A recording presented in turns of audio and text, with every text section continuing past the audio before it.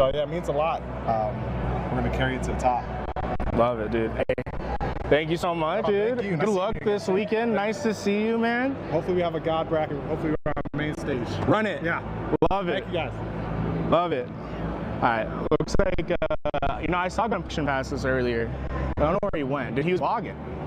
All right, let's see. Chat, I'm looking for my next target. Oh, I wouldn't seen these guys yet. Dude, look at the cruise.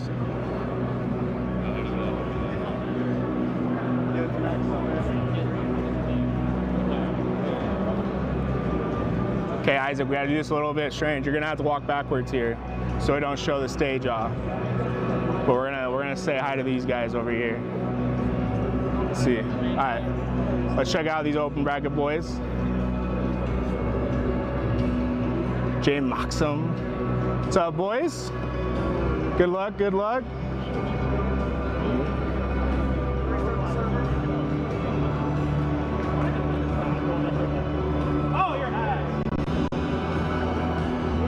I haven't seen any of the EU guys.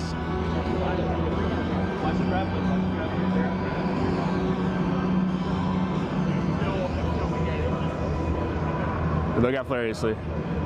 That's a man that's locked in. Zoom in. Give me a nice close shot right there. Ooh. You want to say hi? You want to say hi? Yeah. You're live right there. That's your mic right there. Well, hey, how are we doing? Look how handsome you look. Wow, this is kind of crazy. Yeah, right? Yo, wait, hold on. Yo. That's kind of insane. All right.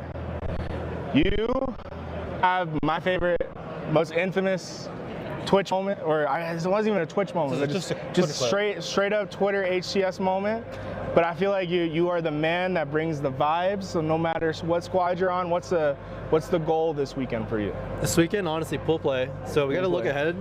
So we'll take one game at a time. Mm-hmm. I told my teammates today, like, yes, online performances may have not been where we want it to be, but when it comes to actual competing, it depends on the day you're competing in, right? So today, that's what matters most. So, you know, good vibes all around, get the team hyped, you know, encouragement, positive reinforcement. We'll play lights out. So that's our potential. This is the ceiling. Now, obviously, you're trying to make it a pool play. Right. But if you know, I don't even want to say if the worst happens, but let's say you're going over to the FFA, you're a demon on the FFA. You gonna be lifting you're gonna be lifting the check up, or? That's the goal. You know, for myself, like I put everything out here. 100% passion. 100%. So. Do you like, so for people that don't know, explain your infamous Halo 5 code. I gotta go find it. You know, Louis, if you can hear me right now, I don't think he has the headset on. He can't hear me. But I want to find the Halo 5 code. I'm gonna find it. I'm gonna prep it, and I'm gonna find you again so we show people. But do you practice, you know, your little speech? Your little speeches beforehand? No, honestly, it just comes in the moment. Okay. So I felt right at the time. It just happened. But for those who don't know the context, people call me the student gamer athlete for a reason. So there's a time, the last event for Halo 5, DreamHack Atlanta 2018. We went to a game 5. It was me, Crossfade, I think it was Blaine Doctor and Its Name. We're playing against Neuronical, Vetra, Swish 5s, and Galaxy. We're playing Rig Slayer. We're down like 15 kills, and it was like 30 to 15. And I just told Chris, hey Chris, stop dying. Then the magic happens, right? I get a 2-for-1 with Sniper. We get camo, end up winning the game like 50 to like 45. And at that moment, like, we got so much dopamine. I've never seen like every single person on your team got up because we're all pointing. It's like the classic "this is Halo open bracket" moment. That was like top 5 best Halo 5 moments of all time. I swear. Living on the dope. Hey, now I feel like you're at every event now. You've been grinding it out. You've won an FFA before, right? Back in Halo 5. What does it take to be like that top level FFA player to like be able to lift up the check?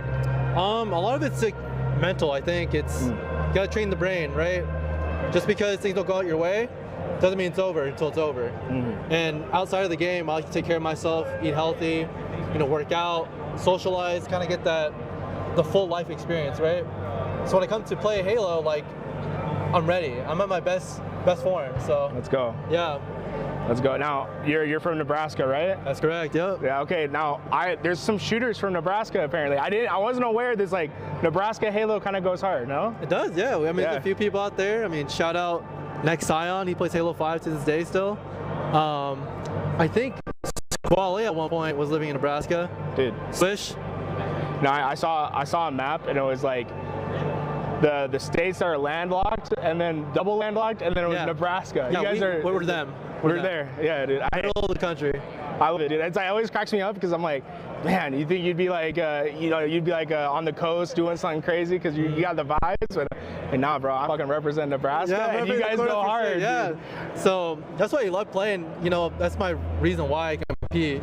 Yeah, dude. It's just a show. Like even if like I'm from like a not well-known state, small town, I grew up with like 7,000 people. Everyone knew each other. I come out here, I put on a performance. I let them know, like, hey, like, just because you start small, make a big impact in the world. So I love it. You're representing. Any last words? Anything you want to get off the chest? Shout out all my teammates here I'm competing with. Got Mason, I got Day, Big Baloo as well. He's not here. Mason's the college Halo GOAT, right? That is him, man in the flesh. And then, you know, Mashlin for obviously, you know, coaching me last year and last season, so. Nice admin for you guys this event. Yeah, it's an admin now, but yeah, much love to everyone. Joining the dark side. Yeah. So. Hey, thank you so much for talking. Appreciate it. And let me get that away from you, but good luck this weekend, and hopefully I didn't interrupt your warm-ups too much. You're good. Hey. Put me on, I'm all for it. Hey, let's go. Yo, I thought I saw Gunny. Did you see Gunny over there? Yeah. Let's see if we can find Gunny real fast. I swear. Oh no, he's right there, bro. You see him? He's a Let's go catch him. He's with Mini Berserker right now. Let's go ambush them right there. Let's get in.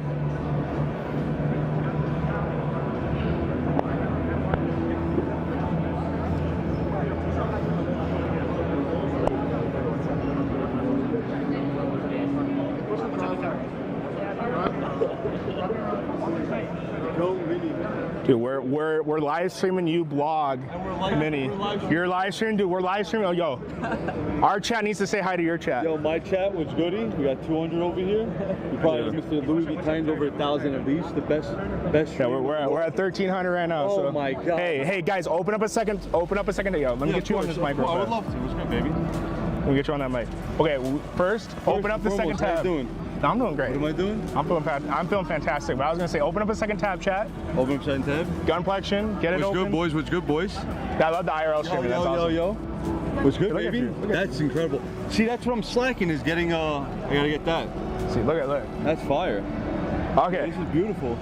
BTH this weekend, right? BTH. What's the goals? To be honest with you, I'm coming in a little bit more, as people's not supposed to say, I'm coming in really more humbled. You know, I have two guys that have never been to LAN. I've gotten a lot of backlash and shit talk about, like, you know, Looney never been to LAN, is he cheating? I had Sirion and the Gators playing on the Xboxes this morning at 7 o'clock. You know, I had to have my own LAN set up at the house. Bro, they're fucking locked. I'm beyond locked. Like, I'm just coming in here, I'm ready for the young guns to do their shit. It's year 4. Everybody's good at the game. It's any man's game at this point. It's all about emotions and like who's got the big balls and got the fucking ice right now, man. This is the passion pit right now. This is the most important last 3 events for Halo right now. I love it, dude. And okay, you usually get a little bit loud during the open bracket. You've been practicing anything? Any good roars? Any good cheers to get the team going? Honestly, me personally, I've been trying to honestly stay. Once the job's done, then we could roar. Okay. Because I've seen, I'm not the type of guy to roar and then we get reverse swept or job's not done until, you know, fuck it, we need 3-0 and then we could roar. Okay then. Who do you have your eyes on right? Who do you want to play in the open bracket right now? Honestly, bro, just like I am in sports, I don't give a shit who it is, bro. Okay. Just tell me where I got to station and who I want to shoot, bro. I don't really care, honestly. I'm just ready for whatever we got to. Yeah, I don't care what. Never look at the bracket. I'm just ready. Now, you've been doing a lot of competition throughout your years. You've had APG helping you alongside, doing film reviews. What's been like your biggest learning moment since having, you know, the access to APG and the coaching that he's given you guys these last few weeks? I think it was personally not even like the coaching for me because of how hard I grind and everything I've been, you know, obviously all of that helps. I think it was a valuable lesson that I had in that interview about a month ago before BTH And when I had to like lower my ego, watch what I say about me, like people fear me and this, like he just really just opened my eye on a bunch of shit. And like I had to humble myself and relax and kind of go on a new leaf about that. You know, just everybody's got to improve in life, and that's part of being a man. Is like when you fuck up, you got to hold the accountability. So like now I'm trying to be the best person, not tilting game, not worry about what my teammates do. If they fuck up, not grab the ball, no huff and puffing, just on to the next play. I played 14,000 hours of Halo, not to tilt at my teammates. I got to go make a better play for them. So for me, it's not even about the coaching. It's more of like the mental aspect. Like he's got all eyes on me. There's high expectation. You know, I'm 30 years old with teaming with 20-year-olds. So it's like I got to be a mature one, lock the fuck down, and just worry about myself and not worry about my teammates so much. I love it. Okay. I haven't seen them yet, so I don't know what they look like. Oh, so unfortunately, Z and the Gators went to the Radisson. Yeah, he's 6'8", great. He's 6'8"? Yeah, so, yeah, you'll see him. I'm gonna get them. I had him on the live stream, but they had to go get headphones at the Radisson from Brad. They'll be back shortly. So you're not lying to me. He is 6'8". No, he's 6'8", and Z's like 6'2". So you're not concerned that like, you know, when you have a player that's so tall, it takes a really long time for information to go through the neurons. Like it's got to go all the way go from the up the body. Yeah. So you're not concerned about that. Well, if you really think about it, when you see things and hear things, it's all right here, so it's already at the top. You know. But it's got to go down to the thumbs. Oh, okay, that makes sense. I like that reverse. That was a reverse. Yeah, you know. That was a trap part. I might be a little bit concerned with the height. You know what I'm saying? So. Facty to round it out. He's like. Yeah, Facty. They look like brothers. Matter of fact, Gators and him is like Dr. Evil and Mini Me. I swear to God. So you're telling me 100% he's 6'8" when I see it. 100%, bro. I can't tell if I'm being trolled or not. I swear on my grandma, dude. I swear on my grandma's eggplant. I'm very serious about that. Bro, you guys got to get him in cosplay next event. You know what I'm saying? I'm trying to, bro. We'll get them definitely in. That's him right there. Show the stream. Okay. Wait. Should I show this? Yeah. Chat. Do you guys want to see this or do you want to wait? So much for the follow. Bro, oh shit. Yeah, he's a basketball player. Oh my God. Sounds exactly the same as online. Okay. Ready, chat? Fucking hilarious. It's actually reveal. Yeah, this microphone piece is great. I gotta buy this. Yo, Tools, you look sexy, bro. Hey, thanks. Yo, I told you that story, Chad, right? We're at my brother was at the hotel. And oh my God, went up to Tools, was like, damn, this guy's sexy. I've never been so flustered in my life. I was like, dude, this girl was like 100% digging me, and I'm like, oh, she wanted it. Yeah, I was like, bro, you're a handsome guy. Sitting down. oh my God. Chad, this is great. Dude, bro. Look at this, Yo, bro. Halo, we need more events, bro. I don't know if I can wait a whole year. We need more of this shit, dude. Like, you got too many people that would love and die for this shit. He looks not. He's like he doesn't fit in the chair. You guys gotta get You gotta see him in the Tesla, bro. He's hunched over. I don't know if these like Mormon church chairs are gonna do it for you guys. Go? Yo, we got to go here. Bro, you guys are still in game. You gotta clutch up. You got 3 seconds. No. They're playing to 106. Oh, goody. I was like, he's getting up mid-game. That's crazy, bro. No, it's good to be here, though, with you guys, man. Look at that, bro. He got back on the 6. He had a double kill right away. Remember, he's 15 years old. Been coaching for about 23 weeks. Let's get over the shoulder a little, mini berserker here. You called them mini gators, bro. Mini gators. No, I called them. I was gonna say little gators because I'm like that. No, but it's like the little works. I know. It actually works out great. Nah, this is great, bro. LVT, shout out to the LVT, bro. If you guys don't know LVT, the best Halo channel that exists. The guy that's been keeping us alive since Halo 5, literally from when it came from Blam Gaming. I say it all the time. But I've been thinking about this. I completely forgot to say a big shout out to one extra person. Nobody never says to, Nap Times. That motherfucker's been giving us tournaments in SWAT Nation, all those tournaments in Halo 5. And I was saying to myself, I'm like, yo, I'm missing somebody I'm not saying thank you to. And Nap Times, if you're here or hear this one day, yo, you're a massive success and help to the community. And keep doing what you're doing, bro. You're an underdog for how much you support for us. Just wanted to let everybody know, seriously. That guy is very underrated. Yeah. Thank you, Gunny. Good luck, buddy. Hey, good luck. Hey, guys, second tab, get into the stream. Yeah, I got you, Buttercup. Start keeping your tabs in. Yo, come in and tune in. You guys are doing the open bracket, obviously, right? Yeah, you get up. I think we're gonna have you guys on the stage pretty fast. What I'll do is I'll have Gators when they come back and Z come back and we'll go to you. Yeah, come say hi. The other thing, we're gonna have listen-ins. Yeah. Oh, say yes? Oh, okay. Yeah, Hell yes. I don't give a shit. Hell yes. Let's go. Open bracket listen-ins. That was Gunflexion. Believe the hype. Believe it. All right, Isaac, I got you, bro. You're clear. You're clear. Oh man, that was fun. All right, chat. We're gonna go back to the home base for a little bit. Hey, we're gonna finish out the documentary for a second. I need to get some water. Then we'll start walking around, try to find some more people. Oh man, that was fun. I'm having a blast, chat. How we doing? Gotta get used to walking backwards still, guys.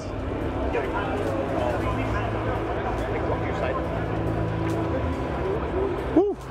But, hey, this is our little, you can see us like a little inception, but that's where everyone, if you're interested in watching the open bracket, you can do it right here. All right, let's get back to the LVT set.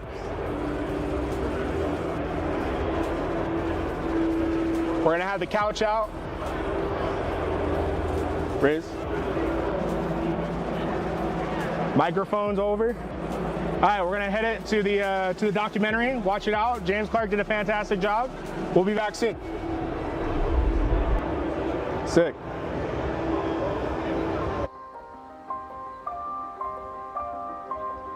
Hello, everybody. Welcome. We're coming to you live from Dallas DreamHack here in Texas. It's day one of HCS DreamHack. There's $150,000 on the line here on day one, and you're watching the LVT coverage. In Halo, anyone can win, right? Open bracket, open opportunity. If you're good enough, you'll get your chance. It's what makes Halo so special. So the one thing I would say about Halo Infinite as a game, it is a perfect game on LAN. Like, this game was meant for LAN. On LAN, you know everything you do is going to count. Every input you put into that controller is going to count. On LAN, Halo Infinite is beautiful. The barrier to enter into becoming a pro, it's tough. And in a lot of these sports, honestly, damn near impossible. You look at what Halo's been all about. If you have a console, if you have a controller, and you have a dream, you could become pro too. Talk to any pro there is, like, their journey started through the open bracket. But with Halo, you can like build up to that, which is beautiful.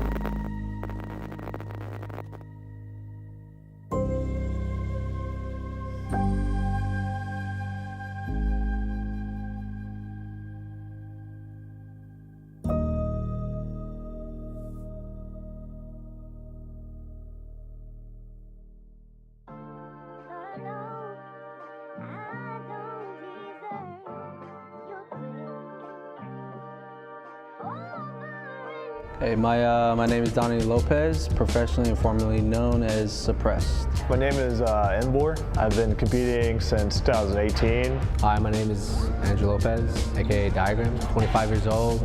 I started competing in 2023. Currently went to the event with Looney, Ice Kid, and Super CC Evade. I think Enbor brings like a lot of hype to the team. Like when he's on his game, like he's on fire. If you go up 1-0 against him, he's gonna come fight him back. And once he takes that game, that's all he needs. I grew up playing Halo Reach. I started getting into Halo because of my dad, but at that time we only had like one Xbox. Definitely had to share everything. I remember playing Halo. We shared a big like Toshiba silver, like big just bold TV. We would play split screen 2v2s, and we would like get the broom and get like a towel, like purposely, just so, like we don't screen cheat, like half and half. Enbor is a very hard worker and one of the best teammates that I think I've seen. He's always gonna be there. It doesn't matter what he's got going on outside of Halo. If he's got work or whatever, he's there when it's practice time. I started competing because State of Halo, mainly, it's not really flourishing in a way. We would need more, like salary-wise, more of amount to compete in. So I saw it as a way of like, maybe like just step away in a little bit, and maybe when the next game comes out, I'll start. I don't know, there's some like special energy about the triplets. They're like, innocent, but also like really wholesome. They hype each other up. That just kind of shows the type of person Diagram is. I think he's right on the precipice of breaking into something better. Like he has the talent. One of the biggest what ifs that we've had in Halo, because he had all the talent and then kind of just disappeared in it. It always had us thinking, what if he stayed? What if he kept going? Like, you can tell the kid knew what he was doing. A lot of people would describe me as a passionate player. I want people to see me as the type of player to be very relentless. I'm gonna always come and give you a tough time no matter what. Like that's just how I am. Like I wanna win. When you asked me about the path to becoming an open bracket player to a pro, I think of Envor. You know, man's working full time, 6 days a week. He's grinding like no other, never cheat the grind, putting in that work, doing what he has to do in order to succeed. Again, people see the destination and they don't realize the journey to get there. Envor is probably one of the perfect examples of somebody who's doing what he got to do as far as taking care of real life responsibility, but also not cheating the grind whatsoever. In Halo, there's like a fable of players that have come through and made a name for themselves that happen to have someone else attached to them. We think of Ogre 1, Ogre 2, the twin brothers. It's almost a staple in Halo that if you go to a tournament, there's a set of brothers that happen to be born at the same time. When I heard of the triplets, I almost was in disbelief that we had another set of twins to come in and wreck house. It was scary how fast their improvement was. The triplets immediately made an impact when they were given an opportunity. And they had to scrap for those opportunities. I think that's what made them so special. They really weren't just given the chance right out the gate. They had to prove it to everyone else. And they started at the bottom of the bottom, just playing in matchmaking, playing in eights, finding chances, and eventually being able to put together a roster and prove themselves to the rest of the world. When you watch an esport and you see the very best in the world, you don't always know where they started. But in the open bracket, that's exactly what it is. The open bracket is the passion pit, and it's the passion pit for a reason. There's an energy that you will never feel unless you have been to an event and you hear somebody win a game 3 or a game 5, and when somebody stands up and they roar. Sit on! Don't yell! It's the vibeiest thing you'll see in Halo. That's one thing in Halo. It's a never-ending cycle of players getting an opportunity, a chance to prove themselves amongst the gods that came before them. This venue is absolutely beautiful. Being right in the action, you can really feel the energy already. And we haven't even got started yet. Like once these matches start going, once the open bracket starts yelling, it's gonna be so fun.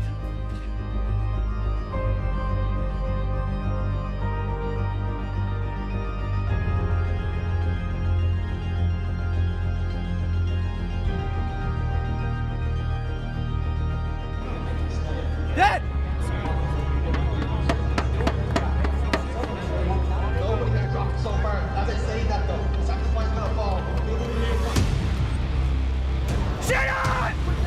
Don't yell! After. Next time, don't yell, Macy!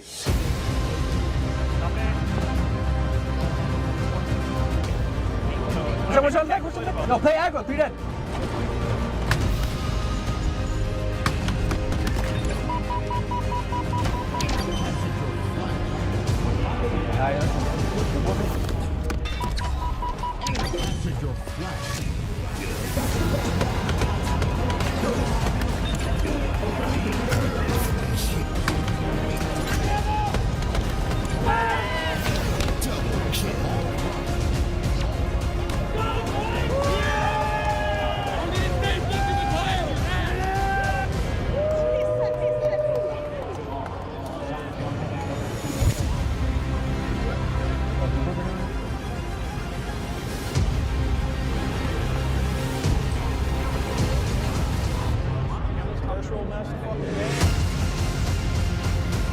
Dad! Let me be on the bar. That's a fucking shit! Fuck the fat ass down! Make me, bro! Make me move! I will talk my shit however I want! Pear, what are you doing? You were 5 and fucking 15! 6 and 12! What the fuck are you guys doing?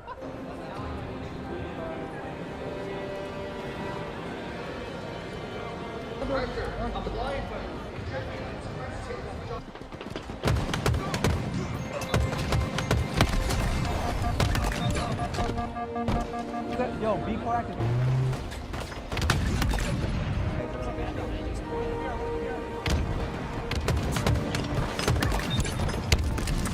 Outside.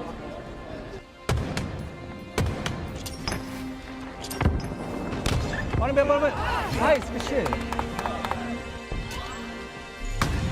Team nearing victory. Nice, two shots. Yo, watch out.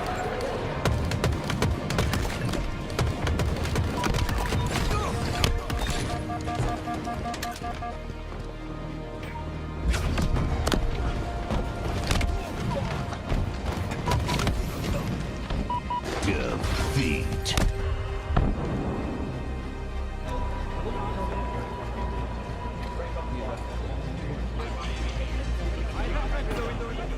Objective incoming.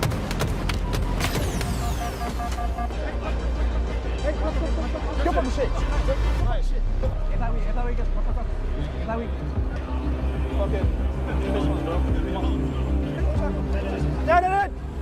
Side prep one time.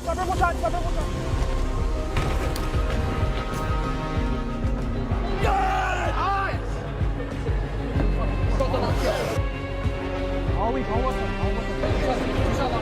She's back.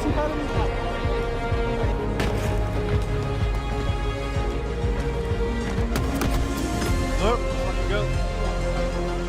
Bottom's hard. Done!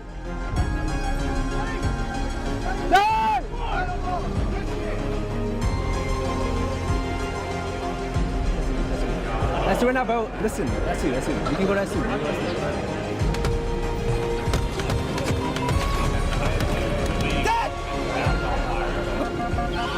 Enemy team score.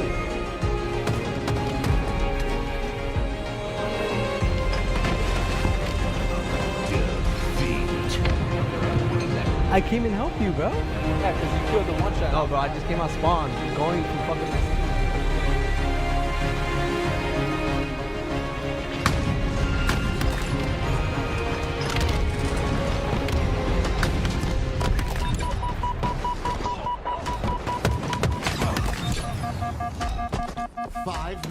Remaining. Captured your flag. 30 seconds.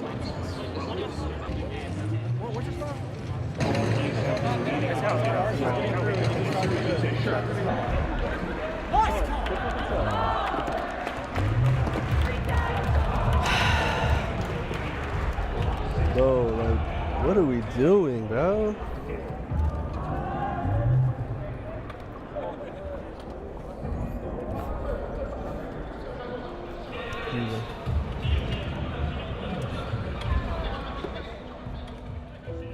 I mean, growing up with the Triplet brothers was like pretty hectic in most cases, just because we would always like fight a lot. We had to share everything. Man, it's definitely stressful, especially on my parents' side. Just because like we're always competitive, and that goes for anything, sports, gaming, anything. Like, I love my brothers. For me, I think our competitiveness stemmed from that, for sure. Like sharing stuff, you know what I'm saying, going into baseball. I think we had to also share cleats, baseball gloves, bats, everything. Yeah, our relationship, Donnie and Eric, we've always like tried to critique each other's gameplay in a good way, just because like we know like in certain situations, if we're in that same play again, we know we're gonna come out on top. I'm the oldest of Donnie and Eric, so it goes me, Eric, and Donnie. What sets me apart from like Eric and Donnie's, it's more so of like my personality. I'm more of like an outgoing, like happy, like vibey person. Drew is like more of an outgoing, funny, class clown type of guy. But I really do vibe with Drew. Like I think he brings a lot of happiness when it comes to having conversations with him, stuff like that. Eric's more of a, he's really funny too, don't get me wrong. But Eric's more of a like a dominant, like serious guy, like when it comes down to like real life, like no bro, I'm right, like you know what I'm saying, like I kind of just like I'm in the middle. I kind of just like listen to Eric, listen to my, like they're my older brothers, like no matter what.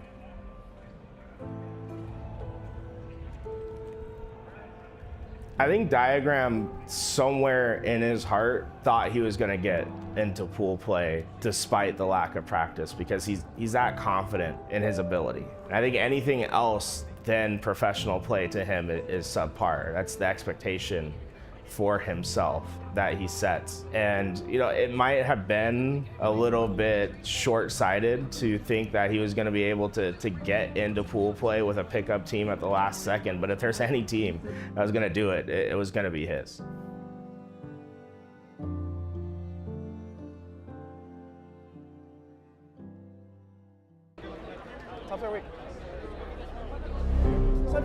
Nice! Good chance! Nice! Down!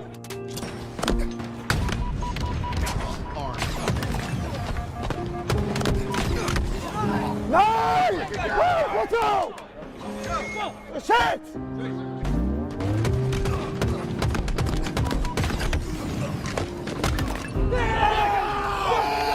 Good chance! Come on, come on! Come on!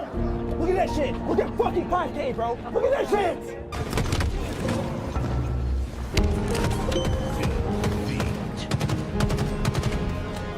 It's all good. Listen,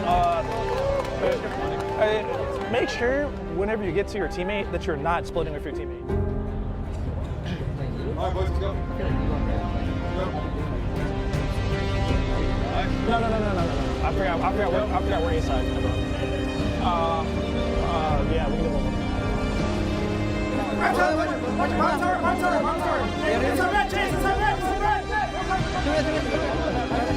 Nice, push on. Inside tower, go and see. Nice. Get in. Let's fucking go! Fucking go! Holy shit! Fucking go! Holy shit! Finally, bro! Holy fuck! What are you boys? Fucking go! Let's go, Lee! Holy fuck! Open bracket!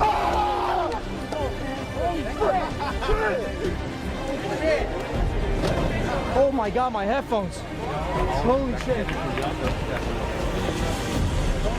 When matches are going to start at 10 tomorrow, Okay. all your matches are going to start at 10:30. Staff entrance, so that way you can get in early. It's in the Discord, but I can also show you guys where it is. I'll link you the post. That bomb, bro, was so fucking good, bro. You literally, like, I don't know who was like arming the bombs, but you did exactly like what I said, like we needed to do. That was that fortress neutral bomb assault, like, bro, that was perfect. I look at that FaZe roster and I think that is my biggest question. Who is that one player that's going to step up? Suppressed on a tear already off the start. 8-1-0. I was referencing the tear just off of that double we witnessed, but his stat sheets are even more nuts. Game 1 goes to FaZe Clan. More points in favor of Cloud9. Oh, Suppressed starting to put on a show, maybe. 3-1 the score. FaZe Clan victorious. Yeah, it's going to be a long old road to come back, especially when Suppressed is playing in this way. FaZe Clan will take the first map. Shock Rifle's about to spawn yet again, and it is going to be the killing frenzy for Suppressed. Watch out long. Bottom middle, watch out on me. Half over, double side. Watch out long. Nice, Sonny, my god. FaZe Clan, their eyes are set on breaking into the top 2. FaZe Clan will get the clean sweep. 3 to the good against Z10. We are seeing a very impressive FaZe Clan here at Friday. Relatively smooth sailing. Now they just wait for the open bracket team. How are you feeling after that one? I felt great. My teammates allow me to do that. I love these guys. They pretty much play for each other at all times, so. And we'll find out who our open bracket teams will be joining the party in pool play and how our pool play teams will fare against them. We can fucking beat these hits, all right? Yeah, let's do this shit. One game at a time, bro. All right? All right, what's the next map, bro?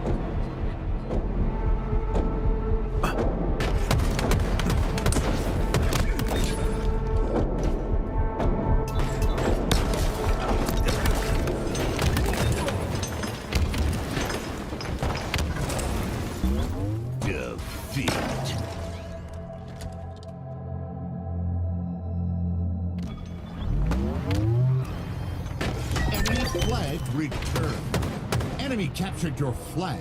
Be alright. Defeat. Besides that, bro, like, go ham.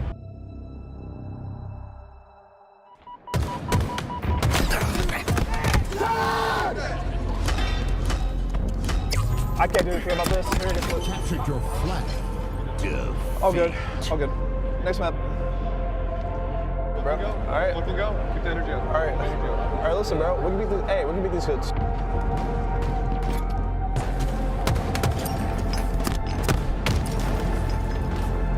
Ivy weak. Ivy two guys. Ivy two guys. Ivy one. No. All right. Thank you. Holy shit. Nice. Good shit. Good shit. Good shit.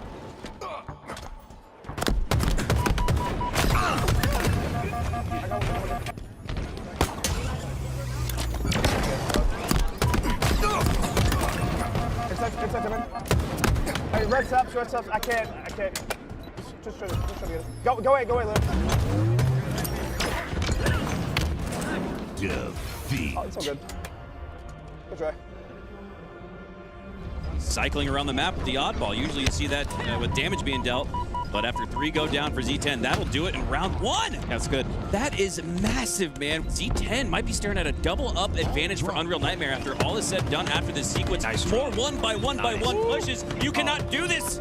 You cannot do this if you're Z10. You're going to get wiped off the floor. It's a masterclass from the freshman Ice Kid as he's locking down the oddball and more time. And his team and making the objective easier for his squad. Then he initiates the rotation to tower after you squeezed all the OJ out of A entrance, guys, because this was as well played of a snipe tower hold on the oddball you will ever see. Super CC sends us to a game 5. Game fucking 5, baby. Let's fucking do this shit. Holy fuck. Top guy weak, top guy one shot, top guy one shot. Way harder now. Yeah, I mean, they keep trading. Okay. Chick with the filthy quick scope might just seal it for Z10. 24-8. Pop off. This Chick guy, man, he's just randomly has generational games. Can he hit another headshot to close out in style? Doesn't. Jimbo with the rocket, power weapon. That was routine, and we talked about that.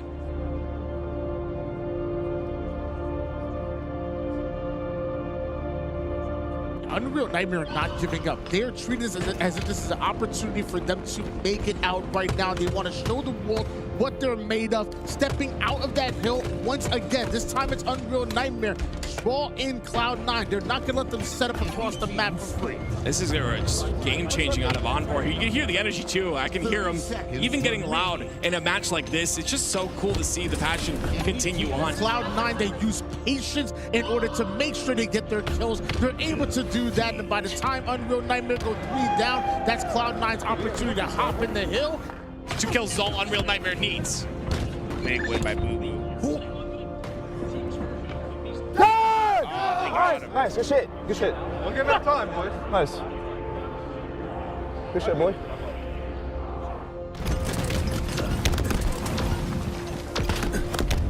Bomb armed. Nice. All right, good shit.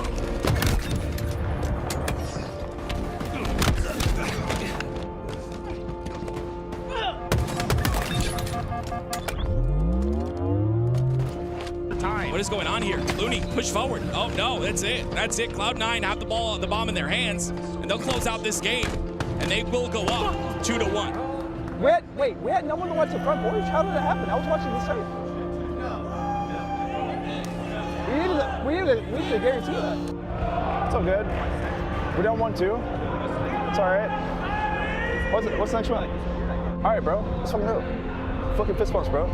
Go fucking nuts. Come on. They're after Alpha. They're on Charlie, but Charlie gets reset, and that may just be it. Cloud9 able to take it. Unreal Nightmare are going home.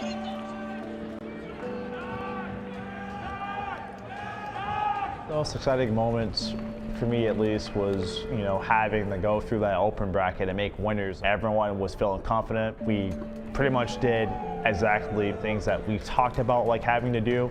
The game plan obviously had to have tweaks in the middle of that tournament, which did help us overall. Like I said, I'm like proud of my teammates. Like we came in the pools and we didn't get blown out. You know, we sat there and put up a really good fight against like all three of the teams. I'm just like glad that like we all just like came out full effort playing.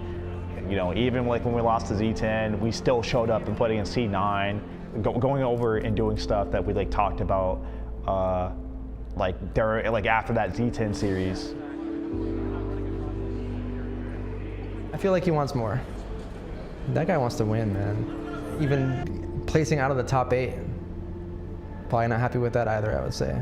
I hope the guys aren't really feeling too bad. You know, I know they obviously like wanted to do better than, you know, what they got, but hey, I mean, it's still something no matter what at the end of the day. And you got to look at it in terms of, hey, like we did this, and obviously we know that like we could do better, and we will over time. Just, you know, got to get back to the blueprint. That's all it is. You know, sometimes you got to lose to start winning. If that's how we're playing with like 6-7 scrims with each other, and we come in, we swept like 3-1 like almost every fucking open bracket team, and we're going game 5 with 0, C9 like all close games except for like that last game, like bro, like we're just gonna get only better from there. I'm not tripping about it. Bro, we got like what? We got #1 seed now in open for travel coverage. Go back, get reps in. We got 2 months and a half. Just put in the fucking reps, bro.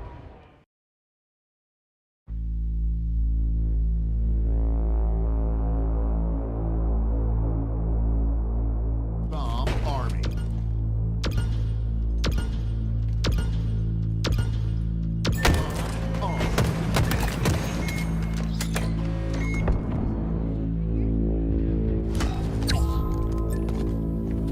Captured your flag.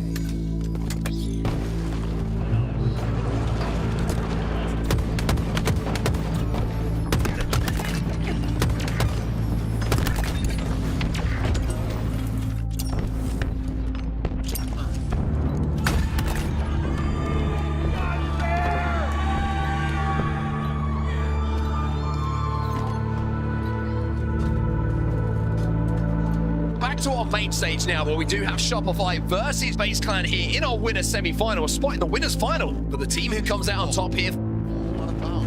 Penguin took a bit of damage. That's going to be a really big stick.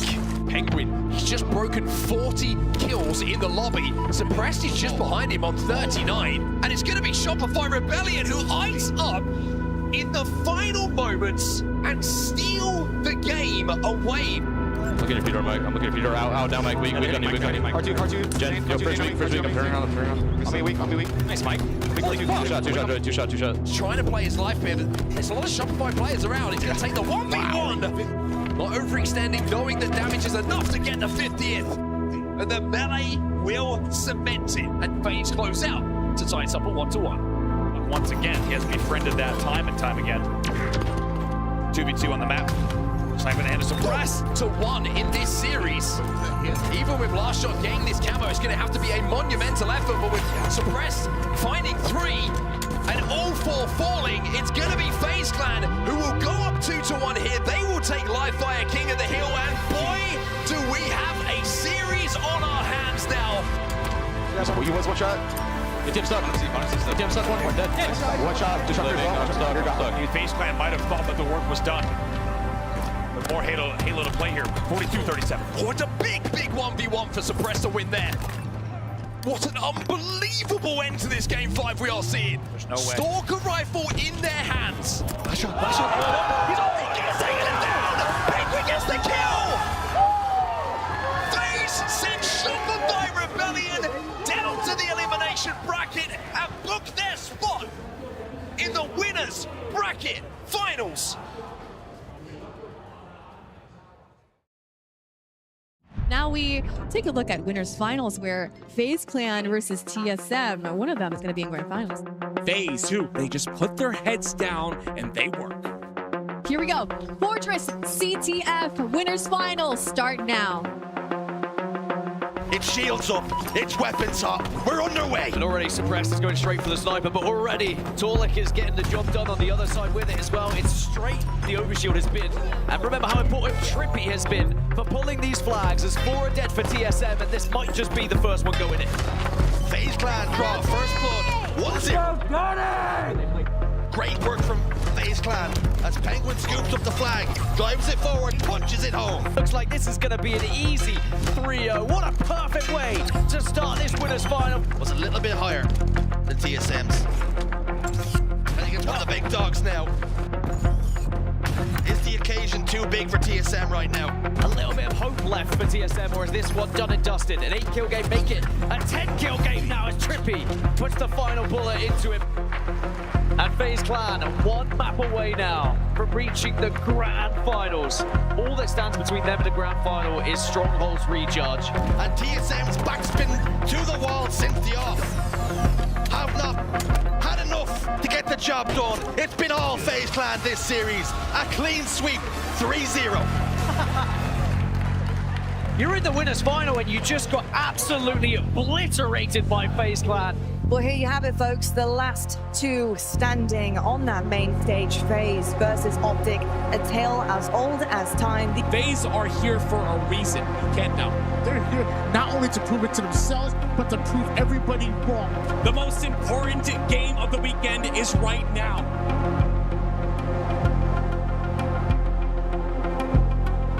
Suppressed his first ever Grand Finals appearance. A household name in professional Halo, but now finds himself with an opportunity to take home a trophy. Let's see what he and the rest of FaZe Clan can do here in game number 1.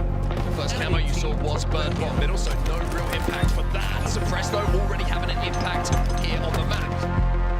You talk about a player's first appearance in the Grand Finals. How about Suppressed already 8-4 in this game? Trippy last alive has to make a hero play onto this hill, not going to be able to. Optic will step in, and Optic will be up by 1. FaZe certainly do with a combination of players. And Suppressed with that repulse wins a big individual fight. From a tied game in the mid-40s, 1 kill to go. They got FaZe trapped here. Suppressed gets 1, but Formal trades it out with a sticky grenade, and it will be Optic Gaming. Pick up the win here in the Slayer. As soon as we got those picks, you know what I'm saying? I said I saw in blue, like we should be backing up like to Youngster and he did. So I'm gonna look over you guys. That guy talked old shit and never got a double kill, you know what I'm saying? Yep.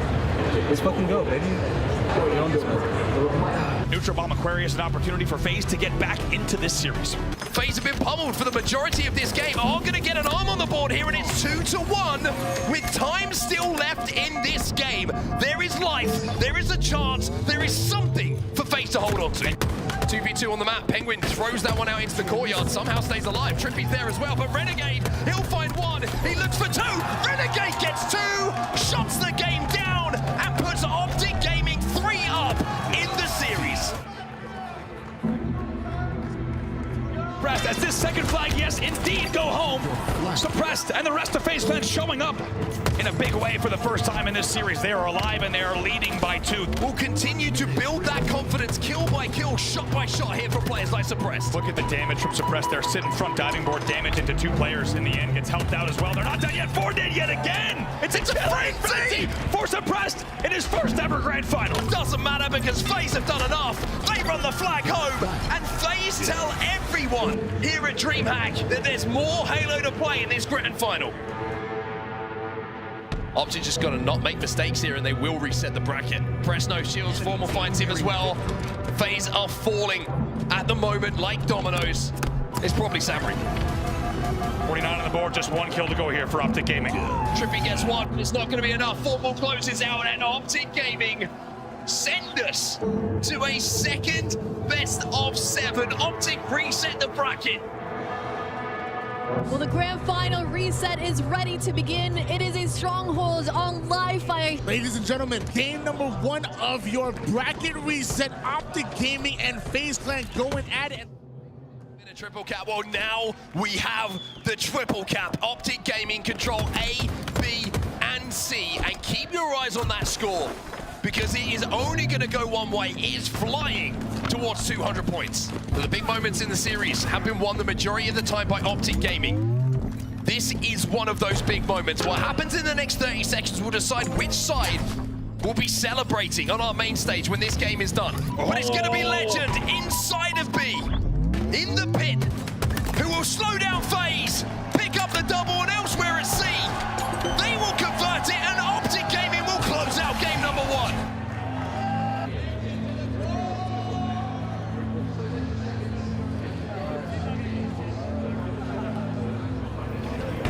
4 kills to go now for Optic Gaming to put themselves within 2 of becoming champs. Make it 17, 1 to go for Optic. Trippy will challenge, he will get the kill, but it's Formal who closes out the Slayer, and the bricks are starting to stack up here for the green wall. They get closer and closer as they go up 2-0 in our bracket reset.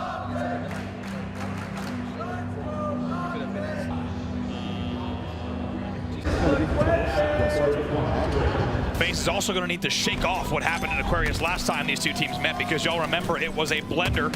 Optic will run this one in as well. They're going to turn this game around. It's 2-1 to Optic. They've only got 70 seconds or so to tie up the game and send us to overtime. There is an opening here for FaZe to run this flag. Suppress was the overextender and immediately starts moving this. Wow, what an about FaZe. Renegade still the overextender. Falcate gets another one. Penguin with the 1. There's 2 more players from Optic inside of the base.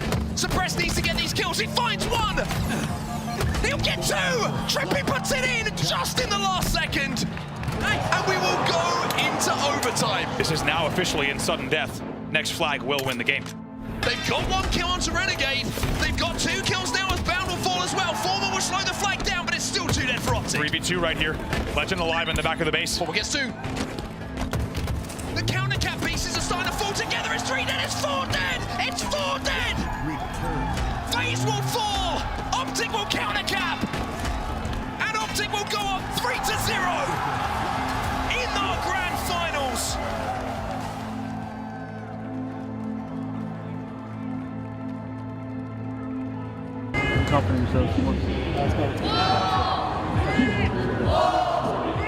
Do FaZe have something in store in what has been one of the most unpredictable tournaments up until today we've had in quite some time? 3 dead on the side of Optic Gaming. FaZe will secure this yard hill. We are tied up at 1-1. He's waiting for the camo to come back. He steps in, secures the hill, and Formal might have secured another championship here for Optic Gaming. Challenging everybody in front of them. He knows it's done. He gets another kill, and Optic Gaming will be your champions. Very rare for a team to win their first time up. Very rare for players to win their first time on the main stage. Suppressed, he's going to imprint that into his memory. He'll keep that in mind, and then we'll come back, I think, with a new hunger as to what can come next. I think people see the road to becoming a pro as glamorous, exciting, some even think easy. I think people don't consider what are the steps to get from point A to point B. The drive, the dedication, the hours. And I'm talking about grinding 8 hours a day, scrim, ranked, all that good stuff. Then another 4 hours in VOD review. After that, it takes up time. It takes a certain kind of person. I mean, that's what it means to be the best. Nobody just wakes up and just has straight talent and gets on the top 4 team. Now there's steps, and it takes a grind to get where you want to be. I was a nobody, The first ever pro I can definitely say is to get my name out there was Jesse and Mike. And then the second is Frosty. He kind of taught me a little bit of Halo. The little things like that I appreciate, My family, my mom and dad, they gave me the utmost, just behind my back, always reassuring me, because I do talk about my problems sometimes, and they're always there for me. So, and not to mention my teammates, my brothers, my friends, but for sure, I go to them for anything, I feel like competing again, I accomplished what I wanted to, was bring that passion again. Just because I feel like going back into the first event of this year, I feel like if I didn't go, then it'd be like I didn't want to compete ever again. But getting back into it, it felt like surreal competing again, just because it brought out the passion in me. I think for me, in terms of what I was wanting, I figured we could probably push it further. I think T16 was obviously a goal in a sense. Obviously it would be great for Ice Kid, but if we're talking about for me, I think we could have pushed it. I think we could have went T12. It's been a while since I've actually been at that level where, I get to play against T12, T8, players. So I want you guys to know that if there's one thing I gotta say, I'll be back for SLC. We're not getting T16 again in polls. Like, we're gonna show up and we're gonna play. Everyone will know that I will be back, and we will be making past polls into champ bracket, and you'll see more. There'll be a lot more. Thank you guys for watching. I want to give a quick shout out to my brother. Even though he didn't win this event, I'm so proud of you, Donnie. And I don't want to cry right now, but I'm proud of you, Donnie. And you made a good career, and you're still going, bro. I'm proud of you. I love you, bro, and I'm gonna be seeing you right now. I know you're pissed, but I love you, bro. I'm gonna get you up. Thank you.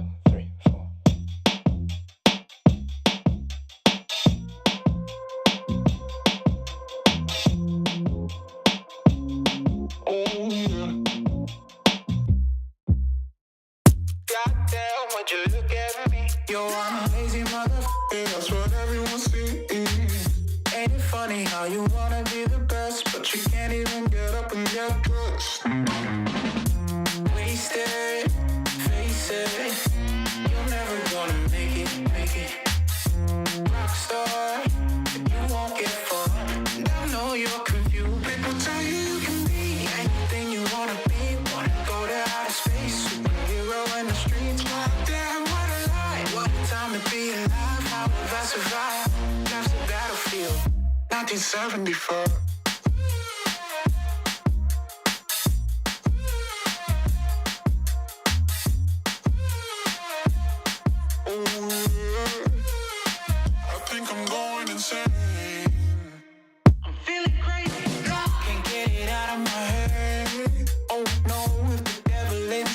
Takes hold, then I just might wind up dead.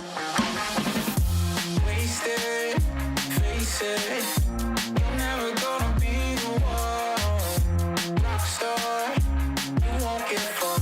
At least you had fun. People tell you you can be anything you wanna be. A king or a queen, as long as you got a dream. Oh no, it's a life. They just wanna take your life. Try to tell you it's a battlefield.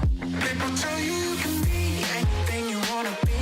Wanna go to outer space, superhero in the streets. My damn, what a lie. What a time to be alive. How have I survived?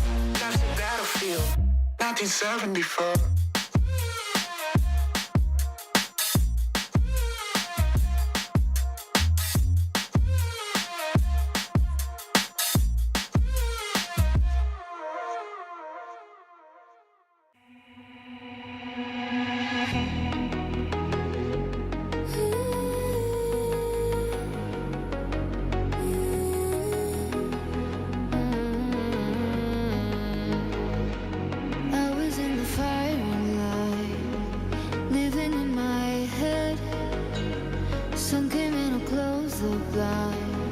Could feel it in the air.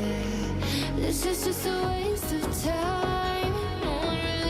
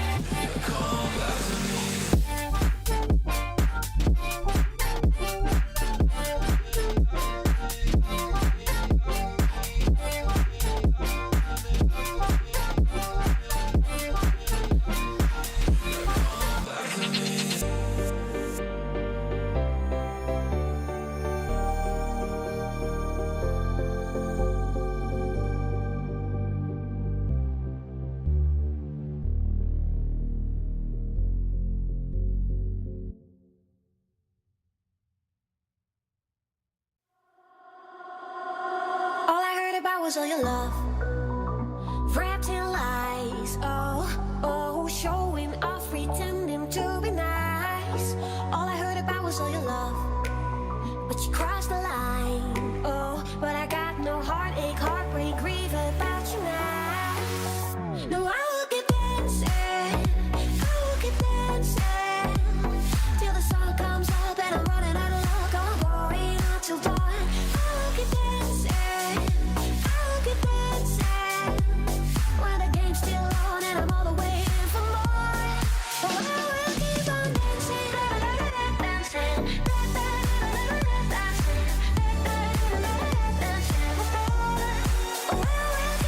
dancing, tomorrow I will see you on your knees, begging, oh, oh, oh, I need you, look at me, we could bring us back. Don't tell me all you feel is your regrets, wrapped in lies, oh, cause I knew you would blow it, mess up all again. No, I will keep dancing, I will keep dancing till the sun comes up and I'm running out of luck. I'm going out till dawn. I'll keep dancing when the game's still on and I'm all the way in for more. Oh, I will keep on dancing, dancing,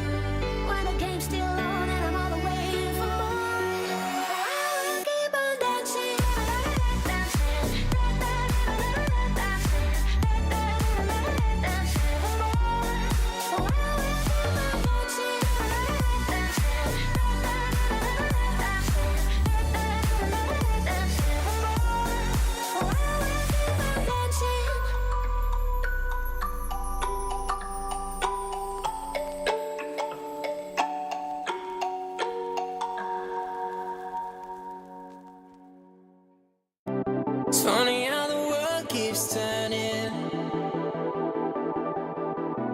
Stars like ladders in the sky keep burning, burning. It's crazy how the storms keep raging, and I'm here trying to keep my heart from aching.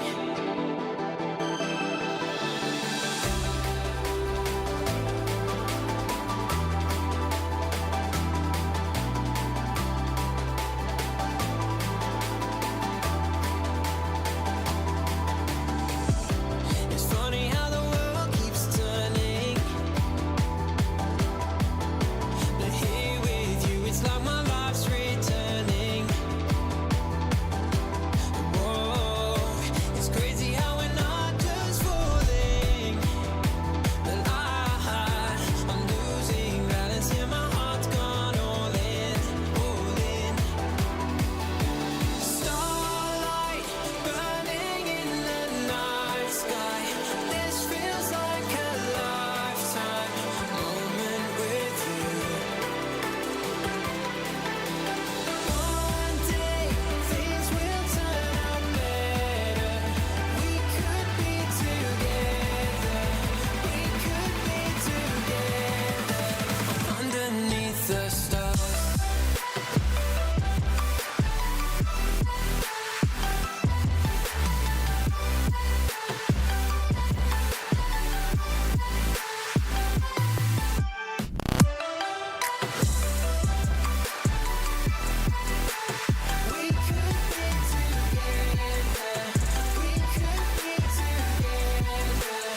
Underneath the stars. When I see you, I see forever. And when I'm with you, we could go wherever. It's crazy, I don't feel the pressure. So take me with you on a new adventure. Starlight burning in the night sky, this feels like a lifetime.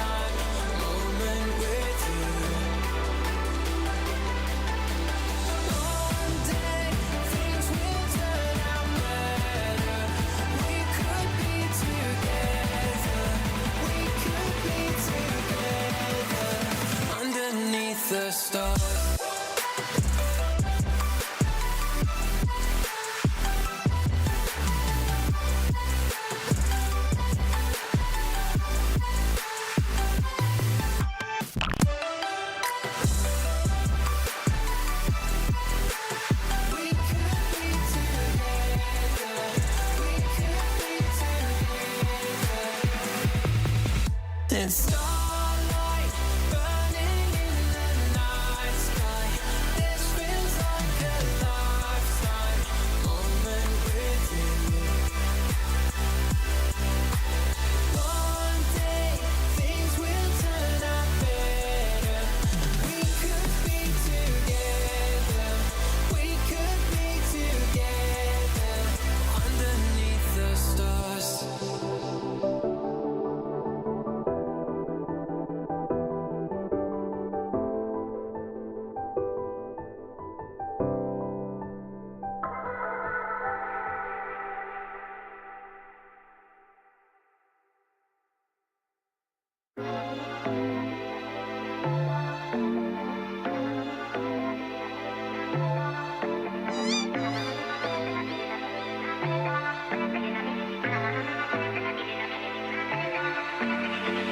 In the hills, I ain't got no service. In a white hood, I don't fuck with the Ku Klux. Old girl got mad and she switched up. So I went ahead, got me a new one. Down bad, so I had to move up. Old one like, hey, what you doing? CA plates in different states. Okay, she like how I'm moving. Step to a bag, better get with the movement. When I move, you move like that. Do more, get more, say less. So follow, don't miss no stairs. Speed up now, catch your breath. Good vibe, good drink, no stress. Out of town, no GPS. In the hills, can't call, can't tag. In the hills, I ain't got no service. Too high up, I don't think I heard you. Head high where the birds be chirping. Going full speed in the freeway, swerving.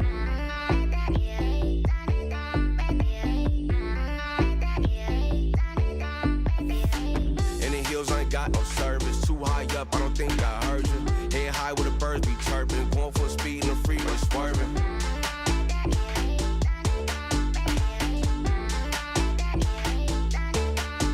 Swerving.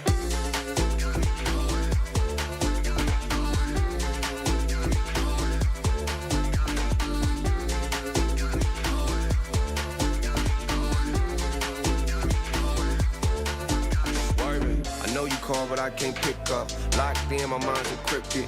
I secure the bag like lockbox. In my zone, I can't hear much. I don't flex, I just finesse. Make more wanna come around last. Out the way where I'm too next. Out of time, can't call, can't text. In the hills, I ain't got no service. Too high up, I don't think I heard you. Head high where the birds be chirping. Going full speed in the freeway, swerving.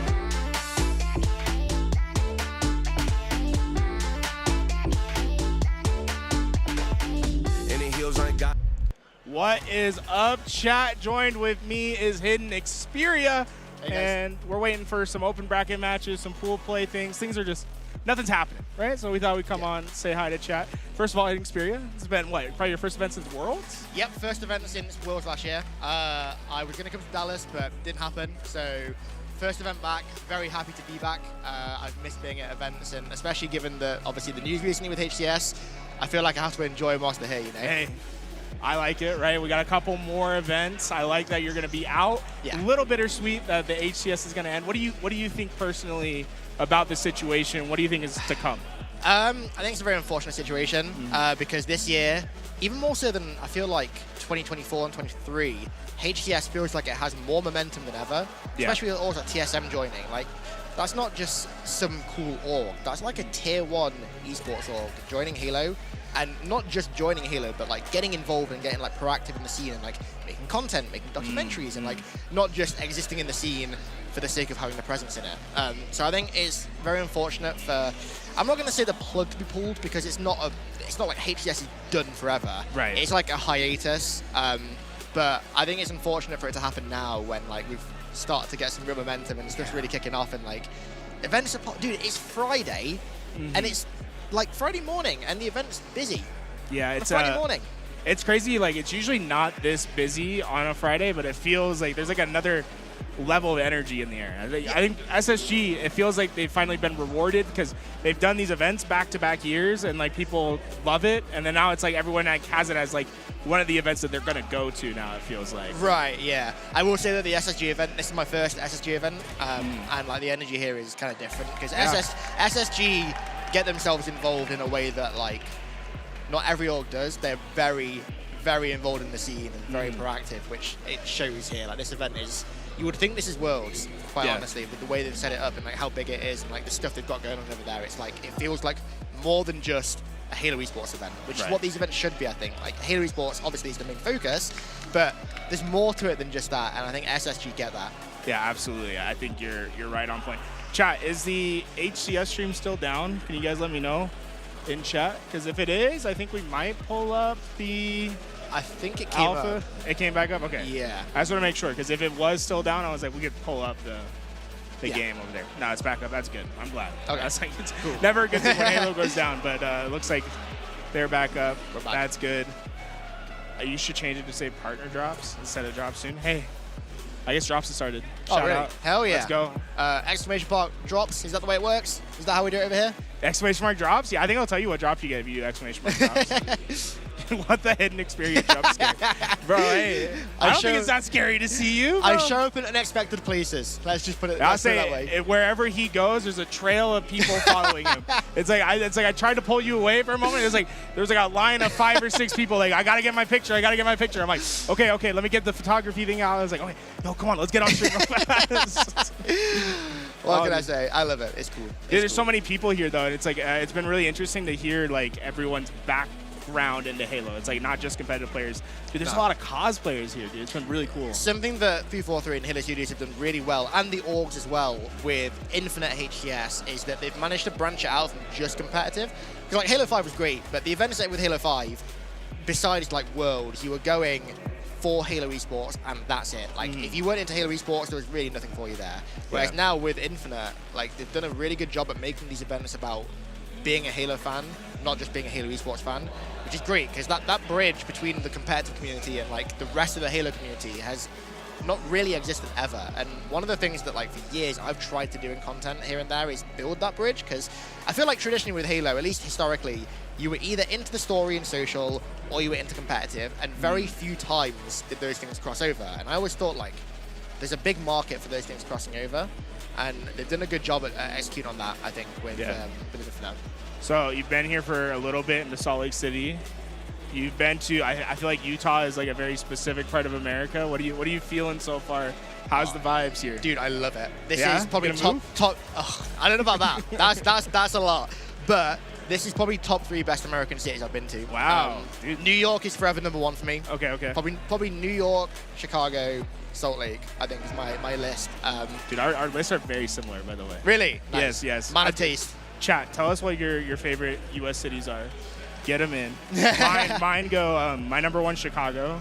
#2, Seattle. Then #3, it's like, it kind of changes a lot, but I really did like Atlanta the few times I've been there when I went like downtown Atlanta. But I feel like you can change it wherever. Charlotte, awesome, dude. Yeah. Are you going to be able to go to Charlotte? I'm not, 'cause it's too close to Charlotte Worlds. is a cool city. I was going to go. Like, I thought the event was going to be earlier than it is, and I was looking at flights, looking at hotels, I was looking at going, and then it's like 3 weeks before Worlds. I'm not going to get time, because I have to prep loads of videos, so unfortunately not. I will go at some point. I will say San Diego. I'll put San Diego in my 3rd. Oh, I love yeah. San Diego. I've heard San very good Diego. things about San Diego. San Diego is like paradise on earth. Really? But for some reason, people don't live there. You know, it's like it's too good. It's too LA good. without like the massive amount of people. It's incredible, incredible. But yeah, Salt Lake's awesome. I love the city. I've only been here for 3 days, but just the fact that wherever you are in a city, you're flanked by mountains is so cool. Like, that's such a cool backdrop. Yeah. It's like I'm kind of used to it because where I live, I also have the mountains. But it's always fun to see, like when people come in, they're like the mountains, like the first thing they always talk about. Yeah. Hey Louis, is it possible for us to show the game? No, not right now. Okay. No worries. Guys, if Timmy asking who you are, I guess we never did a. You want to come on? We're gonna get Ubernick in here too, but might take us a second to get you on camera, but that's fine. You can, you bunch up. You just bunch up. Bunch up. I was gonna move like that makes a difference, but we're on different couches. There we go. Hello. You said what? Oh, okay. But welcome Ubernick. What's up? How long you been here? I feel like they had you to work like right away. I got here Monday in Salt Lake, so I've been doing little bits and bobs ever since. So good to see the event all up and running now. Is the audio? Been a busy man. I want to make sure your audio is not muted. I think it might be good now. Sweet. Yeah, there we go. I can hear him now. Sweet. Let's go. Oh man, dude, who do you guys? Give me your top 3 predictions for this event. First Optic, obviously. Okay. I'm a huge Green Waller. Crazy. Crazy, right? Yeah. Yeah. Second Shopify, also very, very run of the mill. You're about to make him really upset. I can see him getting angry and angry as you go down the list. He's seething. He's not talking. He's seething. Okay, third. FaZe. FaZe. Okay. Yeah. Okay, fourth. TSM. Fifth. Oh no, fourth. Nemesis. Okay, fifth. TSM. Sixth. Shopper. PlayStation. Okay, sixth place. That's Fifth, crazy. Fifth, sixth. I can see. Yeah, fifth, sixth. So I saw a dude say Uber Nick shorts in the chat. I'm like, I zoned out from that. Listen, it's very hot here. Okay, it's stiflingly hot. Can I give my top three? Yeah, go Okay, for so it. Space Station Gaming. Okay. And then it's kind of irrelevant after that. So. Yeah. It's okay. You should have been like somehow Space Station's farm team. Yeah, right, yeah. So I'm actually Our competing. B team will come in second. Me and Lucas are going to enter. We'll come third. Team YouTube Money places third. We 2v4 Optic. Yeah, and win. yeah, exactly. Yeah. Who's the player to watch on SSG this weekend? I think Suppressed. Suppressed? Yeah, for sure. I got to spend a couple days with him at the SSG team house, and like, he's confident. He's very confident. Extremely. Like, Yeah. I've never met a man that like exudes more confidence in his gameplay. I got to spend time with the team, and getting to see like kind of behind the scenes of them like bonding and chatting. It's like they're a very confident collective of guys. You know, they know what they're capable of. And Suppress is like people don't realize what I can do, especially on LAN. So yeah, we're gonna see like a real the true version of him here at the event. So Yeah, I love it. Yeah, so you've been here since what, Monday? Monday, yeah. Put you to work. What's been the most you didn't expect you were going to be doing this moment? So I got in Monday night, like 10 p.m. So I got to chill that day. Tuesday, I was at the SSG office, packing up everything there. Got me like lifting heavy stuff, putting it in the back of their truck, driving down here, unloading it. So You thought you were coming as a creator, but really, yeah, I was like, I'm always always happy to get my hands dirty and do whatever it takes. So you know, I was happy to kind of do a little bit of content, but also like help the guys set up. It's a lot of work to get these events kind of going. So even just being able to help a little bit is pretty cool. So Just doing a little bit of everything. Love it. Try to be. Love it. A little bit of literal heavy lifting. Yeah. Literal heavy lifting. What do you think's been your favorite thing about the venue so far, as you've been walking through it? Honestly, I love that they are able to create this space where you're able to like watch a game but kind of get away from it a little bit by like going to do an activity or look around the booth. You know, you feel like you're not just stuck. Love it. Guys, our open bracket's about to start. Legion versus Believe the Hype. To bring you guys that action, we're going to have Eli the Ninja and Mikowski taking it away. All right, everyone, here we go. Believe the Hype versus Legion. We are in the early goings of the open bracket. Mikowski on the mic. And alongside me is my duo, Eli the Ninja. And Eli, there hasn't been this much hype around an open bracket team since I can remember. Believe the Hype, you had this almost like golden ticket opportunity where APG and Maniac shepherded in and self-picked a team of 4. And they're all 4 highly touted players, but it's Legion off the start. Might just get the first pull. Nice little no-scope off the start. But tell us what you know about Believe the Hype and why there's so much hype around the squad. Well, I've been believing the Hype since 2007. This is an old team name from the early days. Shout out to Cloud and Hysteria, who were my teammates on Believe the Hype in 2007. APG bringing it back alongside Maniac, with a group of guys, 2 players that have been on LAN and 2 that haven't. We got Little Gators and Sirion going to LAN for the first time, but they made their skills apparent in the tryouts process for this team. And I'm excited to see what they can do. We see that he really is 6'8", by the way. Gunny showed us a picture of Little Gators recently, and that man is tall. Sirion burning the midnight oil as he got into Salt Lake late last night. But hey, better than getting in at midnight tonight and missing the start of the open bracket. Does miss a couple shots and an opportunity to take down Jaren there as he removes the sniper from the battlefield. And so far, Eli, just based off the eye test, I'd give the 50-yard line control to Legion here. They seem to be in a better spot than Believe the Hype in the early goings. Yeah, you cannot sleep on this man on your screen right here, Jaren. This guy, a member of the Armed Forces, has competed in the ForceCon tournaments. Awesome guy to hang out with, too, by the way. He's extremely skilled, grinds matchmaking all the time. So this is a tough matchup for round 2. I think Believe the Hype did not expect to run into such a good team so early, but Sirion has the triple kill and might just get this flag off the stand. That's one way to swing the tides in your favor as Sirion is on his way. Triple kill. Can he get around the bend as he looks to reset, reshield for a little bit. He's got Little Gators right above him. Complexion taking a distractionary bait on the bridge. As I'm not sure if Sirion was able to get that flag much further. 3 go down, but Sirion did get it in. He's going to have to stop the flag right here and play for one more wipe. You cannot force it. Love this from Thinking 4. He wants to pull it off the stand so that he can buy some time for his teammates to arrive. And look at this. Titan is here. Titan and Thinking 4 with a great push in. They get 1 kill, but they're losing members. And right now, the name of the game for Believe the Hype is to just get some slays. This flag will return on its own as long as they can slay out. And ultimately, they should be able to score. It looks like they're in great position to get the first score on the board. Sirion got the triple, the pull, and the reset that puts the first one on the board for Believe the Hype, as they were struggling a little bit in the first couple of minutes of this game number 1. But with the 1-0 lead here on Forbidden, they're back in the driver's seat. Yeah, just so you guys know, this is Gunplexion, Sirion, Facti, and Little Gators is the 4 stack. Sirion's going to steal the sniper. Take his own sniper here and see if he can put it to work. We've seen him hit some highlight reel moments during the tryouts as he's going to aggress forward. And if he can shut down this push up the main ramp, could be bad news for Legion, but they do a good job to push him back. Sirion staying alive with 6 shots in the snipe, but they're sending some reinforcements to take him down. Sirion doesn't care, though, as he removes his opponent from the lobby for the next 10 seconds as he gets back up on top. Here we go. This is such a good position to snipe from, especially if you can catch somebody off guard. We got the new overshield coming up, and it's body shots galore. This man is just doing it all. Still a few seconds until this OS comes up, so these kills come in a little bit early, but the body shot no scope connects at range, and this guy looks like he is confident at his first land.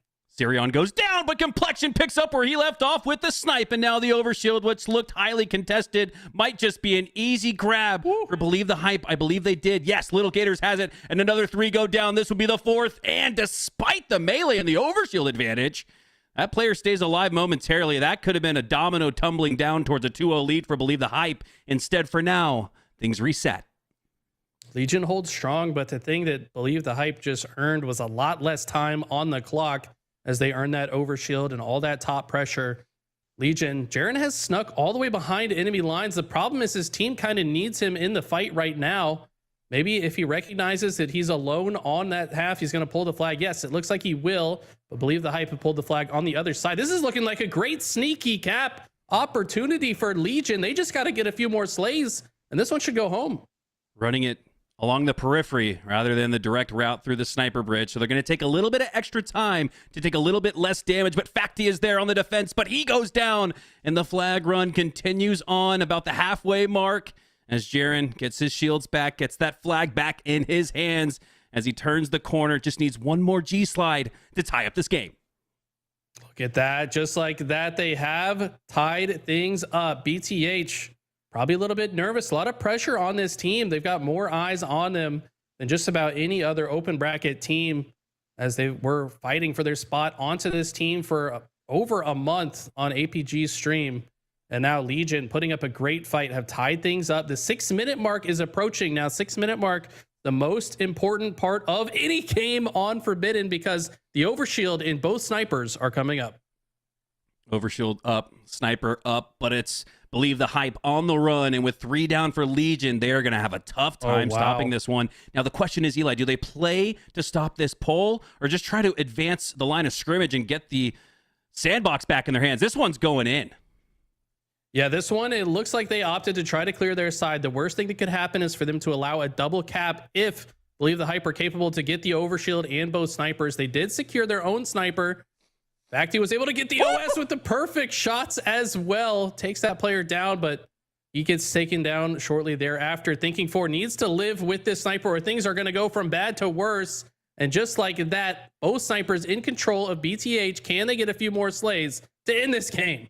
Complexion looking to clean up on the no-scope to the body. Needs a heady here, but he goes down. Good help there from the pistol, as it looked like Sixen was able to clean him up and might just clean up another one here as the Clamber advancement comes through from BTH. Playing a little game of ring around the Rosie, but Sixen with the fist from the ceiling takes him down, but he's got to worry about another flag out. Sixen, a player that plays on max sensitivity, 5 acceleration, 10-10 horizontal and vertical.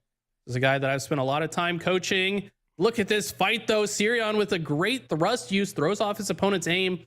And that flag hasn't gone very far, but with a couple more slays, Sirion's in position to end this game. 2 dead, 1 coming off spawn. And there's a sniper staring at his forehead. Little Gator is going to make life difficult for Legion. I think this game might be over, Hunter. Sirion has been having such a well-rounded game 1 here in your winner round 2 matchup between Legion and Believe the Hype, as he's been pulling flags, scoring flags, taking names and faces as Believe the Hype secure the 3-1 win. Huge game 1 win for Believe the Hype. Gotta be feeling good about that. By the way, they had a bye round 1, so Legion had to earn their way into this winners round 2 matchup. Believe the Hype had to sit and wait. So in theory, Legion should be a little bit more warm, and maybe that's why BTH started a little bit slow. But they've started to come into form. One thing that we noticed watching this team compete in the open bracket is every game that went on, they got better and better. So yeah, let's see if they've been able to shore up that teamwork and continue to thrive here. Yeah, and you got to remember, you know, it's not like APG and Maniac are on the headset behind them as coaches with the clipboard, but I don't know. We might not have 2 better managers and mentors in the HCS than APG and Maniac. And despite being involved on the content side, we know just from talking to Brad and Nick, APG and Maniac, that they're routinely in the Discord with these guys, providing real-time feedback. So they're really wearing a couple hats at once. They're providing content, and they're also shoring up the competition and the strategy with that feedback. Eli, as a former pro, former coach here in Halo Infinite, what does it mean to have a guy that's in that 6th, 7th role outside of just the 4 and the coach that is able to provide so much value? I mean, APG's wisdom cannot be overstated. This man is just, when you listen to him speak about not just the stuff that you do in the game, but also the mentality that you have to carry with you outside of the game. For 2 players that have never even been to a LAN before, I can't think of a better mentor than APG. This man has been there, done that. He's seen it all. He's been on a slew of different rosters from the bottom to the top. I mean, this guy has seen it all. So I think that his value that he brings to this roster, even just little comments that he can make to them between games or after games, they're going to make all the difference for this BTH squad. Got to give some props on the other side of that split screen on the left as Legion put up a hell of a fight. Not going to lie. There was a little momentarily mixiness, I would say, at least honestly through the first halfway part of the game. It was tied 1-1, and they seemed to be countering with every blow that BTH delivered. But BTH, Eli, is this where they start to ascend and really separate from some of the other open team brackets? Because we know it's only going to get harder throughout the day. I mean, I can only see BTH getting better from here. Like we said, like the tryouts process was interesting. They had to stand out on a multitude of different rosters. They're basically just playing random 8s and trying to stand out. But then they never really played as a team of 4 until they were the 4 that were chosen. So my concern for this team was like the chemistry and teamwork is such a big part of Halo Infinite. So if you just have 4 players that are good at shooting their gun, you know, that doesn't always equal the recipe for success. But I know APG and Maniac were looking for the intangibles, who has good communication, who's able to bounce back, who's more resilient. And that's how they built this team. But it still takes time and energy of playing together to really develop that teamwork. Now they've gotten a lot of practice. They've been doing lots of VOD review, and now's the time to shine. They can't really think about anything but showing up in the moment right now and performing. And I think they're going to do that. This is their opportunity. This is their moment as we descend into game number 2. It's going to be a Slayer on what looks like live fire. And we know the slaying prowess, man. Believe the Hype. This is where I expect them to find some separation from Legion and really start to flex their muscles, a la the likes of Gunplexion. I don't know, man. My eyes are on Sirion. I want to see this guy pop off on LAN. We've seen him get several 20 kill plus Slayer games. And Gunny, yeah, we know he's capable of doing that, but I think on this team, he's more of a leadership figure. He's more of the player that's going to enable these young guns to pop off. And I think right now, especially in these early rounds, the best thing that Gunny can do is just be a good role model and figure for them to kind of look out for. He should be setting them up for plays, allowing them to form into their comfortable play styles and play in a way that just makes their life easier. That's what I'm looking from the veteran Gunplexion here. Speaking of the veteranship from the likes of Gunplexion, I do believe that this is Sirion and Little Gator's first appearance on LAN. So I'm going to be looking for guys like Gunplexion to kind of hold the hand of those two and lead them into the valley of death that is the Passion Pit in the open bracket. Yeah, it's one of those things too where, like, if you haven't been here before, maybe you're not used to someone standing up and talking shit to you over the monitor, right? Like, you've got to be prepared for a lot of things that you're not going to experience playing from the comfort of your bedroom, your living room, whatever. You know, you can't just get up and make yourself a hot pocket when you're feeling sad. You know, you gotta sit in the chair and you gotta play the video game. And I think somebody like Gunny is going to help him lock in. Here we go. Love the picture-in-picture production provided by LVT as we get a little bit of a look behind the visor at both teams as we kick things off. Complexion down here at the pillars. Believe the Hype spawning at the back of Mud. Legion in A as Gunplexion starts to make his way towards the sandbags. Thought the remote detonation might have gone through, but gets the assist nonetheless. In fact, he was able to sneak away with the sniper as well. Finds one in the tunnel system and looks like there's good comms to know there's another member on pillars. I like this rotation from Facty. Get to the tower. Teammate is there first, though. Let's see how they choose to play this. As we, sounds like we might have a bit of a listen in. Love this. Hearing the comms here. Such a critical component of Halo. We'll back out for the next 60 seconds and dive deep into the communication from Believe the Hype. One tower, kill Sky Tower, two-shot tower. I got naded from it. I spawned B. Nice. Top mid weak. I dropped. I'm coming sandbags. Give me a second. Two dead. There was one like your. I spawned big door. They're gonna be cuts. They're gonna be cuts. Dummies. I'm in A right now. Play it over. I'm looking at OV. You're by yourself in A. One shot Keto. One shot. Another one on the Scoreboard. One. Everybody go. Four dead. One just spawn. I'm gonna try to block A so they spawn B. Yeah. I'm hitting big door quick. Fucking kids suck. Big door on me already. I'm here training right now. Two on me. One shot, big door to rat. Yeah, one shot on me as well. I'm coming, Jake. I got one. Another one rat. He's heading jail to big door. Jump that guy. We're heavy fuck him up. Jump that guy. By yourself. I spawn mud. They're gonna be OS. I'm gonna hold tower. Wait, right bar jail. I'm holding tower for y'all. They're gonna be OS. Hop gunny. Fucking asshole. Fly. New spawn's gonna be B. One shot. They're spawning A. I'm your cards right now. I just spawned you. There's two in A. One's hitting A bags right now. Heard that. Yo, one shot, guys. One shot at bags. Joe. He's going in Joe. Nice. Bottom mid, guys. Bottom mid. I'm gonna drop. Two dead right now. Two dead. Top mid. Two shot. You caught them back. Three dead. One just spawned. Let them spawn. Clap. 15 for that kid. Yeah, I'm here. He's nading me. Hold on. They're spawning mud. They're gonna spawn mud. One tower. 10 camo. Oh, no, it's one shot. Keep going back. One climb, sandbags. One shot corner. Two top tower, one two shot. Backy on us. So two top tower. One's dice up front B. Training. Nest for now. I'm here. Training to back B. Training. That's and back B. That's back B. I got 3 shots back B. One's back B. He's going your big. We have camo. Z has camo. He's going your big right now. Kill them. A play.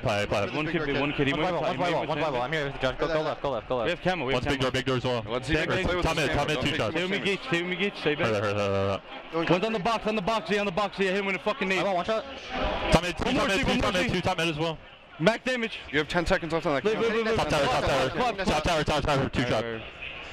I don't see top tower's 1 shot, Jaren, like an idiot. He's one shot again.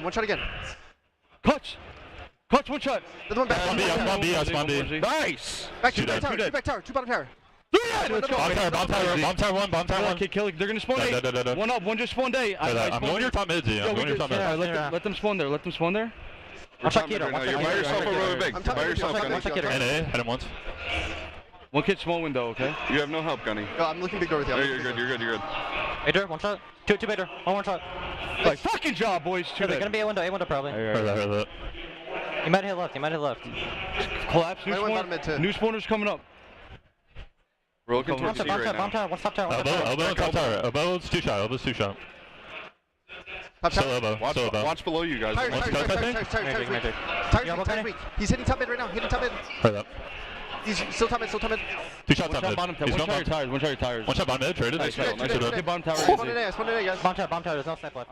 Sirion is absolutely popping off with the snipe, looking like a little junior stellar out there on the platform stage of the open bracket. When we last left you guys, it was a 6-point advantage for Believe the Hype. Now they've grown it to double digits, 31, 21. Believe the Hype are looking damn good. They're looking great. I feel like they could have probably made this even more of a lead with just slightly more discipline. You know, they're maybe overheated on just a couple of those plays, but you love to see them feeling themselves early. The only issue that I see is they're not going to be able to get away with this in the later rounds. They need to tighten up some of that discipline. That's exactly what I was, I think, referencing to you, Eli, is even if they get a win here, a 2-0 sweep against Legion, I want to see him kind of stomp the competition because it's going to get harder and harder. And by winning by 2 scores in the CTF game number 1, by winning by double digits here in the game 2 Slayer, it shows me that they are ready to climb that ladder, right? Oh, for sure. I love what I'm seeing from these guys. The individual skill from Sirion has been insane. The guy hits so many body shots, and then even that long-range no-scope headshot. I mean, they're definitely locked in, but like I said, got to make sure that you're tightening up. You can roll a team for a while, but if you start messing up the spawns, you can kind of let go of the stranglehold you have on the game, and I feel like they weren't as conscientious of those spawns as they could be. This could be a 20-kill lead right now, but it's 14. So, I mean, of course, they're still dominating. I just want to see a little more discipline to dominate even harder.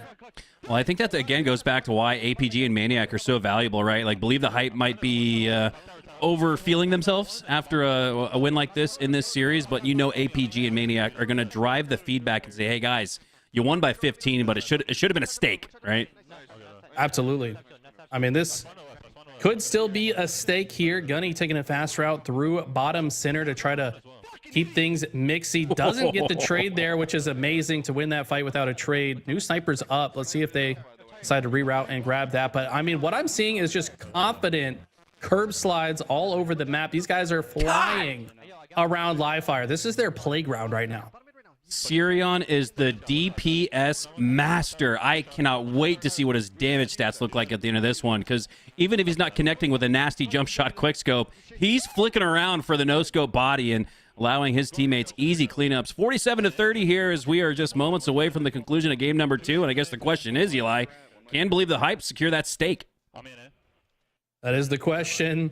We've only got, oh, no, that's not a stake. Unfortunately, they're going to have to settle for appetites, but Sirion, we could make a replay highlight of just plays from Sirion. I mean, every time this kid picked up the sniper rifle, he was going insane. Which one is he, by the way? I think Little Gators is the second one closest to the screen with the longer hair. And then we got, I don't know which player is close to us. Is he wearing the APG jersey? Love to see that. I think Sirion might be the one in the hat, but dude, he was playing lights out. I love that from a confidence boosting standpoint, right? To be a little nervous, first time on LAN, and then APG hands you his jersey from competition. It's kind of like, all right, it kind of removes that that fear factor of, okay, I do belong here. A legend, a top 10 player of all time handed me his jersey and I get to play in it. I mean, the representation and the theatrics and the metaphor that is means much more than anything else. I mean, let's be real. APG's probably got enough jerseys to put the whole team in APG jerseys. I would imagine over the year, this guy's got every org under the sun in his closet. But man, I just love to see that. And I don't know if he's there. I've seen APG in chat. Shout out to APG, rooting on his boys.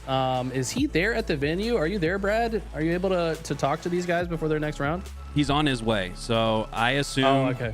I had to hop into the mind of APG. He's probably got the LVT stream up. He's watching his boys and then popping in feedback in the Discord. And he'll probably do the same thing from the show floor when he gets there. So yeah, I love to see that involvement from the likes of a legend like APG. Okay, is that Sirion in the glasses? Anyone know? They were saying that, okay, APG says we're going to be there in about 20 to 30 with Nick right now. Okay, so Maniac's probably driving them to the venue. They got us on the Bluetooth. Let's go. And is their next opponent already here? Shout out to the refs, by the way. Bacti is in the glasses, and Sirion is the closest one to the LVT cam. So, got it. So Sirion was gifted that APG jersey, and again, I almost would have you would have just known that it was either Gators or Sirion that got that APG jersey to give him a little bit of a confidence boost going into his first LAN. I'd love to see that from the likes of, again, APG. Probably sound like we're glazing APG and Maniac right now a lot, but it's well deserved.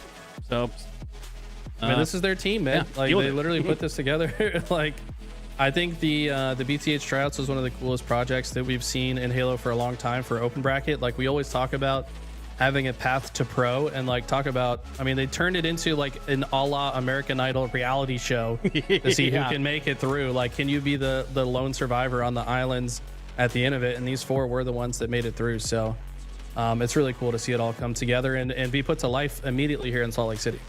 Love that, and love that we were still able to hop on the mic today and provide you guys epic coverage of the open bracket.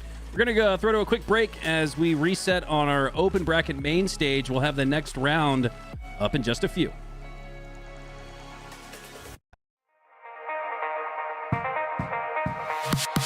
Take me back, leave me buried beneath wandering stars. Reunite in disguise, having traveled 1,000 lives just to satisfy. We'll never know what we're supposed to do. It ain't true that your heart brings you all the clues. Given the chance, would you be someone new? 'Cause that's a fact, what it's asking of you. So let me fly. Take a chance, give it a try. So let me fly. Chase it like it's do or die.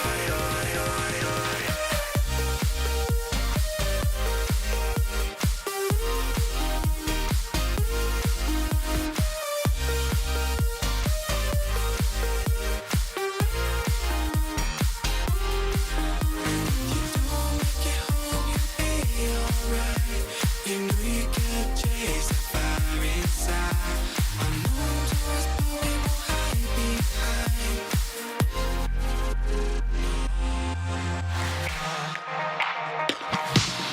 Take me back, leave me buried beneath wandering stars. Reunite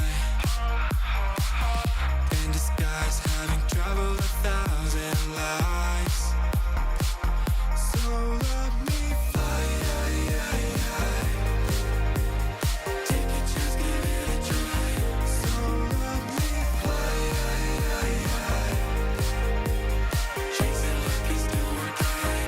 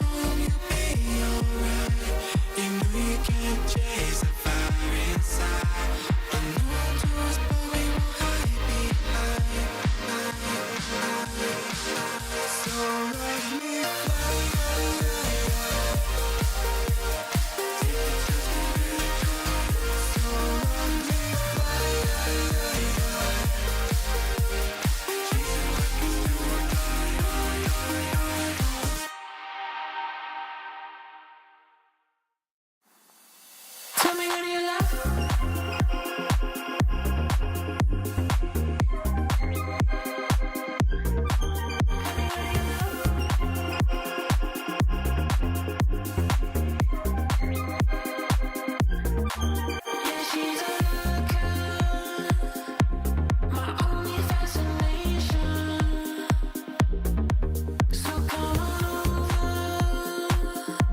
She has me levitating.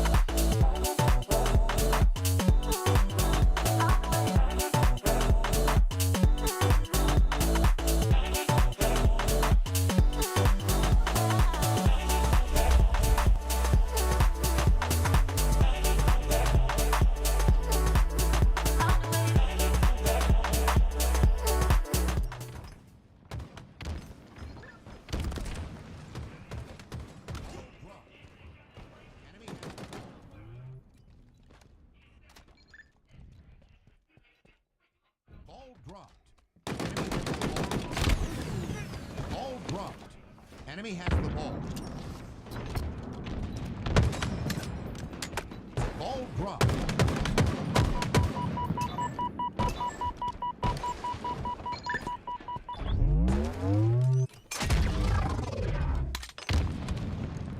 Enemy has the ball. Ball dropped.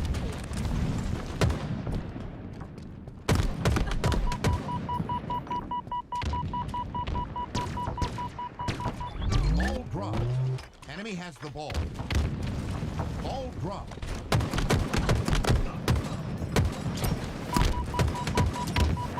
Enemy has the ball.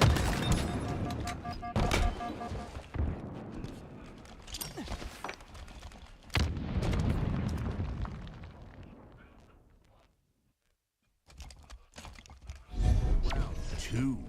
Ball incoming.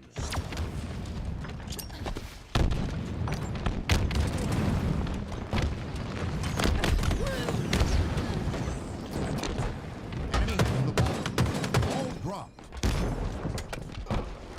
Enemy has the ball. Ball dropped. Ball dropped. Enemy has the ball. Ball dropped. Enemy has the ball.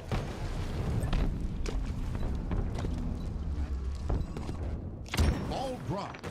Enemy has the ball.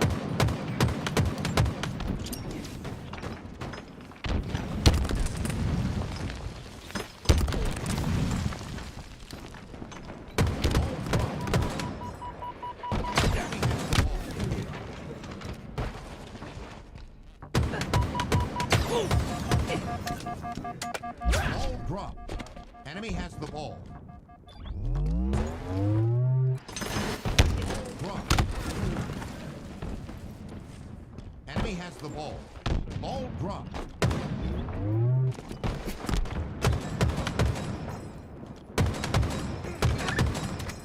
Enemy has the ball.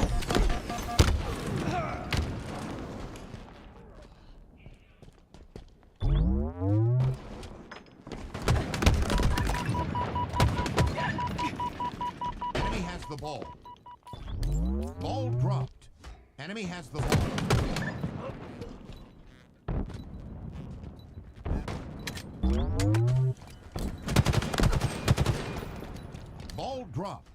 Enemy has the ball.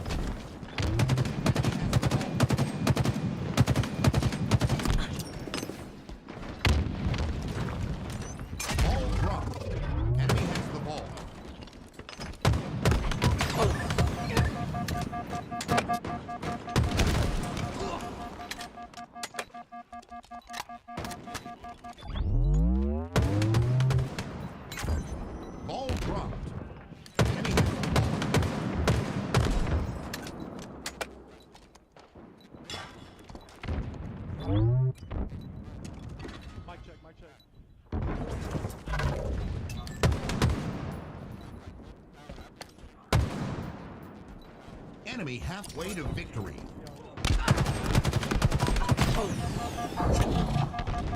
Ball dropped.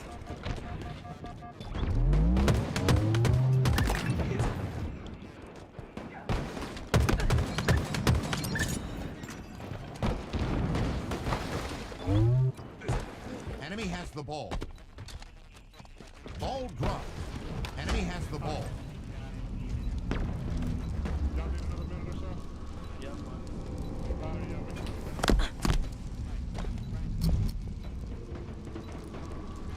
Ball dropped.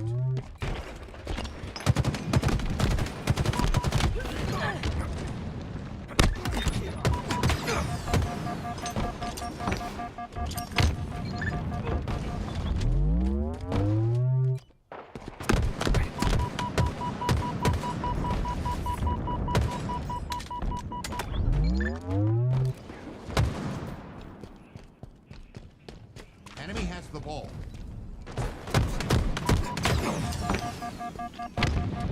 Enemy team nearing victory.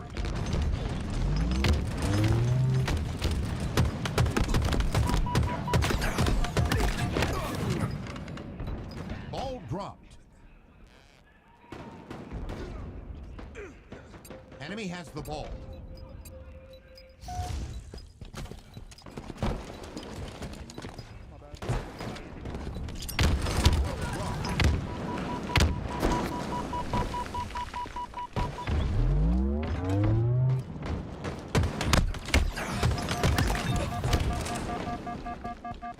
Enemy has the ball.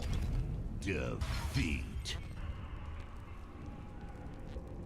Hey, real talk.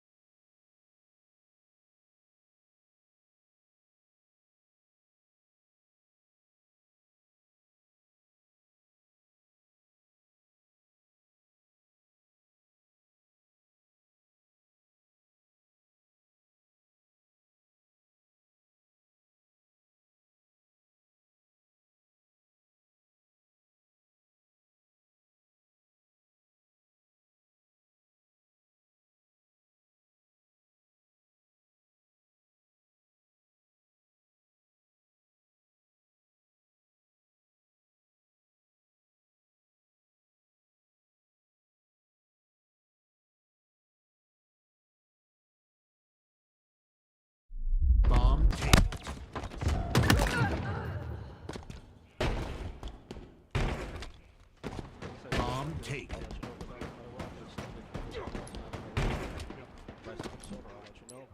Defeat.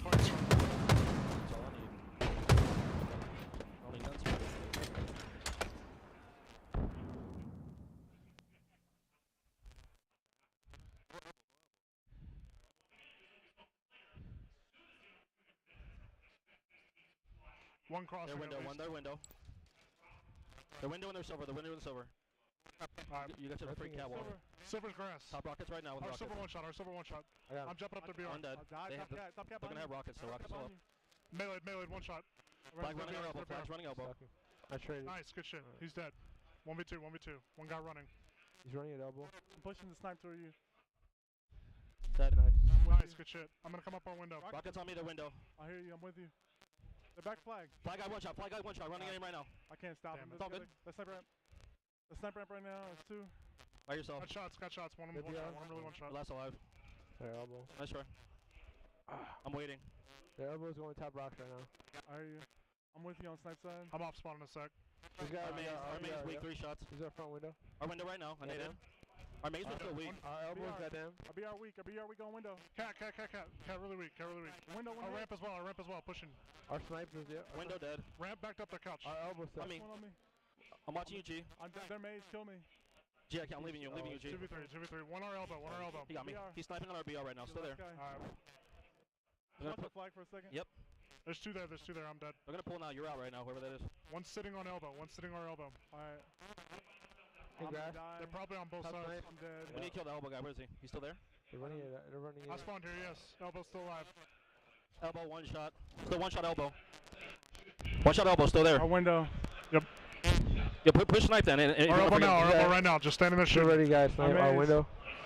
I'm out. Our elbow weak. Spawned out. He's pulling. Where are they running this? On our window. Nice. Our silver. 2 shots silver running it. Run that one shot running that. I got him. Nice, 2v2. I'm gonna shot from our trenches right now. Go in their trenches.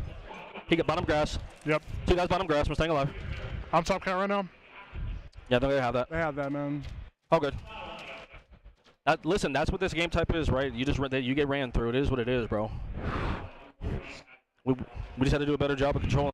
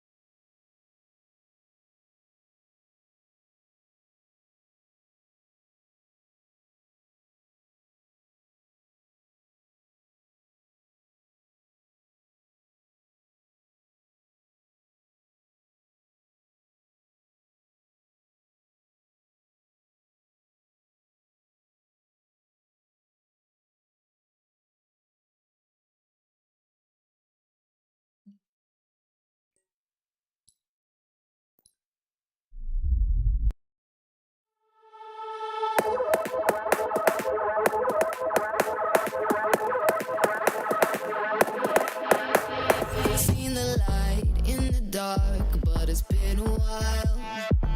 And just remember, it's the heat from a heart beating next to mine.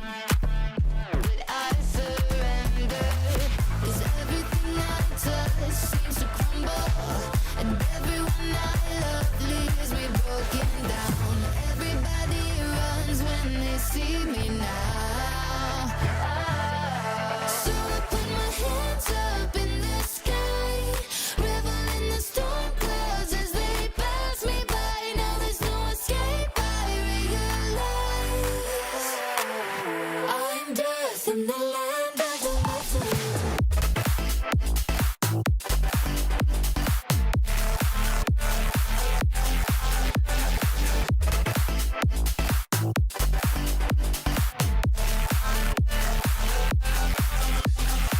Still all the energy when we get connected.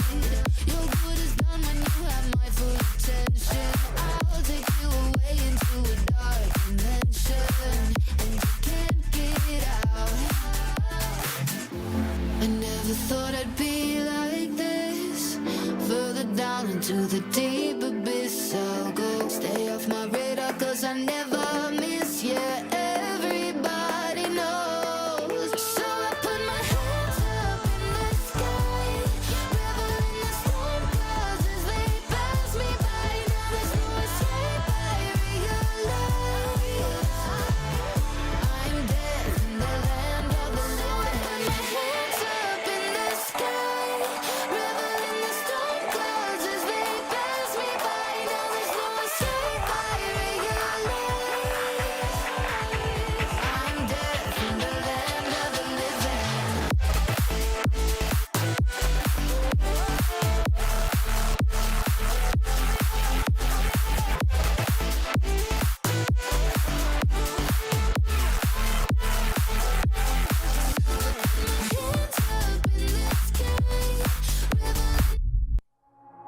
Hello, everyone, and welcome back to LVT Halo's coverage of HCS Salt Lake City. We're descending down to the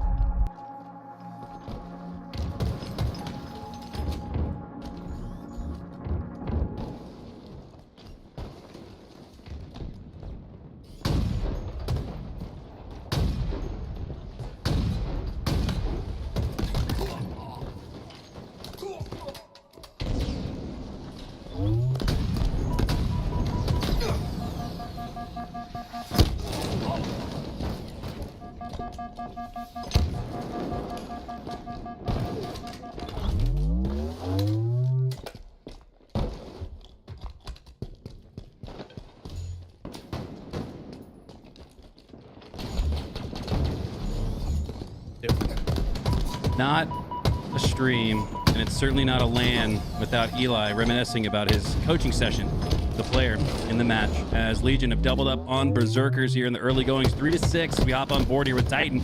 UT in front of him. He's going to get the hell out of dodge and back to safety. Does a great job there not to trade out with 1 HP. Does a little bit later, as his teammate does the same. Titan, though, secures the double kill. Still a 3-point advantage for the Legion. Yeah, Titan just kind of holding down these back garage spawns here.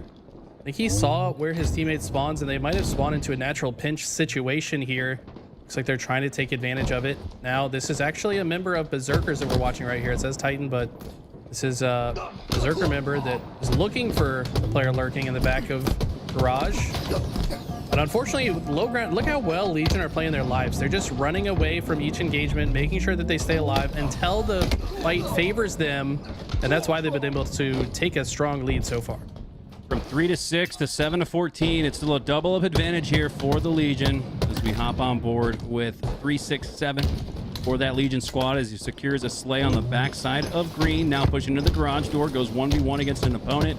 Doesn't like what he sees, so reverts course towards the sandbags, has one in his sights down to 1 HP. Another one at the scoreboard, and it gets cleaned up on with the assist.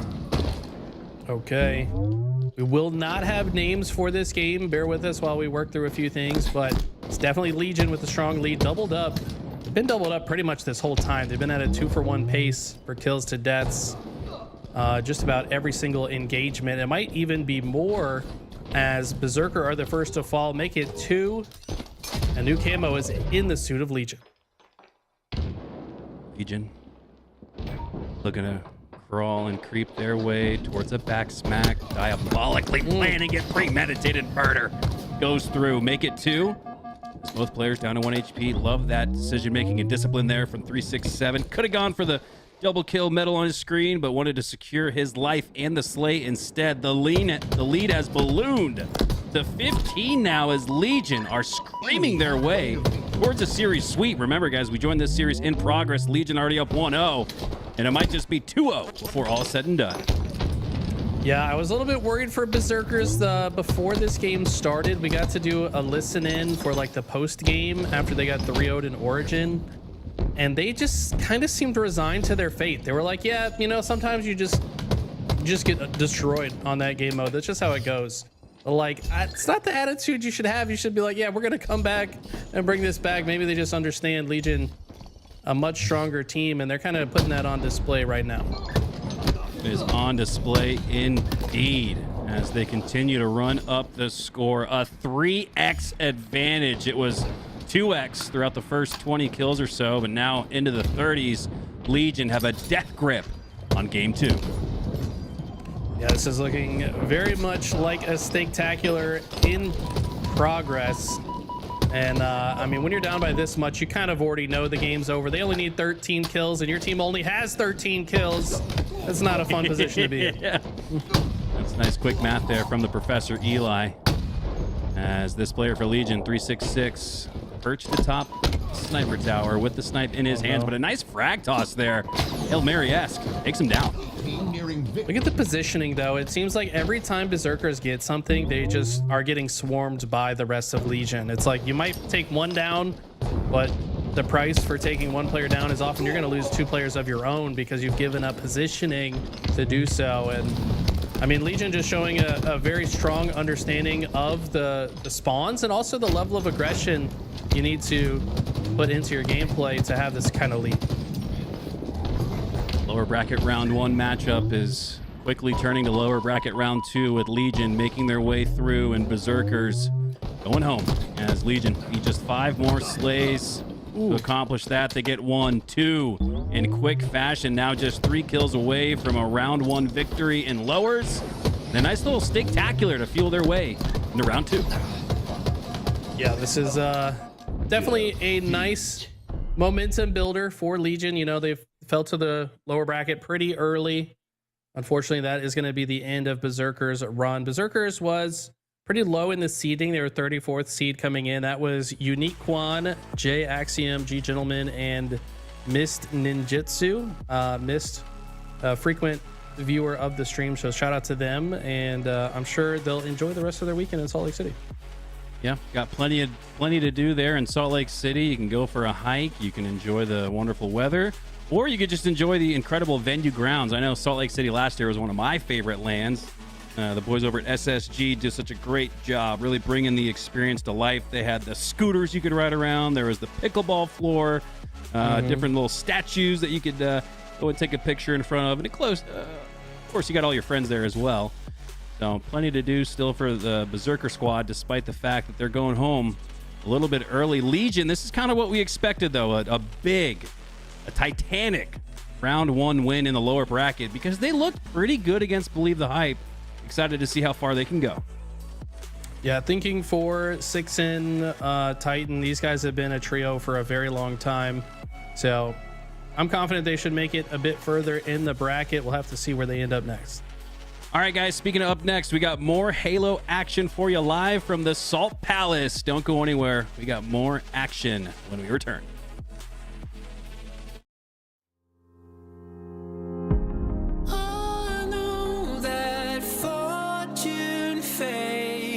You with treasures I don't hold, and though the shine is dulled, that's how I'll always think of you. You were a young one then, but everyone begins. We were just children, heaven was a dream away. Running from monsters, I wish I could say that the keys that you were searching for, and the giants of the past have turned to dust. The world is ours to take, and no, it's not too late.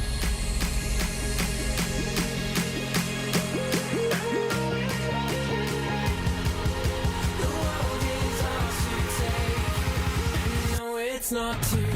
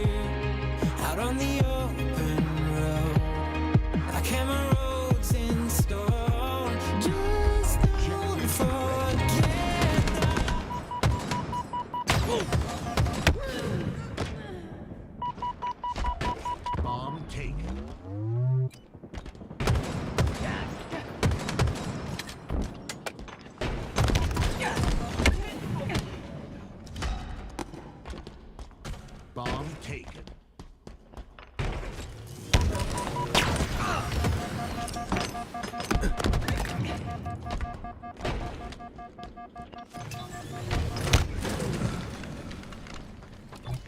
Bomb taken.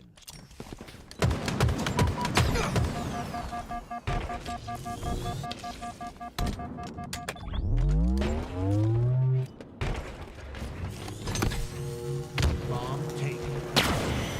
5 minutes remaining.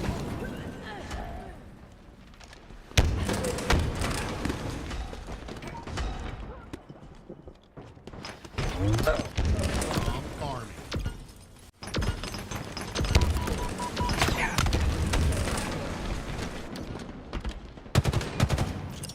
Bomb farming. Bomb taken.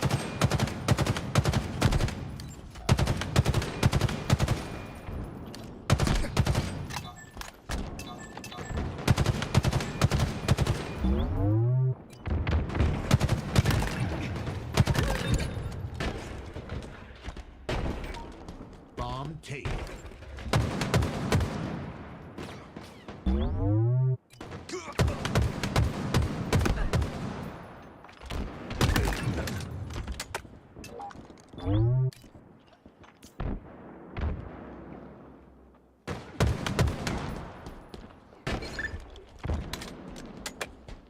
Bomb taken.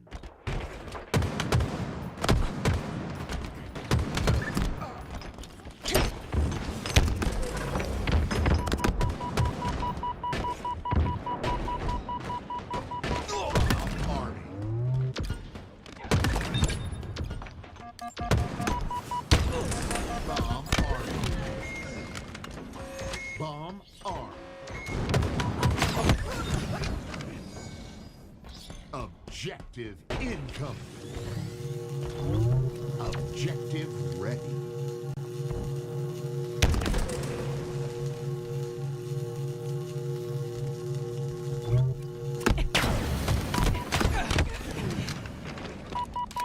Bomb taken. Bomb taken.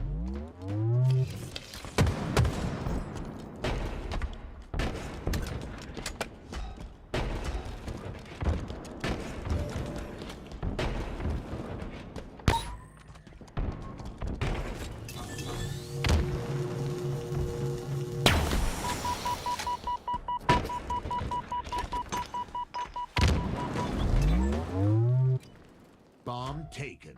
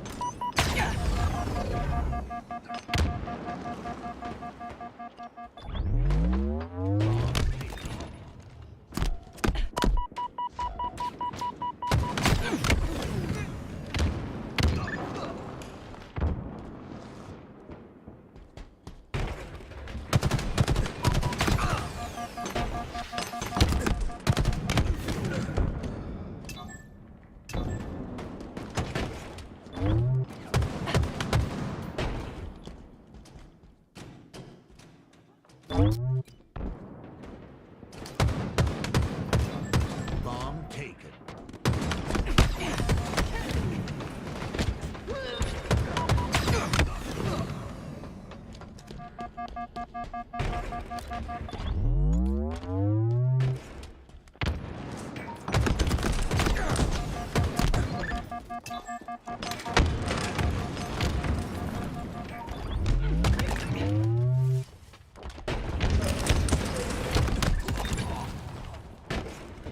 Bomb taken.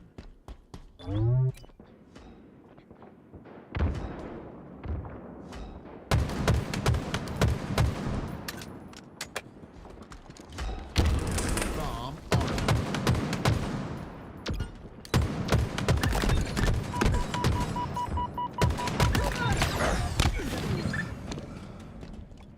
1 minute remaining. Bomb armed. Defeat. Objective incoming. Objective ready.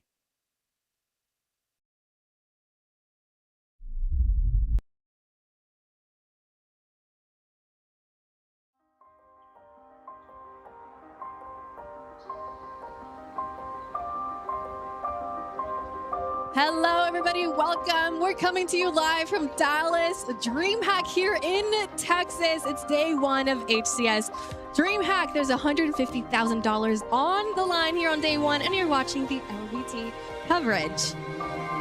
In Halo, anyone can win, right? Open bracket, open opportunity. If you're good enough, you'll get your chance. It's what makes Halo so special. So the one thing I would say about Halo Infinite as a game, it is a perfect game on LAN. Like, this game was meant for LAN. On LAN, you know everything you do is going to count. Every input you put into that controller is going to count. On LAN, Halo Infinite is beautiful. The barrier to enter into becoming a pro, it's tough. And in a lot of these sports, honestly, damn near impossible. You look at what Halo's been all about. If you have a console, if you have a controller, and you have a dream, you could become pro too. Talk to any pro there is, like, their journey started through the open bracket. But with Halo, you can like build up to that, which is beautiful.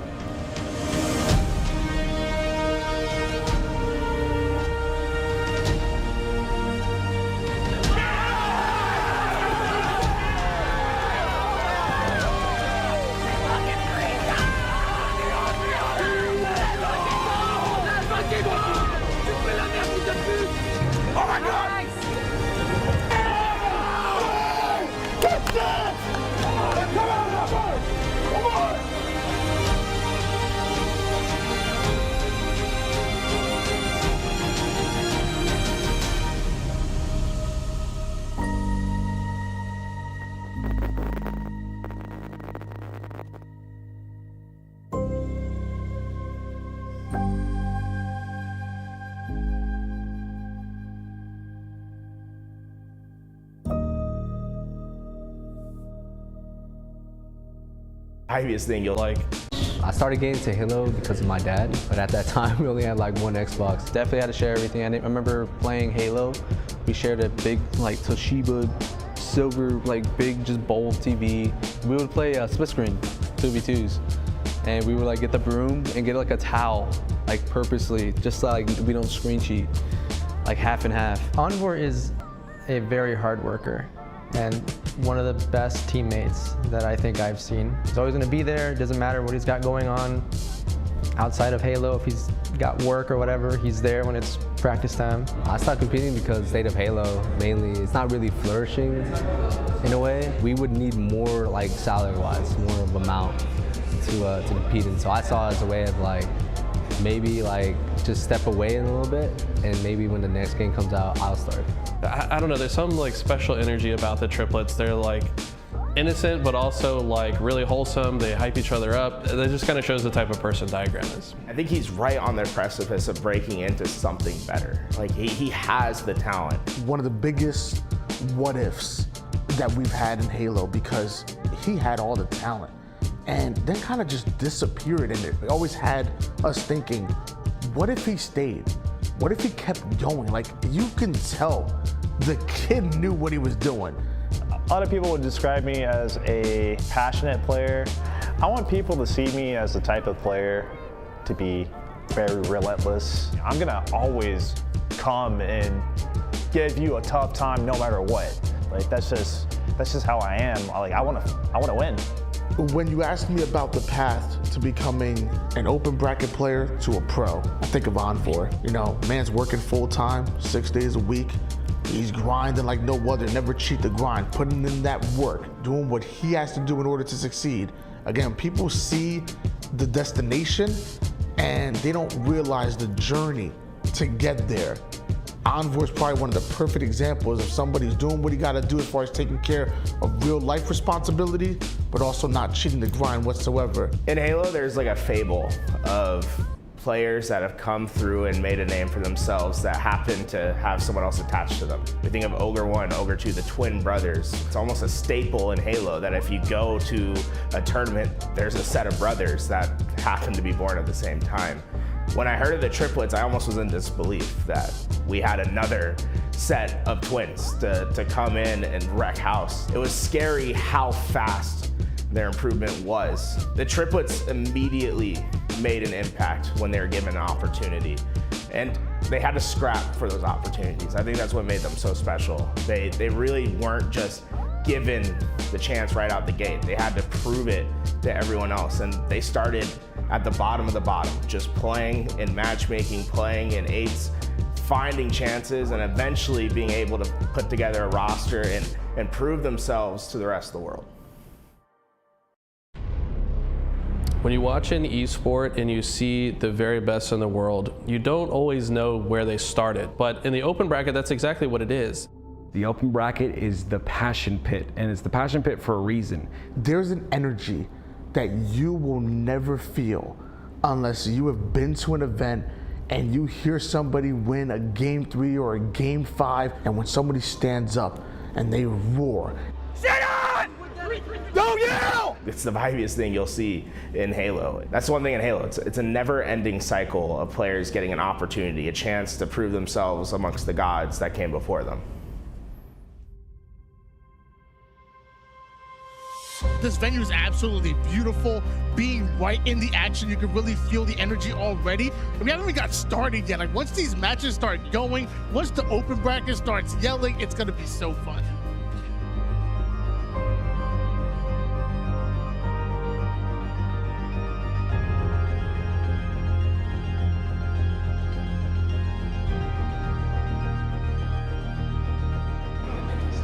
Dead!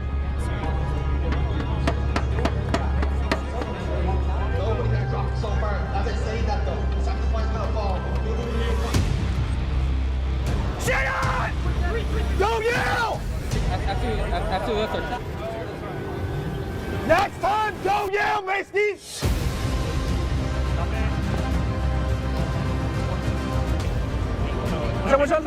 No, play aggro, 3 dead.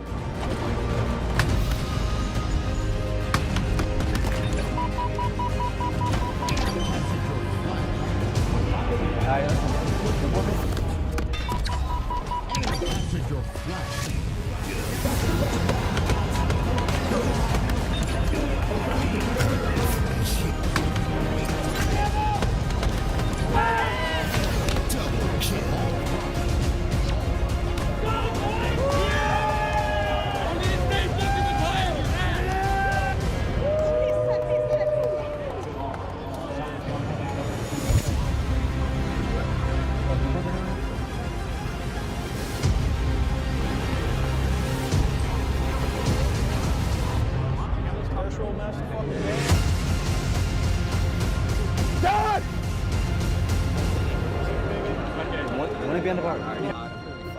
That's a fucking shit! Fuck the fat ass down! Make me, bro! Make me, bro! I will talk my shit however I want! Pear, what are you doing? You were 5 and fucking 15! 6 and 12! What the fuck are you guys doing?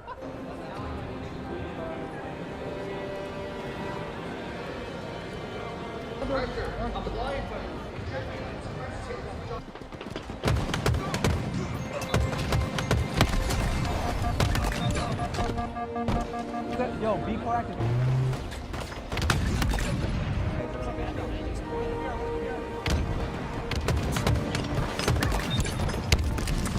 Outside.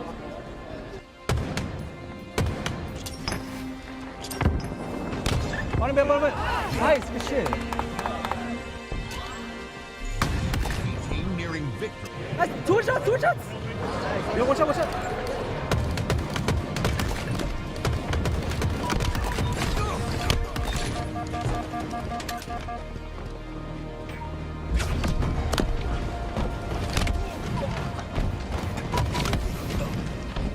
Defeat.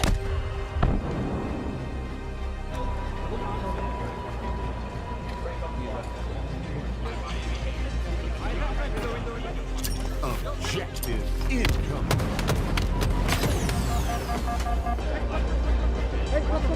Go for the shit.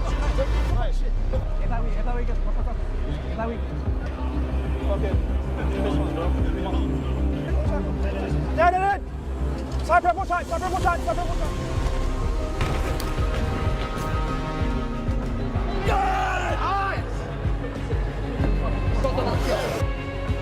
All week.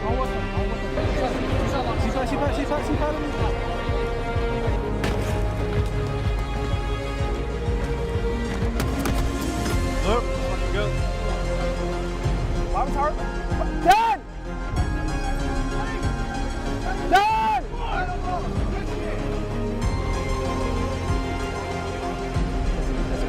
Let's do it now, bro. Listen. That's you. You can go that soon.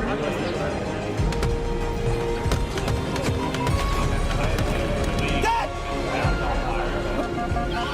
Enemy team score.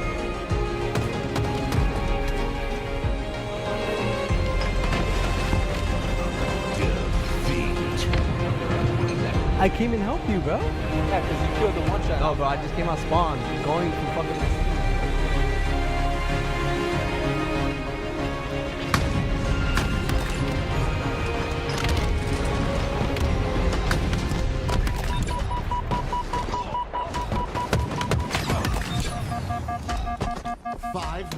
remaining.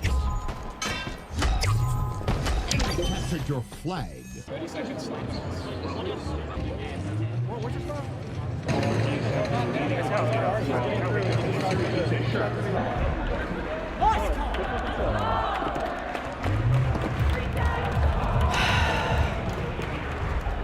Bro, like, what are we doing, bro?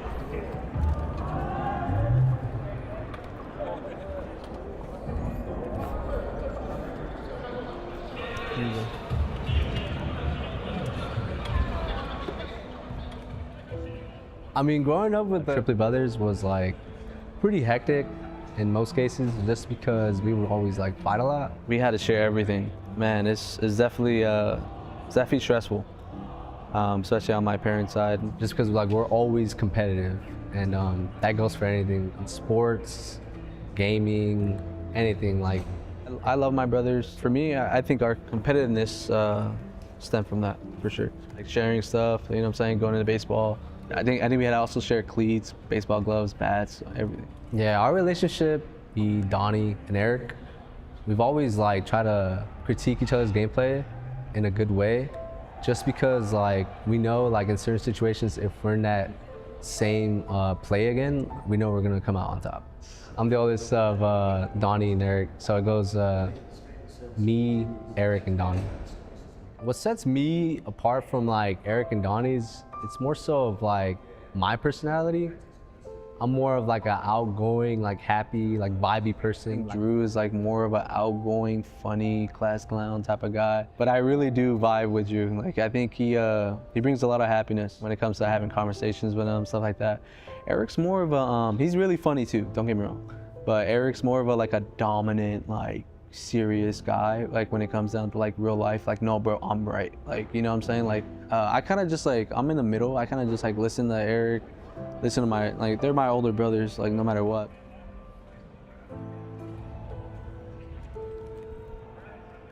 I think Diagram somewhere in his heart thought he was going to get into pool play despite the lack of practice, because he's that confident in his ability. And I think anything else than professional play to him is subpar. That's the expectation for himself that he sets. And you know, it might have been a little bit short-sighted to think that he was going to be able to get into pool play with a pickup team at the last second, but if there's any team that was going to do it, it was going to be his.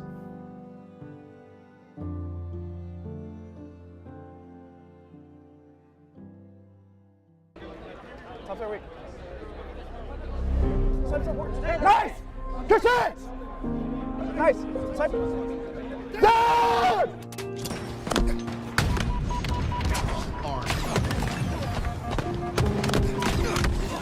Nice! Let's go! Good chance!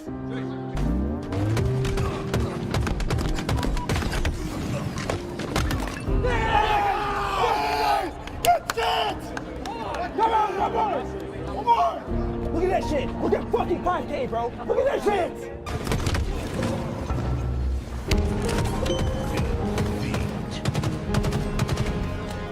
It's all good. Listen, make sure whenever you get to your teammate that you're not splitting with your teammate. All right, boys, let's go. No. I forgot where he's side. Yeah, we can do one more. It's a red chase! It's a red! Nice, push on. Inside tower. Go to see. Nice. Get in. Let's fucking go! Holy shit! Fucking go! Holy shit! Finally, bro! Holy fuck! How are you boys? Oh, God! Let's go, Lee! Holy fuck! Open bracket!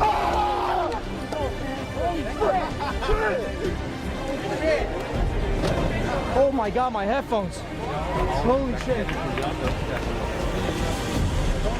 When matches are gonna start at 10:30. Okay. All your matches are gonna start at 10:30. Staff entrance, so that way you can get in early. It's in the Discord, but I can also show you guys where it is. I'll link you the post.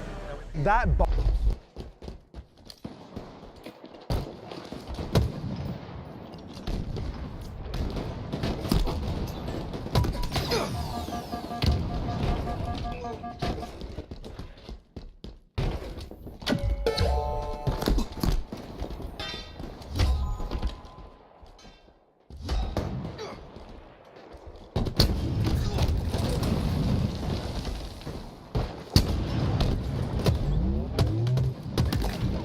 Captured your flag.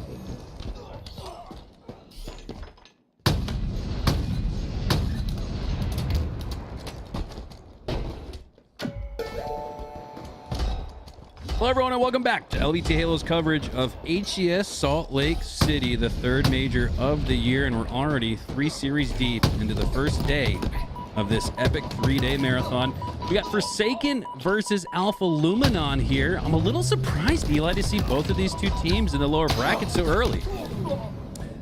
This is still winner's bracket. So okay. This is winners round 3. Winner of this will play the winner of BTH and the Clutch Academy. So winner of this very likely to play BTH in my opinion.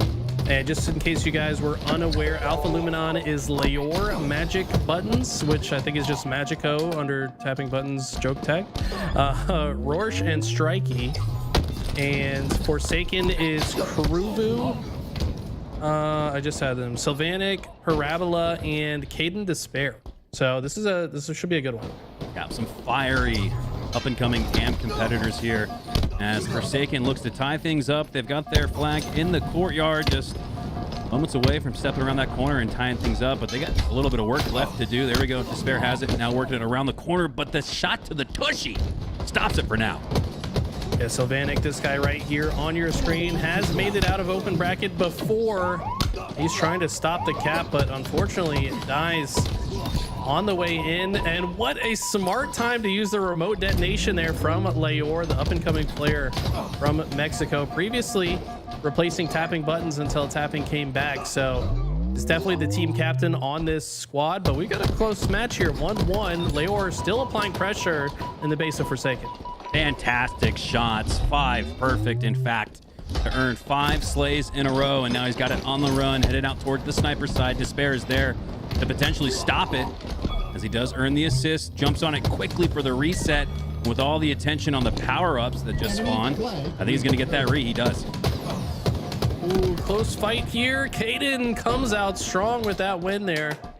And we're back to a situation where now it's Forsaken with an opportunity to break into the base of Alpha Luminon.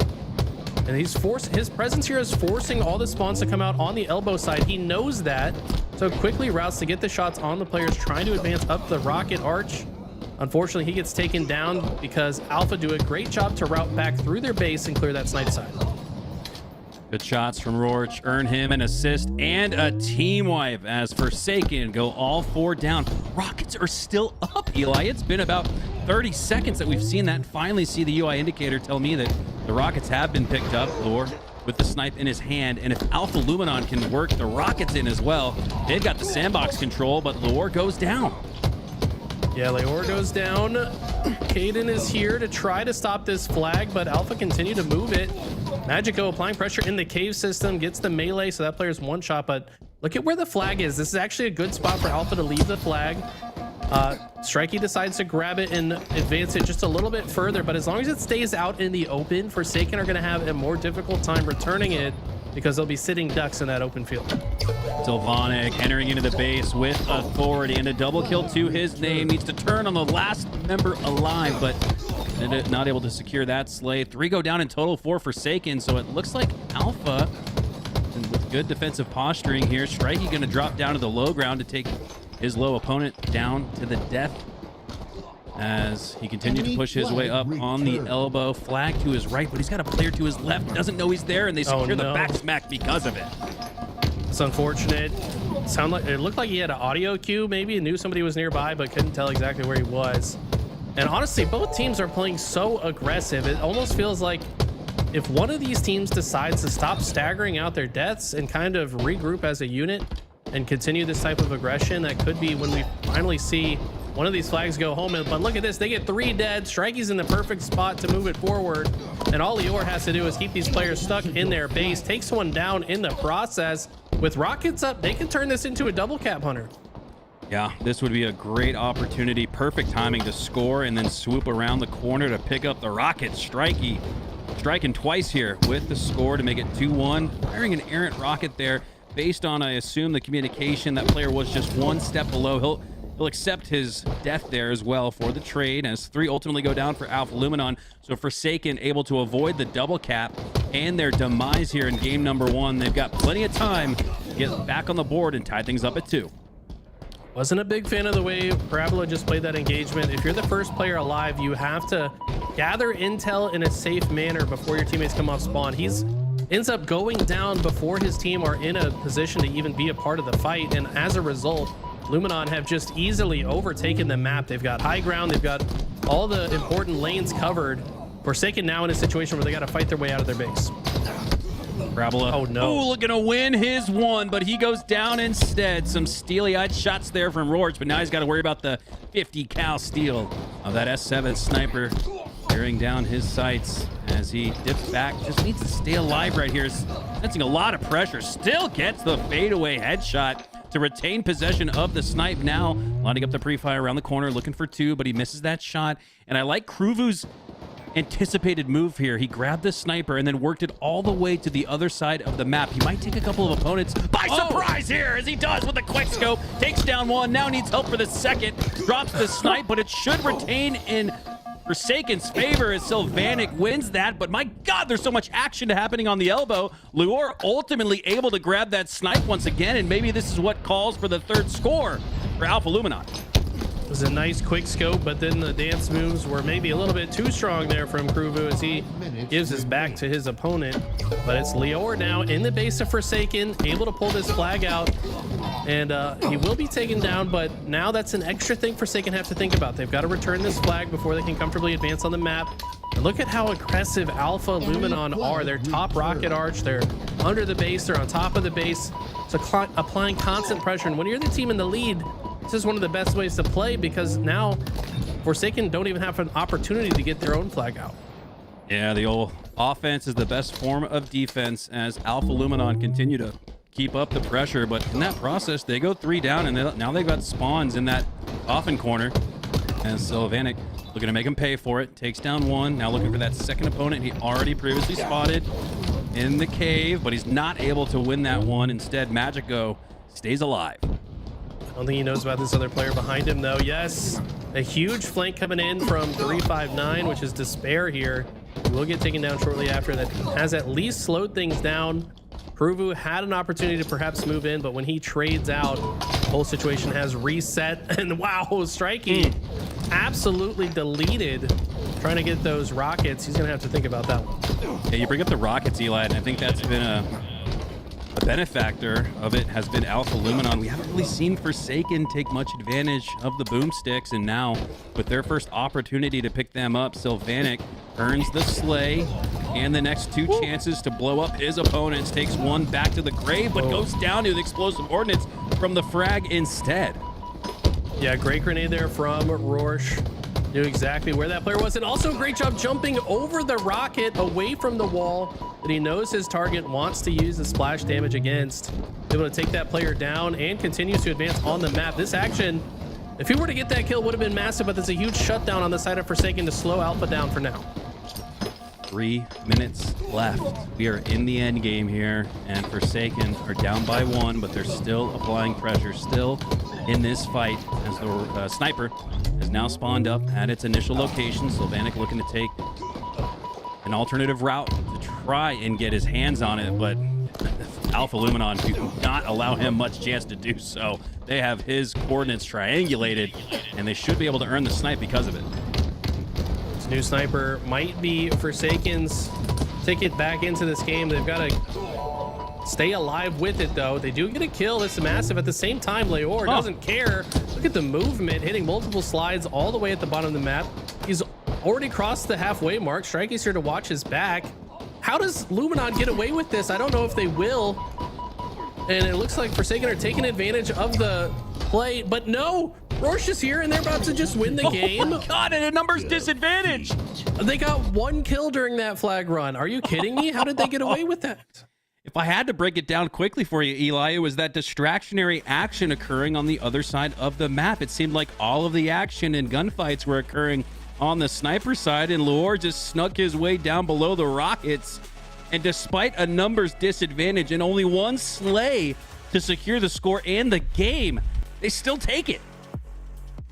Wow, that was such smart gameplay out of Alpha. They just saw the window of opportunity. They saw an open lane. Strikey then rerouted to watch their back and also cause a distraction, able to force the flag cap that honestly they had no business capping. If, like I said, I felt like a lot of that game, the other team was often just maybe pushing too fast off of spawn before they were all alive and constantly staggering their death, and Alpha Luminon was able to take advantage of that. So I'd love to see Forsaken kind of tighten that up, make sure they play their process. I'm sure they're completely aware of the first spawner and the second spawner's job. That's such a big part of competitive Halo now.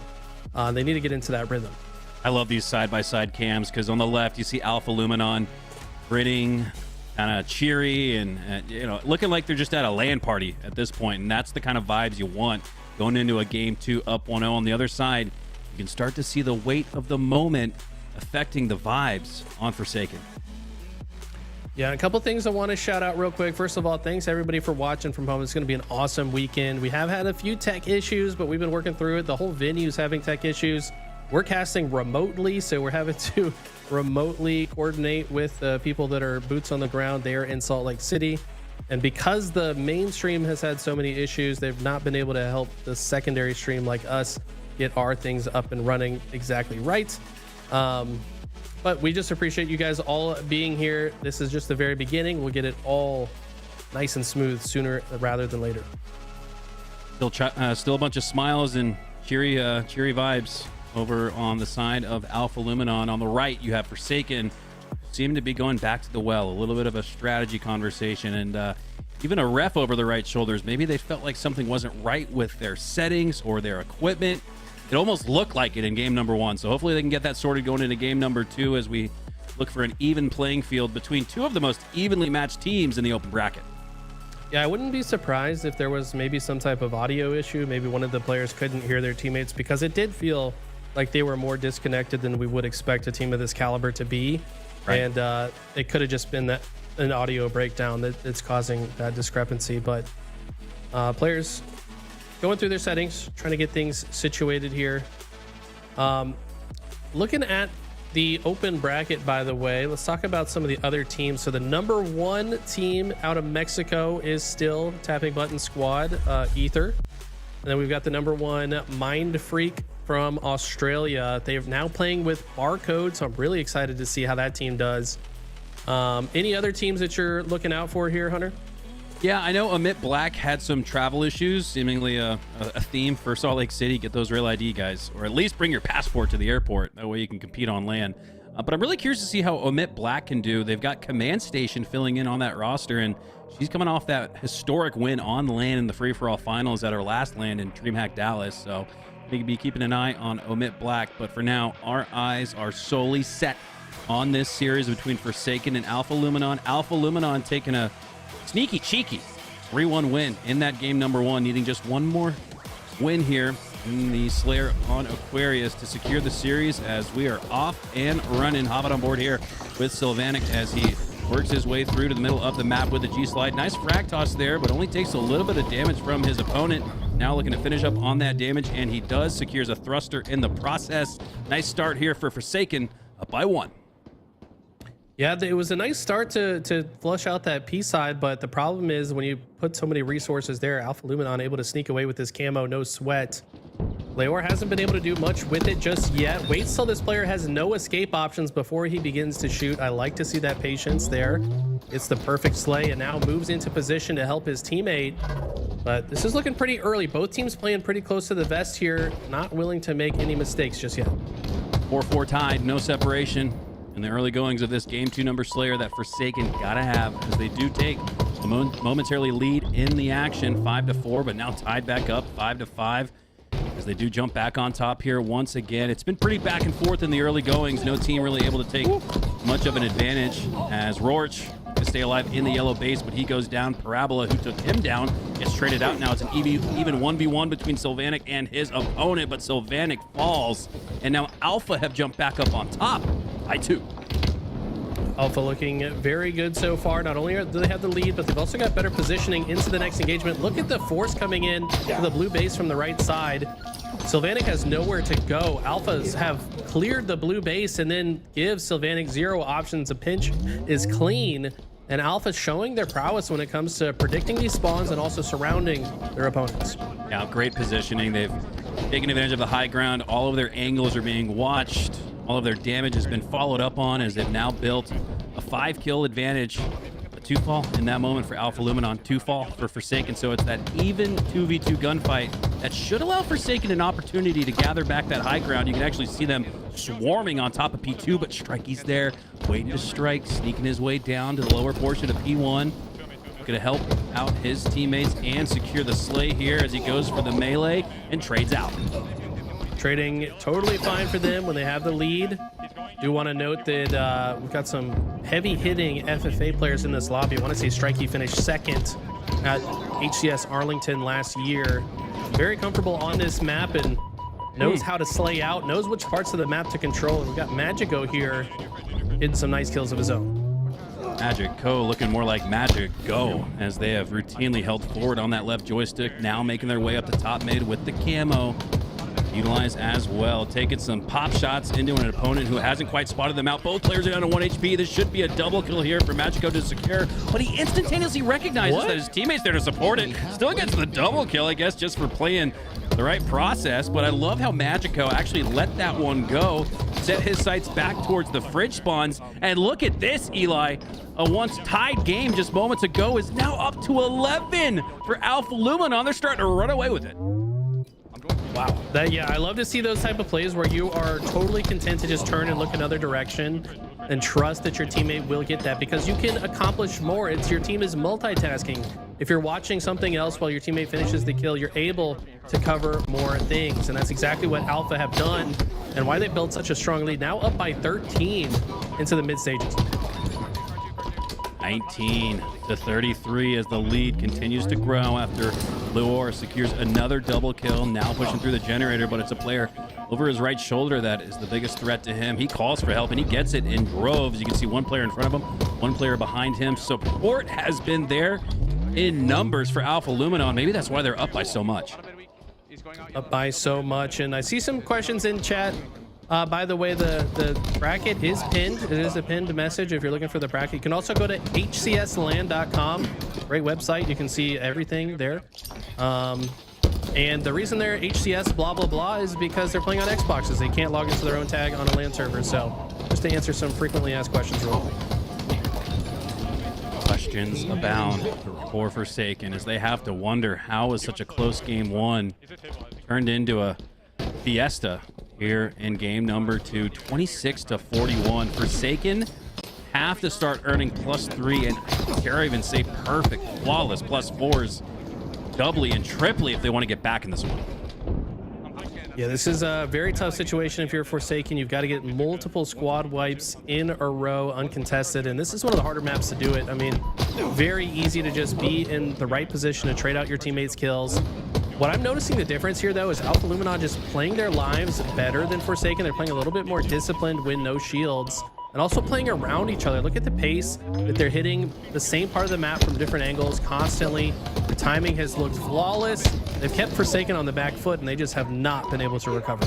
Oh, there's a +2 for Forsaken, and it sticks at that after HCS 360 goes down. So are able to earn a couple of slays to their name, but it's only a couple more slays needed for Alpha Luminon to wrap up this series with a 2-0 sweep as Rorch looks to put the finishing blow on this one as he secures one, needing just 2 more for the 2-0 sweep. Or just pushing into the back of the base. Strikey doesn't need help on that one, gets the kill, and it's just 1 to go. And this is a near stake-tacular finish for Alpha as they will comfortably advance on and either face the winner of Clutch Academy or Believe the Hype in their next match. Boy, oh boy, oh boy, is that going to be a slugfest in the next round as we are getting deeper and deeper into the Passion Pit as we're already approaching a winner bracket round 4 matchup. Eli, we'll have best of 5s here just around the corner. Yeah, I can't wait for that. Obviously, first rounds to get through so many different matches will be best of 3s. And honestly, most of these matches are typically blowouts like the ones we see here. I think Forsaken had put up a good fight. You know, obviously they were able to get a flag cap and 31 kills here, but I think they're going to have to shore up some of those teamwork issues in the lower side of things. We'll have to see and catch up with them on the other side. Taking a look at the bracket. Don't have an update for you guys on that Believe the Hype versus Clutch Academy series just yet. As we take a look at it, there we go. Perfectly timed cue from the production squad out there in SLC. As yeah, it looks like we're just getting that one going. We are 8 minutes into it, and with 12-minute matches, it looks like we're just a few minutes away from determining who wins game number 1. So Alpha Luminon with a chance to grab a snack, maybe rehydrate, get a little energy drink going. They'll have at least 30 minutes before their next round in the winter quarterfinal. Yep, we've got Ether, the other team out of the LATAM region, #1 seed, still undefeated. Looks like they're up 1-0 against Temps Gaming. We got Mind Freak, #1 Australian team, going off against Achilles, and looks like Mind Freak likely to play against Kraken Seas in the next round. That's going to be a great match as well. So plenty of good matches coming up. Well, plenty of exciting matches coming up from the open bracket live from Salt Lake City as well. Take a quick break and get you guys all set for that next matchup. Alpha Luminon versus either Believe the Hype or Clutch Academy. Who's it going to be?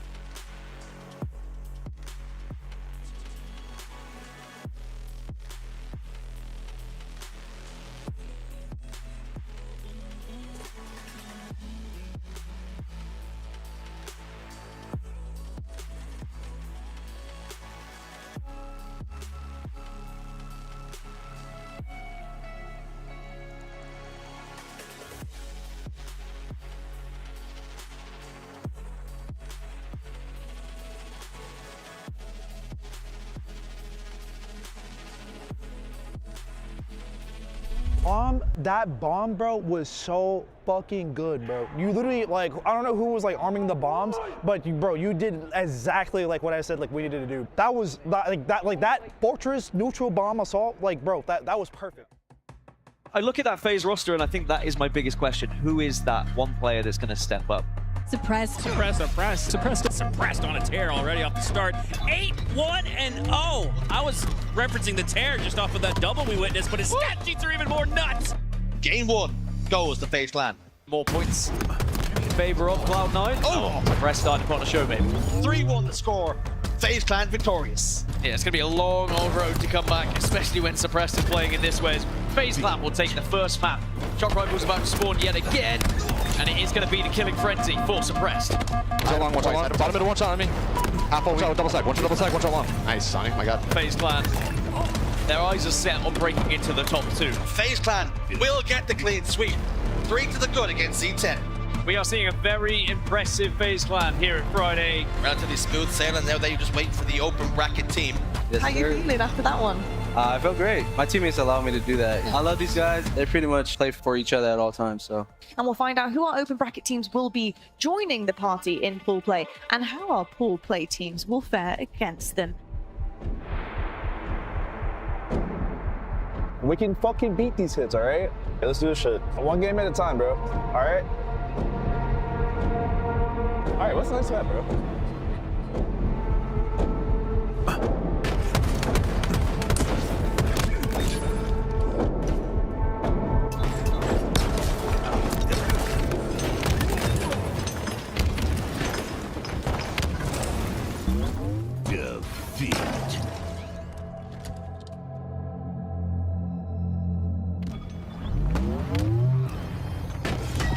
Flag return. Enemy captured your flag. Be right. Defeat.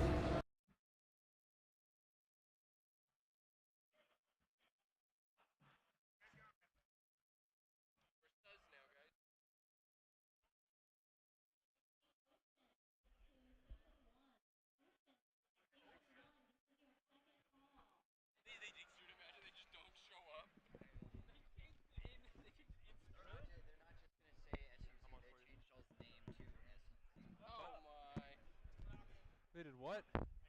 Hello, hello. Honestly, that makes sense. Hello. Hello. 10,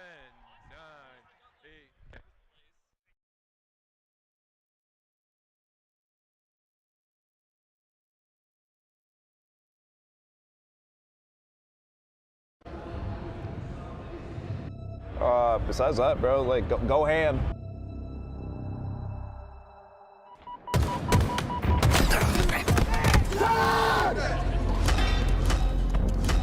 I can't do anything about this. Captured your flag. All good. All good. Next map. Bro. All right. Let them go. Keep the energy up. All right. All right. Listen, bro. We can beat these. Hey, we can beat these hits.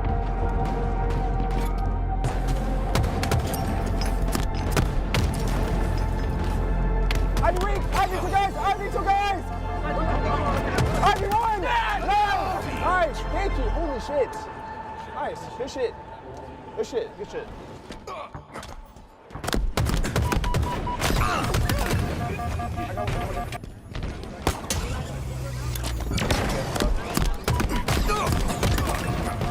Inside, man. Hey, red subs. I can't. Just try to get it. Go away, Lou. Defeat. Oh, it's all good. Good try.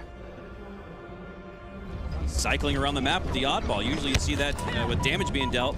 But after 3 go down for Z10, that'll do it in round 1. That's good. That is massive, man. Z10 might be staring at a double-up advantage for Unreal Nightmare after all is said and done after this sequence. More 1-by-1 pushes. You cannot do this. You cannot do this if you're Z10. You're going to get wiped off the floor. It's a masterclass from the freshman Ice Kid as he's locking down the oddball and more time. And his team and making the objective easier for his squad. Then he initiates the rotation to tower after you squeezed all the OJ out of A engines, guys, because this was as well played of a snipe tower hold on the oddball you will ever see. Super CC sends us to a game 5. Game fucking 5, baby. Let's fucking do this shit. Holy fuck. Top guy weak, top guy one shot. Way harder now. Yeah, I mean, they keep trading. Okay. Chick with the filthy quick scope might just seal it for Z10. 24-8. Pop off. This Chick guy, man, he's just randomly has generational games. Can he hit another headshot to close out in style? Doesn't Jimbo with the rockets, man. Power weapon That was control routine. there. And we talked about that.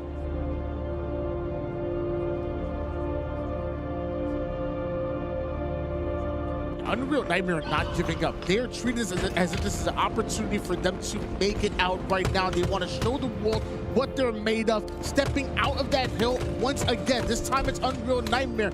Draw in Cloud9. They're not going to let them set up across the map for free. This is just game-changing out of Encore. You can hear the energy, too. I can hear him even getting loud in a match like this. It's just so cool to see the passion continue on. Cloud9, they use patience in order to make sure they get their kills. They're able to do that, and by the time Unreal Nightmare go 3 down, that's Cloud9's opportunity to hop in the hill. 2 kills is all Unreal Nightmare needs. Big win by Boo Boo. Nice, good shit. We'll give it time, boys. Nice. Good shit, boy.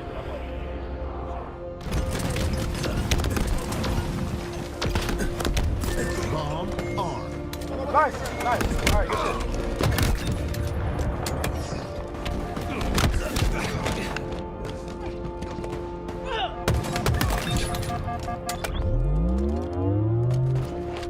What is going on here? Looney, push forward. Oh no, that's it. Cloud9 have the bomb in their hands, and they'll close out this game, and they will go up 2-1. Wait, we had no one to watch the front, boys. How did it happen? I was watching the stream. We need to guarantee that. It's all good. We don't want to. It's all right. What's the next one? All right, bro. Let's fucking go. Fucking fist bumps, bro. Go fucking nuts. Come on. They're after Alpha. They're on Charlie, but Charlie gets reset, and that may just be it. Cloud9 able to take it. Unreal Nightmare are going home.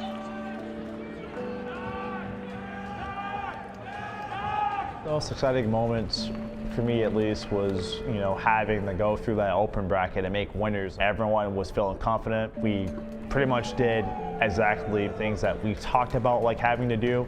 The game plan obviously had to have tweaks in the middle of that tournament, which did help us overall. Like I said, I'm proud of my teammates. We came in the pools and we didn't get blown out. We sat there and put up a really good fight against all 3 of the teams. I'm just glad that we all just came out full effort playing. Even when we lost to Z10, we still showed up and played against C9, going over and doing stuff that we talked about after that Z10 series. I feel like he wants more. That guy wants to win, man. Even placing out of the top 8. Probably not happy with that either, I would say. I hope the guys aren't really feeling too bad. You know, I know they obviously like wanted to do better than, you know, what they got, but hey, I mean, it's still something no matter what at the end of the day. And you got to look at it in terms of, hey, like we did this, and obviously we know that like we could do better, and we will over time. Just, you know, got to get back to the blueprint. That's all it is. You know, sometimes you got to lose to start winning. If that's how we're playing, with like 6-7 scrims with each other, and we come in, we swept like 3-1 like almost every fucking open bracket team, and we're going game 5 with 0, C9, like all close games except for like that last game, like, bro, like we're just gonna get only better from there. I'm not tripping about it. Bro, we got like what? We got #1 seed now in open for travel coverage. Go back, get reps in. We got 2 months, 2 months and a half. Just put in the fucking reps, bro.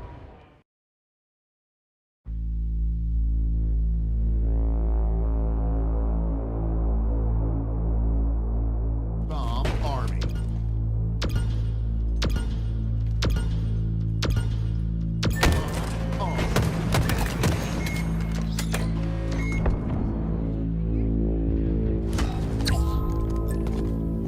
Enemy captured your flag.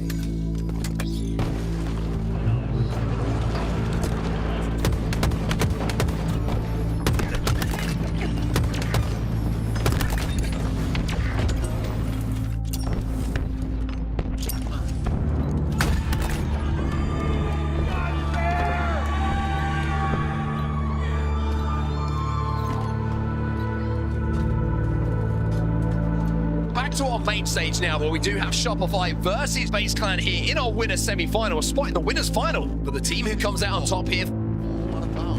Penguin took a bit of damage. That's going to be a really big stick. Penguin, he's just broken 40 kills in the lobby. Suppressed is just behind him on 39, and it's going to be Shopify Rebellion who ice up in the final moments and steal the game away. I'm looking at Peter, Mike. I'm looking at Peter. Out now, Mike. Weak on you. R2. Jen, yo, first week. I'm turning around. I'll be weak. Nice, Mike. Two shot. Trying to play his life here, but there's a lot of Shopify players around. He's going to take the 1v1. Not overextending, knowing the damage is enough to get the 50th. And the melee will cement it. And FaZe close out to tie us up at 1-1. Once again, he has befriended that time and time again. 2v2 on the map. Sniper and Anderson. Press to 1 in this series. Even with last shot getting this camo, it's going to have to be a monumental effort, but with Suppress finding 3 and all 4 falling, it's going to be FaZe Clan who will go up 2-1 here. They will take life via King of the Hill, and boy, do we have a series on our hands now. You was one shot. It tips up. It tips up. One dead. One shot. 2 shot. I'm stuck. FaZe Clan might have thought that the work was done. But more Halo to play here. 42-37. Oh, it's a big 1v1 for Suppress to win there. What an unbelievable end to this game 5 we are seeing. There's no way. Stalker rifle in their hands. He's already taking it down. Penguin gets the kill. FaZe send Shopify Rebellion down to the elimination bracket and book their spot in the winners bracket finals. Now we take a look at winners finals, where FaZe Clan versus TSM. One of them is going to be in grand finals. FaZe, too. They just put their heads down and they work. Here we go. Fortress CTF winners finals start now. It's shields up, it's weapons up, we're underway. And already Suppressed is going straight for the sniper, but already Torlik is getting the job done on the other side with it as well. It's straight the overshield has been. And remember how important Trippy has been for pulling these flags, as 4 are dead for TSM, and this might just be the first one going in. FaZe Clan draw first blood, 1-0. Great work from FaZe Clan as Penguin scoops up the flag, drives it forward, punches it home. Looks like this is going to be an easy 3-0. What a perfect way to start this winners final. Was a little bit higher than TSM's. Heading into one of the big dogs now. Is the occasion too big for TSM right now? A little bit of hope left for TSM, or is this one done and dusted? An 8-kill game, make it a 10-kill game now as Trippy puts the final bullet into him. And FaZe Clan one map away now from reaching the grand finals. All that stands between them and the grand final is Stronghold's recharge. And TSM's backspin to the wall since the off. Have not had enough to get the job done. It's been all FaZe Clan this series. A clean sweep, 3-0. You're in the winners final and you just got absolutely obliterated by FaZe Clan. Well, here you have it, folks. The last two standing on that main stage. FaZe versus Optic, a tale as old as time. FaZe are here for a reason. You can't doubt. They're here not only to prove it to themselves, but to prove everybody wrong. The most important game of the weekend is right now.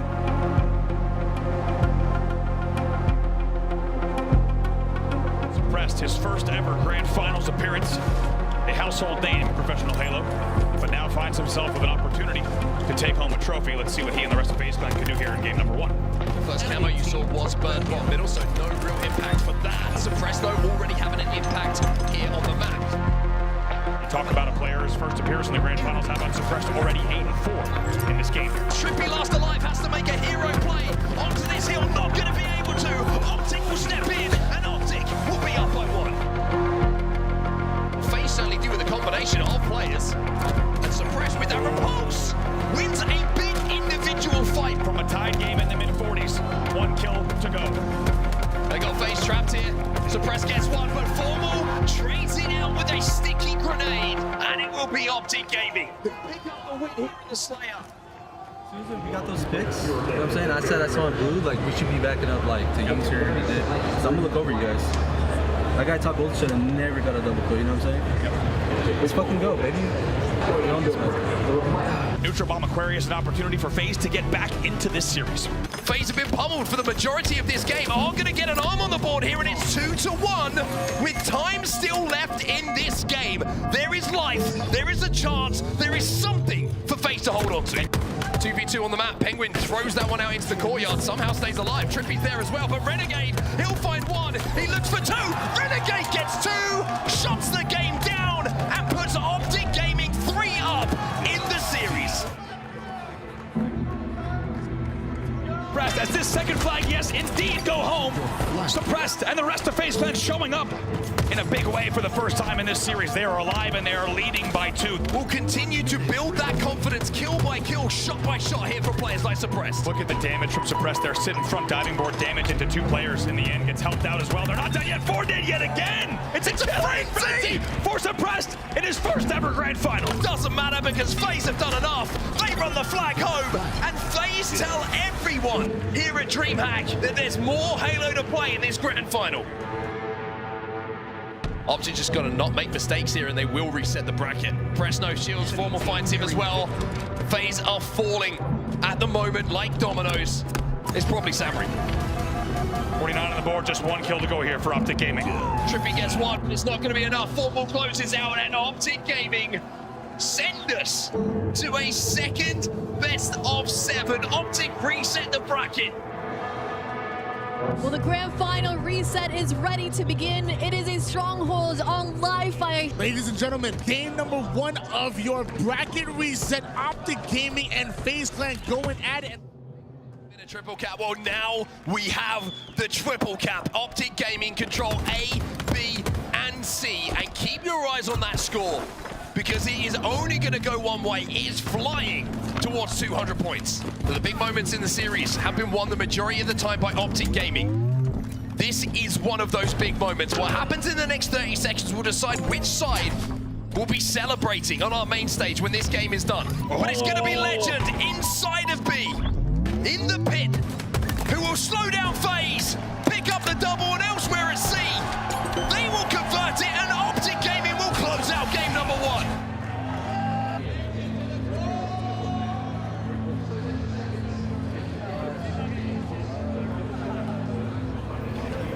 4 kills to go now for Optic Gaming to put themselves within 2 of becoming champs. Make it 17, 1 to go for Optic. Trippy will challenge, he will get the kill, but it's Formal who closes out the Slayer, and the bricks are starting to stack up here for the green wall. They get closer and closer as they go up.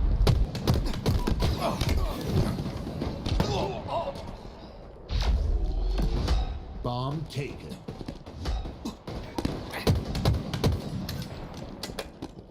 Bomb army.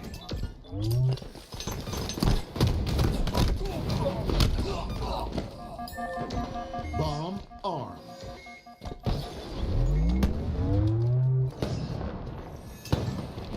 Objective incoming.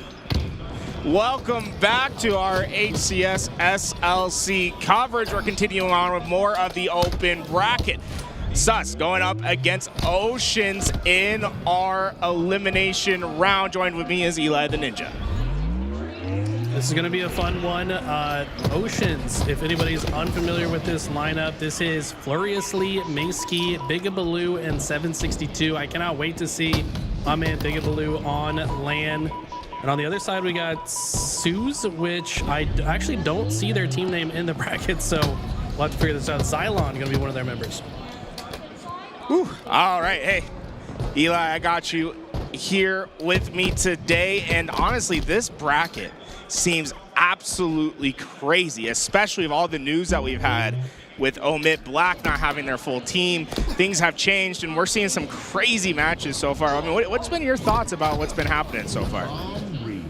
I'm really curious to see how teams like Believe the Hype do. I mean, there's a lot of players playing on LAN for the first time, really have a lot of pressure on their back. And we saw Sirion popping off earlier, so I can't wait to see that. I also really want to see Barcode with the Aussies and kind of injecting some new life into that squad.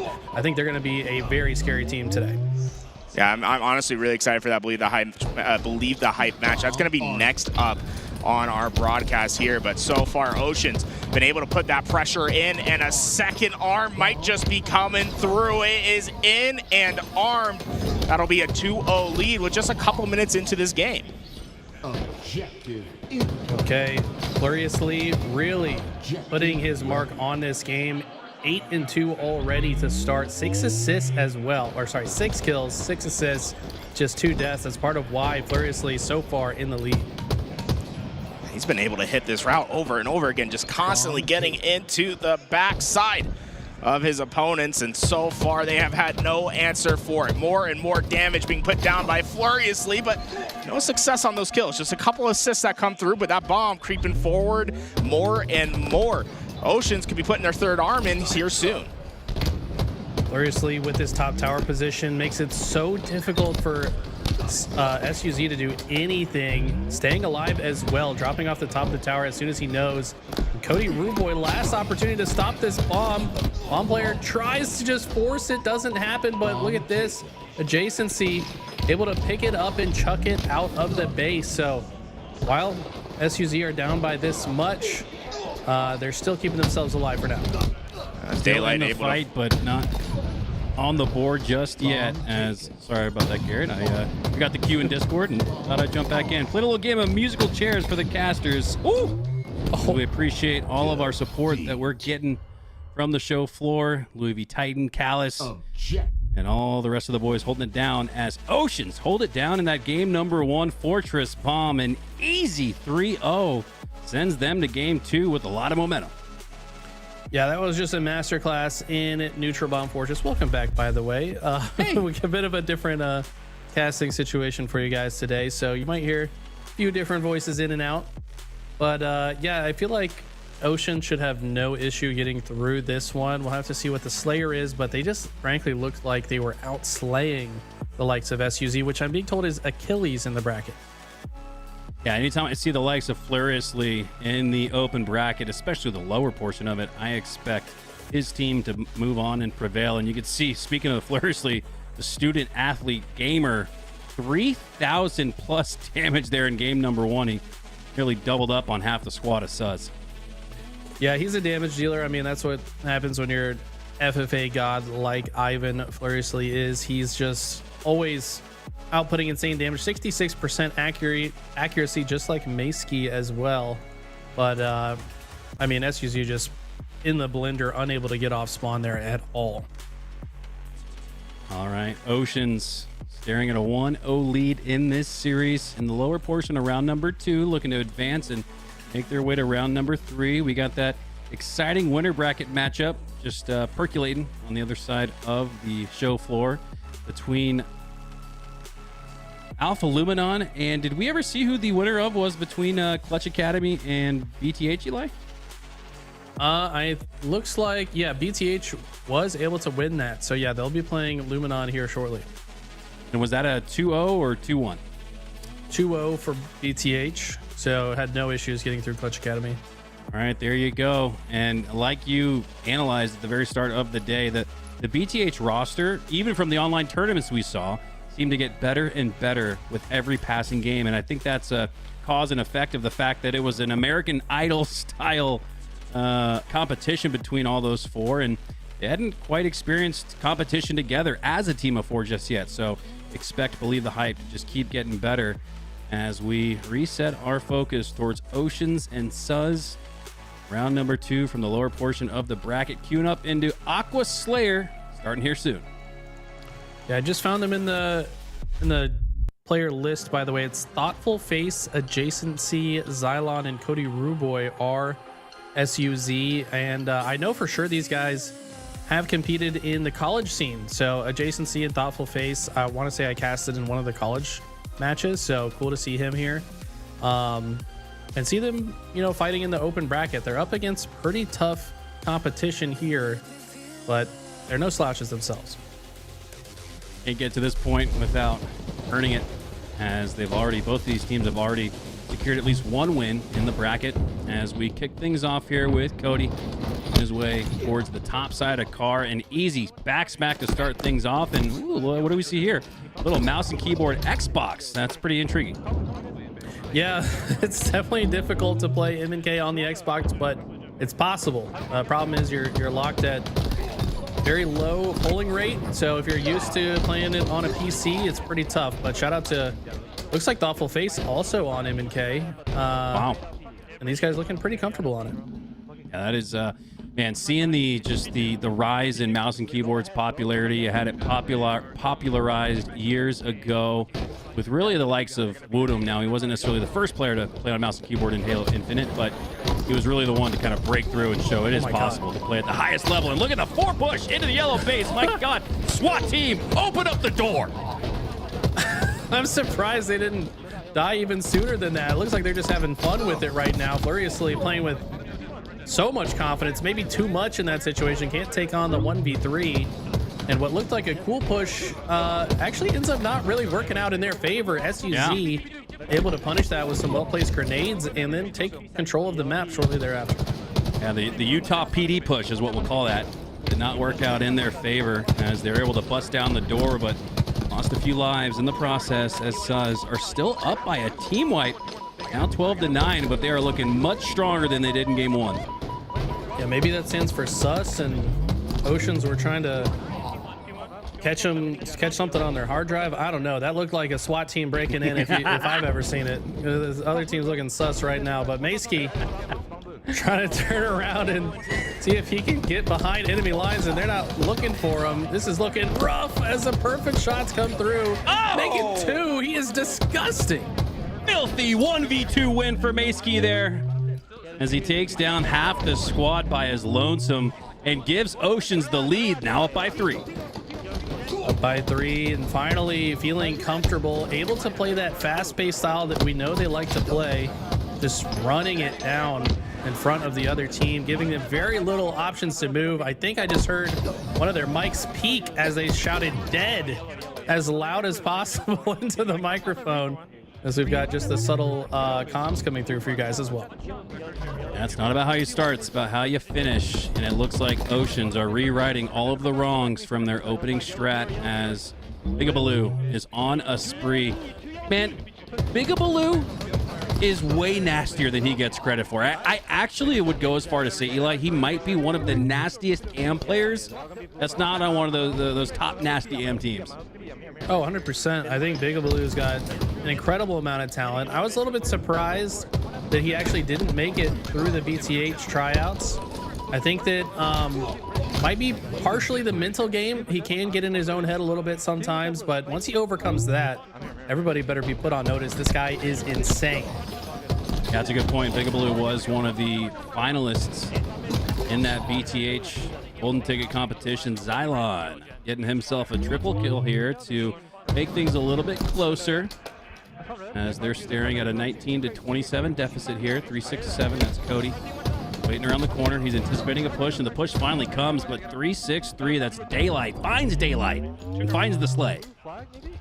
Yeah, this lead is only growing. It's now an 11-kill lead. As soon as Oceans have gotten into control, they've just controlled the center of the map. They've been highly conscientious of the spawns they're forcing. They're collapsing with good timing around. Look at the nade damage coming out as well. And Big Blue doesn't see anyone, but it doesn't matter. His whole team is killing everyone around him. Finally sees a target and lands some beautiful shots to shut him down as well. SUZ are reeling right now.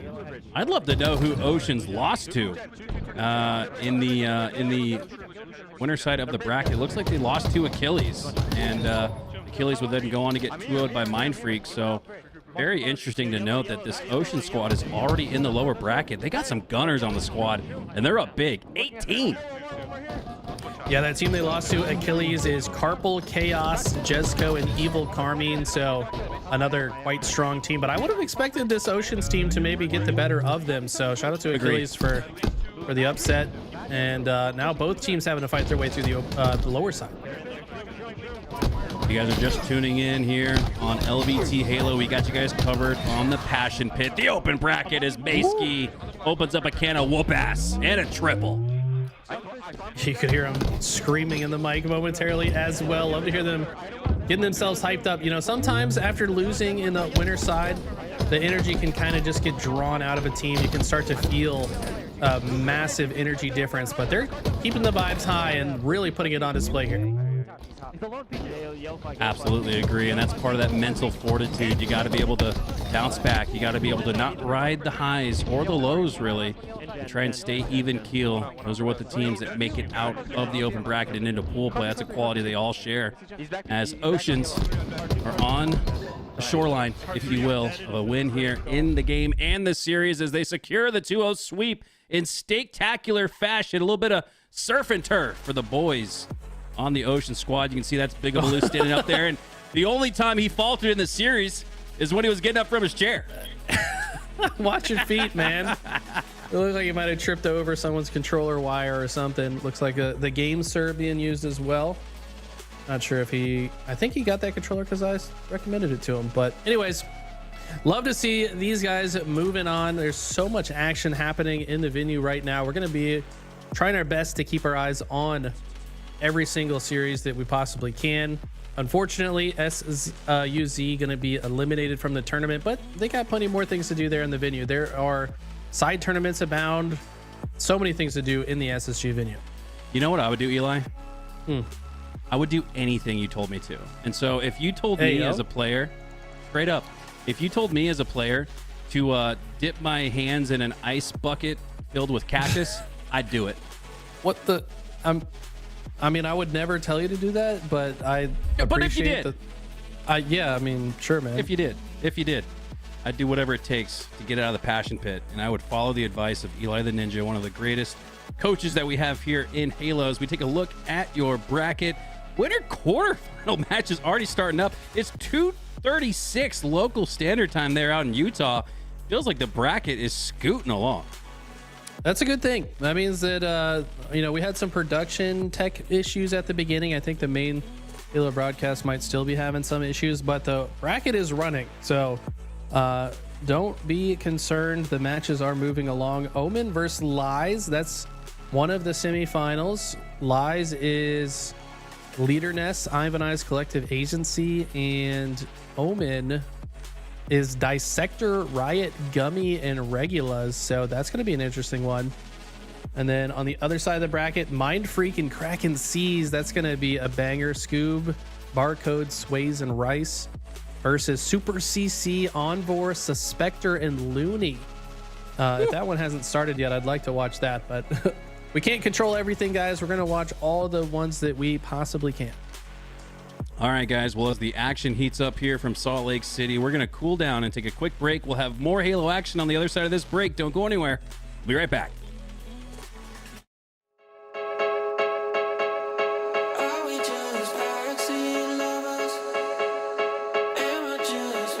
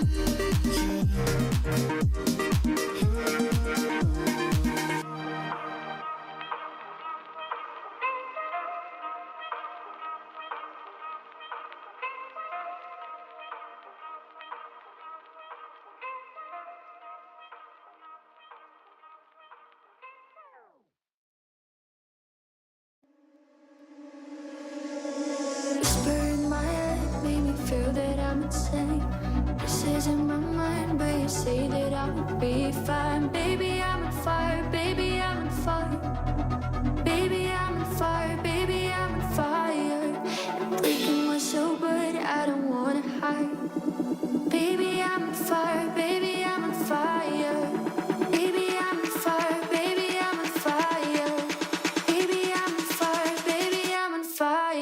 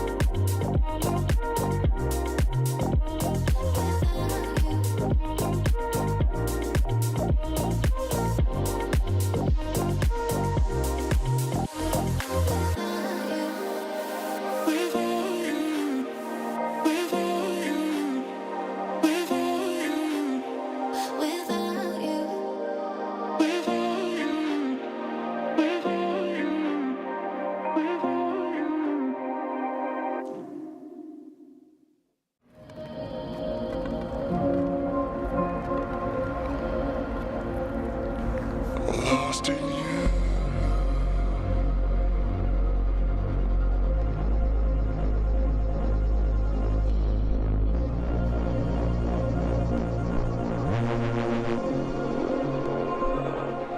Lost in you.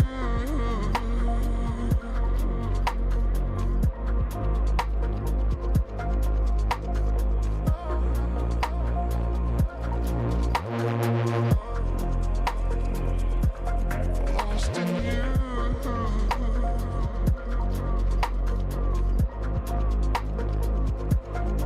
Lost in you. Lost in you.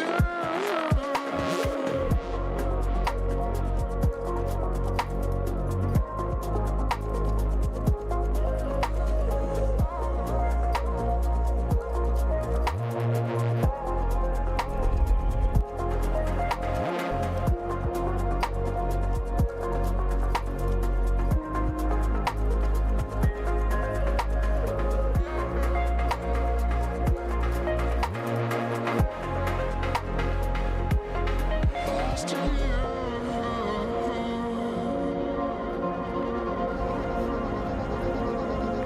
Hide away.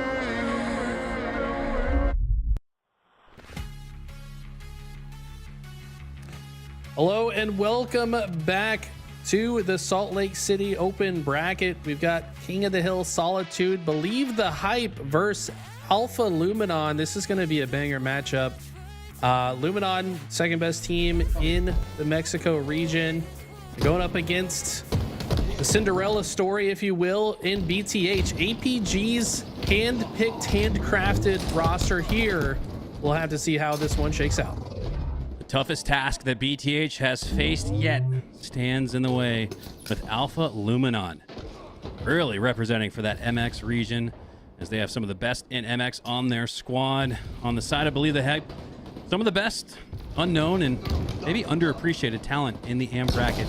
As we kick things off here with Sirion, he was popping off with the S7 last we saw him, and he's not waiting to pop off with the baddest version of it. Double kill off the rip, and Believe the Hype are already in the hill. Are we witnessing the rise of one of the next superstars in Halo? This guy has been absolutely unreal every time he's been on the screen. This is his first LAN tournament, by the way. Never played on LAN before in his life until now. And he's been popping off in a big way. No one's really getting hill time, though, despite some nice kills coming in from him. When he gets taken down, looks like Believe the Hype, instead of going for hill time, are going to try to get that shock rifle back and get these better spawns here on the snipe side.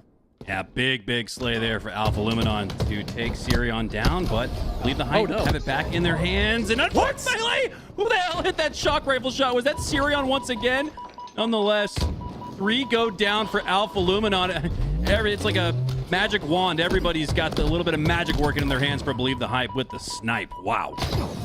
Great pickup there. Sirion in a tough position. Gets a lot of damage down before he goes down, and that kill will be cleaned up. Believe the Hype with some early hill time. Takes 40 seconds to capture, and they're already about 20 halfway through on this one. And now Alpha spawning on the snipe side. It's not the worst place to spawn, but when members of BTH are in blue, it's very difficult for them to get out. Love this rotation from Complexion. His timing is perfect, and after the double kill, opens those spawns back up, gets back in the hill. Gunny playing some perfect Halo.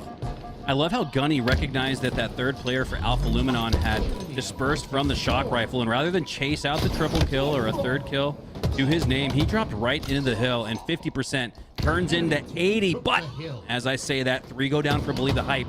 I was gonna reference to Eli. It felt like Alpha has just not really been able to quite figure out the orientation yet of Believe the Hype, but maybe this is their moment. Yeah, it's been difficult for them to get in and play their game, and it's going to continue as they go 4 dead. Not a single member of BTH falls. And this is not what I expected. I expected Alpha to be putting up a bigger fight, but they're currently in the Solitude blender. If they can play out of their back foot and get a few kills in their favor, they could start doing the same to BTH, but yet to be seen. Oh, thought that sticky might have connected. I did like how Believe the Hype had preemptively rotated to the back of A, but it's actually Alpha Luminon rotating and scoring first on hill number 2. That's what you gotta do. You gotta have first points on the board after getting scored on like that, and As I say that, Alpha have already secured a nice little third of the scoreboard here, so don't count out just yet.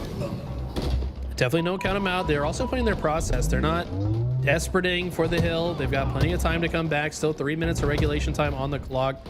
Strikey, as the last player on the side of the map, opts smartly to get out of the hill and try to land a slay, and he does so. Gonna make it a little bit easier for the rest of his teammates who are spawning in blue to push forward. Little Gators gets a little bit ahead of himself there. Drops the shock rifle, and I really like the way Alpha have played this hill. They've been very methodical in their approach, and for that they've earned their first point.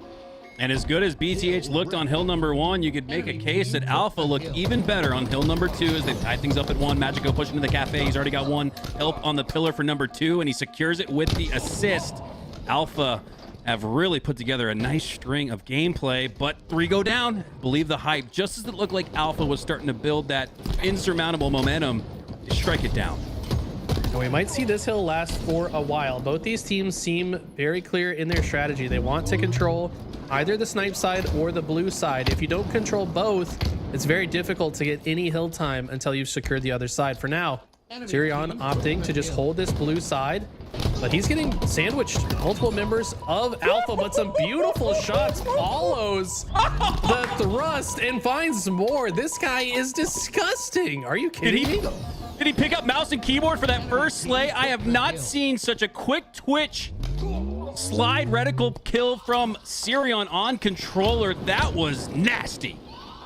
This guy is so precise, and I'm noticing things I hadn't noticed him do in the BTH tryouts. Yes, he knew he was the more skilled player in most of those lobbies and would often flex it by just running people down. But I'm noticing him play his life. He's playing the map. He's playing for control. And that might just be the influence of people like BTH, APG, and Maniac that are trying to teach these guys how to play. But lovely set of plays from Alpha. Luminon might just earn them control of this hill. They need to block those snipe side spawns. As soon as they see their teammates spawn there, they're feeling better. But Backy's location is unknown. Perfect time to hop into a BTH listen in. Let's see what the comms sound like. The energy's high. Are the comms too? Blue ramp. I'm here. There's another one blue. There's 2 blue. They're weak? No, one's full shield. Both of them now. Trade. You have 2 dead. One kid.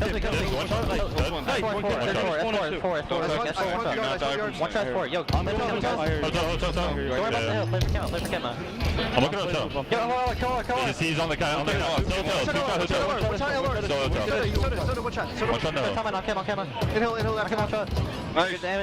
Two dead. One's in the hill, so. Yeah, full shield in the hill. Camo. Camo's dead. Yo, let's get forward! For that.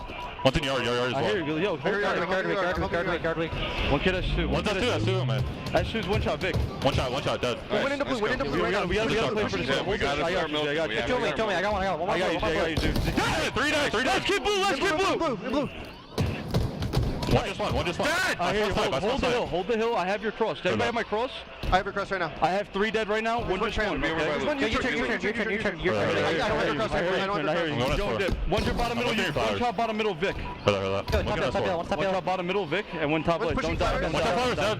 Top gold and U-turn. Top gold and U-turn. Posters, bro. Posters on me. Another one pushing me blue. One kid drop. That's 2 right now. Let's go. That's 2 shots. 2 blue. They're running at you. 3 shots. 3 shots. We have 2 dead. Two dead. Listen to it, guys. You have 2 dead still? We can hit blue. Yeah. I'm 3 man here. On the ramp, watch out. I spawned that one, guys. On the ramp, weak. I got one. Top the ramp. Up the ramp. Oh my god! Let's go. 3 dead. One's a spawner. 2 up. I spawned this one. We have 45 seconds, by the way. Yo, place there. They're gonna be first beer. Yeah, 2 yards. I'm going live. We're playing tram. One shot yard, guys. One kid hill and yard. Last two. One shot hill. That one on me. There's hill. Back tram as well. Blue. There's spawning snipe. I got one. 3 dead. They're gonna be posted. One just one. There's 2 up on the right. I spawned yard. I'm going top gold and just sitting in the corner. 2 dead still. One shot U-turn. Camo. One shot Watch out, U-turn, watch out, U-turn. Yeah, I killed your camo. Camo's still out. He's U-turn with camo, U-turn with camo. I need S2. Time, guys. Flowers. Watch out for flowers, watch out fucking flowers. I'm backing up, Snipe side. Nice, 3 dead. We just hold. One kid is 2. That's 2, yeah. Everybody hold. One kid is 2. I'm one shot right now. You're good. We should have. He's hit me bomb in, bro. Okay. Yep. He's free. Go hill. I got one. There's 2. Another one. Glass. Going hill. Fucking go, baby. Come on. Let's go. Fucking go. Shit. All fucking day, Z. Let's fucking go, baby. Let's go, Bird. You keep it up. Gun baby. fucking flexion for the win. What an unbelievable 1v1 win for the win. Had 45 seconds left, and both teams at the 98th percentile. Only 2 players left on the map, and Gunplexion calls game. That was so clutch from the boys. They are so hyped right now. The energy is flowing. Now, I don't want them to overheat. I want them to lock in and keep up this intensity into the next one. They got the first game down, but you know what? Alpha are hearing these roars. You can hear those mics peaking. You know that they're hearing them on the other side. And you have to imagine Luminon might be starting to feel a little bit nervous going into game number 2. He's nervous. That's the next communication I expect from the side of Believe the Hype. If you hear that calm, like you said, Eli, they're just inches away from each other. If you hear the he's nervous after losing a piv, even if you weren't nervous, you start to feel it a little bit. So it all comes down to those LAN emotions and the LAN energy that just cannot be beat online. And I tell you what, the last time we saw Sirion on Livefire Slayer, this guy was going crazy with the sniper. And I feel like BTH are enabling Sirion to pop off with these precision weapons. And that's pretty impressive. Yeah. This is his first LAN. He's got Gunplexion on his team, who is a sniping lord. But he said, nah, I trust you. You grab the sniper. And let's see if Sirion can continue this momentum, because he is playing so hot. But so is Gunny, man. Shout out to him. I had a thought during that game too, Hunter. I was thinking to myself, Gunny has been trying so long to make it into pools and has not been able to do it. Is this finally the team that he does it with 2 newcomers that have never played on LAN before? It feels like it's possible. Hey, if it ain't broke, don't fix it. But if it is broke, fix it, right? The definition of insanity is to try the same thing over and over again. So I kind of like the idea for Gunplexion here. You know, hey, hasn't been working with stalwarts in the AM scene to break through into the pool play side of the competition. So why not try out 2 high ceiling up and coming players? I even think that's the name of the game for the top 4 of the HCS, much less the top 4 of the Passion Pit. Oh, I 100% agree with you. The new school is here. The new blood has learned. You know, a lot of the older heads gate kept the knowledge for as long as they could. But I tell you what, all these kids know how to play the game correctly now, and they're shooting straighter and have better reaction times than some of the older guards. So we're going to see some shakeups here. I know there's only a couple tournaments left in HCS, but Halo is not going anywhere, folks. We're going to continue on regardless, and we're going to see a new wave of these young guns rising. The level of intensity and the time is now is palpable throughout the HCS, because you're right, Eli. Like, everybody knows now that this is it. The last 3 LAN tournaments to put your name in the legacies of so many and be remembered as one of the GOATs, one of the greats. And so for Gunplexion, the clock is ticking, but he's not playing like it. He's not at all. And I think he's fired up. I mean, we've talked about this with a team like Shopify Rebellion, how Royal 2 and Frosty are playing even better with these new young guns around them. That new energy, you know, fuels players like Gunplexion. And I think, you know, he's a lot of people have beat up on Gunplexion. Let's be real. People have kind of talked about how he's struggling and he can't figure out how to put a team together, or he's been choking. But I think he's been putting all that together. He's been taking the feedback to heart. He's been making changes. And let's see if he can put it all together here today. All right, here we go. Sliding and kicking our way into a game number 2 as Magico starts off with the snipe, drops through. Try to find some safety behind the scoreboard. A ninja occurs off screen, and Believe the Hype, despite the sniper grab off the start, Gunplexion's picking up where he left off. The triple kill gives Believe the Hype a 2-kill lead, and he's not done just yet. Pushing in like a maniac towards the garage door. Takes down another one with the insta-splode, as that second player with the QT has nothing left to do but tuck their tail and hide. Oh my God, he got a ninja in the triple kill to start the game into the Instasplode combination. Gunny is absolutely on fire right now. Sirion able to comfortably grab the camo and rotate through. You can hear the comms a little bit under our microphones and they sound calm, cool, and collected. They're not getting it too ahead of themselves. That's what I like to hear from them.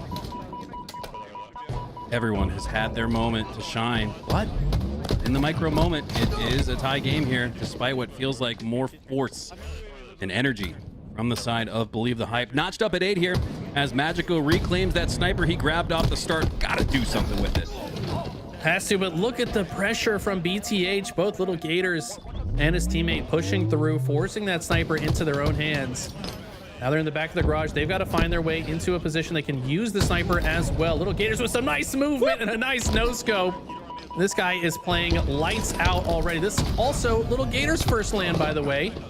Nobody even knew what this man looked like until the stream started.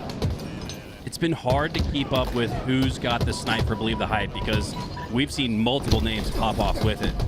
Despite all that, still a close game. I said that with 1 kill separated these 2 teams, but 2 quick kills in favor of Believe the Hype give them a 3-kill lead at the 10-minute mark as Little Gators looking to make a big play with that snipe. He's got 3 shots left. What he can do with it. The sniper's been in the back of the garage. Not one of my favorite places to snipe as a snipe enthusiast myself. I'd like to see him get out of here. He's gonna hit the toenail of that opponent to keep his teammate alive, and the body into the melee for the double. That's gonna make this camo grab a lot easier. It's up in 2 seconds. Gunny preemptively setting up for the camo, and he gets it. Thought he might have left a little too soon. Made sense though. He was facing a lot of shots and damage, but he does sneak away with that camo. Frag grenade damage chasing him out towards the back wall of A. Wants to make sure he doesn't move too much here to alert the opponent to his location. As he does just that, loses the camo. Rorch and teammate combined for the nade kill, and they're starting to drop like flies. Believe the Hype only up by 2 now. Yeah, Alpha have done a great job to turn this around. This is the real test for BTH. Now, if you'll recall, these guys had a game against Complexity, multiple games against Complexity in the online cup, where they were up big in the early goings, but once they fell into disadvantage state, were not able to recover. So all eyes on BTH. Have they learned from those mistakes? Can they come back, backs against the wall? Can they play their process to get themselves back into advantage state? That's the question right now. In a best of 5, this matchup is huge. We're either looking at a 1-1 series tie. We're probably going the distance to a game 5, or Alpha Luminon staring at the need to reverse sweep to work their way towards a qualification match, I believe, in the next round. 24-23 here as Strikey sets up on the nest with Snipe. This is a big moment for Strikey. Strikey, one of the most talented players in the Mexican region, in my opinion. Just as skilled as all the players on the Ether roster. Can he be the guy to pop off here and hit a quick curb slide? Very beautiful movement into the double kill. Still has a repulsor and a sniper. Got a ton of snipe ammo. Needed to land that maybe a little bit too hasty on the shots. And now he's being pressured back down. He's going to use the repulse to send the grenade back and then rotate back into the garage. But BTH are everywhere. Will he be able to stay alive?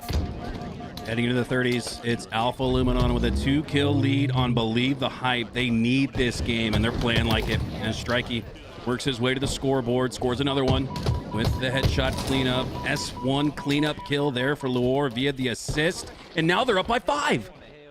This is what I was worried about. I noticed in the last game, a lot of energy was expended from BTH. They popped off, but I worried that maybe they were expending a little bit too much energy during that game. And now, once they fall behind, aren't able to recalibrate. Need to recalibrate to get themselves back into this game.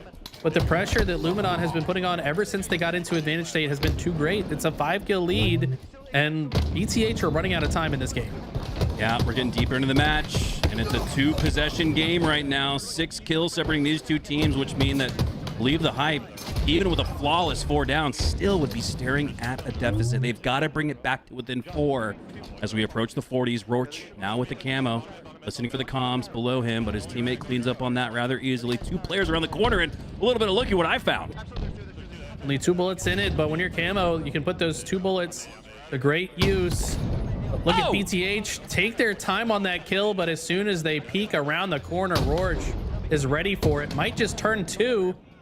Looks like that player will actually be able to escape. And now it's Rorsch out of camo, out of snipe ammo, but his team has a 5-kill lead. 40 to 35. As two of the hungriest and scrappiest teams in the Passion Pit are duking it out here like it's a heavyweight fight. 3 go down though, and the lead has eclipsed to 8. 2 possessions, 2 perfect, flawless team wipes needed for Believe the Hype just to tie it in the end game. This is not looking great for BTH. 7-kill deficit now. They did get the opening couple slays here, but every single death is that much more consequential. They can only afford 5 more lives to fall here. New sniper is up, and they need to contest it. Little Gator's not willing to push for it and might have missed his timing window. Yeah, you cannot get baited for this snipe. You need to earn those 2 slays down yonder. Oh my gosh, but the aggressiveness. All they did was do a little bit of damage to Gators, push him off of grabbing that snipe.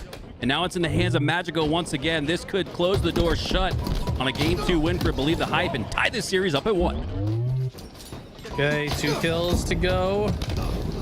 This is a 5-game series, by the way, which is likely to go the distance at this rate. Can Strikey get a highlight kill at the end? It's going to be a no-scope body shot and cleanup by his teammate. And BTH, they got to stop and collect themselves. I can imagine Gunny right now. You can see him giving a quick pep talk to the boys. Make sure that they get their heads back on straight going into Game 3. Yeah, I like that.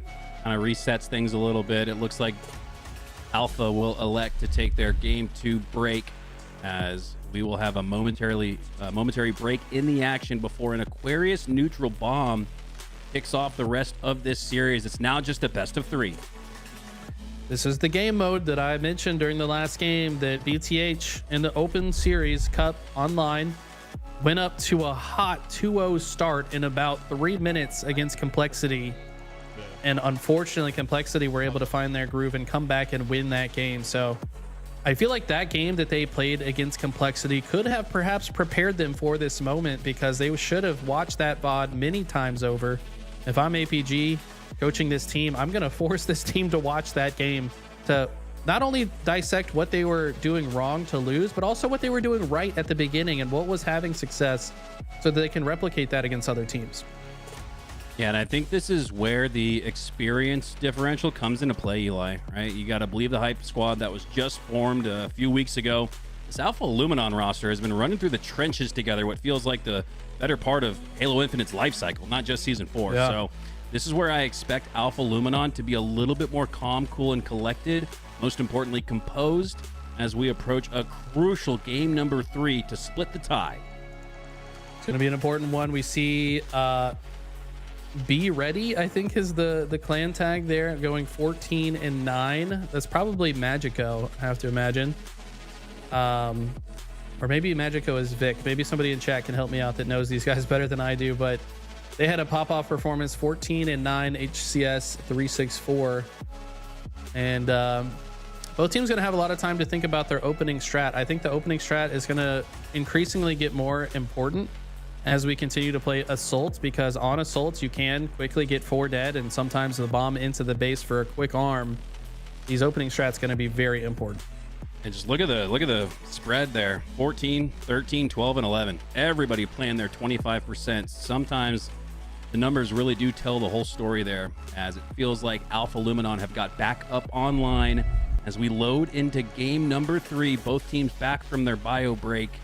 Which way is this one going to go, Eli? I'm not going to put the hard question on you and ask you to predict what happens in game 3, but you can handle it. What's going to happen in game 3? I mean, it's all about the bounce back, right? Like, if BTH can shrug off that loss and come into this next game locked in, I think they absolutely have the talent. We've seen Sirion go crazy the last couple of games. Granted, there's no precision weapons on Aquarius, so, you know, no sniper, no shock rifle for him to pop off with, but it's just an opportunity for them to work better. Yeah, game 4 either.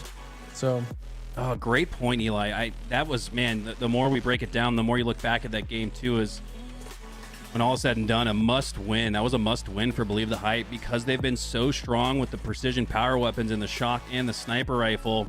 They had their chance to take that 2-0 lead with both of those available to them in games 1 and 2. Now you go into the next 2 games without what's been their strongest suit in that sniper or shock rifle, so they're gonna have to get it done the old-fashioned way with communication, team shot, and the old-fashioned bandit rifle. But again, going back to the experience differential that Alpha Luminon, I'd say, has the advantage of, it's not looking good for Believe the Hype despite being 1-1 tied. They're not out of it just yet, far from it. But if I had to give a slight advantage as the rest of the series plays out, I'm probably leaning towards Alpha, my man. I mean, the way that I view these two teams is BTH have a better advantage state than Alpha Luminon. When they're on fire and playing their game like we saw them in Solitude, they can absolutely steamroll just about any team. We literally saw them do it to Complexity, a professional team. So I think their ceiling is extremely high, and when they're in advantage, they're good. But Alpha Luminon's disadvantage state is better because when they're on the back foot, they can get out of that process. You know, they haven't been tested in as many situations as Alpha Luminon have. Like you said, these guys have been in the gauntlet for years at this point. They know how to play off their back foot, and I think so far that's what's going to give them the edge here. Here we go.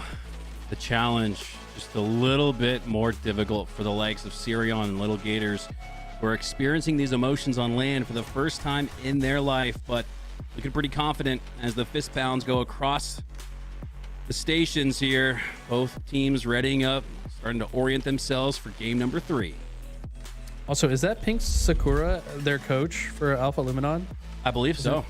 Let me actually look at their roster here. If that's her, that's like a huge cheat code in my opinion, because she is such a talented player in her own right and knows Magico very well, obviously. So I think that for them to have her in the comms to like probably keep them on track is going to be massively beneficial for them. Or is that Monza maybe? I think quick production note, maybe that's Monza behind them. I mean, someone in chat said that. I didn't know if they were joking when they said that, but I have, it's Monza. Okay, it is Monza. Yeah. Either way, that's another fantastic Halo player. So I think this is going to be very interesting to see how this one plays out.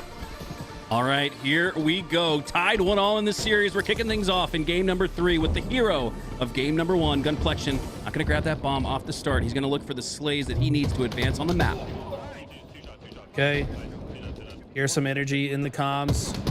Leor hesitant to grab this camo. I guess didn't know where that player was. Gets stuck on his way to the death screen, and no one really in position to grab this camo just yet. Strikey knows that someone on BTH is probably going for it, and that will get burned out. So no camo will be used in the first bomb advancement.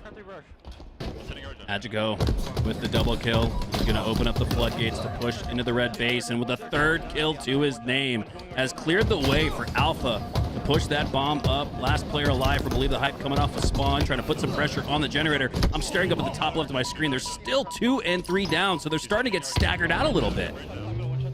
Yeah, this is Alpha's comfort zone. They're getting very aggressive.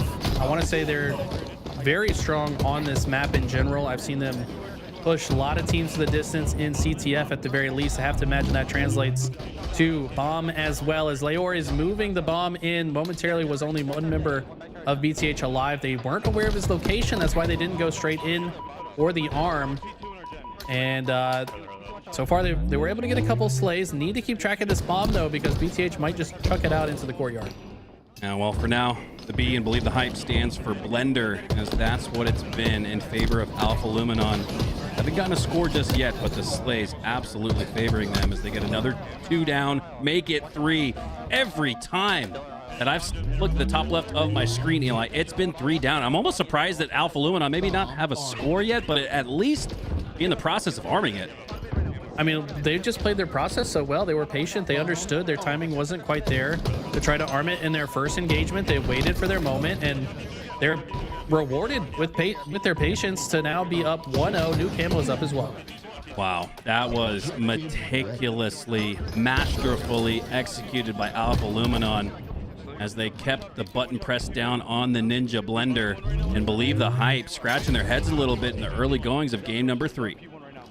I think right now it's extremely important for BTH to get a bomb arm of their own kind of quickly, because you fall to a comeback loss in the previous game, then the very next game your opponent caps on you very quickly. It can start to destroy the mental a little bit. You can start to second guess the series. But I think if they're able to kind of get themselves back into this, get a score on the board quickly, they won't suffer to that energy dwindling that I kind of suspect is happening right now. Well, Lure goes down, but he does advance that bomb into the doorsteps of the Believe the Hype base.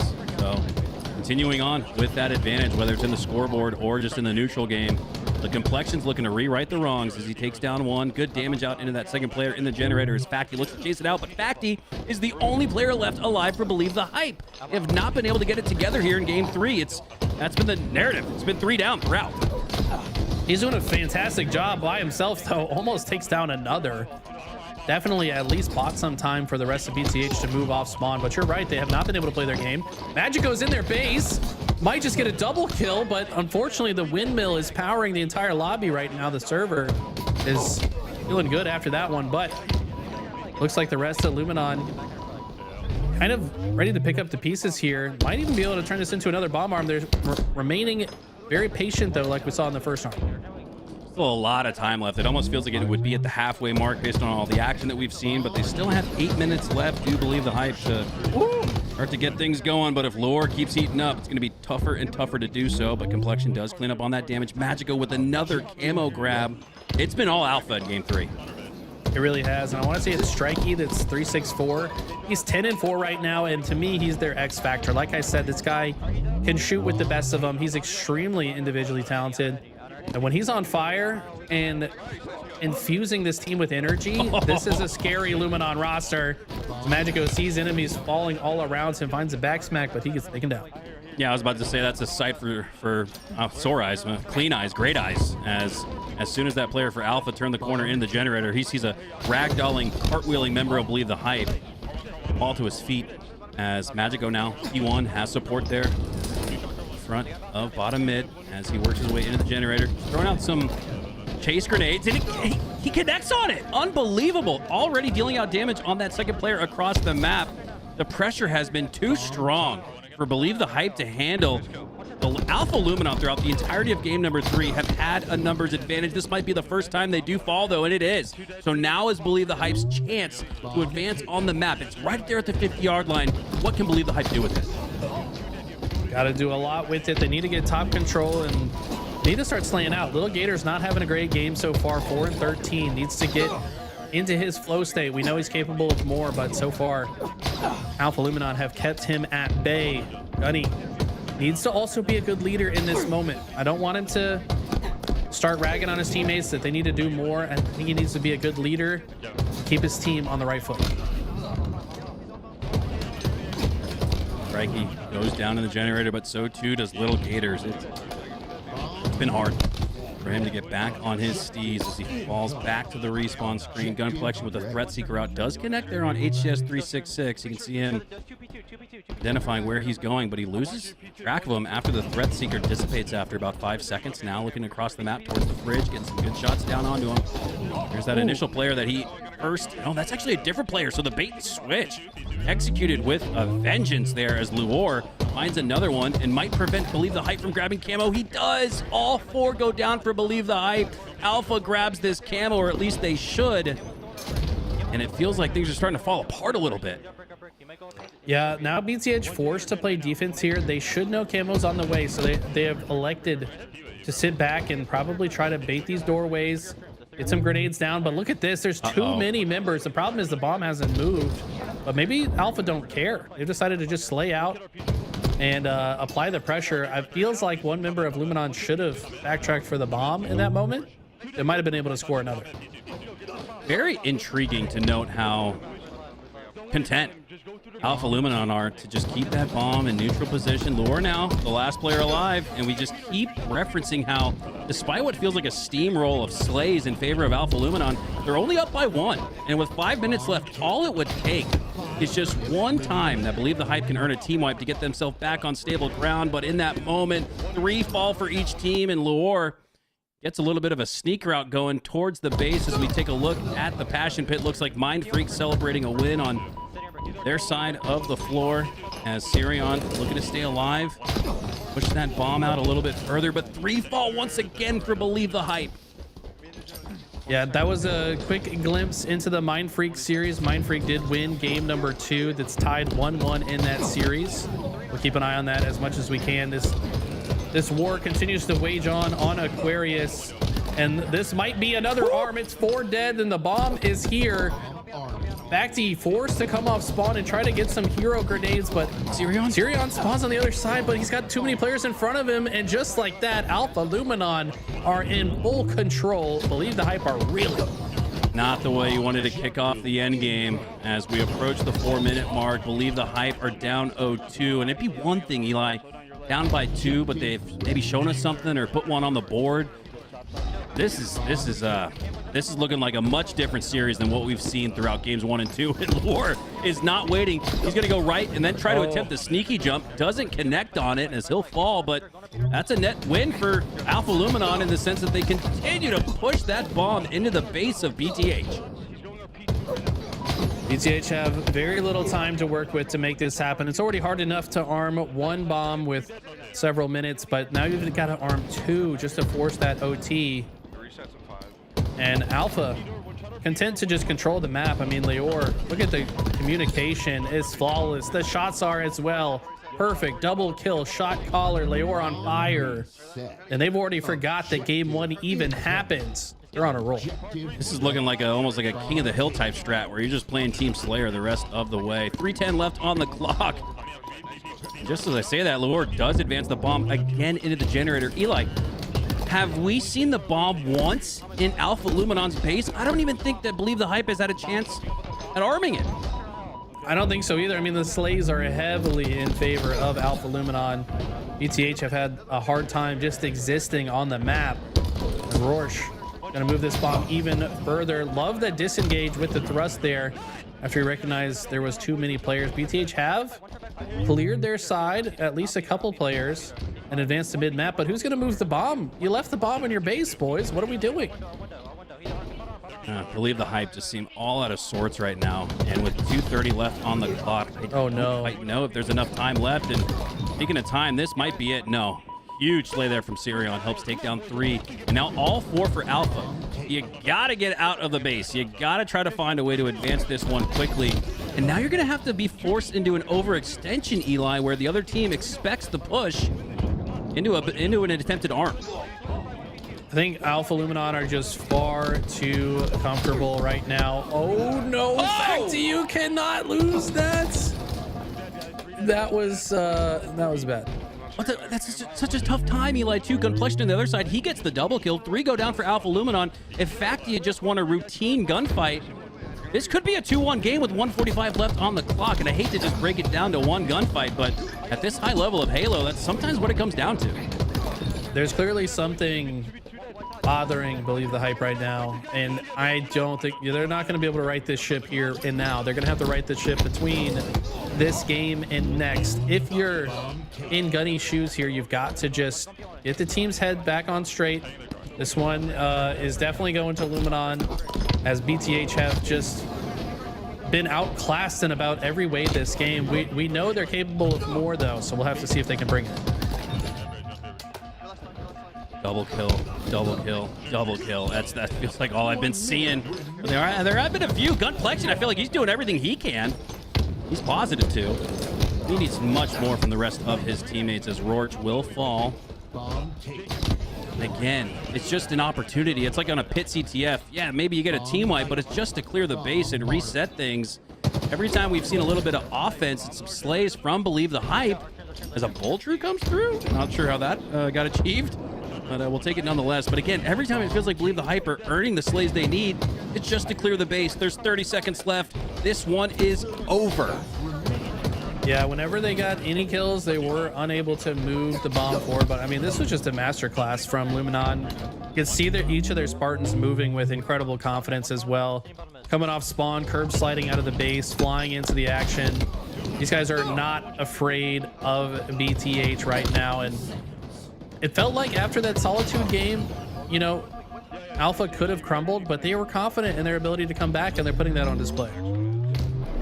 On display indeed. A game 1 win, and the way those grins came across the face for Alpha Luminon kind of feels like they're at a stage where they're just playing with their food. honestly. And BTH just need to take a deep breath here. I mean, if you're the coach, you've got to get these guys to find their baseline, find their comfort zone, and then also get hyped up to bring the energy into the next game. Not too much hype, though. I think the problem was they entered game 2 with too much hype, and ever since then, they've just been struggling to get back into the driver's seat, as Luminon have just been running the show. Leor with a pop-off game, over double positive, 32 and 16 with 14 assists, 20.7 KDA. Leor is popping off. That's ridiculous. Absolutely nuts. But as we set our sights to game number 4, I thought we had a Streets oddball, but maybe my old eyes were deceiving me. It's going to be on a recharge. And what a sight for sore eyes that would be for Believe the Hype, is they seemingly need a little bit of that sniper action to have a chance against Alpha Luminon. So I'm expecting the likes of Sirion and Gunplexion here to lead the way with the shock rifle. If they can get some of those quick, instantaneous 0.0 TTK slays on the likes of Alpha Luminon and score some ball time right afterwards, but they've got to be efficient. But that's going to be hard again, Eli, for a team that just formed. Efficiency is probably their Achilles heel. Yeah, to be honest, I think this is a nice change of pace for BTH, though, because this map and mode combination is almost as different from the previous one as it could get. You're on a map that you have to primarily play through the perimeter. You've got to hold crosses and angles. You have to hold the ball in a setup versus, you know, constantly grabbing the bomb and moving it forward into the enemy base. The spawns are dynamic. This is just a very different game mode, and it's a long one, so they're going to have plenty of time to get themselves back into it. That's a good point. It's not quite the reverse sweep trampoline down 0-2 going into a game 3 oddball, but it is maybe the bounce back trampoline that Believe the Hype needed to just spend a little bit more time in game. And you could argue that's all they needed, just a little bit more time in game with each other. As Magico, here's the quick slide off the ramp to secure Camo, but he goes down before activating it. Lure getting his shields back, re-engaging in the fight. Wow. Both players trade out with headshots. 3 go down for Believe the Hype, make it all 4. This is scary if you're a BTH fan, because Strikey is an incredible player, and I can tell from his point of view right now that he is very confident and comfortable. And when this man is confident and comfortable, he is a very dangerous player. That's a good way to get him out of his comfort zone, though. Gunny with the moves, able to take him down and win that gunfight. Still 0-0 off the start, and Gunplexion has been playing damn near out of his mind. You'd almost like to see a little bit more points secured. And again, Eli, goes back to that conversation around efficiency. We're seeing some slays come through for Believe the Hype, but no time to show for it. Okay, we did see the grapple utilized from the bat ledge, so now ball's in hands. But unfortunately, a reset's going to come through, and you know that's going to bother BTH. They were in good position for a lot of ball time. They had just got the nade in, but unfortunately there's some type of tech issue and the game will be restarted. And in this situation, BTH really got to not let this type of thing check them. They need to stay locked in. Yeah, it's just I'm seeing more comfortability on the side of Alpha. They've had that kind of shit-eating grin on their face since the game 2 win, and it hasn't been wiped off. So it's on the likes of guys like Gunplexion. Hey, wipe that smile off your face, son, with a triple or maybe a round 1 win here as we reset things. And but again, calm, cool, and collected look Alpha Luminon. It looks like Believe the Hype are still feeling things out a little bit. One thing that comes to mind here in this type of situation is, you know how we often say when you lose, it's an opportunity to learn. These 2 players that it's their first LAN, they haven't even had the experience of losing on LAN yet. How many times have Alpha Luminon lost on LAN and learned from the loss? Like, true. It's such a huge experience diff here. And I think that, like, just having the experience of going down in the series and then also being able to come back and like get back into the driver's seat, that's a unique experience they haven't had either. As we take a look here at game 3, they're also playing Assault on Aquarius, and I want to say we're here because this game is likely about to end. As we see a quick look at the Australians, they're looking pretty good. Love seeing Barcode not only back in the mix in the HCS, but back with his boys on ANZ. One of, if not the best player from ANZ. That is quite the pickup there for Mind Freak. And Mind Freak is another one of those teams, Eli, that's been on the precipice, been on the cusp of making it through, not only into pools, but maybe even upsetting some squads, placing top 8, top 12. And I feel like now with Barcode on the squad, this is their moment, but they're going up against the likes of Envor, the Spectre, Super CC, and is that Looney as well? Yeah. Yep. So that is, man, God, you'd think this is a qualification match. Yeah, this is a very difficult winners quarters. This does feel like it should be a qualifier. But we'll keep an eye on this as best we can. Shout out to Tools. I want to say he's our camera guy, walking around the venue, keeping tabs on things. But these players will be loading back into game 4 as soon as they can. Who does this benefit, Eli? I believe the Hype seemed to strike first and get first points on the board. It almost seemed like they needed a reset to just kind of calm the nerves back down. It felt like they were in a blender for most of game number 3. So despite the fact that BTH was on the verge of scoring, could you actually make an argument that this is a benefactor to them? No, I think this is definitely, I'm going to be real with you, man. I think it's Alpha's benefit 100%. You're already the team in the lead. You're comfortable. You're laughing. You're having a good time. You know, there's no nerves when you're in the lead. You feel like you're playing with nothing to lose. You just stay locked in. Meanwhile, BTH, they're nervous. They're down 2-1. They can only afford to lose a single more game. They had the lead when the reset occurred. So I agree. Is that, chat, help me out here, is that Strikey second closest to our camera for Alpha? He has had that side grin going for what feels like 30 minutes at this point. As ironically, Smiley resubs for 14 months. Maybe it's a side-eyed Smiley continuing on for the likes of Alpha, and it might just, after both teams suffer 3 down in the early goings of this one. But Facty does make it away with the camo, but you can see those shots are still chasing him out. Gabriel in chat says El Roche farmeando ora, which I'm gonna assume is saying Roche's aura farming. Yes, I know my Spanish is great, thank you, but I think he's onto something there. I mean, they're literally just vibing. They're aura farming right now. They're looking cozy. They got 2 dead again. Facty doesn't know where to look. There's players in front of him, players behind him. Magico has the oddball and is going to throw it to his teammate. The teamwork is looking so smooth right now from Alpha. The shock rifle does go down and Striker will wisely play the ball, but the game is playing at the pace that they want. That's the difference. Well, after losing 2 and sensing the pressure coming through into gold, they reset the oddball to do just that, earn a couple more slays before picking the ball right back up as Alpha only got 3 seconds from that first hold, but they're going to stretch into the double digits here assuredly. Alpha looks so confident. Meanwhile, BTH have to fight their way through. They get 1. I don't think that's going to be enough, though. That's a very clutch, sticky, and live from Facty, though. Exactly the opening they needed. Had he not made that heroic play, this looks very different. On top of that, he goes to block the elevator. This is going to guarantee the Luminon spawn on this seaside, and now they're the ones in a tough spot and have to figure out how to break this up. Believe the Hype just secured the team wipe and their first points of a crucial game number 4, do or die. Let's head to a listen in to see what the comms sound like. Nice, let's go.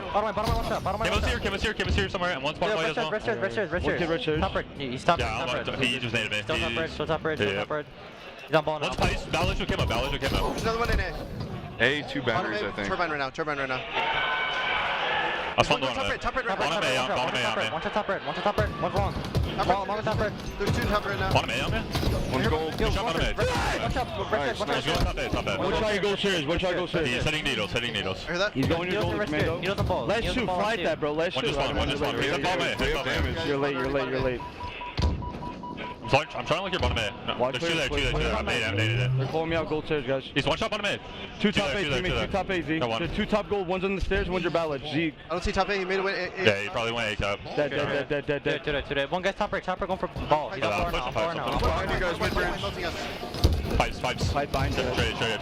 One kid mid, one shot bottom weight. He's still pipes. Just sitting pipes right now. Where's he going? This guy's just sitting pipes. He's on ball. He's trying to get it up. Probably spawning A. Watch the bottom. I just want to see. I can pitch this kid. See flat. One shot, see flat. One kid's in gold. One kid's in gold. He's on my luggage. 3 dead. One guy red. Two dead. I don't know the other guy. I have you guys on deck. Nothing in red right now. Needles.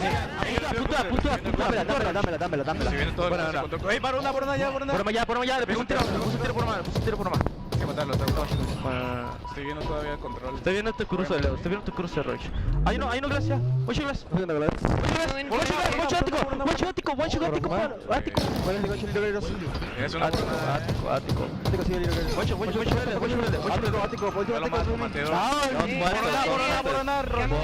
Voy. Sí. Para que sepas. Voy, Roach.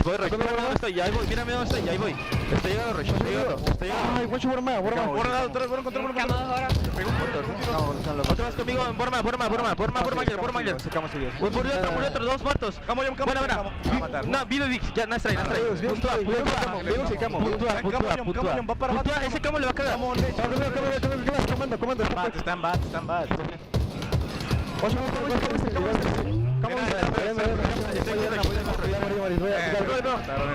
Turbina. Para gancho.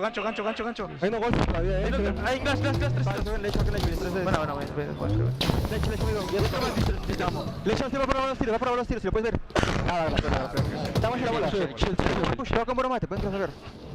Ve a pushar broma mágico. Te veo broma. Yo tengo daño mágico. White, 2 white, 1 C plat. We have crosses. C plat. One's along. Crossing bottom A, top A. Yeah, bottom A. One's cross on me already. One shot top A. One shot. He went bottom A. 3-8. Go along if you can. 2 bottom A.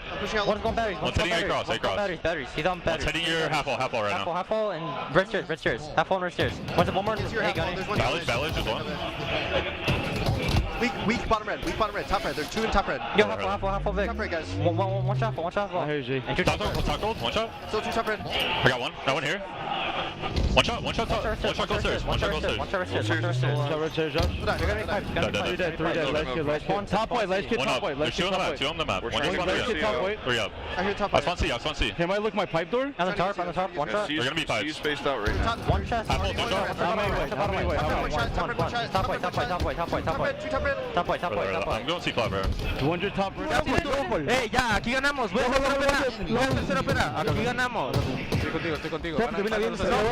Vic, regrésate si quieres, güey.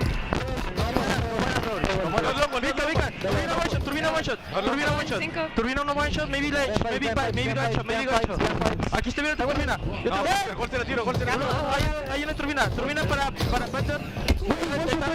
Ahí quédate. Buena, cabrón. Buena. Mira exterior. 4-15. No mames.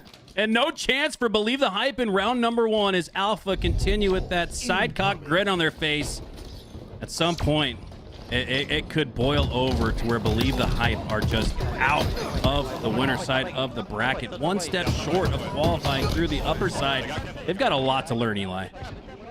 They are playing, Alpha are just playing so confident. They do not care the situation. They're comfortable. They're working together. Their comms are on point. We even heard Monza, who's Australian, if I'm not mistaken, and she's speaking Spanish to the squad. That's legendary. To step up as the coach to learn the language of the team you're coaching if she didn't already speak it.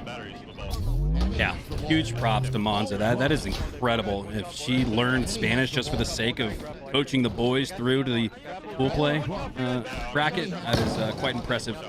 As Believe the Hype back against the wall now, staring at a deficit in the series and the game, and already round number 2. 10 seconds to Alpha Luminon's name. And if I had to, I hate doing this, Eli, but it really comes down to a couple of just missed shots from the likes Gotta of hit your shots, kid. Gotta hit your shots, kid. I hate to just break it down to such a simple concept, missed shots. I mean, it's got to be more than that, but I really feel like for Believe the Hype, it has come down to just a couple of gunshots that I feel like they normally hit online.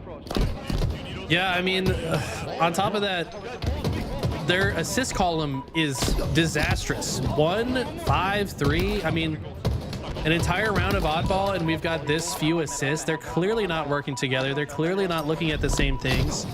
This map is all about crossing with coordination. Like, if you're going to cross from tower to top A, you need a person to shoot off the guy top glass. You need someone to then follow up on the play through long haul and kill that player. But we're just not seeing that type of coordination out of Believe the Hype, and it's kind of expected, right? I mean, they're a brand new team. They don't have a lot of reps together. Alpha Luminon have these kind of plays on lock. They've watched VOD of these scenarios probably 100 times about how to make these pushes. Yeah. And it just feels like BTH are not on the same level when it comes to teamwork and strategy. Yeah, we brought up the experience differential earlier in the series, and I feel like that has really come to light here in games 3 and 4. Once tied in the series 1-all, but it feels like a far cry from that at this point. But I'm not counting out Believe the Hype just yet. If they could just get something going, I don't know if I just cast or curse them, because 3 have gone down. Ball time once again in the hands of Alpha Luminon, and they're going to eclipse the 30-second threshold before Believe the Hype even get one on the board. I mean, Alpha Luminon are playing their game. They're playing their pace. They know exactly what's happening. They're calm, cool, collected. All words are being spoken. All words are being heard. Look at the teamwork, the precision, the confidence out of Magico. He's looking like Mike Tyson in the red pipes as he takes 2 down with him. Gunny's there to find 2 of his own, but it's too little too late. And BTH responding in the elevator side, so they have a chance to headbutt this, but I mean, look at this. Fact, he's way behind the push. There's clearly some type of miscommunication. Had they slowed down and pushed together, this entire play looks way different. I don't see BTH working together the way we know they're capable of. Yeah, it's not a talent issue. It's just that they have not played congruently as a team. And you can see that just by glancing up the top left. Routinely in the blender, staggered spawns, 2 or 3, if not all 4 down, as Alpha have secured 38 seconds and rolling. This is it right here. Complexion has to make his way up to the top of elevator, make a play, get that ball out of their hands, and set up with it. You could actually maybe work a rotation to C here, or into gold. Complexion just waiting to see what the call is. It's got to be a good one, as they're very far behind. Not only are they down in this series, they're down in rounds. They're down in this specific round. This is the first time they've had any type of control. If they don't hold on to it for long, this series is over, in my opinion. But they've done a good job so far. Unfortunately, though, Magico able to grab the camo and has the help from the teammates. And this ball is going to have to be forced out to the center of the map for BTH. Let's see if they can do anything. But Magico with the perfect grenade is going to take 1 down and gets the assist to shine through. And like I said, I really felt like that was the chance for BTH. I just don't see them coming back. It was just as they got within 10 seconds. It was 30-40, but just as Believe the Hype brought it back, Alpha got the ball back in their hands, and they're just set up. Looking across the map, they're covering all the angles, they're covering all the entryways. You do see a rotation being attempted here from Believe the Hype, as they have it in the long haul. 2 down for Alpha Luminon. There is a player that's approaching C, though. If they can take down this player for C, from C, they'll have a chance, but no, they go down. It looks like actually Alpha got a favorable spawn there. A squad spawn occurred in C, so they had a numbers advantage in what looked like would have been a 1v2, and just flipping the game state on its head. Yeah, I mean, Believe the Hype had a good plan there to kind of extract the ball and try to get it out of pipes, because they've obviously been struggling when the ball is in pipes to change the situation, but they put themselves into a pinch situation that Luminon took advantage of, and they just stole the setup and idea from BTH. Now they're just comfortably chilling on the back of C Silo, winning their gunfight with that numbers advantage, and they might just close out the round here off of the C-side hold. But now look at this. Strikey sees his teammate spawning in gold and opts to quickly rotate, and I love this. They are so prepared for this situation. Yeah, look at this. Believe the Hype are approaching from the backside of the flank, and they don't have pressure from the front. Now they do. It looks like 363 is there, so they've got the chance, but this is it. 88 seconds to Alpha's name. They need only 12 more seconds. Complexion going to grab the oddball. So fortunate that he did not go down there around the corner or the frag grenade. This might give Believe the Hype a chance. 3 go down for Alpha Luminon. Magico's the last player standing. He does grab the camo, but Believe the Hype have life. Yeah, but they have no space. They have no angles. Magico's going to walk into pipes for free, and they're dying alone. I mean, this is just more of the same problem. When you saw hope, I saw despair, as they had no vision on the map. They gave themselves no opportunity to stop the next oncoming push. Who cares if you get 3 dead if you don't apply any pressure to the spawners? That's the mistake that BTH have made throughout this last 3 games. That's going to be the one that seals their fate. Alpha are the Alpha Dogs, as Believe the Hype fall in the series 3-1. Unfortunately for them, though, Eli, they do have a chance down in the lower bracket to make one of those Cinderella runs that Believe the Hype really became famous for in 09, winning the national championship with the 7th seed, I believe it was. So don't count out Believe the Hype just yet, but it looks like they're going through some growing pains before our very eyes. I mean, like I said, you've got to lose before you can learn how to win. And like, this should be a building tournament for them. Granted, it's not over yet, obviously, but you know, you've got to have that experience of losing to a better team to learn how to play better. And as two first-time LAN participants, that's what they're learning right now. They're going to go back to the pep talk with Gunny. I'm sure they're going to talk it out and hopefully come back stronger in the lower bracket. Looks like Alpha aren't celebrating. They're getting right back to talking X's and O's, as they're already strategizing for their next round matchup. Let's take a quick look at the bracket as we see Lies 3-0 Omen, which sets them up for a hell of a fight to qualify. I believe the next round would be a qualification match, right, Eli? Winner semifinals in the open bracket. Winner of that qualifies through the winner's bracket, as Lies and Alpha will face off up here next. You got Ether Gaming on the lower side, 3-0ing a solid Dark Inside squad. And Mindfreak versus Kraken Seas, that might just go the distance. Mindfreak right now up 2-1 in the series. The match has been going on for an hour now. Oh my God, did we get an observer into it? Oh, this is why you'll love LVT Halo. Bonus Halo for free. And look at this, LVT gonna play for the blue team, as it appears that he's not on the observer side. So shout out to Brandon, plugged his mouse and keyboard into the Xbox, ready to throw down. This game will get ended. But yeah, I'm excited that we're able to observe it. Or was it just a observer glitch? I'm not sure what's happening there. Oh, let's see. Either way, I am stoked. I'm thinking we're going to get some tools over the shoulder, third-person POV gameplay. I'd be happy to cast that and take you guys along for the ride. But shout out to Callus and LVT for, like in that movie scene, right? Like a Mission Impossible-esque where the door is closing downwards and there's only a foot of clearance. Hell, 6 inches. And they get through. So we are going to be able to provide this incredible action to you guys live. Mindfreak versus Kraken Seas going into a game 4. Let's go. This is exciting. I think both of these teams should make it out. Now, obviously, one of them is going to have to do it through the lower side, and there's a lot of teams to get through, so who knows? But these are two teams that are extremely powerful that should be favorites to make it out, but they have to face each other just to get to the qualification match. It's a little bit unlucky with the seeding, how that works out, but I'm excited to see Barcode on this squad. I've been keeping an eye on recent scrims, and Mindfreak are putting up good fights against teams like Envy. They've been putting up good fights against a lot of top teams, so this is going to be a true test for Kraken. I know they're coming in with a lot of confidence. We've seen that onboard documentary a few times now where he says, I promise you we're going to make pool play again. Well, now's his chance to prove and put his money where his mouth is. Hey, if onboard calls game, I'm shutting down the scoreboard. I believe that, man. But he does stare at an uphill deficit, down 2-1 in this series. This is insane. I cannot believe this isn't a qualification match. In either, I guess, whichever way you shake it, an unfortunate turn of events or fortunate turn of events to get propelled into that qualification match after a win against probably one of the absolutely top 4 teams in the bracket. So this is going to be a hell of a lot of momentum gain for either of these two teams if they're able to secure the series. As we've secured our spot in the observer role, we're going to bring you guys the action here in just a bit. Looks like we're loading in.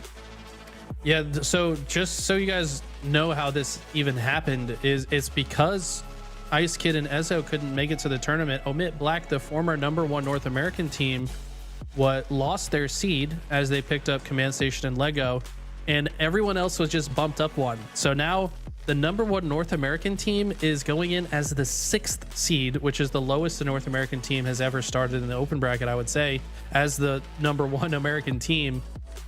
And they're going up against Mindfreak, who previously was guaranteed the 4th seed, but now they're 3rd seed. So this is 3v6 in that round, and how this matchup happened. So unfortunate for both teams, I think, the way it played out. Yeah, Absolutely. We do feel like we're one round early, but you're right. The real ID, keeping it real in the passion pit, man, making it a little bit more difficult. And it looks like the lower portion of the bracket has been the opposite of the benefactor of that. As we take a look at some of the series previous to this moment in time, that has Mind Freak up 2-1 in the series against Kraken Seas. On the other side of the bracket, you do have an even tougher match somehow, some way, with Ether Gaming and the likes of Tapping Buttons laying in wait. Yeah, waiting to play the winner of this one are Ether, who didn't make it out in Dallas. They were upset by Mind Freak, actually, in that qualification match. So that would be a rematch that I'm sure Ether has been thinking about for a long time if Mind Freak win this series. Mind Freak revitalized with the addition of Barcode, not only back on the squad, but back in HCS Halo. How long has he been away from the game, Eli? This is pretty impressive for Barcode to just pick up where he left off. We've seen what it does to competitors. We've seen a couple of them take a break for just one LAN, or even in some cases a year. That's tough to bounce back from, man. You lose a big step. You just cannot replicate what it's like to gain experience on LAN in an HCS major. You just can't get those same reps online in matchmaking. You must not know my man Barcode, because he is a special human being. This guy does not need to play the game very long to be back in form. True. Watch his stream. I mean, they've also been boot camping. They got here early. They've been here in the States for about a week now, playing against the best teams in the world. Like I said, I want to say their scrim against Envy, who I would consider a top 5 team right now. They played them close. It was only 9-6 in Envy's favor. So Mind Freak are here to play, and Barcode's been a big upgrade for this squad. Just felt like they were so close yet so far, but the pickup of Barcode, just sometimes one player can make the difference on a squad. That's 25%. That's a big portion, and he is a big player, man. God, if I think back to some of the most epic LAN montage clips, I just always think back to, I know it was season 1, but on Livefire, when Barcode held down the C platform on Livefire and just was 180ing and 360ing no scopes to just take down the entire team. I mean, that is, you can't just fluke into a clip like that. Barcode is that dude, and maybe we're in store for another one of those heroic montage moments from the kid from ANZ. I mean, he's, in my opinion, unquestionably the greatest player to ever come out of Australia. He's just incredible. Like, the Ogres noticed him, and if the Ogres notice you, like, you're doing something right. Ogre 1 frequently made sure to team with Barcode in the Australian tournaments. Didn't matter what Halo title it was. They were always playing together, and for good reason. This guy's incredible. Well, looks like we're taking a momentary break in the action. We're just increasing the tension levels for you guys at home. Why not? I'm sure you guys want us to start the game, but obviously there's something going on the show floor that prevents us from getting right into the action. But as soon as it starts, you already know LVT is going to be on top of it. Somebody in chat wants to know what happened to AB. They lost to Omen in winners round 3. AB was Jimbo's team from Europe, but they lost to Omen, who was Dissector and Regula's. Regula's the controversial player that won the 1v1 tournaments. Right. But he's showing that he's the real deal on LAN. So, yeah, they are. Let's take a look at the lower bracket. See, Omit Black's still alive. That's they're playing with Command Station and Lego. Looks like they're against Temps Gaming. Ascending Baseline has lost to Luminon, so Ascending Baseline are out of the tournament in losers round 4. Luminon Gaming going to be the ones that took them out. We've also got Forsaken playing against Step Don't Stumble, which is a pretty cool team name. Winner of that will face off against Dark Inside, and Dark Inside in the lower side surprised me as well. They lost to Ether 3-0. So yeah, tough bracket right now happening here in Salt Lake City. Yeah, and as we approach the conclusion of an epic 4-year run in Halo Infinite, I feel like the narrative, especially around the open bracket, is like that doomsday clock ticking down to 0. You've got no more opportunities to accomplish what you set out to do. And I think Dark Inside is a perfect example of that. You got the Uzi Zuzi twins losing to Ether 3-0, but I think Dark Inside is a liable team to have a chance, a shooter's chance at making it out of the bracket. Looks like they'll play the winner of Forsaken versus Step Don't Stutter. But Forsaken already up 2-0 in that series. It looks like they're hell-bent on a matchup against Dark Inside. And then the winner of that, I believe, would potentially be Luminon versus one of the losers from this upper portion of the bracket. So Dark Inside is going to have a tough path towards that victory, as we can see a ref on our screen. And anytime you see a ref on the screen, you know why. We haven't gotten back into the gameplay. Maybe an issue with mouse and keyboards connecting, and Barcode looking cheery as ever. I don't think I've ever seen Barcode in a bad mood, tech issues or not. By the way, crazy of you to just assume that it's the mouse and keyboard player's problem that's causing this. Just, yeah, it's always the M&K guys. Just blame. They have their whole arm, dude. Just blame them. It's probably something totally irrelevant. No one's even looking like they're fixing anything. Maybe it's on the other side. Maybe it's, I don't know what it is. Everyone's just kind of looking around trying to figure out what's going on. Ref is saying something and they're all paying attention. We love to see that. Yeah, refs on both sides of the platform. So, yeah, maybe it is an issue on both sides. You can still see Scoopmeister staring at his Xbox menu. Now looking up at the ref. Two refs, actually, on the side. They're throwing all the resources at this series. You got two refs on the side of Mindfreak and one on the side of their opponent. So maybe it is an issue on both sides of the aisle. I do see Barcode putting his headset back on. That's a good sign. Yeah, it usually is an audio issue. Audio is very complicated to run. I mean, they've got a crazy network of mix amps that if a single cable is slightly loose, kind of breaks the whole system. Can take a little bit of troubleshooting to sort that out. But the players do look like they're getting increasingly ready to play. Okay, here we go. Good signs. Yeah, the body language from the official there tells me that, okay, we're not quite okay. I got baited there.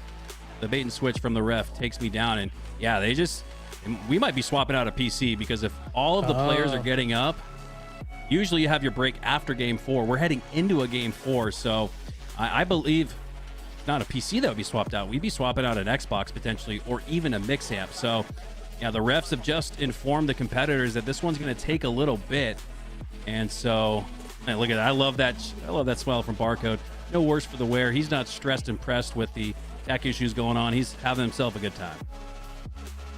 All right, well, we will go ahead and go to a break while we get this sorted out.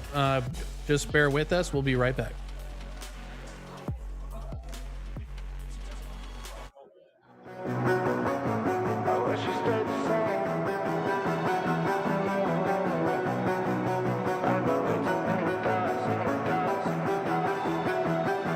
We stayed the same. I got way too many thoughts in my brain, but I got memories that run through my veins.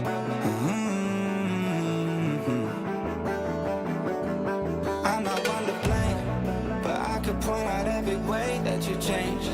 Some things stay up while others go right down the drain, and lately we've been going down in flames. But if I'm honest, I get in my feels when I want you. Say you feel it too, I'll haunt you. Hold on till I'm lost in nirvana. But if I'm honest, I get in my feels when I want you. Say you feel it too, I'll haunt you. Hold on till I'm lost in nirvana. But if I'm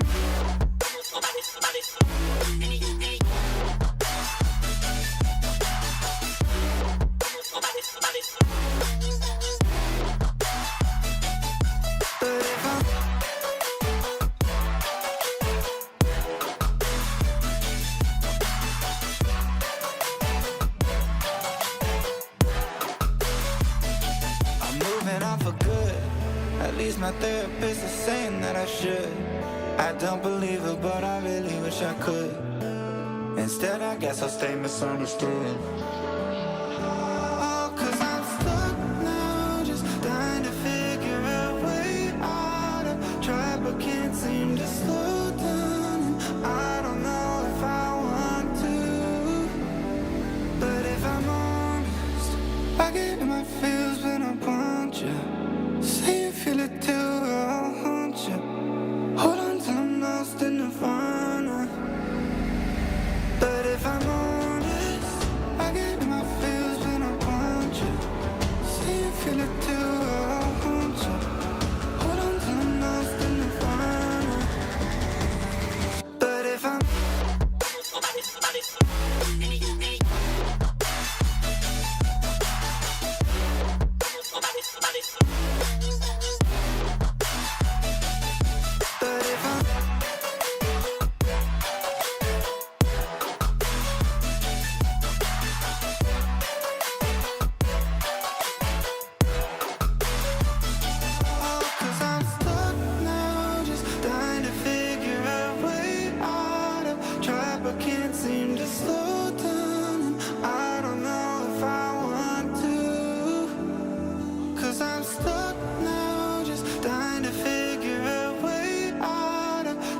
can't seem to slow down, and I don't know if I want to.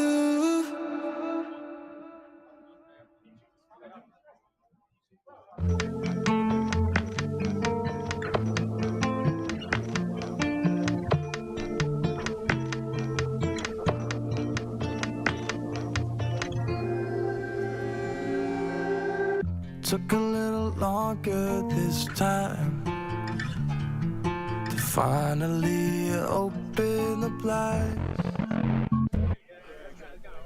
Every time I look at the sky, reminds me it's 2,000 miles between us and this size. The distances are worse than I thought. Is this what I want? Ooh, everything's changed without you. Even breathing feels different now that I'm on a plane heading back to LA. Ooh, everything's changed without it. Everything's changed without it.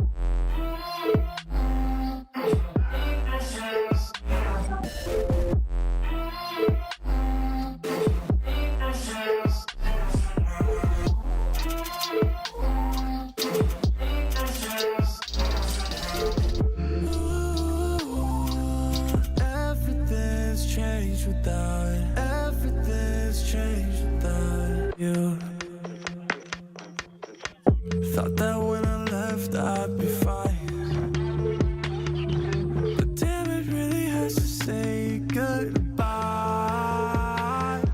Cause growing up is getting tough, my vision is blurry. I'm sick of these 2,000 miles between us and this size. The distances are worse than I thought. Is this what I want? Ooh, everything's changed without you. Even breathing feels different now that I'm on a plane heading back to LA. Ooh, everything's changed without it. Everything's changed without it.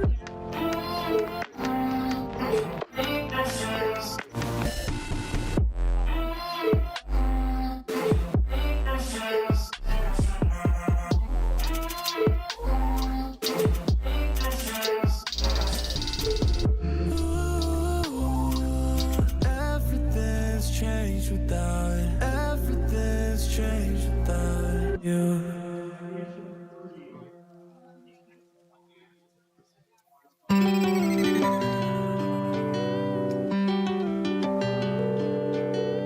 The number you have dialed is not available at present.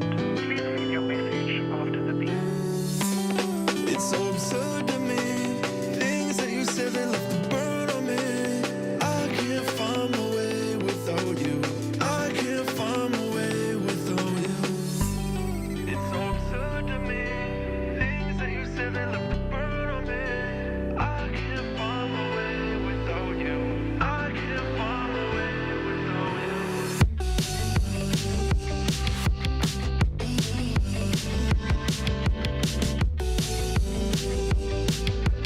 I can't find my way without you.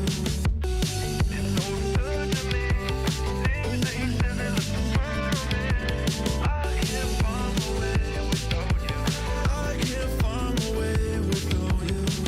Took the Band-Aid and we ripped it off. See your shadows and my battle off. Feel so hollow and I can't breathe. You like a black hole, I'm on my knees.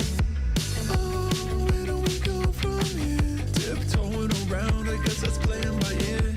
Oh, my head's so loud, I can't hear how you laugh. That shit feels so sincere. It's so absurd to me, things that you said that left a burn on me.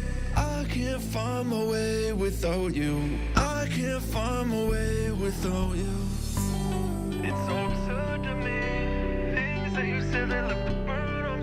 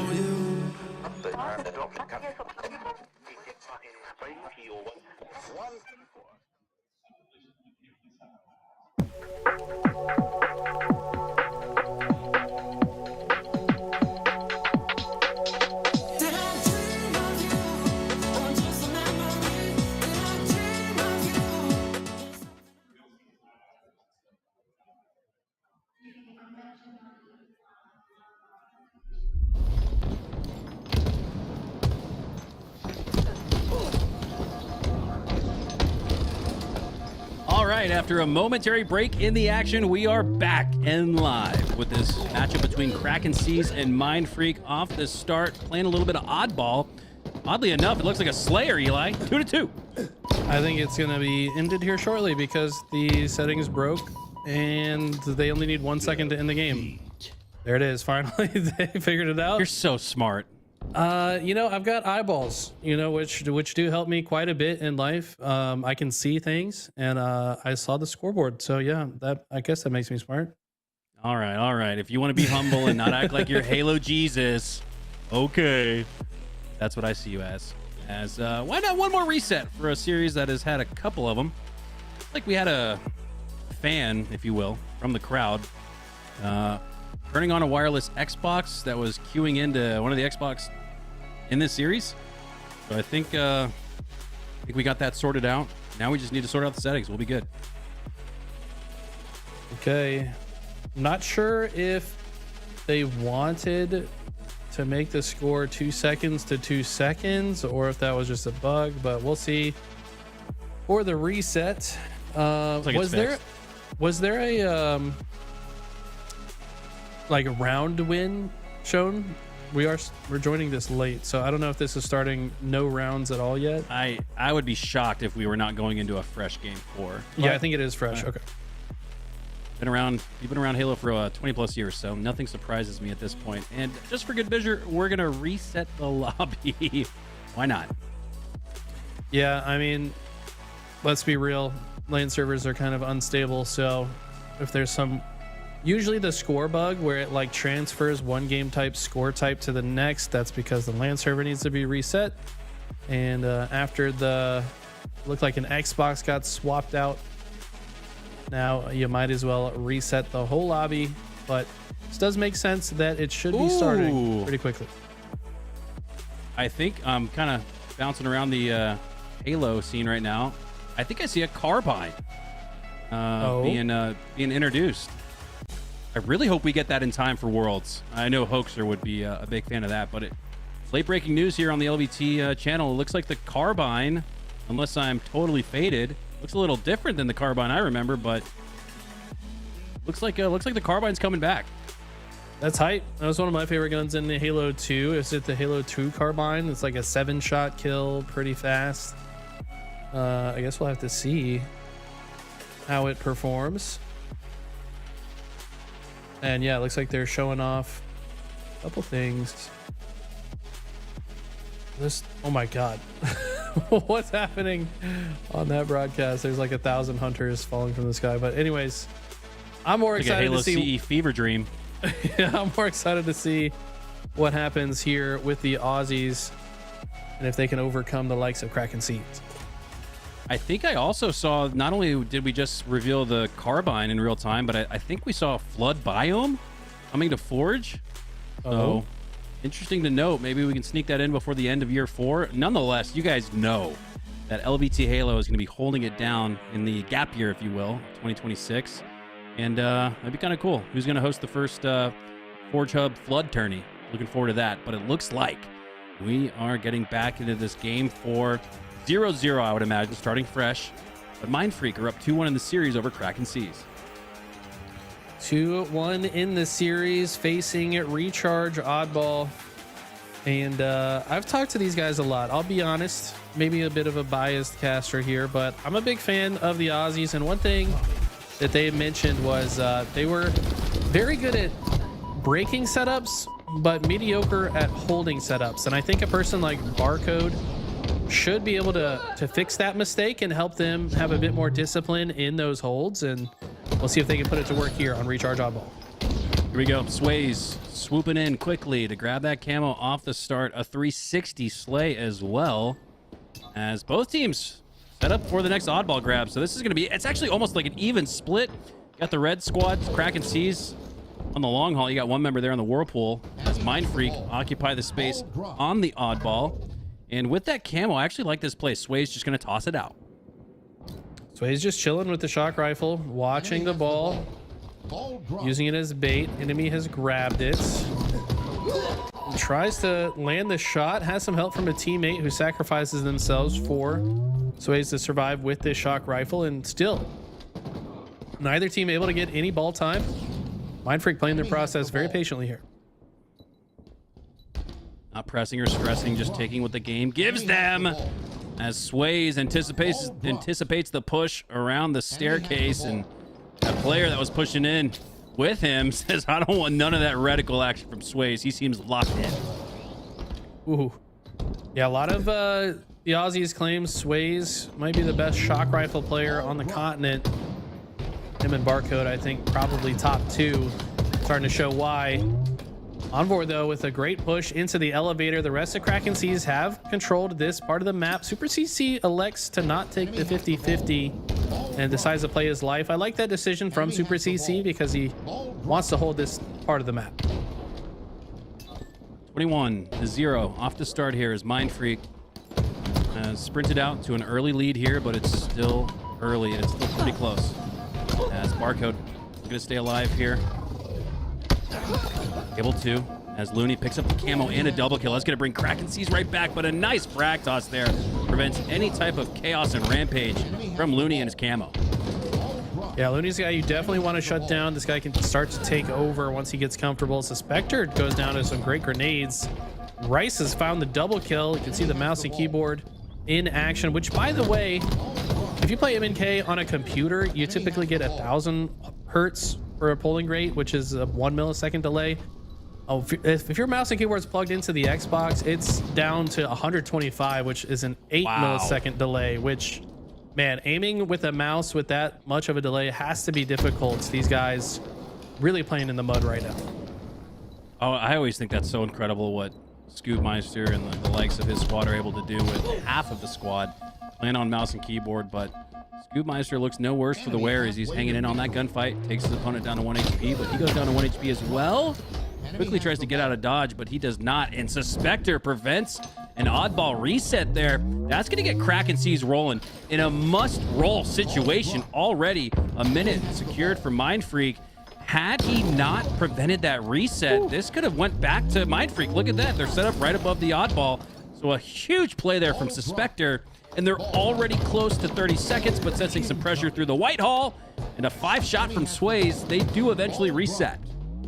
You reset, but you're right. That was a good bit of a bounce back. It didn't really feel like Mindfreak had to invest very much to force the play ball, though. I mean, it was literally just Sways pushing forward. He does get taken down. Looney with some nice clutch shots there. But Mindfreak still hold the oddball, and they got a tripled up lead growing here. Looney pushing in through the gold gates as his teammate goes down, but does drop a shock rifle for him to secure. As 4 go down for Mindfreak, 4 in dark blue is going to allow Looney the opportunity to pick up that oddball. He's clicking, he's tapping buttons right here. No MX as he's able to escape into the long haul with his life and the oddball. That looked pretty tricky, despite the 4 down that they just secured. And look at this, he's just kind of baiting the side despite having camo, not progressing around the map. You know, some people get baited into the concept of I have camo, therefore I have to go make a play, but sometimes you're already in the right part of the map, so you don't need to go anywhere.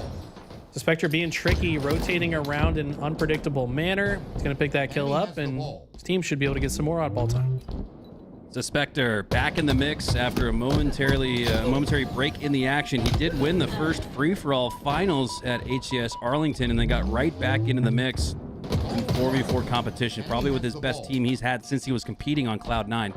As Kraken down by about single digits, or just about to get to that point, as we're staring at a 11-second deficit now. But with 2 down for Mindfreak, just 1 for Kraken, they do hold down the long haul. Suspector needs to win this. He does ultimately trade out, but the ball goes back into Kraken Sea's favor. This might be a chance for them to regain the lead. Goob trying to control the bottom of the stairs. That's a big trade when he was already weak. That might be the opening that they were looking for. And look at the timing. They're already flooding into top A at the same time, pushing through the center of the map. And of course, it's Barcode in the elevator, holding things down, has some support from the needles as well.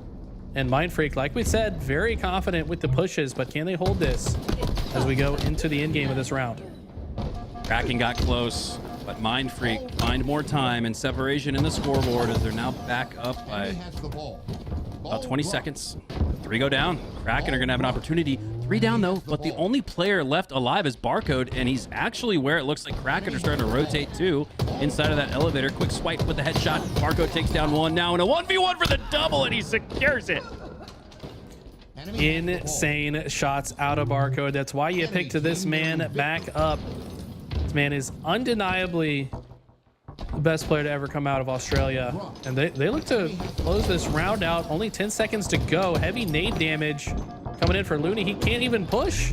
He has no options. Finally going to be able to push through, but has the damage been done? The ball probably won't finish the round. Has to throw it out, but just with 3 seconds needed, Mindfreak just need a few more slays. 3 seconds needed, but three down in that moment for Mindfreak. And they do start to fall once again off of spawn at the back of C. Oddball, right below where the Mauler used to spawn. Season 1. As Rice. Ooh. Oh, nice frag toss there. Geometrical. Takes down his opponent. Elbow to the chest. Helps clean up another one. Envor, though, with the shock rifle. Needs to clutch up here or they'll lose round number 1. Gets a body shot to prevent that player from pushing on to the final 3 seconds needed. And the oddball resets! What a fortunate turn of events for Kraken Seas! And they forgot about Envor. They just decided to go straight to pipes, but Envor's rotated behind them. He can continue to do damage here, but he's bit off more than he can chew fighting the entire army of Australians. Barcode tries to force the end of the round, but Suspector's going to stop him short, and this has gotten so mixy. The problem is there's only 20 seconds left on the clock. Yeah, down by about 30 with less than 20 to go. This is going to be very difficult for Kraken. Despite being only 2 seconds away from a round win, Eli, I wouldn't be surprised if Mindfreak just play for time and slays here. Time and space as Scoopmeister does go down. You're going to have to grab that oddball here pretty quickly, but 3 go down for Kraken, and Barcode will ultimately, no, they are just going to play for time as Mindfreak take round number 1. Maybe slightly blacked out there at the end. I mean, just pick up the ball for 2 seconds, my guy. But hey, all good. Either way wins the round. Maybe he just wanted extra time for daps and fist pumps. But here we go. Into round number 2. Barcode going for the insta-splode. Oh, he's decided to shoot his gun anyways. And he's going to get taken down after a hasty start. Needing a bounce back performance here in round number 2. Kraken are the first to get their hands on the oddball and the camo. Suspector clambers his way to the C platform, looking for the opponents in the C spawn, but they've already made their way to tower, and it looks like already into the gold frags. Yes, you've got a player on the Dorito for Mindfreak. 2 still remaining in C platform. Suspector is going to wait and bait it. He gets spotted out, though! The camo eyes are strong! 20/20 vision for Mindfreak allows them to push through the long haul. I mean, in Australia, you gotta have good eyesight to avoid the crazy spiders and just giant monsters you're gonna run into. It makes sense that the Aussies have great eyesight, evolutionarily advantageous for their environment. So it's gonna come into a lot of help here in this game. And now they've got a nice setup as well. Look at this spread across A through the gold pipes. And they can just watch each other's crosses. This is amazing. Evolutionary advantageous. That's a kick-ass call from a kick-ass caster in Eli the Ninja. As we're close here, round number 2. The first 20 seconds went to Kraken Seas, but the next 24 went to Mindfreak because they're up by a narrow margin here. 2 down on each side of the map as Looney secures a trade that he didn't look like he had a chance to. Yeah, 3 dead there. It's a big opening, but they got to turn it into something. As they do, Suspector, great peek and pop shots. Shutting that player down with some help from Envor. And I fear that one thing I've noticed so far is it feels like Kraken might be over-rotating, going for more flanks than they necessarily need to. A lot of this game mode is just kind of holding your ground and making sure you watch certain choke points. And it feels like Kraken are just moving too much. They had such good map control, but after going for a long flank play, maybe trying to open space for rotation to C, they end up kind of shooting themselves in the foot, and now it's Mindfreak getting control. That's a huge trade secured there for Mindfreak. It actually opens up the elevator for Barcode and the rest of his boys to secure more time as Barcode with camo and this high ground advantage. There's no way Kraken Seas can spot him. He only gets 1 in that moment, though. The nice frag toss there from across the map is able to take him down as Mindfreak crossed the 40-second threshold. Ball at the back of C. The pressure's too strong. They can reset things here. And now is the time to probably do that, and it is. Ball off the map. Suspector rotating towards C. Barcode here controlling the pipes. You want the pipes when the ball gets reset, but look at this. Kraken are able to shimmy it away to C before Barcode can even respond, and now maybe overcommits to this push and runs into 2 players. Has some great shots down, but it doesn't matter. You're not going to win the 1v2 against the likes of Kraken C's. And they're finally able to rotate this ball to C, which I think was their intention on the last play. But now maybe finally in their comfort zone. Mindfreak spawning in A, going for the long route all the way through pipes. They understand the value of getting control of top gold and pushing through the long haul, and that's exactly what they look to do here. Eli, your analysis was spot on. We saw a lot of overextensions, over-rotating from Kraken C's, but they've settled things down a little bit here and have regained the lead up by 2. And now have a team wipe on Mindfreak. They can take this ball into the back of C. Super G slide from Super CC? Not quite, but enough to get him back to safety and back on that oddball in the lead. Look at this. Envor's got the top glass positioning as well. Highly impactful spot on the map, but after getting some damage down, Spectre getting into melee range, they should be able to get some kills, but I like the pace that Mindfreak moved into that push. But look at that. They play the ball. They've got the new one in hands, and they're looking great this round. Masterful rotation and shots from Spectre as he secures the triple kill and the spree. Absolutely bamboozles Mindfreak with the positioning and the shots.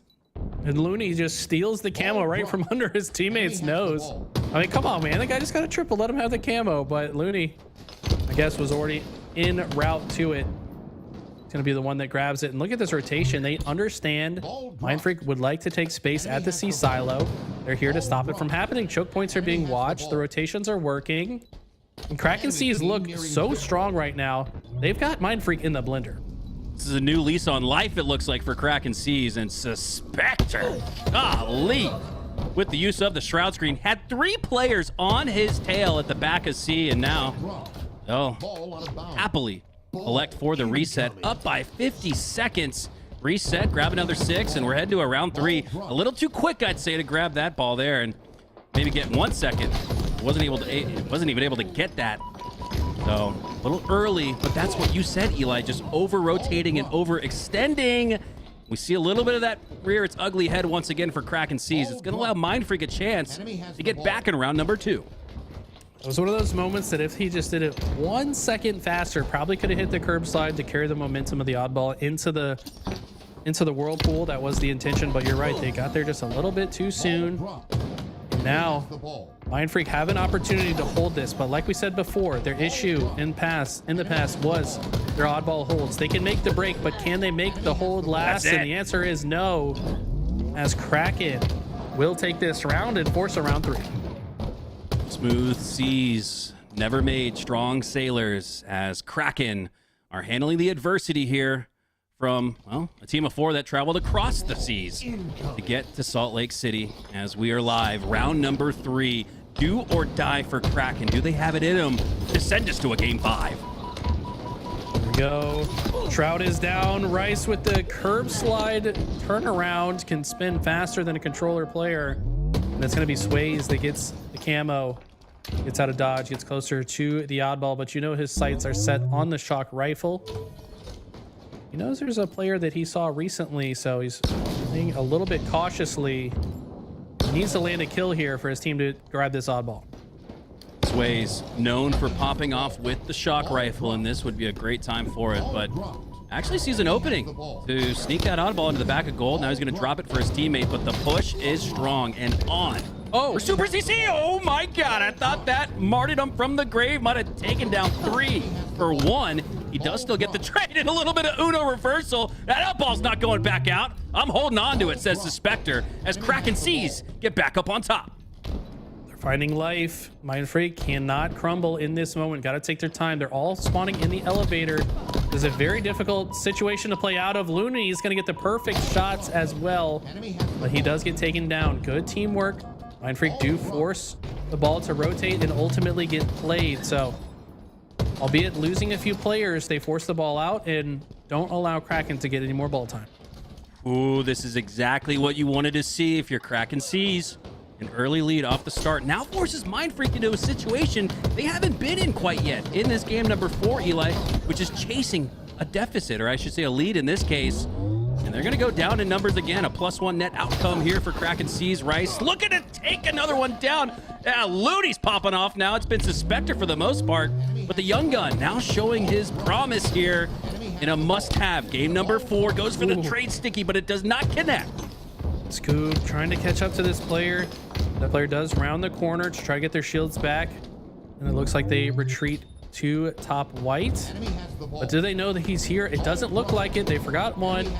Finally do take him down and now look good to get some ball time. Got 3 players here. But look at this. There's a flank coming in from Kraken C's and they're going to stop it short. By not having an advantage in round number 3, the advantage and the power-ups, that ammo, has been in favor of Sways and the rest of Mindfreak. They just haven't been able to do much with it. And another camo falls. And the lead continues to grow for Kraken C's here. Mindfreak looked like Kraken C's did in round number 1, chasing and chasing and chasing, and it's not doing much for them. Both these teams so good once they get into control. They're flowing so well together. Mindfreak need to be steadfast in their pushes. It's still basically a tied game, if you ask me. And Mindfreak in control of the map right now. Have a great setup here in A. They've got the cross extension. But look at this. Look at the process from Kraken. They want to kill this player gold first so they can have an easier time crossing without taking damage. But Super CC exposes himself a little too long. Mindfreak only needed one sequence, one play to get back in this game and back on top with the lead. And it's rolling 33 and counting for them as Envor staying alive at the camo box, now rotating his way towards the bottom of the elevator as a one-shot opponent that he's going to clean up on. Doesn't take any of that sticky damage, which is going to bode well for him as he chases out the damage. But the grapple hook from Barcode gets him out of dodge into safety. Jesus Christ, that's Jason Bourne. Did you see that man moving and grooving? How did he survive? That was insane grapple movement out of Alex Barcode. This guy's insane. Jesus Christ, it's Jason Bourne. No, crikey, it's Barcode. And Scoutmeister now with a triple kill secures the ball and possibly even the camo in one fell swoop. Mouse and keyboard on top. Rice looking incredible right now. Kraken, I want to say outslaying pretty significantly this game, but it's been the objective efficiency that have earned Mindfreak this lead and now are favorites to close the series in this round. Sways needs to get a kill here. That's a big one as 2 do go down and the ball might be forced to play, but no, it's 4 dead and more ball time will go to Mindfreak. 4 dead and a near 4x on the lead. In the blink of an eye, Mindfreak might just send Kraken C's down below the depths to the lower bracket. Last push right here, right now. They know it. They don't have any time to wait any longer. Envor with the clutch kill. They get 3 clutch kills. They've broken the setup and they said, Mikowski, shut up. We still have a chance to win this game. They only need 70 seconds now. Mindfreak just need one good break. They can afford to take their time here. That's a bit of a stretch, Eli. I'm gonna have to pull an Eli here. Well, actually, 70 seconds is quite a long time to accrue in Infinite. Mikowski, as they do cut the lead in half here, 40-84. But you're exactly right. Kraken C's have an arm sticking out of the grave. They're back in the fight. Mindfreak see the rotation ahead of time. Look at the positioning from Barcode. They did get the cross, but players are dropping. That ball's going to be played as Sways and Barcode continue over here. But look at this. They might end up giving better spawns to Kraken. Sways will clean that fight up, but Scoob has the grapple, hits the grapple slide and gets the perfect rotation to C, and he might have just won the game off of that. This might be it. Only 8 seconds left, and Kraken have to get on their high horse. The Spectre pushes in, gets the melee, but it's not enough to finish his opponent. They do reset the oddball, and Kraken C's actually is probably going to spawn at gold here. This could be a situation where they get wiped off the floor, but come out in a better spot. This is getting mixy. Super CC under heavy fire. It does die before he can round the corner. Mindfreak find 2. It's a 3v2 on the map right now. Rice getting aggressive with the reach out and some clutch shots. I think that just sealed the round. No, the ball still cannot be picked up. How many times will we say we think that seals the round before it actually ends? Kraken Seas aren't close in proximity to that oddball, but they do have the angles to prevent Mind Freak from going and grabbing the final 4 seconds. Instead, they're going to need another 4 down, and just as I say it, they get it! Mind Freak go on to the qualification round! Oh my God, these Aussies have ice in their veins, clutching up when it matters. We saw Kraken show some major signs of life in that round number 2, but the Australians didn't travel this far to only come this far. They move on to the qualification round. Fist bumps all around for the boys from ANZ, but don't count out the likes of Kraken Seas and Envor in the lower bracket. That's going to be a hellish fight for anybody who faces them. As we are getting really, really down to the nitty-gritty, we have qualification matches coming up next. What a time to be alive. This is my favorite moments of the tournament, really. We're lucky that, Champ Sunday is pretty awesome. We get to crown a champ. But to crown a winner of the open bracket, I don't know. I like it equally as much. Might have a interview. Hello? Anyone there?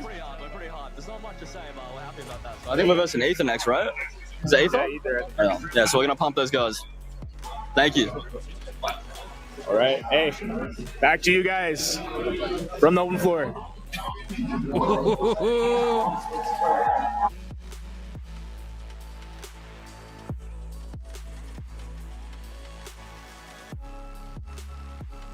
Okay, I think it's back to us.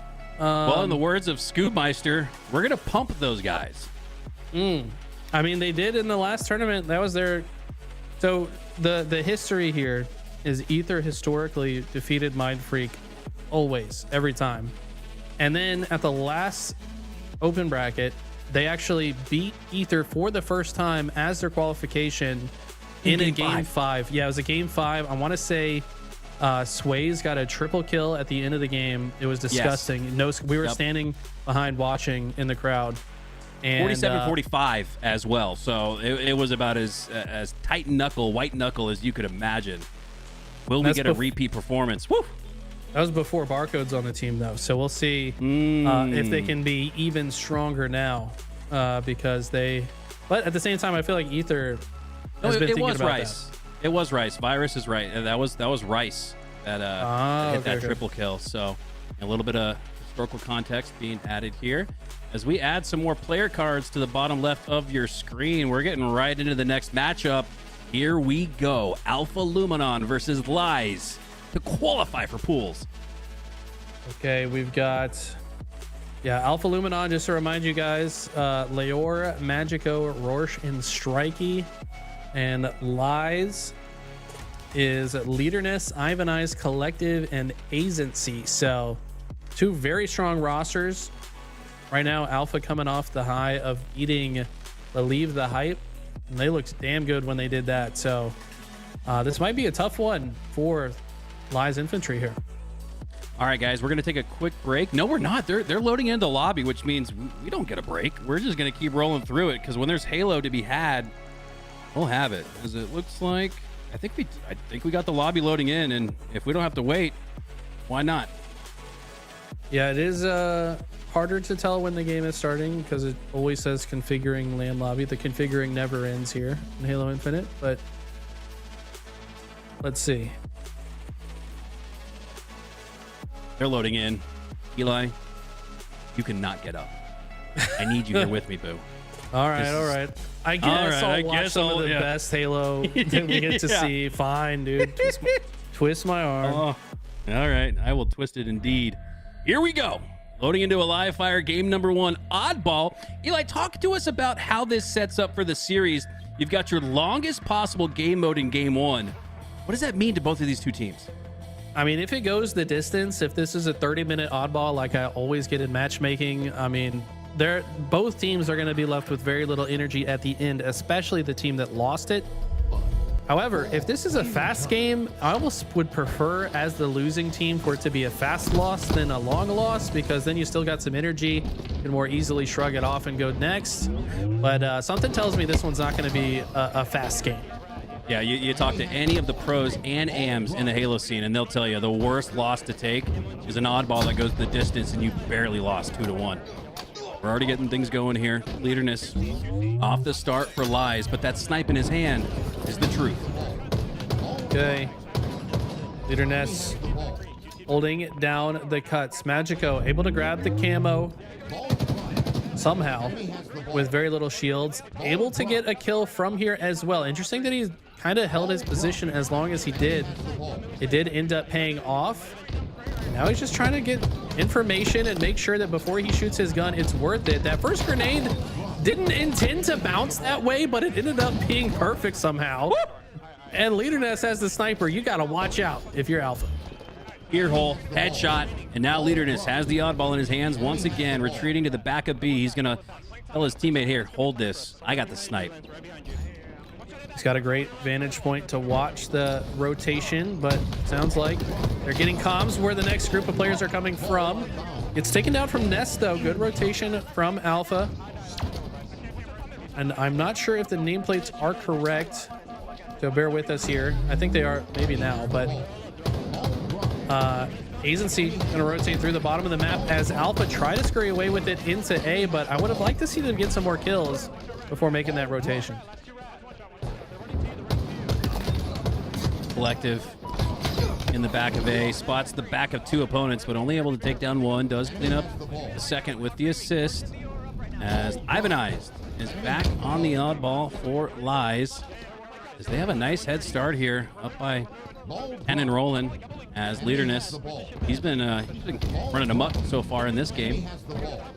As we got both listen-ins available to you guys, let's jump into one early. I want to see what Lies sounds like, up by double.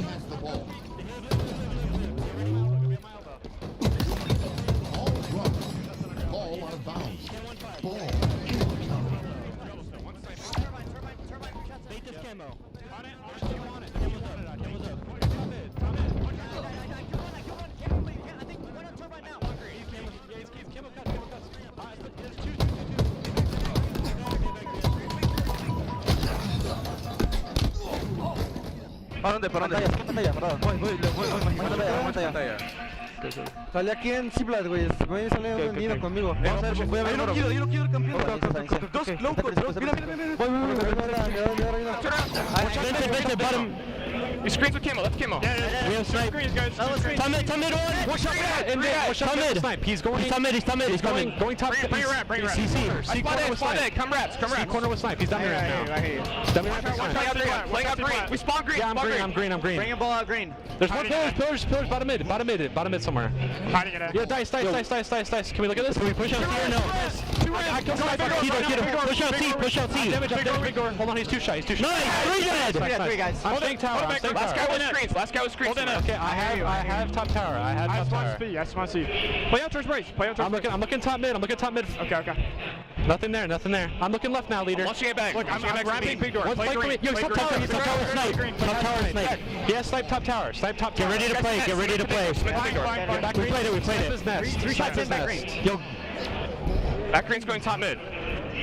get together whoever spawns. Get together with leader. Come in with people. Nest, I can't go top mid. I'm on bottom mid. I got damage on ball. There's two dummies. Yeah, two sniping dummies. He's no damage. Cuts. He's bottom cuts. Yep. We're staying together. Another one there. Yeah, top cuts and elbow. Nice. Two dead. Don't die. I'm hitting top mid. Yo, on the already here. C corner. There's two here. Yep. Top mid. He's gonna cuts. Okay, look cuts then. He's gonna be our free kill.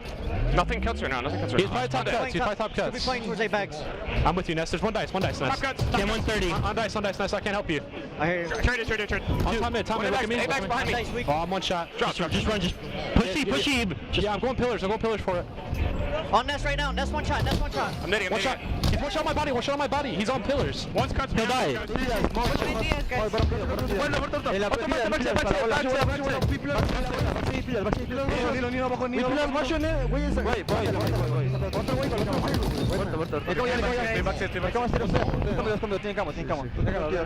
yo no sé si es pila. Pila, Casa por aquí. Salíme, güey. Les veo. Jueguen por aquí, güey. Sí, vete, juega tú, tranqui, Ahí, cuidado. Está en mi alador, dos tomis. Le pego. Cleo. No, güey, watch dos. Jódala. No la jugué, güey. No puedo tango. He's about to run out in 2 seconds. Yeah, he's screens. Play up keys. He wants green. He dropped key. I have all green. Okay, where? I'm sitting A bags. We're all separate lanes, guys. Yeah. Back door, 2 back green. Step in 15. Nice, I have damage back green. Turbine after that. What the hell? Nice, you're green dead. Come to me. He's gonna be a top middle. Yeah, top mid. He's watching top mid. I spawned. Another one close. Nice. One training. I'm going your A plat. Don't his training. We gotta kill his training kid. Nice. Shoot that. I have your One is mud. Yep. He's front net. Yes! 3 net. Top middle. He has snipe. 2 up. He's probably A bags. I hear you. Yo, are we watching top mid? I spawned C. Yeah, he's A bags there. Top tower snipe. I hear you. Shut on! There's one top tower. What snipe? He's nice to kill this one tower snipe. Yeah, play ball. Nice. Back Two shots in. Last two green. Don't challenge. I'm living with snipe. Yeah, they're gonna push pillars probably. On top cuts with snipe. He's on my cuts. Cuts with snipe. Nice. That's not my green, Drew. I didn't get snipe. He's cuts with snipe. A plat, 3 shots in. He's out. Screen one shot. One shot key. He has snipe going cuts. There's 2 cuts. Alright. Nading it. Big door on me. Snipe is on low cuts. Snipe is low cuts. Absolutely green. Nice. Yeah, snipe is low cuts. We can go in the green here. Or go garage. We're A plat right now. Yeah, snipe is gonna be A bags. I'm going your garage right now, Drew. We're gonna hit this fast. I have damage on ball. He's 2 shot. Top 8, 2 shot. Nice. A pit somewhere. He's turbine weak. Yo, on us. Nice. There's one turbine. Turbine one shot. Cam 120. I'm one shot here. Walk rat. Looking rat. Nothing rat. Nice. Let's get back. Playing it. He's on me. He's bags. Nice. Good shit. Come on. One more round. Good shit. Let's go fucking Zeno. Good fucking comms. Good shit. I'm going cuts, leader. Alright. I'm looking big door. There's gonna be one getting info. Don't forget. I think big door, yeah. No, he's not there. He's not there. Out one shot. He should be weak. Two I don't see white wall. There's 2 A bags. I'm living back green. Low cuts. I hate 2 green. Yo, A bags again. 2 bags. I got one. Oh my god! Bottom middle right now. Taking ball. Cam 110. I'm coming. Top middle. Dead. Bring it in. Bring it cuts. There should be. Cam 1 up in 2. Cam 1 2. Can someone? I spawn here. Cam 1's up. Cam 1's up, guys. Too big door. Too big. He's back A. 2 on my dummies. You gotta waste the snipe. Go C, 2 and A. Yo, cut it. Turbine one shot. Another one shot. There's gonna snipe on my body. They're gonna have a 1 clip snipe. Yeah, try to pick your key. He's throwing nades. Back up, Bryce. I'm with you.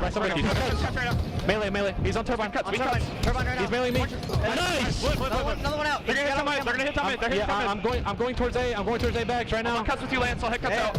Screens. I got sniped from screens. 2 there. 2 screens. One has camo screens. Camo's small door. Camo's dead. Another one, window. Yeah. He's A. I traded.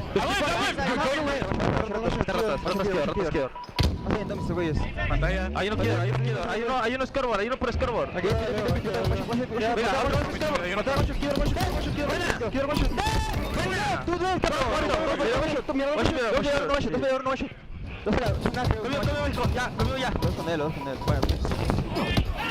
Estamos bien.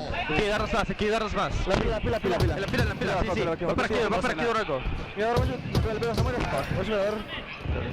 Te ayudo, misterio. Hay uno por ahí, Firkill. Cuidado conmigo, pendejo. Fuera, no lo veo, medio pantalla, no lo veo. Cemento, te ayudo. Cemento. Te lo fallas. Buenas, cabrón. Sí, estamos bien. Van a anotar otra vez, van a anotar otro training. Salida. Ahí, bueno, apenas. Sí. Dos Tommy. Está solo. Ya morí. Ahí no quiero. Dos en otra vez. Chill. Ya vete. Una pila campeando y la bola. No, ya no puedo avanzar, güey. Mucha top torre y tiene que... Aguanten. Se acercamos, no sale nada. Va a pushear Coche conmigo. One shot dummies. Dos dummies. El Camo está dummies también. El Camo está dummies también. Tommy para el drop, maybe, cuidado. Dos. Hay que verlos.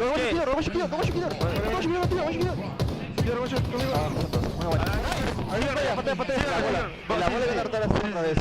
Enemy has the ball. Hace nervio este güey. Inject these comms into my veins as the energy has been electric. I'd actually argue, Eli, on both sides. It sounded like Alpha had equal the energy. They're just not equalizing on the scoreboard. It's been all lies. Yeah, I feel like lies maybe a little bit more in the energy department, but might also be because they're speaking my native tongue and I actually know what they're saying. But Alpha definitely sound very hyped up right now as well. The Slays have been heavily in favor of lies so far.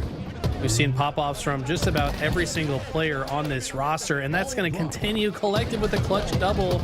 Might just make it 3 with perfect shots. This guy is on fire right now. Collective collecting dog tags for the 5 perfect shots. He's looking for one more. Was at the top of the snipe tower, but seemingly off their mark as Collective gains another one. Bitterness down momentarily. Agency goes down as well.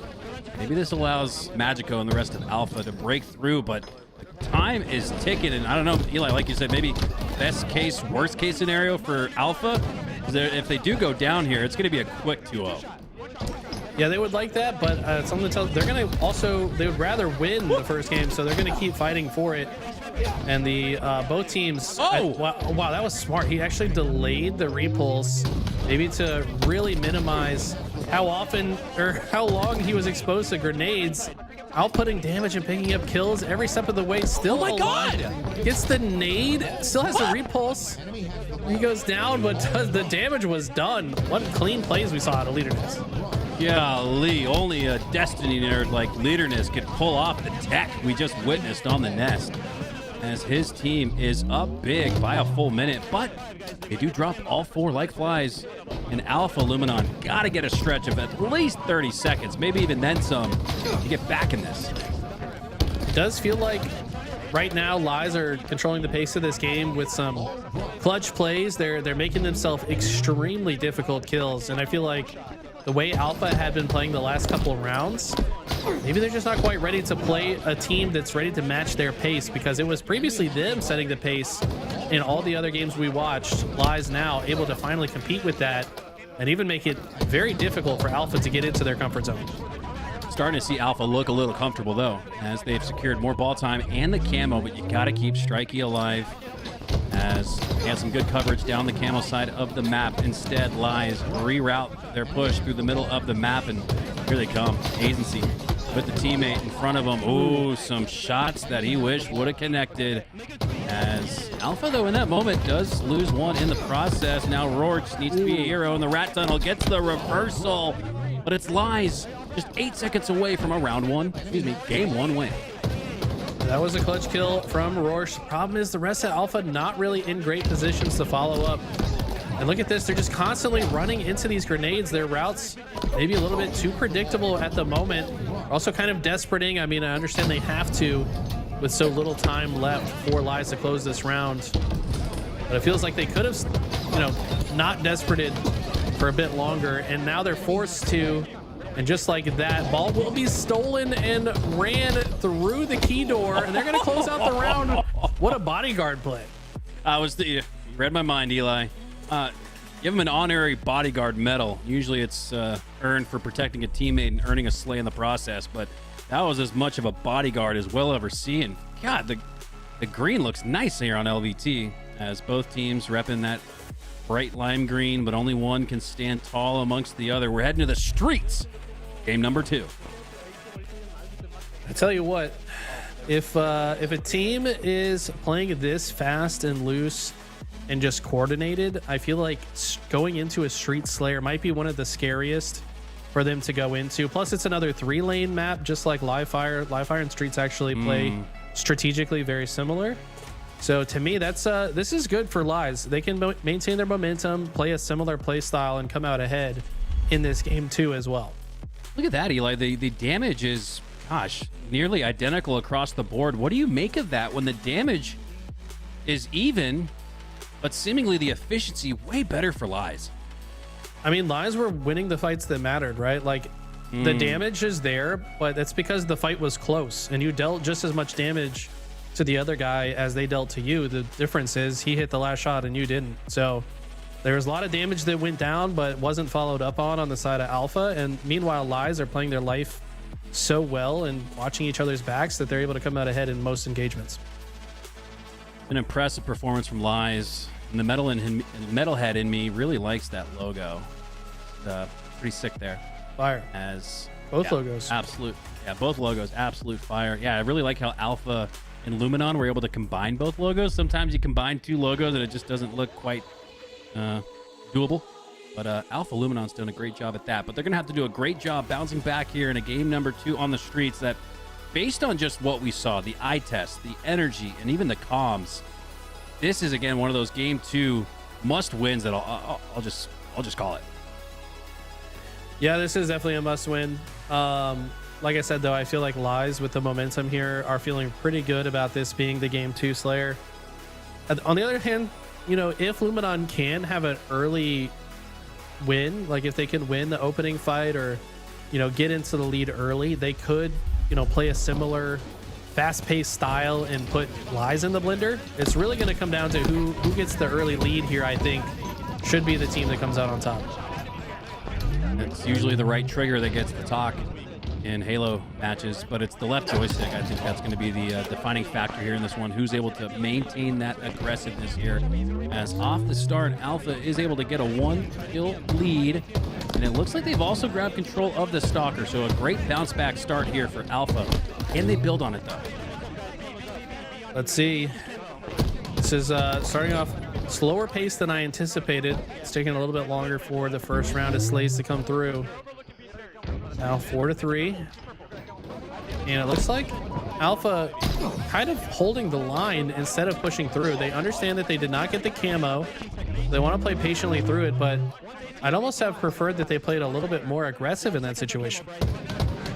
I agree, especially in a series where aggressiveness has been the name of the game. You got to keep your foot on the gas pedal. As we're tied here, 7-all, as Collective gathers himself on top of the shotgun box, but goes down. Great use of the numbers advantage there, turning a 2v1 into a sure thing. Strikey with his teammate here, rotating towards the purple side. Lies don't have a lot of space. They don't have anyone on the B side, so they're heavily focused on the purple side.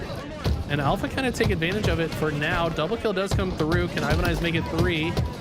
He does. And now it's Lies to have a 1-kill lead. Map positioning pretty much even though. Neither team has like a strong foothold on the map. I agree. It's still way too close to tell. But in the, just as I say that, 4 go down for Lies. So maybe a little bit further spread than I thought, as Alpha now claiming themselves a 2-kill lead. More importantly than the 2-kill lead, Eli, is that they've got Lies spawned in a trap at the back of Tram. They've got to collapse on this and find a way to continue with that numbers advantage. But despite having their back against the wall, Lies are going to earn the team wipe. They played that so well. They waited. They knew the aggression was going to come through from Alpha, so they sat back, used those choke points as grenade holders, and just let Alpha run into their grenades. They were able to secure the camo, but look how back and forth this is. I mean, Alpha answered back by shutting them down off of spawn as well. Both teams playing very well at a disadvantage. 17-all. After 2.5 minutes of gunfights and melees, as Rorch occupies his space inside of the cafe. He's got a player creeping up from the purple stairs. 3 go down once again for Lies. The last player standing at the benches, and appropriately so. He'll take a quick break and head back to the respawn screen. A 4-kill lead now for Rorch and Alpha as he secures the triple kill, and probably would have gotten the overkill. You can see him almost like a dog sniffing out who he's trying to find. Couldn't find him. And now they're the ones that are on the C side of the map. In my opinion, the harder side of the map to play out of. But Rorsch is playing this very well. He's just going to be eyes in the sky from that balcony. The rest of the team has opted to switch through this B side. Magico's checking to see if Lies have extended to purple. And they did momentarily, but then they route back. So we're in a bit of a standoff now until Strikey finds a kill with the Stalker from Music. Leaderness going to pick it off his body. and get some good damage. That nade might connect as well, but very interesting. Both teams playing a similar strategy on opposite sides of the map. Leaderness was nasty with the snipe in game number 1. Now he's got the stalker in his hands as Collective trying to stay alive in the tire shop, trying to help his team. And I believe that was Leaderness that just went down on the caution tape. So a great slay there for Alpha to omit power weapon, really the only power weapon on this map, as they're still up by 3. Can they extend it to a team wipe here, taking down Collective? Yes. Okay, getting into the nitty gritty here. It's still a 3-kill game though. Leaderness with a clutch double kill. That's going to keep them alive in this. You have to imagine if he goes down in that situation, that this could get real ugly for Lies real fast. They work together to clear the last member. A member of Alpha just cut straight through the center of the map. Who is this psychopath? He gets taken down. I don't know if I agree with that play from Alpha. That might be an opening for Lies to take advantage of. Uh-oh. Leaderness is starting to heat up. He feels like a game changer in this series as Magica goes down to the 5 perfect shots from his opponent. 31-32. Lies are coming back. Lies are coming back due to a couple unforced errors out of Luminon. But they've answered with a couple kills of their own. Haven't dropped a player here. Neither of those kills being traded out. That's massive. Finally, one goes down to a grenade. But look at the positioning from Roar. She has the long angle to oversee this entire engagement, help his teammates, gets cover fire down. Looks like Shroud is going to block his vision. That's such a smart Shroud from Lies. That might be how he breaks in and kills him. It is. That was a huge clutch play out of Lies, but they're still down by 3. Yeah, it would have been a 4-kill game there, or maybe even more. So big ups to Lies there to keep it within 1 possession. 1 team wipe now needed. Go up by 4. Used to be 2. As Strikey will fall on the cafe. 38-40. We're in the end game, folks, and it's still too close to call. This is a must-win situation for Alpha. I feel like to blow this lead and go down 0-2 in the series could be the end of their winner's bracket run. This is the winner's semifinal qualification match, if I'm not mistaken. Yes. And now new camo is up. Both teams into the 40s. It's still a 2-kill lead, but how's this one going to end here? Leaderness grabs the camo. What's his next move going to be? Does he work down the driveway? No, he's going straight through the throat. The bottom mid. As he approaches the benches, needs to get this quick melee cleanup tap to stay alive and secure the slay, which he does, rotating around the middle of the map. You can only do this with a camo, Eli. Great sense of awareness here from Leaderness. Now he's putting in more shots, taking down an opponent. We're tied 43-all, and Lies have regained the lead, but no, we're tied once again, 44-44. That was so smart. They waited till he was behind them before he started shooting. He wanted his teammate to be able to follow up on the damage that he had. Otherwise, it's useless damage. Beautifully executed by Lies. The infiltration is complete. But this is going back and forth, Hunter. I can't follow it. They're tied at 46. Tied 46-all. And now Alpha are in the lead, up by 1, 48-47. They've got to work their way out of C. Lies have done a great job dismantling that position. I'd like to see Strikey push out towards the cafe, but he needs help. I think he senses that there's too many numbers around the corner as he backs up. Lure, though, is advancing that line of scrimmage out on the arcade. 47-48. We have a momentary standstill, and we might have to wait about 30 seconds to a minute before the next slay. But once that next slay comes through, this game will wrap up quickly afterwards. Interesting to note here in this standoff, 30 seconds till the next camo. It's likely bait. I don't think either team is going to go for it. They're all going to just confidently hold their positions, try to fish for intel. They need to know where things are. They're grabbing these stickies. Interestingly, uses one to grab the next. Let's listen to these comms, actually, as we go into the end game. These guys are going to be trying to make a play on this camo. Top C still. Camo in 5. Don't take too much damage here. Get your shields. Yeah, I'm not. Still top C. Yeah, one's music. Camo's up. Sweet, top C. Bottom steps weak. And your music still. And your music still. Right now with Stalker. Still in music. I hear that. Be real with Stalker still. Can we get the camera? Bottom C. No. There's, Gonna go for camo. They might swing Guys, that. bench.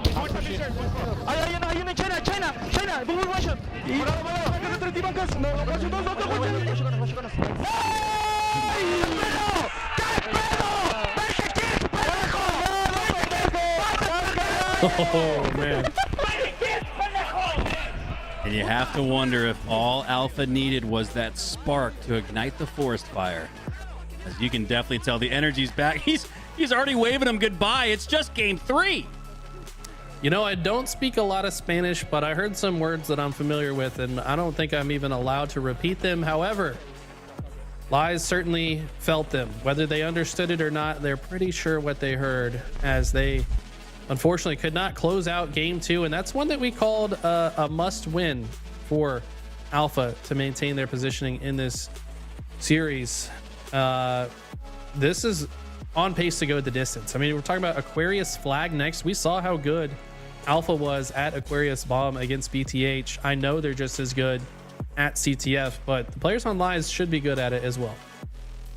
I see a request in chat for an update on Believe the Hype, so let's give it to you. As I check the bracket real quick, this series tied 1-1 as we wait for game number 3. It looks like Believe the Hype is taking on Omit Black, and we've got no scoreboard updates, so you're gonna have to get that information from the venue floor. But Believe the Hype are still alive, and we are still rolling. Interesting to note, Eli, game 2, usually a break afterwards, and we're going right into a game 3. I think that benefits Alpha. I'm surprised that Leaderness and the rest of Lies didn't just back up from the setup real quick and let Alpha cool off a little bit, because they're on fire right now. Yeah, if you guys are unfamiliar with the break structure, it's after games 2 and 4 that both teams are allotted the opportunity to take a bathroom break. After game 3, they're actually not allowed. So we're basically guaranteed to see back-to-back games here, 3 and 4, with no breaks. And I think you're right. I think that does favor Alpha, as they're the ones that just came off hot with that second map win. No breaks, all gas. Here we go. As Magico secures the camo, it's an even 2-2 split off the start. Magico, other than shooting his opponent, gonna ping him instead, go for the weaker opponent on the other side of the B-stairs, and then clean up on his initial ping. Love the process being played there from Magico. That's heads up Halo. Heads up Halo indeed. And look at the push here, waiting for the teammate to go first. I don't know if even either player was seen. They're going to use brute force to force their way into the base, but that's a big shutdown from Agency in the util. That's going to make this flag a lot harder for it to go home.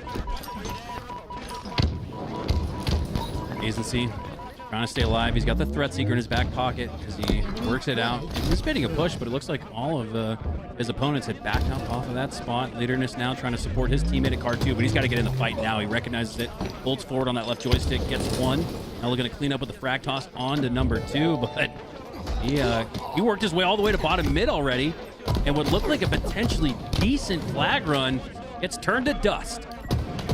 Okay, flag is gonna be ran past. I like this from Luminon. Don't waste any time. Don't sit back. That flag will return on its own. If you know you just got 4 dead, this is the opportunity to strike. And we still got 2 geese. Okay, make it 1 goose on the side of Lies infantry. We got now 2 breadsticks.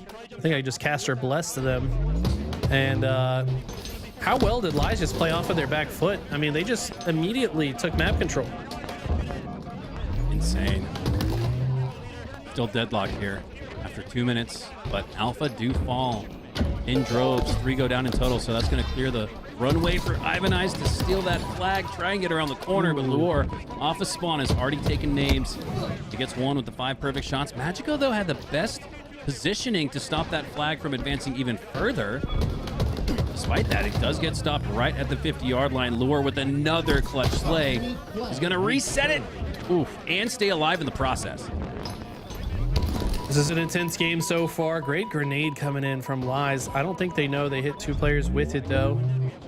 Leor's going to patiently wait here. Sometimes it'd be sneaky and have it pay off, as it does. Picks up a double kill before being taken down. It's a 2v2 situation on the map.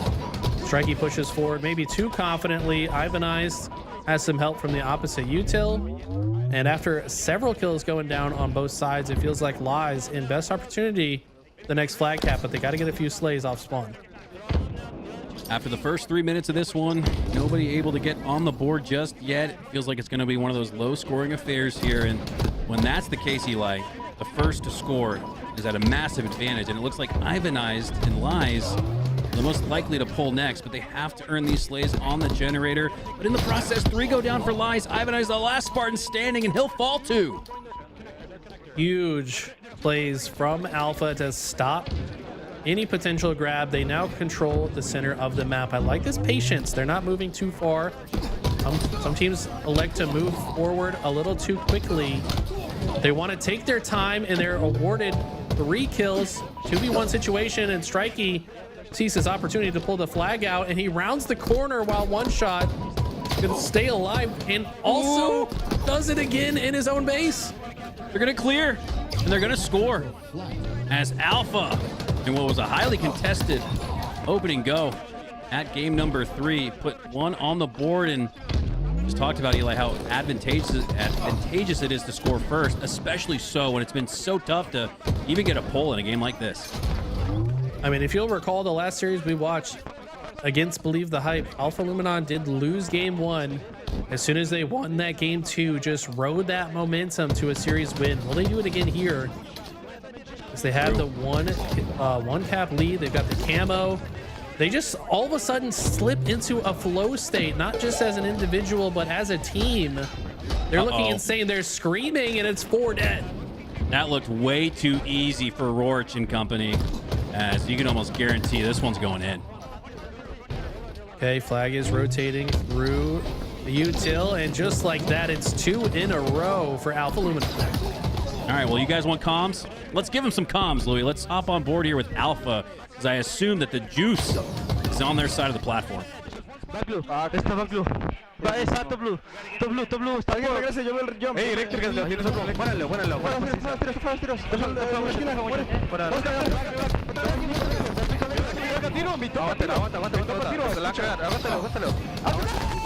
Mi conector y mi puente. Mi callo y mi shroom. Dos mi shrooms. Otro más. Sí, los voy a volar. Mi top ya saca. Saca guacho, es estúpido. Guacho, le saca. Dos manchos. ¿Dónde está? Va por P. Mátale P. Tira. Falta una.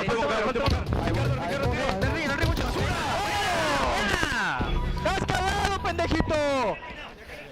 Voy. Te he ido rechicha. Yo te voy a ayudar.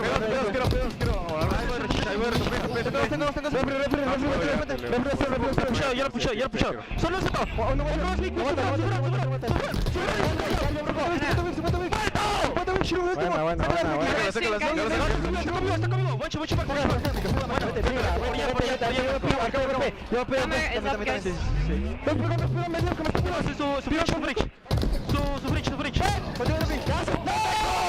Camo. Bueno, nada. Camo, dos.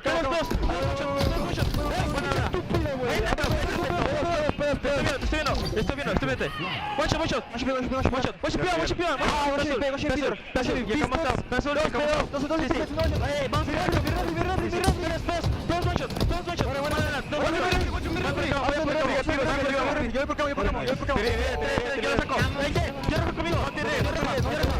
Ya en roja. María, ya roja. Había uno por conector, ya en roja. Buena. Y no suyen. Cartel por su P1. P1. Está por su front. Estoy guancho. Borra mi no sé. Te ayudo, Borra mi feto. Mírame. Tiro. Carlos. Buena feto. Ahí, por ahí. Por ahí. Me vas a pasar, Feto. Aquí ni de Pigón ni pedos. No mueran, detienla. Estoy bien, güey. Mi P, güey. Lo veo. Dos conmigo. Tres. Ahí no, mi top black.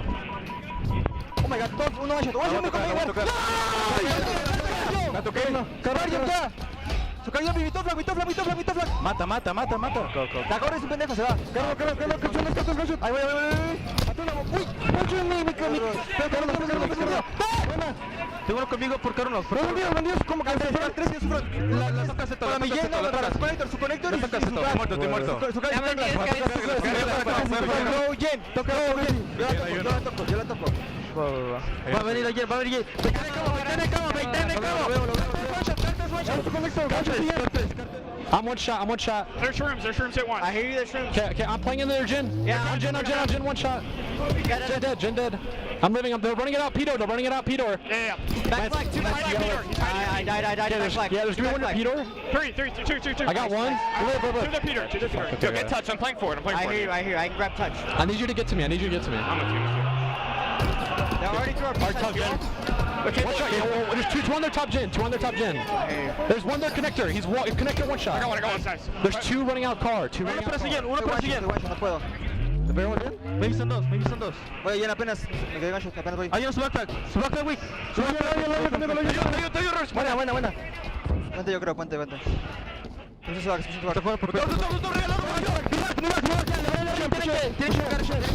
No, weak. No, me maté. Está weak, chill. Checa, quiero ver contra. Nice. Buena. Pushaste a la muerte, si puedes. Shroom. Buena. Pidos. No puedo, estoy pushando. Pon de mi lado, 2 tiros, lince. Estoy avanzando. Otro más conmigo. Murió. Conmigo, 2 muertos. P1.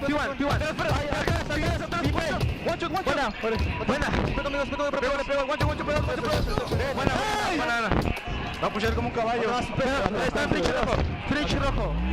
Pega a tiro, pega a tiro. Chill. Y Fritch rojo. Te digo P. Espera, no puedo. Están pegados a 3 güey. P1. Perro.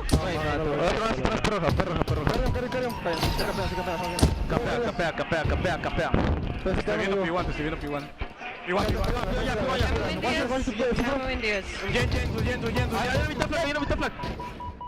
¿Seguro? Sí. Está en P. Voy P. Está su puente.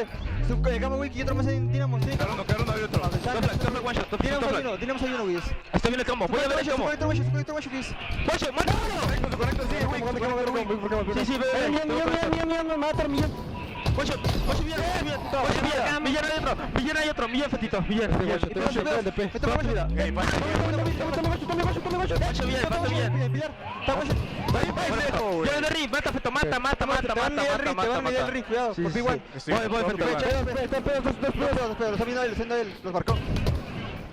Estoy contigo.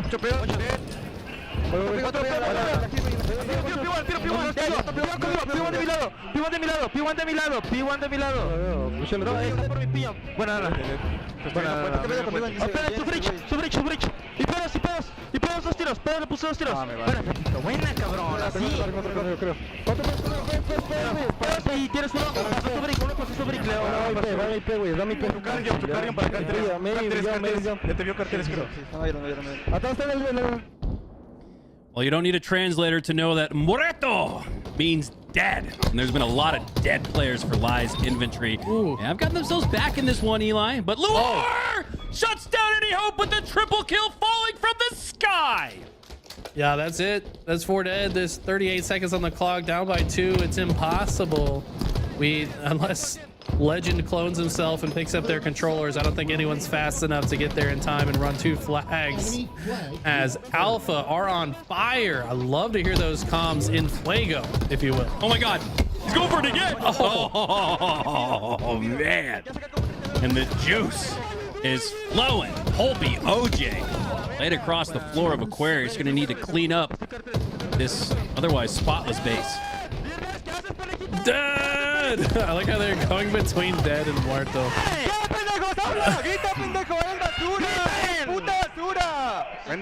Oh, that's basura is trash. I know that much.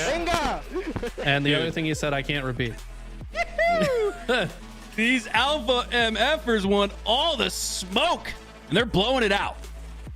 I mean, how do you face off against that level of momentum? I mean, these guys, they're not only going to beat you, but they're going to get in your head between games as well. If you're on the side of Leader Nest and friends, like, they just have to drown out the noise, focus on themselves, play their own game, because right now feels like they're falling into the trap of playing Alpha's game, and that's why they're having such a hard time.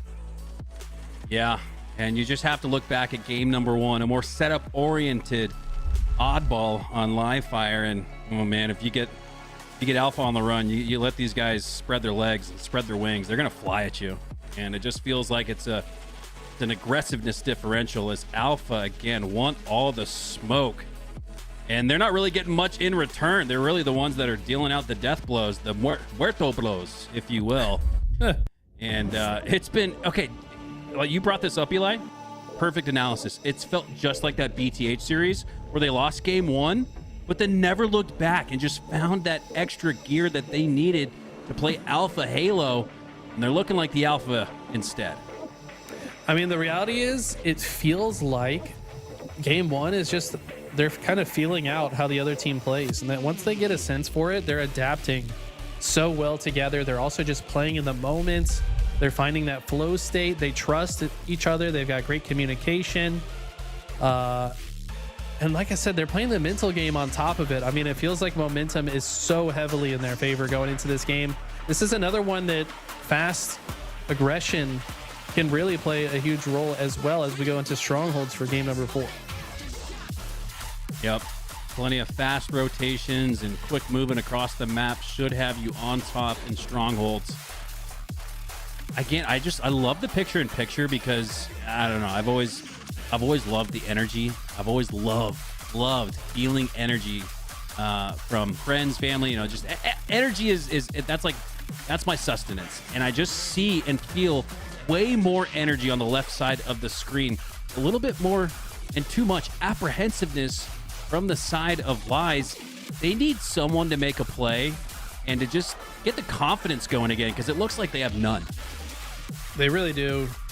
It's so hard to. You have to be so mentally resilient to come back from a loss like that. It's like, yeah, they got that one flag cap after the standoff, but I mean, Alpha they were playing their own game. They burned so much time off the clock just for them to cap that one flag because they held the standoff for so long. It's like it didn't feel like at any point in that game did it feel like they had any control at all. And it's not easy to shrug that off, especially when they're standing up and cussing at you in another language after the game. I'm being honest. It's a difficult proposition. And in game, I mean, they were dropping the trash talk in game. Some body shots we saw there from Alpha as well after winning a crucial gunfight on P2.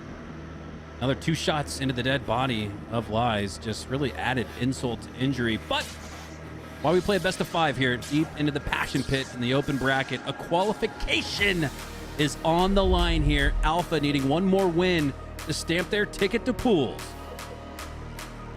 Okay. See confident faces on the left and maybe a little bit timid on the right. I need to lock in here. Play their game. The opening is going to be very telling about how these players are feeling. Well, here we go. Off the opening. We're hopping on board here with Leaderness, a star-studded player in game number 1, but we haven't quite seen Leaderness look like that in games 2 and 3. Can he get back on his skis here in game number 4 as Luor drops a backspack and probably some more trash talk? All 4 go down, and Alpha are going to secure the trip cap off the start.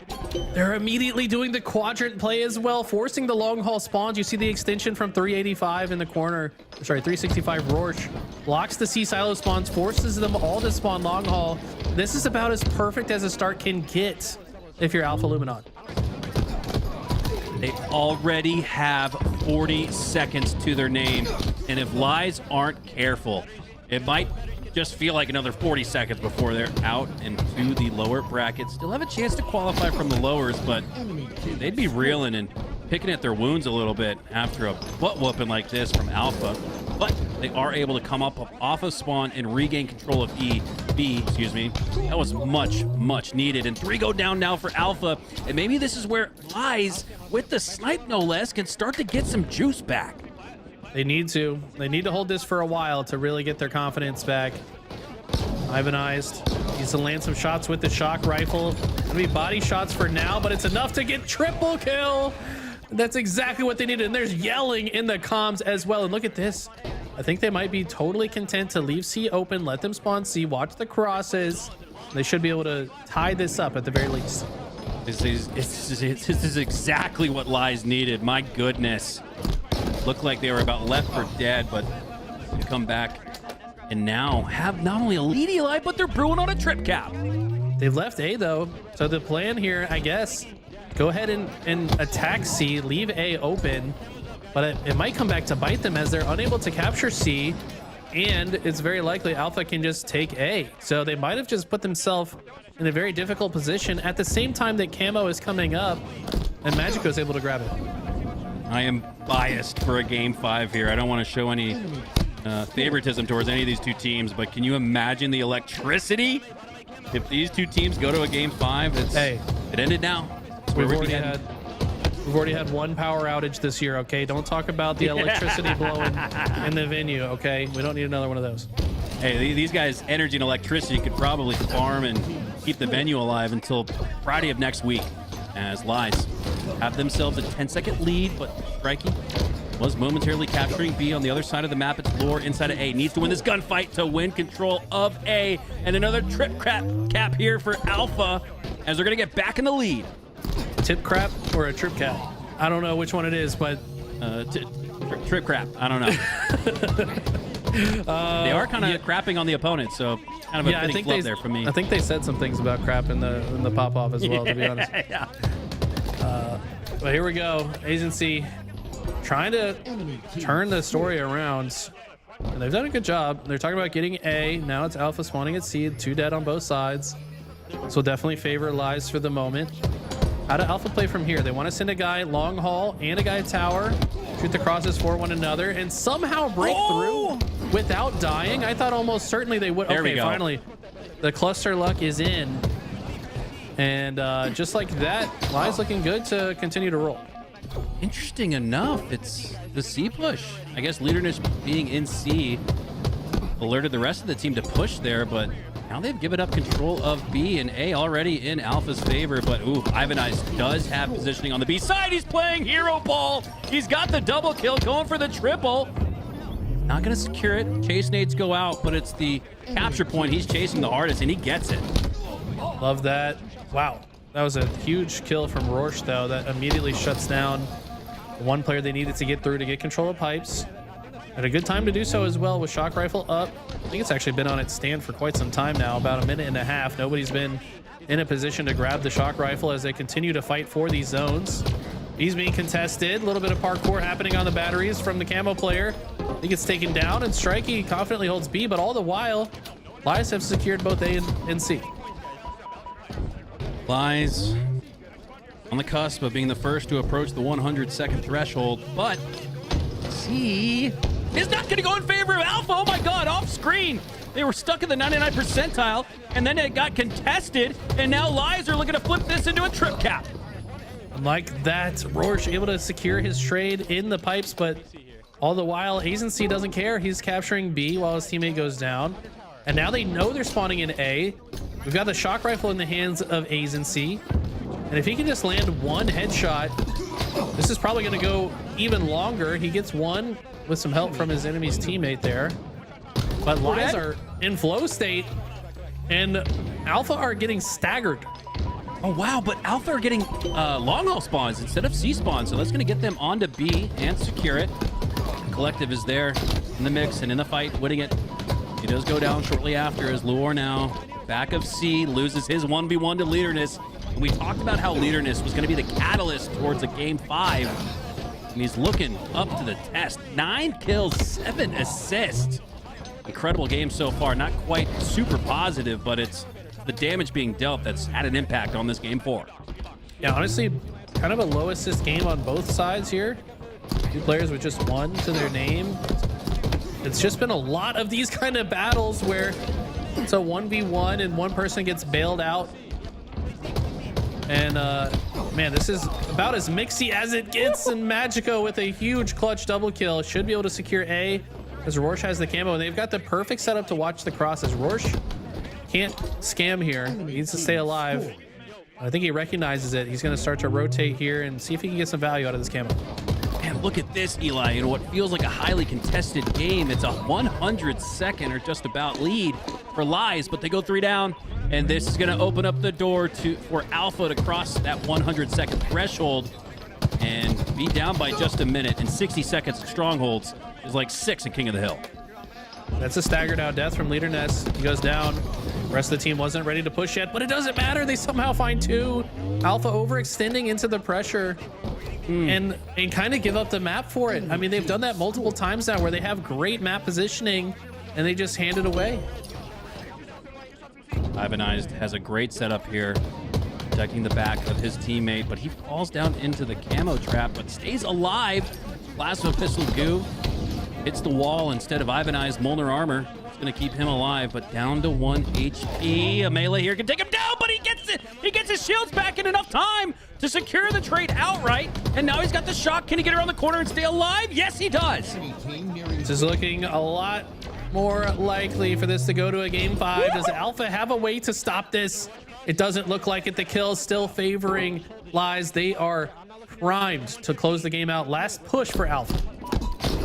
10 seconds left until we get what we all want, a game 5 to qualify for pools. As Ivanized sets his sights towards his opponent, and Pino's huge! He was the last Spartan standing, and he comes up with a clutch play. Alpha still gonna secure a likely trip cap, and they do! Oh no. Oh, but a barrel stuff no-scope to the face! And a killing spree for Ivanized might just secure it for Lies. They gotta get on a point. Gotta grab a point. I don't know if that's gonna do anything though, because they've been dying all the while that he's been popping off. Alpha just secured B with 3 dead. They can do this. This comeback is possible. Lies really in the blender right now. Let's go to a listening with Alpha.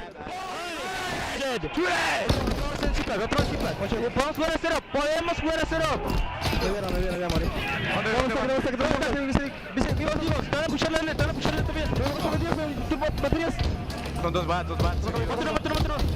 Otro más, guacho. Comió bats. Oh god. Me va a matar. Oh, me mató, bro. Oh, what a nade toss! That could be it! Roche misses the curb slide. But he still gets in with 1 second! Oh my god. Oh, I think that surely that's it, right? Yeah. They can't stop both, can they? Yeah.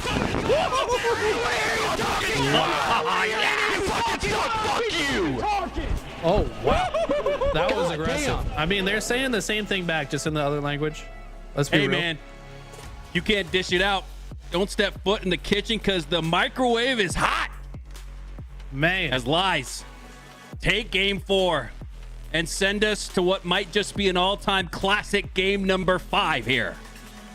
Y'all better have the cameras ready. If you're there in the audience, you've got to record the generational pop-off that's to come. There is so much tension brewing between these two teams. It's going to come down to a game 5 Slayer. And I feel like both teams probably really afraid to lose this. They know what's coming towards them if they do lose this game.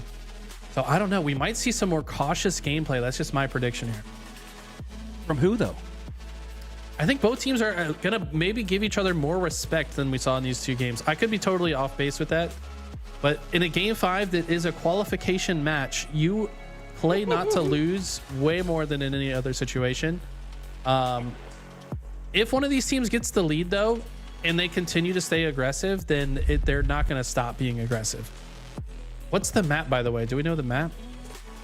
Yeah, we need to take a look at that series layout, Louis. If you can momentarily slide us over to that and then go back to this picture-in-picture. Are they taking a break or no? Because we didn't get a game 2 break, so this would be their only other opportunity. One player has gotten up, at least. Maybe even 2 for Alpha. So, yes, okay. One player has gotten up for Alpha. So we are going to see a momentary break. Ooh. Oh, and it's Origin Game 5. What's Christmas in August? This is going to be insane, man. This one, and this is what I talk about, though. This can slow down because it's very easy to kind of go beyond the point of no return on this map, right? Like if one team has control of half the map and your team has the other half of the map, there's a certain line that you just can't cross or you're probably dead. So, and I know that these players are all good enough to have a keen understanding of that. And I think we're going to see a pretty slow-paced game 5. It does feel like we could see that, but once that snowball gets pushing down the mountain, it's going to build momentum and strength and size. I think that's what we're set for, Eli. I do think maybe we have a few early standoffs here, nobody wanting to make that one mistake that could crush your dreams here in Salt Lake City. And now we're starting to see a little bit more enthusiasm, the tepidness and almost shy and awkward vibes that we got from the right side of our screen is back to just playing Halo with the boys. Game 4, that was exactly what Lies needed. Now they're looking confident. And now there's even a little bit of doubt creeping in on the side of Alpha if you just kind of read the body language, and I could be completely off, but it does feel like the tides have shifted in Lies' favor. I don't think there's any doubt. I think there's some masterminding happening right now. I think they're discussing a strategy for Game 5. That's what it looks like to me. I think they're coming up with some means to maybe throw off Lies in the Game 5. Let's make sure we jump in as soon as the game starts, because I'm predicting maybe a curveball of an opening strat to come from the side of Alpha Luminon. I could see all 4 on each side go for the snipe. I could see all 4 on each side go for the rockets. I am so intrigued at what we're going to witness in the opening break. I do think that'll tell the story for the map, as far as how aggressive and unsafe both teams want to play this, as we're still waiting on one player. Interesting to note, nobody has taken a bathroom break in the totality of this series for Lies. So they've stayed put in their seats. Their cushion's probably feeling as hot as the series has been so far. Yeah, I would definitely spray it down with some Lysol and deodorant as soon as these guys are done, because I know it's going to stank down there. But what I want to see, though, do you recall in the Open Series when Complexity, off the start of an Origin CTF, just sent a player through bottom mid and flanked around the bottom rocket side? I would love to see one of these teams try something like that and get behind enemy lines early. Gonna be looking for that. Here we go. Loading into a Game 5 to qualify for pools. There are only so many chances left for these aspiring up-and-coming Halo players to stamp their name in Halo history, as we've got just 3 lands left and 1 game to decide glory. It's going to be real intense, man. The opening break, so consequential on this always. There's both rocket and sniper spawn off the rip. There's no delayed spawn for either. The team that can control both gets early momentum and starts the spawn kill. And it's very easy to get stuck in the blender on this mode. Let's see how things play out. Here we go. We are alive. Game number 5 to secure your spot in pools, as Magico works his way straight to the snipe. Only 2 players, 1 for each side, going for that snipe. It looked like both teams elected to send players underneath Eli, and two went towards the rocket, so it's an even split across the map, but the lead is in Alpha's favor, so too is the rocket. I think the sniper as well. Long range rocket goes out. I think it did damage, but not enough to seal the kill. Great routing from Leor to dodge the grenade damage, though. And Alpha, I love this rotation from Leor. Get all the way behind the opposite side. Give as few movement options to Lies as possible. Keep them pinned in that base. 3 to 5 still close, but Leor does have 1 rocket. A free kill falls into his reticle. The snipe is in the hands of Lies, though. It's Collective with it, and this is where he can start to pop off. Collective, one of those players that hasn't really been able to make a name for himself. He's not as known, but extremely individually talented. Can he put it on display here and prove why he needs to be looked out for? Unfortunately, the clamber, I think, was what got him killed there. Accidentally clambers on the top, and now it's Leor kind of desperating for the sniper. Both teams playing a little shaky right now.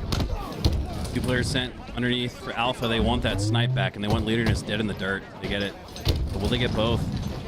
I'm not sure if Alpha was able to grab control of the snipe, but they've grabbed control of a hefty lead in the early goings of this one, up by 6. Entire LATAM region in chat right now, rooting on their boys as they look very strong, basically doubled up on the lead here, make it a 7-kill lead now. But look how fast they're playing. Like you said, once you get the early lead, you can continue to roll. It's exactly what they've done. They do lose some momentum in this one play, so this might be Lies' chance to get control themselves. Let's go to a listen in here with Alpha. Let's see if they've brought the energy back.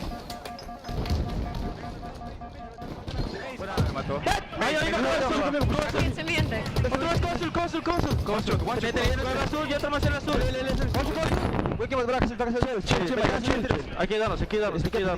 Deme. Rockets and DS. Ese 3 lado rojo, one shot. One shot, 3 lado rojo, maybe silver. One shot en la pared de ese 3 lado rojo. Nos van a pushar mágico, Nice. Bien rojo, one shot. Bien rojo. Ventana roja. Viene más conmigo en rampa roja y ventana roja. Rojo, spawn, voy. Bueno, tenemos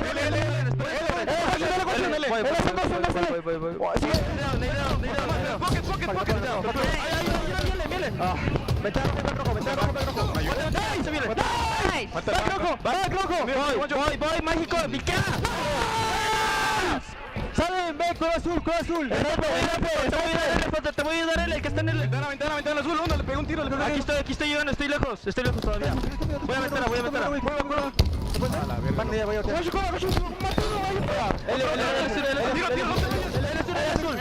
One shot. Bien. Uy, me asesinó. Sí, ya, chill. Hay uno top blue, va para ese dos lados. Va a haber uno mesa azul. Ahí es uno. No mueras, ese uno. No mueras. One shot. Help Bryce. There's two. More cave.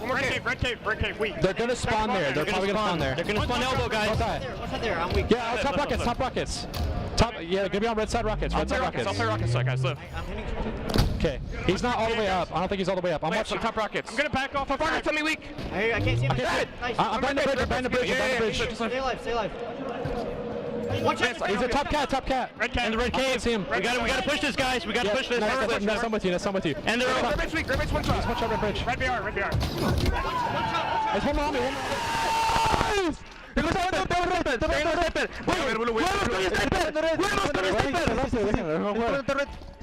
Estoy en Rocket, boys. Todos blue. Trincheras uno. No, trinchera, bro. Ey, trinchera, los flanquea abajo ustedes. Trinchera abajo. Te lo juro, abajo de ti. Gale que sí. Clear. Conmigo en ese. Voy.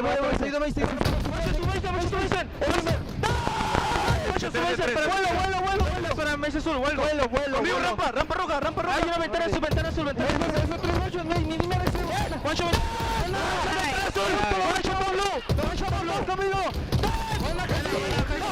Dos tiros, bottom blue, dos tiros. Sigue bottom blue. Tiro. Nice. Banana. Salen rojo todos. ¿Tienes? Sí, yo tengo sniper. Yo. Él es roja. Ven a verme, L. Ven rampa roja. Torredo, ayúdame. Estoy viendo tu cruce. Estoy viendo roja. Estoy viendo cueva. Voy por abajo. Voy por mí. No, la cagué. Ventanas rojas son dos. Roja. ¿Está roja? Está flaco el shot. Y me rojo one shot. Sí, ventana. Pirámide. One shot stinky azul. One shot rojo. Roja.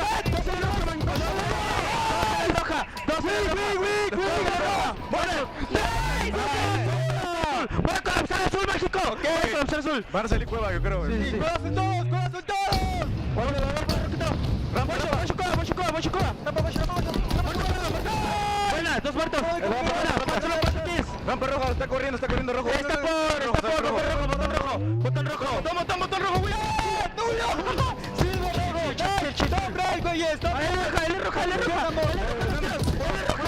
Él es roja. Oh. Cueva roja. Está el azul. Vive. No mueras, no lo arriesgues. Espera, vive, por favor. Está el azul. Ayúdalo, ven a Leo. Está el sticker rojo. El azul, ya vi. El azul, sí, ignóralo. Vete.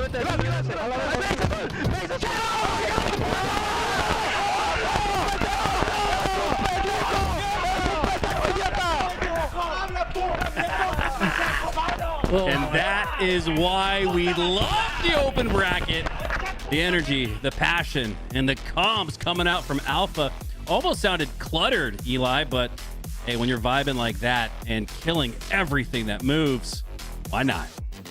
I mean, it's what we talked about, right? You get early momentum, you ride that. I mean, if there's one thing we learned watching these past couple series is Alpha is a momentum team. I mean, once this team gets into control and starts rolling, they do not stop. They have great teamwork. They understand the game at a high level, and they put it on display here. That was beautiful to watch. Plenty of explicitories exchanged across the stage. Nothing but smiles and laughs. More of that cheeky side grin there for Strikey and the rest of Alpha as they'll wrap up their controllers. And they got nothing but time and food to eat as they'll make their way to Saturday. They're your first team to qualify for pools. Yeah, you got to rest the voice too. I'm pretty sure if I was yelling that much, I don't know if I'd have a voice tomorrow for pool play. But they're going to get to rest up tonight and come back tomorrow confident and happy. Meanwhile, opposite story for Lies. They've got a long road ahead of them and a long night for themselves to qualify. The lower bracket likely to not reach qualification matches for quite some time. Got a little bit of time to wait. And I do believe that they were holding that Ether versus Mind Freak series. Yeah, they're at Station 1. So yeah, they'll be occupying the main stage. Shout out to the crew at Space Station for, I believe they were the first last year to bring the open bracket, a main stage like it's always deserved. And man, what a treat this has been, Eli, to provide coverage. And up until this very year, the last calendar year of Halo, we've never had this type of access and hands-on experience with the open bracket. It always just kind of occurred off to the side when it's easily the most compelling Halo you'll see all weekend. So shout out to the HCS and especially LVT for allowing us to witness and experience this. It's crazy to think that after 20 plus years of Halo competition, we finally get what I feel like the community's always deserved, with some eyes and some spotlights on the Passion Pit. Also coming in from chat, first female coach to qualify for pools. Is that Monza? It must be, right? I can't think of another lady coach. So congratulations to her for a first timer. And back to back lands. You heard her speaking Spanish in the comms. Like, I know she's like Australian. That's definitely not her native tongue, but she's speaking it quite well and in big moments. Duolingo needs to create like a esports tab on their website or something where you can learn all the call outs in different languages by going to duolingo.com. Make sure Duolingo hits up LVT and gets us sponsorship for that, because that'd be hype. You ain't getting that level of community interaction anywhere else, I'll tell you what. Yeah, we don't have Furzilla or Aliak here to translate for us, but I think we understood what was said for the most part, standing up. Well, it looks like we're trying to get an interview for you guys with the winners on the side of Alpha. Oh, you can see Barcode. He's ready. I got a seat to take there, boys. He is encroaching on the space. I don't care about your interview. I got a job to do. Yeah. I respect that. Love that.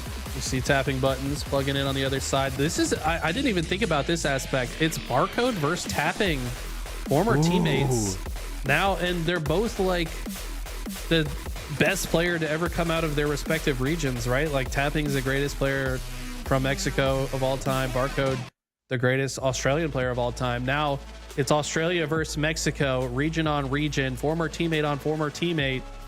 And this is a bloodbath. This is a grudge match as well. So this is going to be real fun to watch. And let's just take a moment to highlight the highs that the MX Halo region has experienced over the last year. They had their guaranteed auto qualification spot in pools ripped from their mandibles, but geez, ever since then they have earned it back in blood routinely. I think in every single event since then they've qualified for pools, sometimes with two teams representing from last MX. time was the first time they didn't. Well, actually no, it was a different LATAM team, just wasn't Ether. Yeah. If you just mean the region in general, yeah, they keep qualifying and earning it, whether it's SWAT, Alpha, Ether, any of them. All right, guys. Well, we're going to get to a quick break before we set up for Mind Freak versus Ether. If you thought Alpha versus Lies was legit, woo, this might be even more. We'll be right back. Hey, what? Okay. Hey guys, what is up? I'm joined with Ubernick and Hidden Xperia, and we're gonna go walk around the venue, I think, for just a little bit, see what's going on, see if we can play some carnival games. Hell yeah. You know what I'm saying? So I got chat here. They should be able to see us. Now chat, We haven't tried walking over there yet, so we might fall into some problems. We'll see how it goes. Smooth sailing. Smooth sailing. That's what. So guys, how's the event been for you so far? Really good. Really good. It's so busy for a Friday. Yeah. It's like Friday afternoon, and it feels as packed as it would do on Sunday, which is crazy. It is crazy how many people have been here. At this event so far. And like Sunday is gonna be like unbelievably busy. And by the way, folks, coming up next, you can see him setting up on the stage here. We got Mind Freak going up against Ether. Mind Freak and Ether going to be happening soon over on that station. So we're waiting for that to start up. In the meantime, let's see what it looks like over here. Actually, I haven't really been over here. Have you guys been like hanging out over here? Yeah. Oh yeah? Yeah, let's see. Maybe some people are playing. Pretty fun.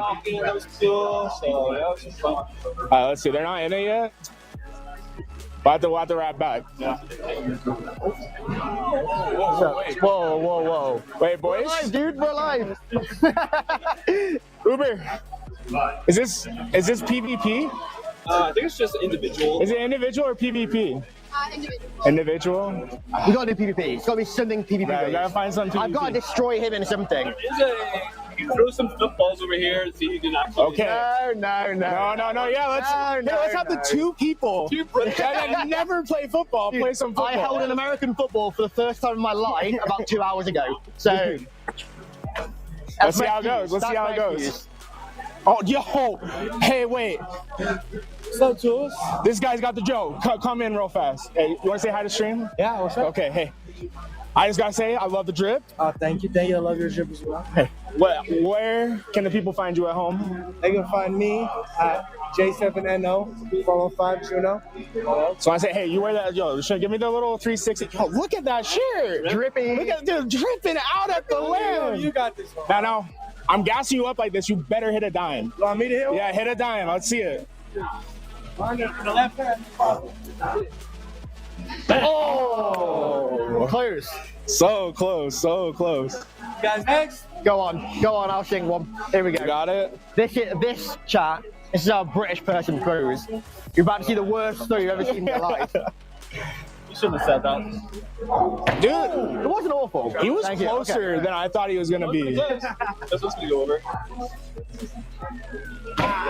Dude, again. You're hitting the board. I'm hitting the board in the exact same place. So let's hope. Consistency. Yeah, exactly. Considering that I have never held an American football until today, not the worst. I'll take it. I'm definitely not. You got the instant replay. Oh hell yeah! I'm definitely not Tom Brady or any other big NFL person, but I'm not far off. I'm sure chat will agree. I see Ubernick's taking it.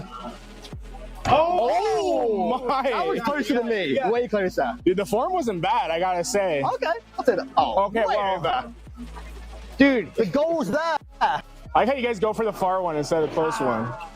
I think I was closer overall. I think you hit him right in between the eyes there. I reckon I can sink one. I think I can sink one. Sink one? I believe I can do. All right, let's see it. Yeah, you gotta try for the close one. You gotta go one. I tried the grunt earlier, and I found the grunt harder than the Prophet. Really? Somehow. Okay, let's see it. Right. Let's sink one. We're gonna get him back up. Redemption. I guess we'll go back and forth between you. The first one to hit one wins, right? Oh! I thought it was going in. I gotta say, your throwing form is atrocious, but your accuracy is so good. Well, yeah, needs must. Thank you. Right, this is the one. That was not the one. But I still hit the board. Yeah, I've not missed the board yet. He puts some zip on it. What, spin or power? Dude, like power. Like you just like you're like muscling the hell out of it. It's gotta be done. You gotta show the board who's boss. I think gotta finesse a little bit. Right, come on. This is the one. Alright. Oh! I actually thought it was the one then. I was kidding until I threw it. They're locking in. Thank you. They're so close. I've got to get one at some point. Line drive.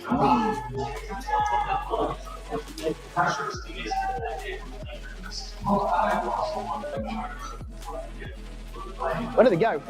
Chat. Oh yeah. You think they're ever gonna hit one? You think they're gonna get one in? I think I will do. I'm getting close. Xperia back. That was the worst one, yeah. Bro, what was that? You got to aim for the net. You didn't realize, right? The net's the goal. You didn't know that. So you see the net? That's what you got to aim for. Guys, we're still waiting on one more match. We'll be getting back to that soon. I don't want to wipe him out. That. No, that was terrible. That was awful. Oh! I thought that was going to dip in.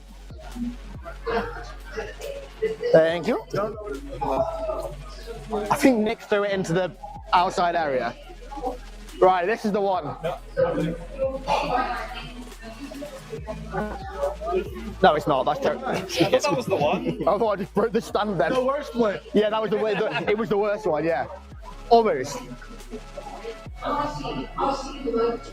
So what you're saying is my form is terrible.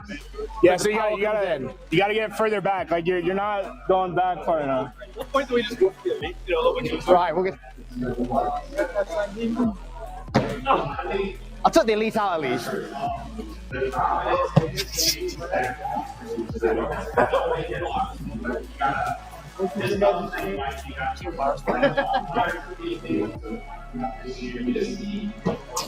Weak. We have a better chance of hitting the Prophet. It's 15% chance. Back to the Prophet. That's just gone. We're not getting that ball back. So is that one. I've got one. Let me know. I have done this one time. I believe you got into the far one time. Wow. Somehow I just don't believe you. Luke saw it. He would say it. He would admit it, but he didn't say it. What's that? I got it before. Right? What did I just say? There was no hesitation on the no you did. He didn't. He missed it like every time. I watched him. Just like that. Every shot was like that. Not far, but didn't hit it. I say you guys are practiced, you know? I want to knock the board over. Hey, look, we got a line behind us because of how long these guys are taking. Oh, really? Well, I mean, you guys. Yeah? We can do it all night. I didn't realize how long they were going to go. All right, last try, guys. Last try. We got a line. Go. Terrible. I took his crowd. You know, if you guys would win off headshots, you'd have it. That was awful. Oh, wow. Now he's cheating. Doesn't count. Doesn't count. So close. All right, we'll let you guys have your. It's almost as if this isn't a British sport. Almost as if. No success at the Halo hurl. Not quite. Not quite. Oh wait, but we can play some Rocket Hogs. Oh, yeah. Some 1v1s. At least we hit the board. You guys did hit the board, I will say. It's down? It's down.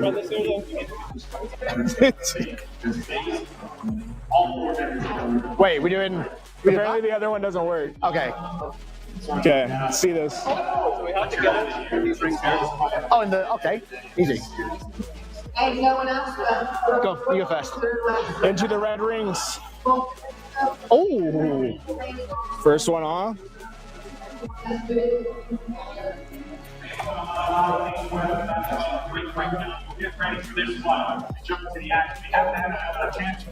Tell you what, overhanding is not the play. Neither is underhanding, no. I think. Oh, it's so close. Yeah, dude, I was so close. Wow. Well, it's not. Wow. Almost. Right, you threw yours. Dude, you've got to aim for the rings. Hidden Xperia back up on the line. Eyeing his target. Wow, dude. Almost there. Wow, that was awful. You know what? You can get your a surprising amount of just missing the entirety of the pool. So far we have a 0% success rate on every single game that we played, which bodes extremely well. Oh. Oh, it's stuck between them. I love both Yes, sir. content. Some of you are YouTube, some of you are My man, thank you. Dude, Yeah, appreciate it, bro. it's crazy that you're like, I live here. It's saying that I'm on YouTube every day, and it's like an hour from my house. My bad. Both of you. You're Thank you. The live fan interaction. Holy. They're next level, boys. Oh. Yeah, just get it in real quick. Yeah. Yeah, you just do it. Oh my god, almost, dude. Holy shit. They're nice and bunched up. Nah. Oh, damn. Yeah, true. Well, if I hit it with a bit of spin. Maybe not. Maybe not. That was terrible.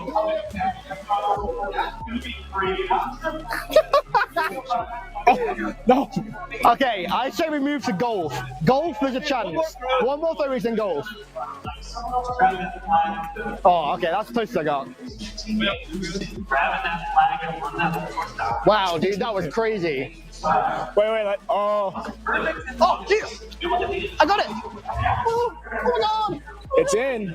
All right, let's go check out the SSG booth. I want to see what the merch is here.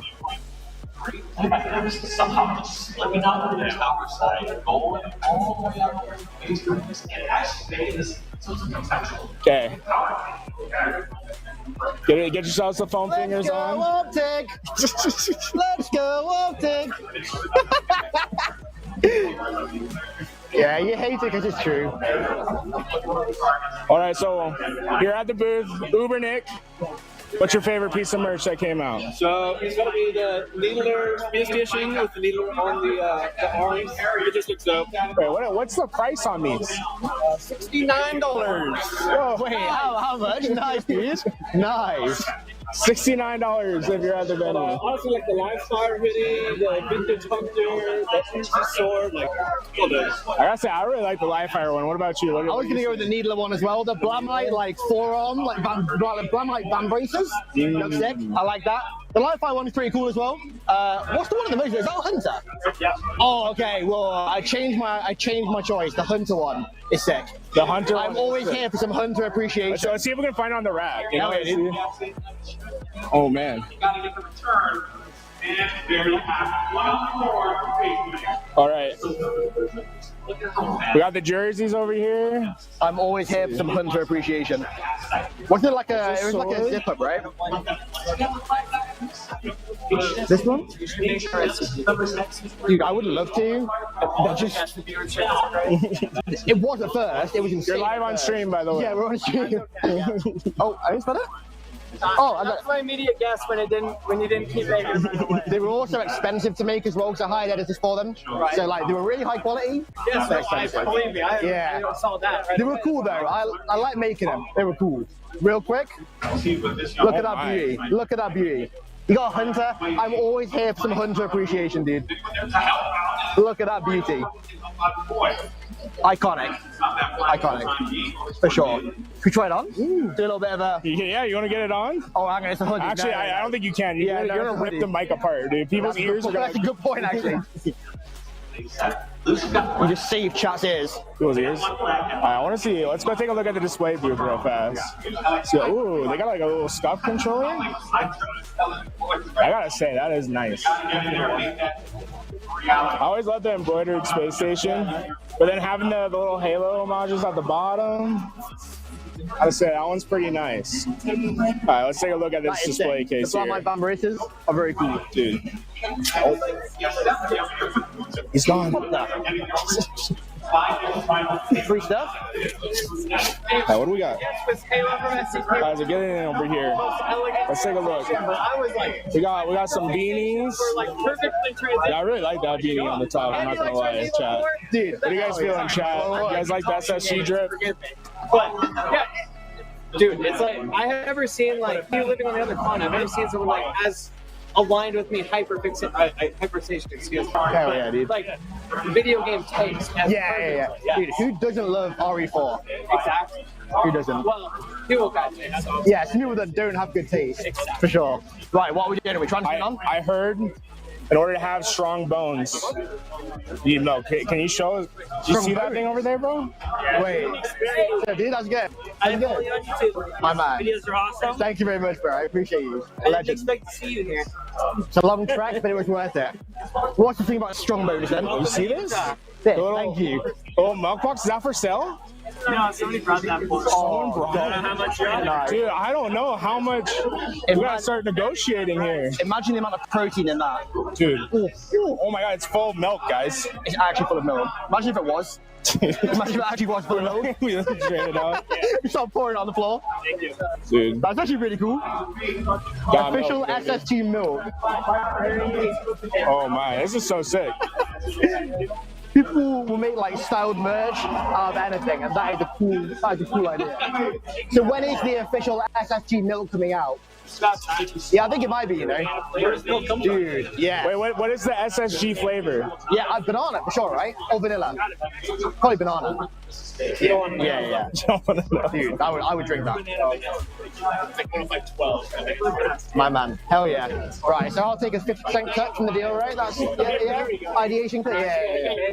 Exactly, dude. Get me on the marketing, we're good to go. That's cool though. I thought that was a button at first, so I might start pressing it.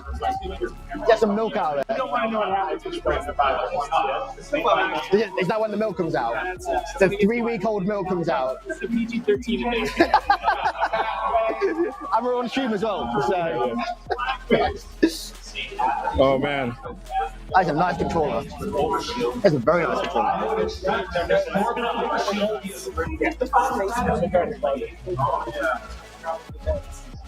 That's some good stuff. That's some good stuff. All right, let's go check out the next booth. I gotta say, the SSG, they always come hard at their own event. I'm coming back for that live. They're making Frutiga Aero merch. How can you say no to that? Frutiga Aero Space Station merch.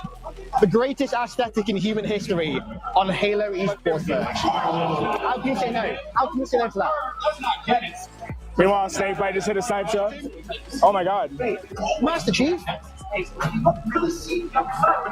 That is such a sick statue. Wait. I would just fit in that perfectly. Like, obviously, as a 6'5" individual, I'm used to comments like this. So, like, I know I'm tall. I know that I fit into Mjolnir really well. That is just my suit, but I took it off for the day. So, you know, that is a very, very, very good build, though. Very good. You can almost fit in it. I mean, you're like right there. Just do a T-pose in front of it. See if you would actually fit into it. Honestly, dude, you're like, I don't know, 5 inches of fitting into that like a glove. I don't have the bulk for it though. You need wider shoulders. I need your build. Hell yeah. Hell yeah. Where to? 2X. Dude. Shopify Rebellion has a booth? So did Nemesis as well. Ooh, so does Nemesis. Yo, Shopify Rebellion though. They got a little crane game, Nemesis. Yeah, they've got a tech deck, like fingerboarding thing set up. I wish I could tag deck.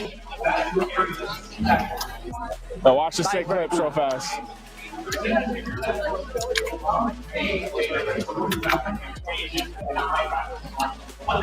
Go on, send it. Kick flip over the Warthog. Watch this.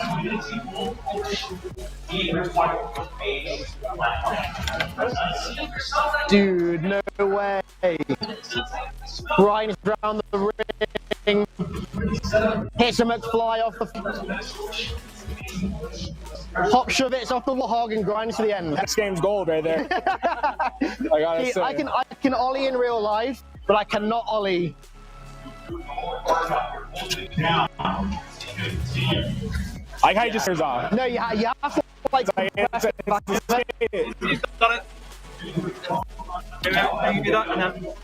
Whoa! They call me Young Tony Hawk. All right, boys. Looks like our next match is starting soon. Let's head back to the set. Time has come.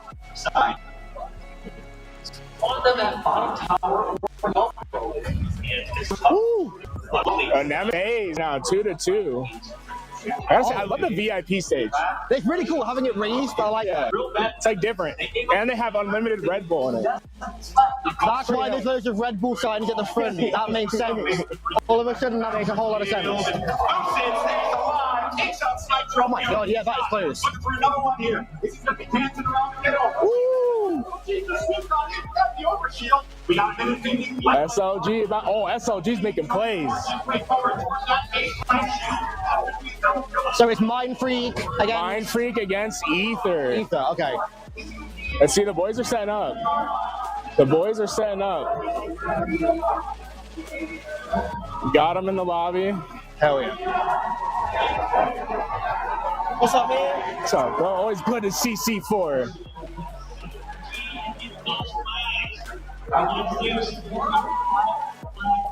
All right, chat. We're gonna get ourselves set up on the couch. We're gonna give you guys a nice little view of the open station. We're gonna get ourselves situated. We'll be right back. Don't go anywhere.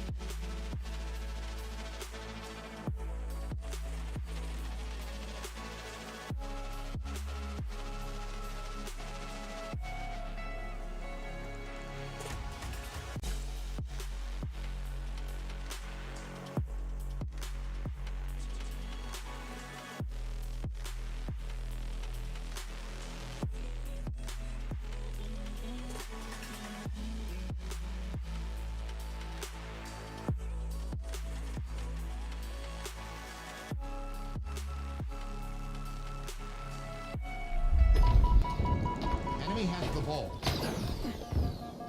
Ball dropped. Enemy has the ball.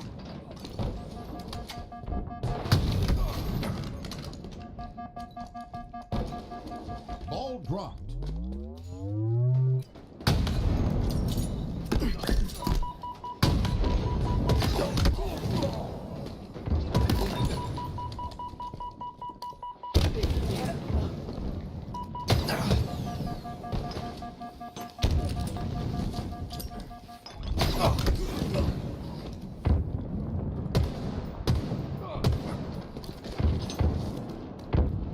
Enemy has the ball.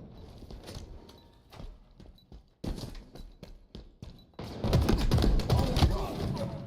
Enemy has the ball. Ball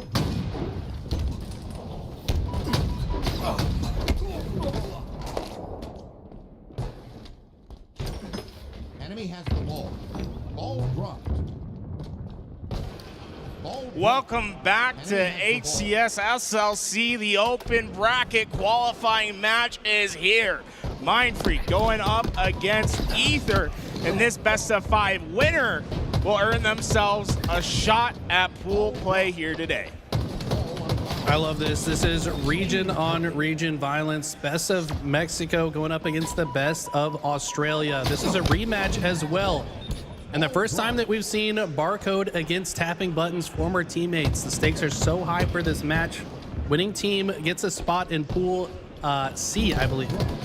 And with that, oh my, Mind Freak playing fast into the doorway. They get the first kill. The second will come to Sways, and 3 are going down for Ether. It's just Drift trying his best to find a break.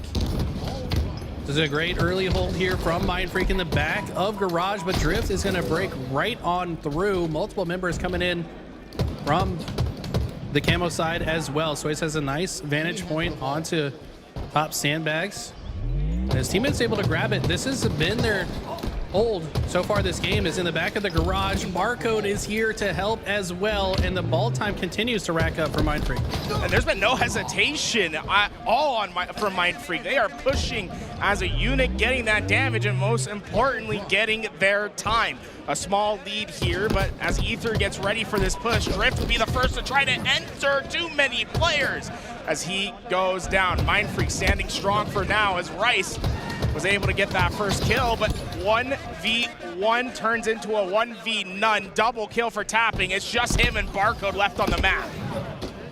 And you see the difference there because Mindfreak were able to drop the ball outside of that small window. That was the difference between Ether getting time and not. Despite tapping winning that engagement, they're not awarded any time. The ball even resets. So Mindfreak, not any worse for the wear after losing that engagement. And they've even got the ball back in their hands and a fresh sniper.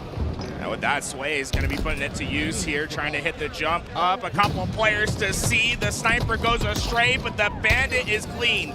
Shots through, first kill in, and 2 going down for Ether. The time is just going to continue to head towards the Aussie side. Looks like Sway's intention here is to block the back B spawns, but then quickly rotates back when he hears that his teammates need some assistance. And look at another snipe headshot coming through. Sways is on fire. Can't land the quick scope on the last one. Big door. And they're going to have to back up, but the cavalry has arrived. Mindfreak have enough pressure to push those players back.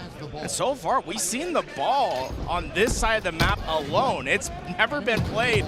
No rotations. It's been break for break battles. This time it looks like Ether will come out on top as 3 go down for Mindfreak, but this is a bit surprising to me, Eli. We don't normally see this prolonged hold on this side for this long. It's been an absolute battle back here. Yeah, it's very interesting to see. Most teams would opt to have rotated this either towards the tower or towards green side of the map, at least by now. But the ball's just been held comfortably in garage, and for obvious reasons, they haven't changed it. Both teams have gotten all of their ball time on this side. Have to imagine, though, if the spawns start moving to the other side, that's when we're going to see the rotation, as we see Ether elect to play the ball out, and a war is on. Rice going to come out with the double kill and clear some space for his team. That'll be the first into action. Multiple players from Ether there, though, but finally a rotation that's in. Scoob's going to get the camouflage. The ball's heading towards tower, and Mindfreak have successfully rotated this ball away, but they haven't gotten it quite set up yet. Multiple players to deal with. Ether coming in for the break. It's a 2-on-2 on the map, but it's going to be Rice taking on the challenges, but the last alive will be Drift, and he'll earn the win on rotation as well. Ether have the ball in premium position. Ooh. Sways with some disgusting shots downrange. The disco battle won by the Aussie, but he's going to be met with multiple frag grenades on the other side. Drift can't win the 1v1. Both these teams are just brawling right now. All still top tower. Somehow Mindfreak still in control. They're non-stop aggression, I think, is what Barcode has brought to this roster. Doesn't matter what they're going down, they're continuing to follow up on damage, and that's been a big difference maker so far for Mindfreak. One of the other big things that I think Barcode has brought has been the IGL. He's been really the leader of this Mindfreak roster. It was so interesting listening to them scrim these last few days and how much of a presence he has for this team. Yeah, absolutely. I mean, he brings lots of aura to this roster, lots of knowledge, teaming with so many legends in his career. I mean, this guy teamed with Ogre 1 for several tournaments in Australia. Can't think of a better person to learn from. He's really been putting that on display, and this is so interesting. They're able to take down the sniper, but how much ball time does Mindfreak get before they're forced to play this? And now Drift goes down and the ball gets reset. Finally, Ether with the chance to come back, but with Mindfreak on 92 seconds, they just need one good push. One good push, this is over. But on the flip side, Ether, they're a bit closer into this game than I think few have really thought about in this moment. I mean, they're only 20 seconds down. If they can stave off one push, they're right back into this, and they can get across the finish line this first round. Rice, though, with that sniper, double body shots will get the damage for Sways to get through, but Sways didn't check the corner. It's an all-out fight by the ball. Sways trying to multitask a little bit too hard there. He decided he might be able to get the headshot on the player that Rice had body shot, but I think he needed to just focus and choose a direction. You can't move one direction and look the other. And that might come back to bite them. I mean, if this push is unsuccessful, Ether will steal the first round. Weren't able to get to one direction, and now they aren't looking in sync either. It's just nothing going right for this team. It's a 1-point lead now for Ether. They've taken it towards the finish line. Acid wins the fight. There's multiple players at tower. They grab the ball. They just need a few more seconds. Ether has stolen round one. That was heartbreaking for the Australians. They had that round in the bag. What was that, a 40-second lead? just dwindled away after multiple failed pushes and a stronghold from Ether. They just read the map better time after time. And, you know, I think we only saw a play ball 2 times that entire round as well. Both these teams really opting to pick these fights, and Rice, that mouse and keyboard aim from the nest, gets him the first. Looking towards the second, won't get his shields back, but will get that information towards his team. Barcode now ready for this fight. Okay, trading out back tower. Mindfreak gets the camo and have the early ball control.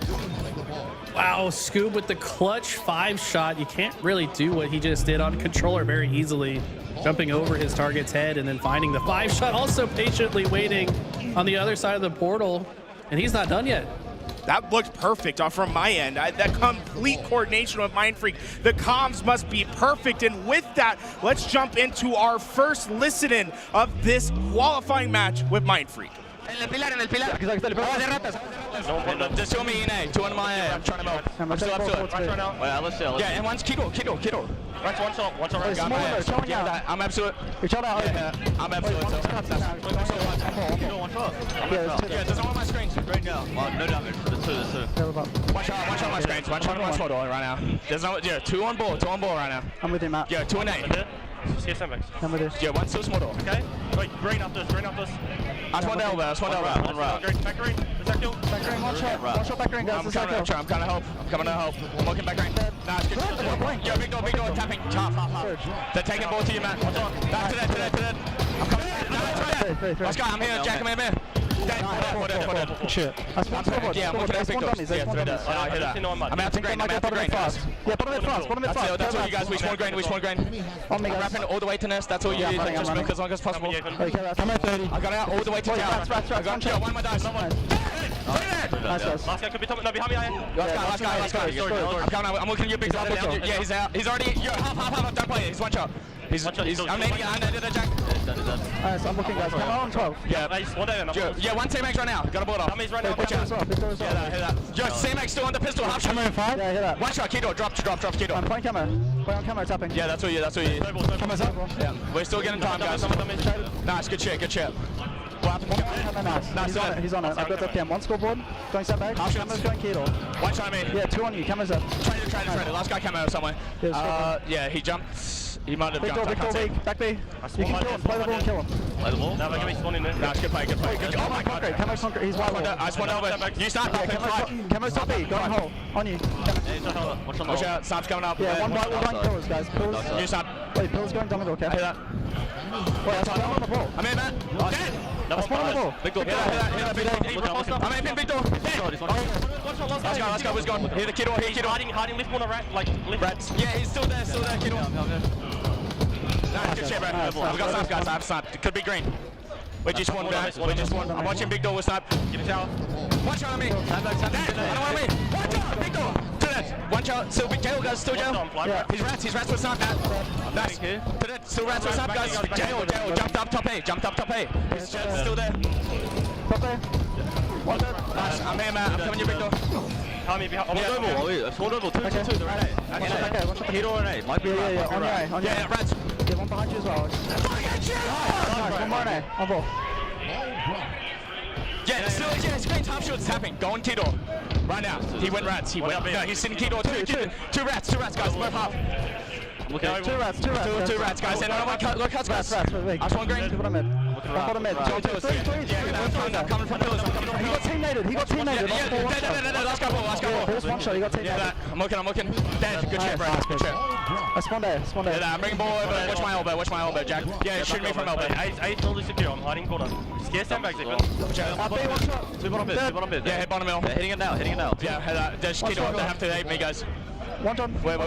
One shot. 2 bottom mid. Going rats. Good nade. One shot. There's another one storage. Nice. How many storage? Wait, one over as well. Yeah, kill 3 storage, guys. In A. There's gonna be 2. One dice, man. Today.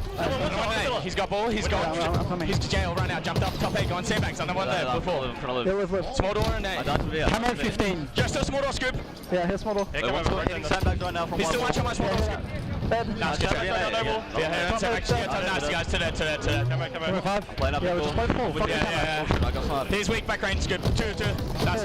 Weak, tap. Watch out of the tube, guys. Good shit. Come on, we can. Yeah. 8 seconds. Okay. 3 dead, guys. 3 dead. Might be fucking bring this, yeah. I just think Tomo could be killed. Mentor, one shot. Has a repulse. One shot. Nice, good hold. Wait, no. I got the Kiddo. Kiddo weak. Going cards. Yeah, I'm up at 3. Cuts in, I'm playing cuts. Jack, big door right now, guys. I'm going. Ball down pillars. Have one cut there. One shot up here. Yeah, ball is still down. 2 C play, one's got tower. Yeah, 2 out. Yeah, one ball now. Yeah, 2 on 4. One on. Wait, one's dummies. This is one's on mid. This could be our kill. We can play the green kill. I'm out to big door. He's kind of out green by himself right now. Yeah, one pillar's running out. Just sitting in his weak pillars. I'm one shot. He's half shield pillars. Pillars, one shot. Oh, Nice, that's one dead. Back green. I'm here, Ethan. One shot, quantum. Nice, ball. Last two. Nice, let's go ball. Yeah, he played it. I'm playing you, man. That's all you. One shot, my DSPP. Yeah, Let's just slay. Yeah. He made himself. No, he's back now. Yo, he's challenging weak, Ethan. Shot. Wait, snipe off in a second as well. Yeah, he's aping. Yeah, I'm one shot. Yeah, super traded. Oh my god, to that. Yo, last two on board. Taking a Kiddo. Last two Kiddo. Just live, Jack. Live forever. Nice, Jack. I don't want Jack. I don't know what the rounds. That's one day. Nice, guys. Fuck around, bro. Keep that shit up, bro. That's a good round. Wow, what an insane bounce back from Mind Freak. I love Barcode's energy in the comms. I mean, he stopped for a moment to say fucking shit on and then turns it around. Hey guys, let's rotate this to the big door. I mean, I love the dichotomy of man that we got to witness there from Barcode. This guy's on fire right now. You definitely hear him stepping up and giving a lot of direction in his comms as well. I noticed towards the end, right? Telling specific players what he wants them to do, but then also the compliment that comes after, right? He says, Jack, Rice, stay alive. He does it, gets the kill, and then he's instantly reaffirming those plays. It feels like Mind Freak are going to start hitting their groove and playing at that next level, though it's even playing field from here on out. 1 round apiece. The first to get 100 points in this round will find themselves up 1-0 in our best of 5. He's definitely feeding them lots of dopamine. I mean, these guys are young players that they feed off that energy, and we know they're capable to pop off, but when you've got a player like Barcode hyping you up the whole time, it's even easier to pop off. But I'm also just noticing, like, yeah, they're popping off, but it's like a calm confidence. Like they don't seem worried at all, especially after losing round 1. You would expect maybe them to be a little bit shaky. They're not shaky at all. They just confidently moved on to the next round, and now they do lose several players. Ether does have a hold, but I think Mind Freak will be calm enough to push forward. So with that, though, Mind Freak just down to that one player, having to wait for those respawns, but that player stayed alive at the bottom middle of the map this entire time. Might get Mind Freak a faster attack than Ether could anticipate, but here comes the action. Multiple players coming out towards the nest. Tapping buttons will be that first player forward. Teammates going down all around him, and he won't be able to survive either. It's just Noble, last alive as he gets put down onto those stagger spawns, and ball is reset. Mind Freak are so on top of these pushes. They're so aware of which areas they need to watch. We heard that multiple times in the listen in as well. Barcode saying, watch my elbow, watch my next play. After hearing where his teammates spawned, knew exactly where the next round of players would come from. And look at this, they're just systematically eliminating all members of Ether from the map, but also being efficient enough to rotate the ball at the same time. Here in this case, they started to rotate the ball towards Garage, but as soon as they noticed the spawns coming out on the opposite side, change directions, and now they leave the ball in a very difficult spot. Just have to slay out. With that, it's 20-20. Even scored throughout this game, but Mind Freak going to try to push this ball into Ether's position. Acid able to get some damage down, but forced to vacate with that quantum translocator. And Mind Freak, despite being down these numbers, have been able to get that ball all the way towards that tower side before they're forced to play it off. And you know, despite Mind Freak gets all that, but at the end of the day, that was 4 seconds of ball time that they were able to get on that rotation, Eli. Yeah, not as much as they wanted, that's for sure. Now, Ether getting a lot of kills here, but they've also had the same problem. They're haven't been able to hold the ball for very long. They've just got 4 seconds now as they decide which way they want to take it. It looks like the decision was made to rotate it back tower. That opening frag grenade kill from Barcode is going to invigorate Mind Freak to move forward. Drift recognizing this ahead of time, though. started to rotate the opposite direction, but there's just too many members of Mind Freak here, and they're going to shut them down.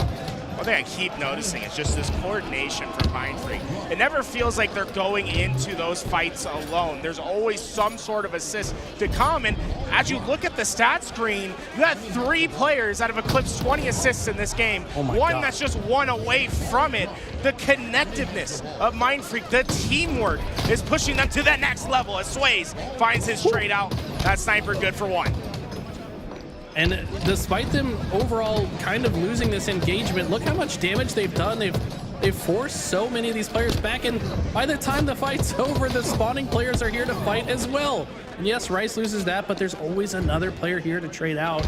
They're so in sync, and that's why 3 of them are over 30 kills. By the way, Barcode, the guy that we talk about as the best Australian, he's the one that hasn't reached the 30 kill mark. Now, he's been doing a lot of that ball time for the team, keeping everyone in front of him. Seems to be where he's comfortable trying to command those troops. And 27 assists, let's make it 28 assists, 29 kills, 100 seconds of ball time. That's a, oh, wow. That is a beautiful stat to see. And with that, Ether went 4 down, and Mind Freak is in a dominant position once again, Eli. What I'm loving that I see from Mind Freak is when they do get 3 or 4 dead, they take so much map space that it limits where Ether can even spawn. So it makes the next wave of slays that much easier to predict and manage. They're losing a few players, but every time they trade out, Scoob is just looking around, waiting for a reason to have to play it. One benefit of MNK is he can watch the center of the map and quickly turn to play the balls, and using that fully to his advantage in that situation. Brought themselves all the way to the 77-second mark. They're looking in prime position to take game 1. His teammates were down 3 down for 5-6 seconds there, and he just soaks up ball time. By the time he's forced to play, his teammates come up, and Ether not able to get on top of that ball, instead having to fight against Rice in the open field. He hits his last shot, and he's ready for the next gunny, able to take them down to 1 shot. The damage he's putting out is supreme, and with that, only 1 player of Ether remains next to this ball. He'll go down. Can the spawners help salvage this situation? Oh my God, Mind Freak are absolutely slaying out of their minds. Sways with the triple kill for his 43rd kill. Scoob also crossing the 40 kill mark in round number 3 of this oddball game. These guys are insane. As it hits the skill jump to reroute and get into position, and finally they're able to slow down the momentum that Mind Freak built. But at the same time, Mind Freak able to play the ball. Ether have to wait a moment before they pick it up. And Rice is only a few kills away from 40 as well. We could see 3 40 bombs potentially for Mind Freak here, but Ether need to find something to work with, and they might have just gotten it. A double kill from tapping buttons could start to open the map for them. Acid with that sniper still, but his teammate went down. He suddenly finds himself in isolation, and who else? It's gonna be Rice that cleans it all up.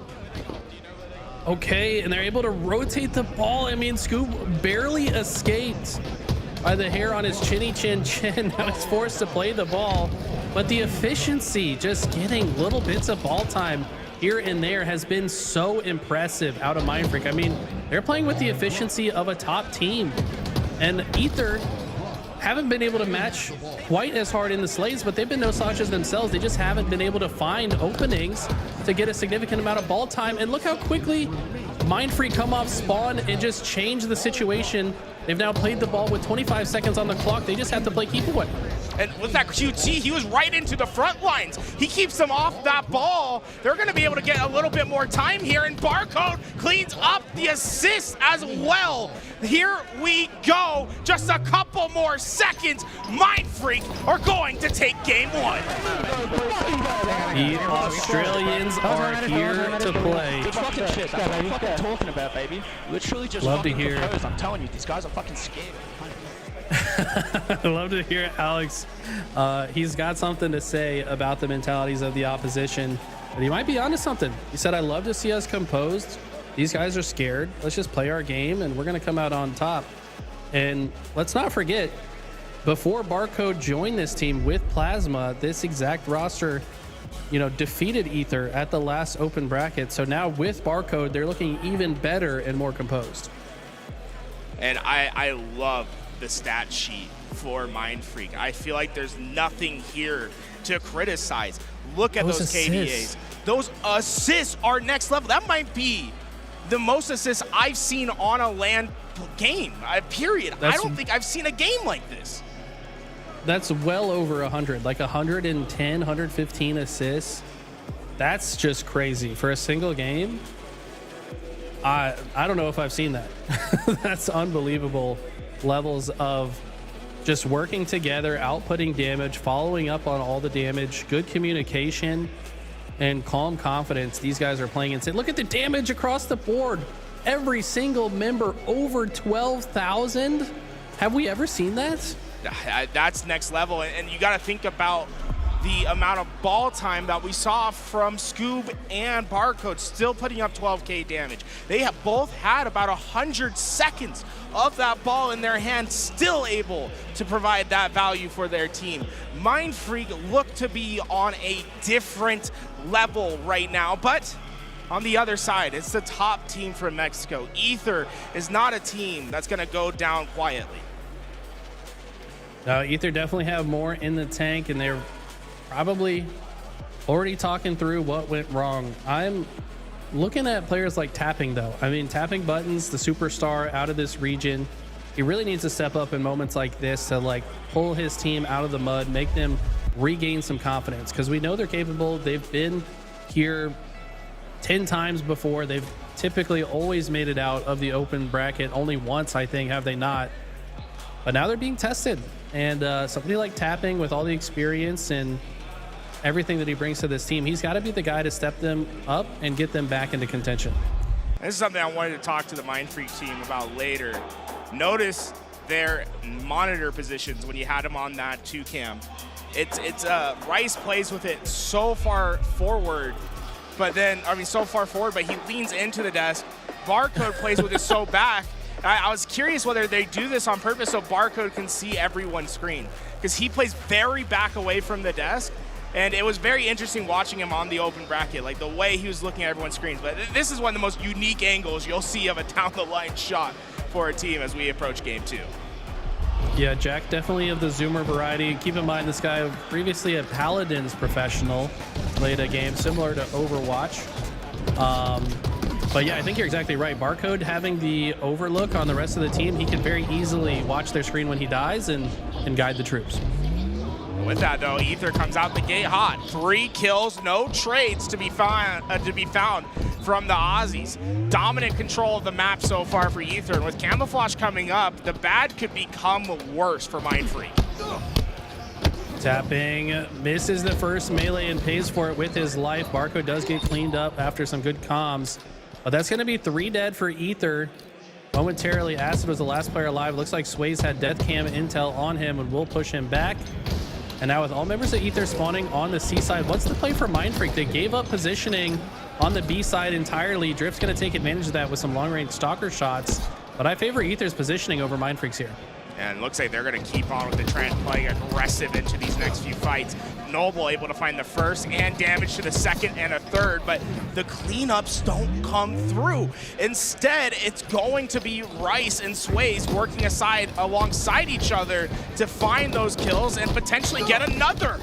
Oh, wow. Okay, that traded out. That looked like it could have been scary for a moment, but it's 4 dead, tied up game. More importantly than that, Mind Freak have the entire map to themselves. They know exactly where Ether are spawning. They can choose how fast or how slow they approach this next engagement, and Ether are getting caught out in the open. Barcode is flying, and he might just make life hell for these guys momentarily. They do get a couple trades, but as does Barcode when he's taken down. He's always going to try to take one with him as well.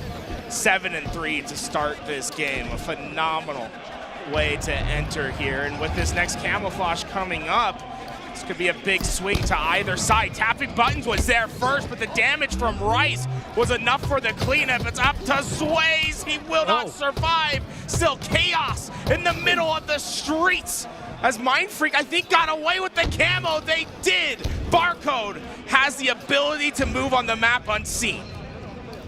Look at how beautifully Mind Freak have each other's backs in the moments that matter. To get the oddball to safety, to get the camo to safety, to get anything that matters out of dodge. They work together. They body block for each other. They've been so well coordinated in these engagements. Look at this. They know there's only one player left. They know they're going to hunt him down. They're already thinking about the next spawns. Barcode gets the early information and early damage. And the rest of Mindfreak are ready to follow up. With that, though, few players not able to get traded out there. Rice stayed alive, keeping Mindfreak at this 4-kill lead, and it's not quite done trying to take control of B as well. In fact, honestly, what an interesting vacate there. He's not going to work alongside Scoop. Instead, they're all wrapping back towards the left side.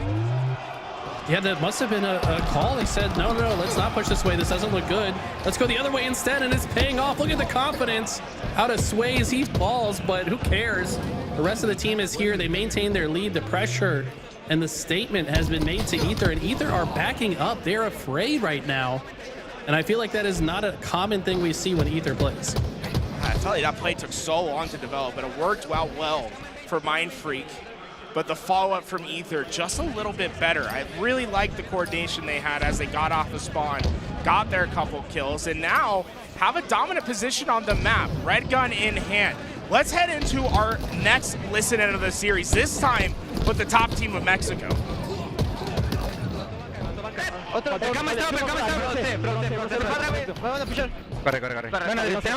Jueguen conmigo. Vamos, Petit. Te ayudo a abrir. Dos dupletas.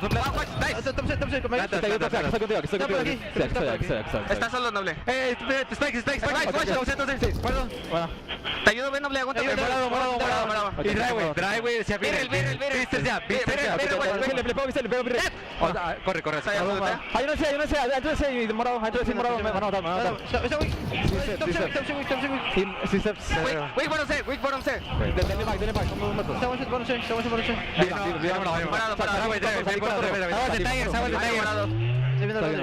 viendo. Ahí va uno comando Wick. Otro morado, Wick. Top set. Aquí, a la izquierda, one shot. Top set, red bar. Sí le pegué. Sigue one shot. Comando one shot en sega. Drive. Estoy viendo. Vámonos, ya te vieron, Ahí está, ayuda. Estoy viendo todo one set. Te voy a pushar ya. Una one shot. Top set, güey. Dos conmigo de Spikes. Van a... Buena. Puedes ganar. Te voy. Son 4 kills. Estoy viendo... No pushen, deja que ellos vengan, güey. Hay uno drive. No, Arcade, one shot. Be safe, Wick. Ya. A tu izquierda o derecha. Top set. Bueno, otro. Le pego top set, Wick, más. Wick, otro. Faltaba bíceps. Cama en 20, güey. Otro banca. Morado, está morado. Ventana. Bueno, hay one shot. Buena. Laundry. Cama en 10, güey. Uno one shot. Ahí no Laundry y otro vente, güey. Hey, I spawned back A, guys. Yo, spawn in box. Jack, live. I've got A. I have A. I don't know. Front middle. Joe, I got some pieces. Half shot. Yeah, one shot. Got pieces too. Nice. Good trade. One with trash. Yes, one still laundry. Jumped up in for ties. I spawn P. Joe, can we play towards A to plant? Yeah, I'm going P. I'm cutting the front. I'm clearing it out. I'm playing in car. Yeah. I'm ties right now, guys. Seatbelt can knock in. Oh, yeah, I'm hiding here, Ethan. I can get shots in arcade. Hang on. I don't see arcade right now. They know I'm here. I'm much. I'm moving. I don't see an ad. Wait, go on. I'm trying to watch the cross. 10 seconds. Yeah, here arcade. Yeah, I'm dead. Yeah, plant. One shot on my plants. Ties. Top A. 2A. Still my ties. 2A. Yeah, I'm trying to live. PD right now. Yeah, PD 2, one given as well. Estamos bien. Drive ya. Lleguen, mórame. ¿Dónde está Drive? Se van a cerrar ese, güey. En morado, one shot. Ahí no, dos one shots de marcas. ATM one shot. Dos comando. ATM dos one shot. ATM, escúchame. One shot. Cuatro comando también, Jack. Son dos one shots. Bueno, procede. Bueno, conmigo, Tires. ¿Dónde vas? ¿Dónde vas? Está planta, está ahí.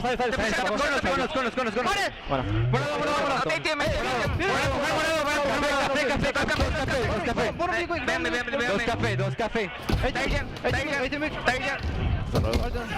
Otro conmigo. All good. Yeah, I'm looking bad. Can we get to red here? Yeah, I'm here playing. I'm chowing gold. Yeah, shoot me pillars. Yeah, B-sides right now. I'm back. Yeah, I go shots on red rim. Half field. I don't want to do it. Trust. Topping us. Come on. Nice. What's up? Let's fucking go, boys. These cats are my fucking children, bro. Let's get the shot, bro. Fuck yeah. Good fucking shit, baby. Good fucking shit.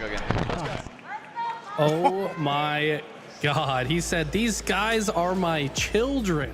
Barcode out here sunning the other team with some disgusting plays. This man is locked in. When we're on his POV, he's not only playing his life and what's happening around him, but also guiding the troops. I mean, they played that end game perfectly.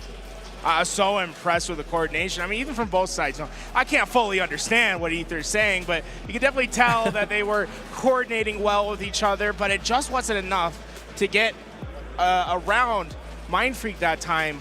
But man, the comms about what I'm doing, what I want you to do, how I can help you. It's not about call-outs. It's about playing as a team and coordinating for Mind Freak. And so far, I think it's made a massive difference in this game. And obviously, Barcode going 19-9 with a 13.3 KDA certainly helps.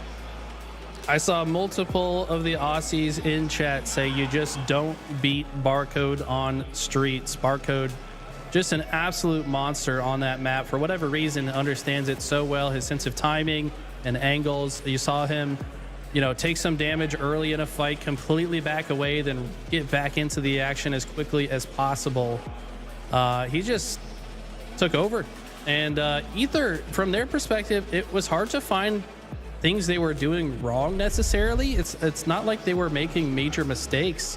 It just felt like they were getting outplayed in the tactical situations of Mind Freak. We saw them chase a couple of kills and Mind Freak able to run away and scurry to help from their team and just being really annoying kills on the map. And I don't think Ether was really prepared for that. No, I don't think they expected that level of aggressiveness, coordination at all at the end of that game. And as we look into game 3, Eli, I'm curious as to where you think Ether's going to stand here, because we're going into Aqua Flag. The coordination, the teamwork of Mind Freak has been hitting that next level, and this is one of the maps that relies heavily on team coordination. Like, what do you think is the path to success for Ether into this game 3?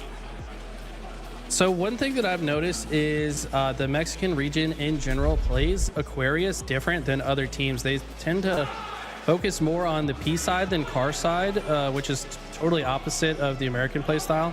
But I want to say that Mind Freak are probably aware of this, right? These two teams have played against each other so many times. They should kind of know the general game plan to face off against Ether. But I think if Ether can, you know, control the center of the map and get control of P side and car side simultaneously, that's how they're going to get control. Obviously, that's still the game plan for Mind Freak as well, but they've got to work together and play their lives a bit better as well.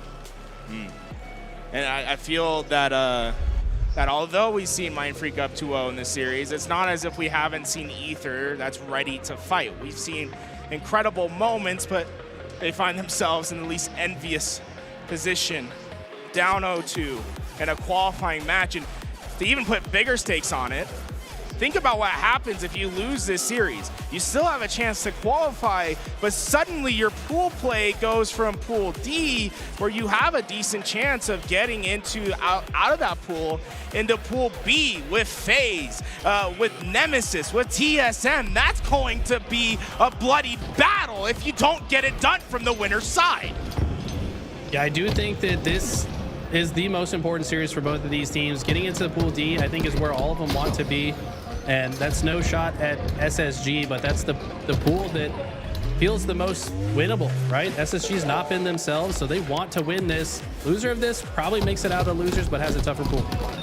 Oh my, perfect shots from Barcode. Trying to follow it up with that punch, not quite connecting. Drift gonna get a massive kill. He'll make it into a triple kill, as Scoob will be the only one that remains. Ether flying forward to their base. Yeah, this is what I like to see from Ether. Once they get the opening, confidently push through, continue to press their advantage state. Drift has help from his team, and they are already working better together as they aggress into the base, but the flag has not been pulled. I feel like one of these players could have had this flag about halfway across the map. Instead, loses a fight they had. How did Rice get 2 here? I mean, that could have gone so much better for Ether and maybe a missed opportunity. Oh, when something gets missed, tapping buttons is trying to clean it right back up. He's right where he wants to be in this back base, but once again, this flag's slow to be out. No one there to help him, so that flag just going to be bait for the time being as he tries to stay alive. But as he goes down, it could be a counter pull. That's happening on the other side. The flag is out, and Mindfreak gets the return. Now, can they get the follow-up and keep this flag alive? They need to get a touch, but I think both teams not really in positions to make an aggressive action. They'd rather fight for the center of the map. I prefer this as Scoob and his teammate look to get behind enemy lines. You can tell they're listening to the comms. And Scoob with a 1v1, sorry, teammates here. It's a 2v1 on that second player, and they keep each other alive. Their own flag has been pulled, but it might enter a standoff situation. Noble has the camo, though, to make things interesting. Interesting it will be as he has eyes on so much of the map. He'll be the first engagement here onto that car side, able to stay alive. Assist is in, but can he keep his life? He'll get those shields back, but at what cost? Their flag got returned. He needs to find all 3. He's got 2. The nade not good for the 3rd, but he's not out of this fight yet. The help is there. The 3rd comes in. The 4th goes down. Ether gonna work on a counter cap of their own. Can they do it? This is such an important counter cap. Okay, they will continue to run it. I wasn't sure who was opting to run that at first. Barcode, though, coming off spawn with some good damage, finds the assist and a kill. Can they stop the flag guy? They can. And this looks very returnable. They've got to worry about this guy top center, though. The flag's in a spot where he can use the pillar while they return it. Do they double re-it? They get it. Oh my God. That cluster look, I thought it was enough, Eli, but no. The return still comes in. Mindfreak sends every person available to try to get that return. And with that, a perfect shot from Barcode will bat away the first entry of Ether. And now they're in trouble. And in Mindfreak's util, players coming all about. Ether not going to have any success on this attack. Look at the way Barcode plays around the situation, though. He knows that these players are extremely aggressive. He's content to back up and throw nades. You can hear them popping off in the comms as well. These guys are really feeling it right now. It feels like Barcode just kind of knows the style of play that Ether want to go for, and he's helping his team counter it in so many situations. And it's reminiscent of game 1 as well. When you look at that assist column, almost every kill that Mindfreak has been counted as an assist as well. They aren't doing it by themselves. They're trying to do it as a team, but Ether has been aggressive. They've won their entries time and time again, and this might be the first flag that comes back home unless Mindfreak is able to make some magic happen. Yeah, Barcode's gonna move forward. I don't think they expect to stop this. Yeah, Sways doesn't even try to get the angle. I respect that. They would rather go for a counter cap situation, but Drift reads it well, slides right into the util, gets the melee shutdown. And look how quickly he's advancing right back to the other side of the map. Drift is looking like he's getting comfortable. He's drifting around this corner as well, ready for this fight, but Barcode has won that fight time and time again as keeping Ether away, but so far it feels way more defensive for Mindfreak and an offensive from Ether. I feel like that's what needs to change as Mindfreak comes into the attack, but who else? Acid, staying alive. He has 12 kills to his name now. Barcode does as well, and you can see on his POV just how confident he was, just trying to get into the next engagement as fast as possible, willing to take a 1v1 with anyone on the map. Just like that, they do get 3 dead. Only 2 alive for Mindfreak. Sways with low shields as well. Last player on the side of Ether playing great defense. Barcode works together, though, to make sure that player goes down. They need a few more slays before they can enter the base. It's been a soft commitment for Mindfreak until now ready to come and storm the base of Ether. First kill comes through, but the rest are going towards Ether. It's just Scoobmeister alive. He was able to get a couple cleanups, but there's no help that's going to be coming soon, and Drift's going to take advantage of that, able to win his one-on-one, going to stall Mindfreak out just for a little bit longer. Okay, Barcode continues to hold forward, and now it's him that's running into grenades. Previously, he was kind of letting Ether run into his grenades. Now he's the one that's maybe pressing a little bit too hard. Needs to heat check himself a bit as they are down in this game. Need to retain control of the map. Now 3 members of Mindfreak on this car side of the map. And before I said, you know, typically the MX teams like to go P side a lot. I'm not seeing Mindfreak contest them for P control, and that's been kind of a thorn in their side so far. Yeah, instead, trying to win it only through this car side. They've gotten this flag out, but I don't think it's going to get much further. As 2 players went down, Ether start to surround it and will get their return. 5 minutes essentially on the clock at this point. Mindfreak down 1 in this game. Plenty of time to make this comeback happen, but it doesn't feel like it's happening. Instead, it feels like Ether has really strong control. Yeah, Ether just looks so comfortable on this map mode combination. It feels like they've been kind of forcing Mindfreak back. Mindfreak are not allowed to work together the same way that we saw in game number 1. They do get a few dead, but there's only 1 member left here. And yeah, Ether's going to clear that out, and they're going to get a flag on the move. Now with this flag on the move, let's hop into our second listen-in with Ether as they try to get this one back.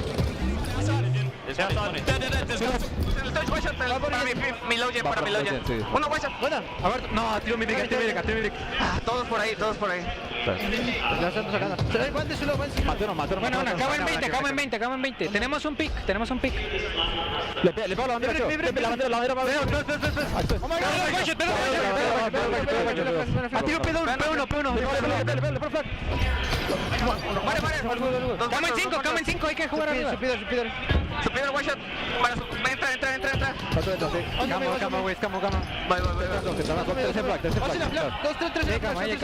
He's gonna go for jump. I can trick Camo. P2, weak, half shots. One shot, P2. P2, I burnt Camo, guys. Car 3 and P2. Car 3 on me. He's one shot. One could be going down P or something. Top jump. Wait. Top 10, I'll let you. Yeah, 2 and our jump. Yeah. One car, one. Good night. I'm behind him. Hey, one shot, top gen, and I'm gonna head glitch. Just keep moving, Jack. Do not die. Joe, they're aping in now. So, Joe, 1 top shrimps and 1 top flag.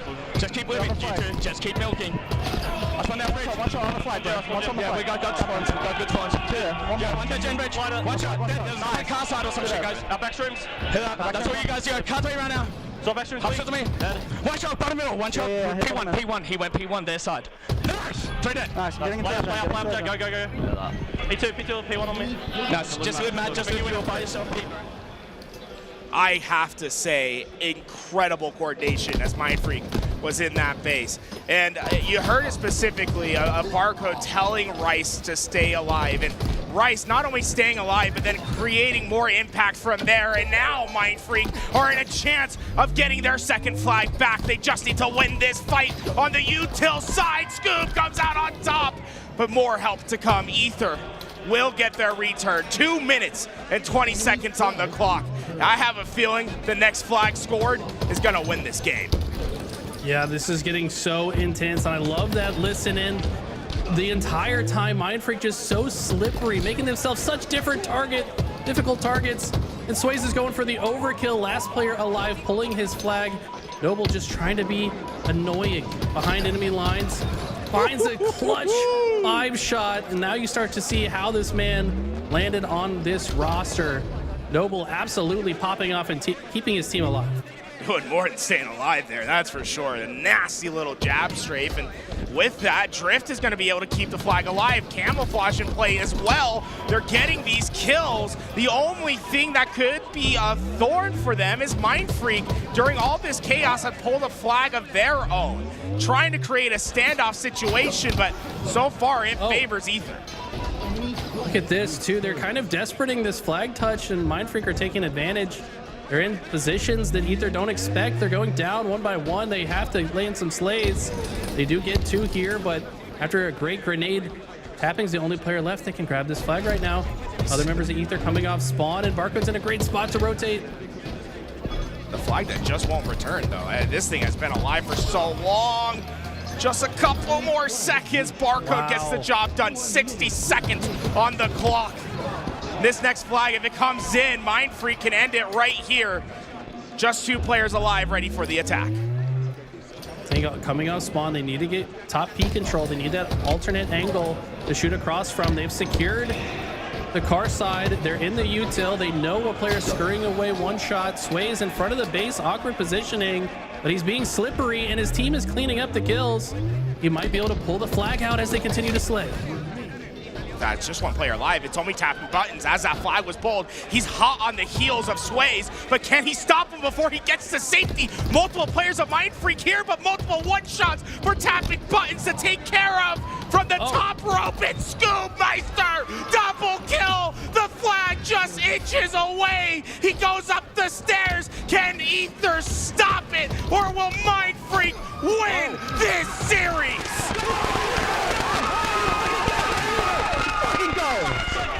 Good fucking shit, bro.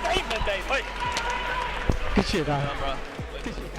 Pool play bound are the Australians as they defeat Ether in a sweep here today. Unreal gameplay. If you guys in chat want to be better Halo players and you want to become a better communicator, go back and listen to those listen-ins and listen to the things that these guys are telling each other. Stay alive. I've got your back. I'm chasing him. You can see how well they're listening to each other as well. Every single bit of damage that's called out is followed up on. And that's how they're able to produce some of the highest assist counts that we have seen. By the way, Scoobmeister, 17 kills, 22 assists. And yeah, he went negative, but who cares? This guy was a damage output machine, and he was so good at staying alive in some big moments that game. And it felt like every time there was a big moment that needed to be lived up to, Mindfreak did it. They were able to go to war and not just win, but to win in a sweep, to win in those clutch moments, to look this well prepared coming into LAN. It's clear that their sights today weren't just pool play, but they're trying to go much further. Carrie, that stat page blows my mind. 3 members of Mindfreak had significantly more damage taken than dealt. Both Jack, Ethan, and Alex, which is Barcode, Scoob, and Rice, all took more damage than they dealt. Every single member of the team took more damage than they dealt. But that's just because they're playing their life so well. They're not allowing themselves to be free kills. They take damage, they run away, they know the perfect routes to run away, and they know how to protect each other to stay alive in those moments. Beautiful Halo being played. No, honestly, that was probably one of the cleanest displays I've seen for a qualifying match. Usually it's like go to war, best of 5, like we're going to game 5 to get this job done. Very rarely do you see 2 teams of this caliber go up to battle, and for it to be a 3-0 sweep is so impressive. I cannot be more impressed with Mindfreak. I honestly believe that this could be a tournament where they could achieve top 8. They could get the highest placing ever for Australia.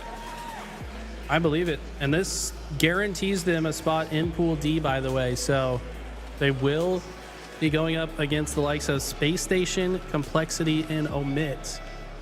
And I think they like their pool. Yeah, I think that's the one that they were really targeting, right? It's, I mean, D and C, both pools that that I think they would be happy with. But Pool D in particular, it feels like a pool where they could potentially sneak out a second place if they're able to get hot and defeat, an SSG or a Complexity. It's not going to be an easy battle, but it's one that they certainly seem prepared for.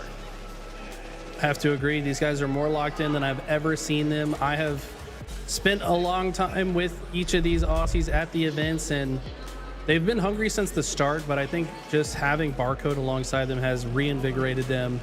And I know even Plasma is probably excited to see their progress as the entire Australian region is behind them. As we take a look at the bracket here, this is the lower side.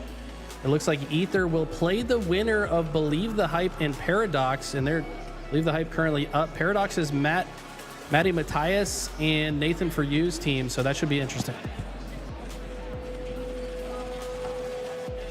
On the other side, we've got Dark Inside and Kraken Seas. Kraken Seas with the lead right now. That's the onboard Super CC team we saw earlier. Winner of that will go off against Lies. And only 2 of these teams on the lower side get to make it out. It's going to be a bloodbath. Honestly, it's like it's crazy that that you get towards the end of these days and you realize there's only 4 teams that can actually make it out of this bracket. And so far, I mean, talk about the run of Believe the Hype. You see them drop down into the lower side, able to beat Omit Black. Now up 2-1 against Paradox. Like they're working their way into a chance to qualify for pools. Yeah, Believe the Hype making an unreal run right now. Shout out to Omit Black. That was the team that was supposed to be with Ice Kid and Ezo. Command Station and Lego took their spots. They still made a solid run, but unfortunately fell to that reality TV show-esque roster of Believe the Hype. And we're getting down to the nitty-gritty here to see who makes it out.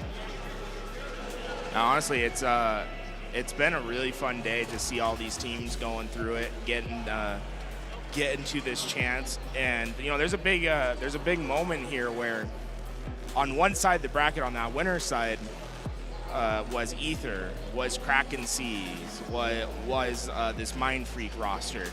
And now, as we get later into the tournament, you're seeing Kraken Seas just 1 game away from getting their second chance against Lies. Ether going to have their second chance with, behind the winner with Paradox and Believe the Hype. It was a stacked bracket that these teams had to get through.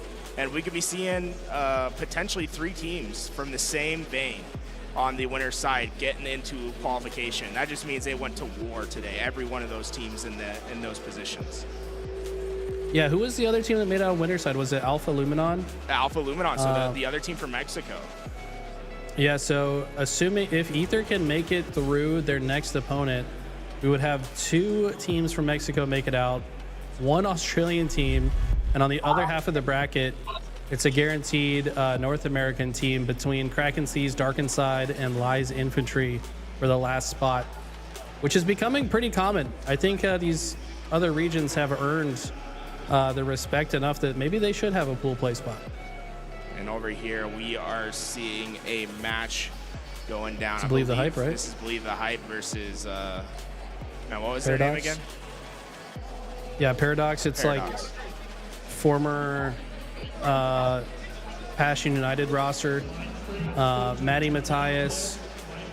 They've got Nathan For You and Wily Coyote and Help the Great. That's their roster. Dude, Wily Coyote, I gotta say, this kid, he just gets through open brackets. You know, no one ever has him on like that team where they're gonna be, oh yeah, this is a team that's gonna come out. But somehow they're always on this like little bubble round where they're this boss that you have to get through, and they stick around in games. They're not an easy team to take down.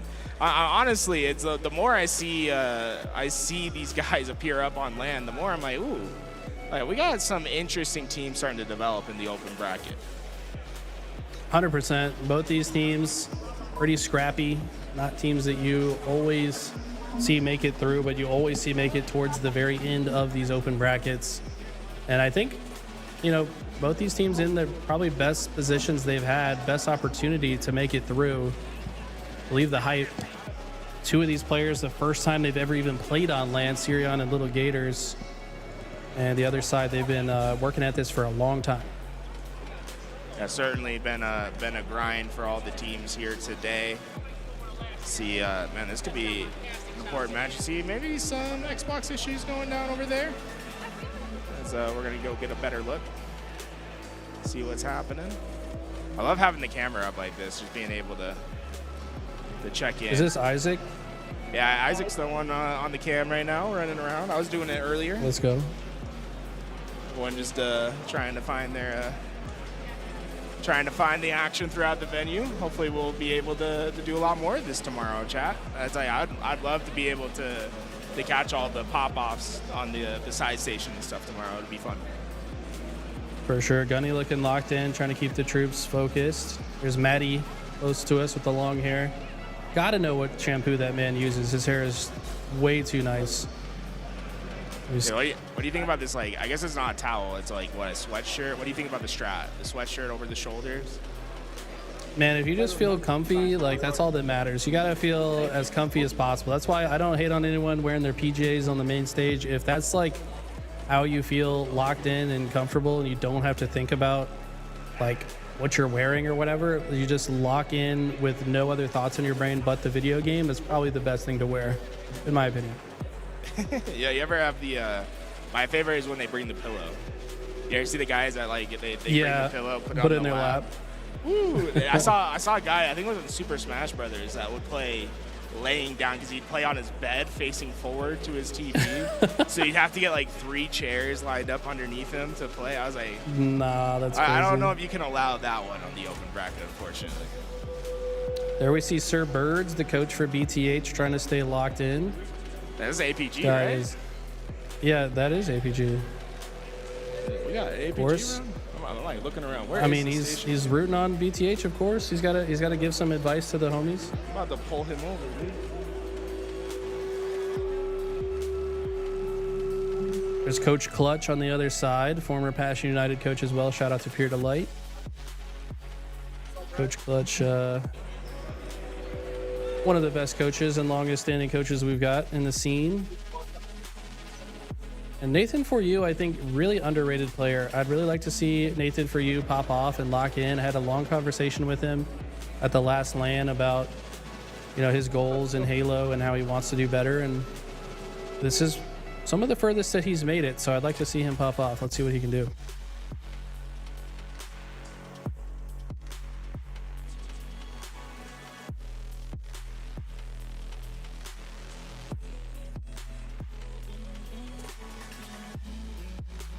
We're just waiting for tech problem to be resolved, assuming it's a tech problem.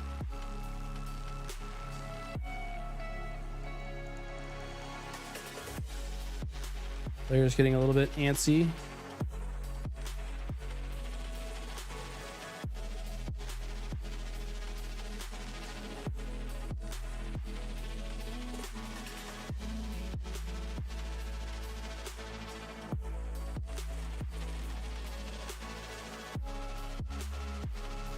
Okay, fist bumps coming in. Looks like the game should be starting. You still with me, Tools? I haven't heard anything in a minute.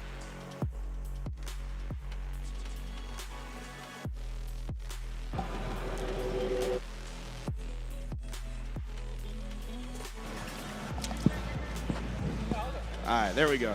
All right, joining me on the couch here today, we got the Mind Freak boys. I gotta say, Barcode, you sound like a general out there. Of course. Giving out the comms. How do you rate your guys' performances? Man, even like for the past week, these guys have actually been impressing the hell out of me.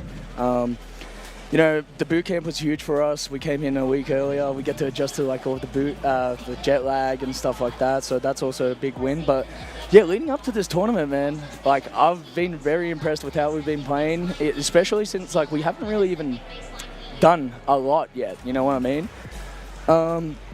But you know, these guys are actually impressing the hell out of me. I've enjoyed playing, you know, with these guys. It's good to finally have like a, what's the word I'm looking for here? An environment where I know every single player that I'm sitting next to is locked in and ready to just go. You know what I mean? Everyone here wants it. You know what I mean? So I think we're definitely using that to our advantage. Yeah, I think that might be the cleanest run I've seen through an open bracket, especially the qualifying round. It felt like you guys hit that next level. Scoob, in particular for you, I felt like in game one, a little bit of a slower start, and then you just activated. It went like Terminator mode, round 2, round 3. Yeah. Talk about that series for you, like what was going right, what was going wrong? Well, yeah, like you said, I mean, you know, at the start of that live fire bar, I was a bit slow, and then as soon as I just started grabbing the snipe, I was just like, hit my snipes, hit my routes. I mean, like, it felt easy because obviously, you know, my team's all in the positions that they need to be. It makes my life easier. And like Alex was saying, is that, you know, it's good to just be playing with people who are, you know, want to Because it's sort of just like that attitude outside of game translates to in-game, you know, especially when you come into the open bracket where it's very fueled by passion and you know that the people around you are extremely passionate, then it just makes it so much easier to perform. Dude, it was really fun to listen to you guys' comms and to hear the coordination that you guys had. I gotta say, we're getting into this match. You guys want to watch alongside with us? You know? Yeah, I mean, we can chill for a little bit after that today. Do that. Okay, love it. We got Believe the Hype going up against Paradox here, and looks like they're resetting themselves from game 3, but Believe the Hype making themselves a little bit of a run. What are you guys thinking about this BTH roster? Skip, you can take that off the bat. Well, I mean, like, the team is obviously like put together. It's more of a project sort of team. I mean, from when we played them, we played them in scrims like once, and they're actually like pretty good, like for a team that hasn't been together for that long of an amount of time, you know. And especially with like what 2 of their players haven't really even competed at like a LAN before. And I mean, the fact that they're still playing shows that they're definitely players with potential. Because like, you know, if I saw a roster like that where the 2 players haven't played on LAN, I would have probably expected them to be out by now. You know what I mean? Like, there's even some like decent teams that I see that I would have expected to place higher that are out right now, and these guys are still playing. So, and you know, they're up 2-1. They take this map, they're just even further than I would have ever thought. I mean, yeah, these guys have potential. I feel like I gotta ask the question now. Like, first LAN experience for all y'all. Like, what was it like? What was your first LAN like? My first LAN was DreamHack Melbourne. Was our regional in 2022. And I'd say I did pretty well, considering that was like before the MNK change. I got like top 6 with no emphasis. I was fighting a war, so. Like, who are you teaming with for your first LAN? It was me, Lolly, Lith, and Divinity. Yeah, Divinity. I played with him a bit. I went to some internationals with him back when I was on like Bittersweet. Yeah, when I was on Bittersweet back in like 2022. 2023, I think. Do you think that like prepared you well, like having your first LAN be like a regional rather than going straight into the international tournament scene? Because it feels like it's like probably like stepping stones. Yeah. Into something like that. No, 100%. Because I mean, yeah, like obviously the ANZ region isn't as strong, so the matches were, you know, a bit more light and not as, you know, difficult as coming to the open bracket in America. I think my first actual open bracket was Charlotte. I played, and yeah, that one was difficult. I say they stood up, but I think that's 2 different.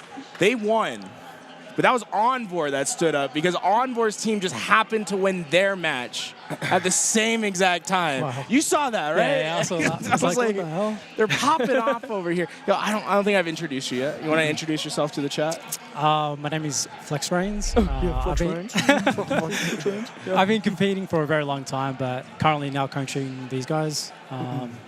Honestly, it's easy work. Like these guys are like already like the best in our region, so I don't even need to do much. These guys are just like beasts, as you know. But yeah.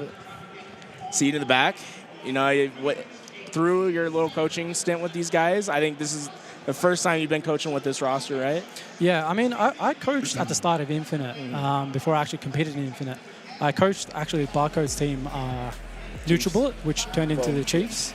And then I played I coached like the first cup, and then I'm like, yeah, no, I want to play.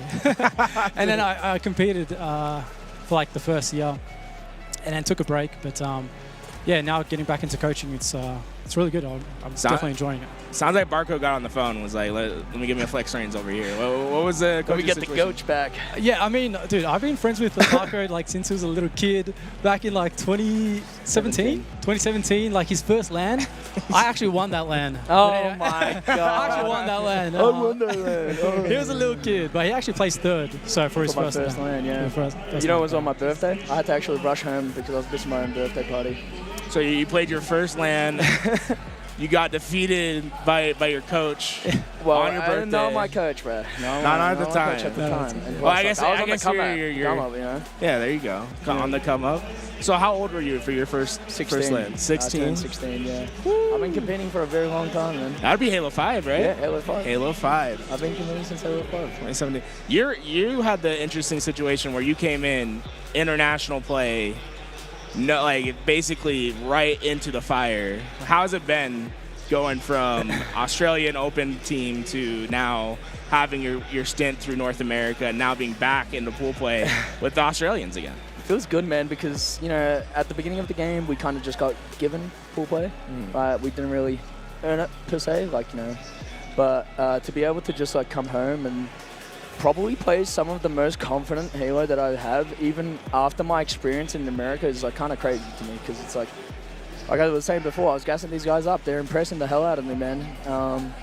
And to actually be able to just play from home, dude, we go through so many hurdles, and for us to be coming out like against a team like Ether, man, that is no joke. And you know, it's like almost like, damn, like if this is like, you know, if this could have been happening the whole time, like was all the, because I'm gonna be honest, the NA stint was very complicated, I would say. Yeah, that for free. I think you spent more time in Taiwan than you actually did in North America. I spent a lot of time elsewhere other than being able to compete, and that's like stuff out of the control and stuff like that.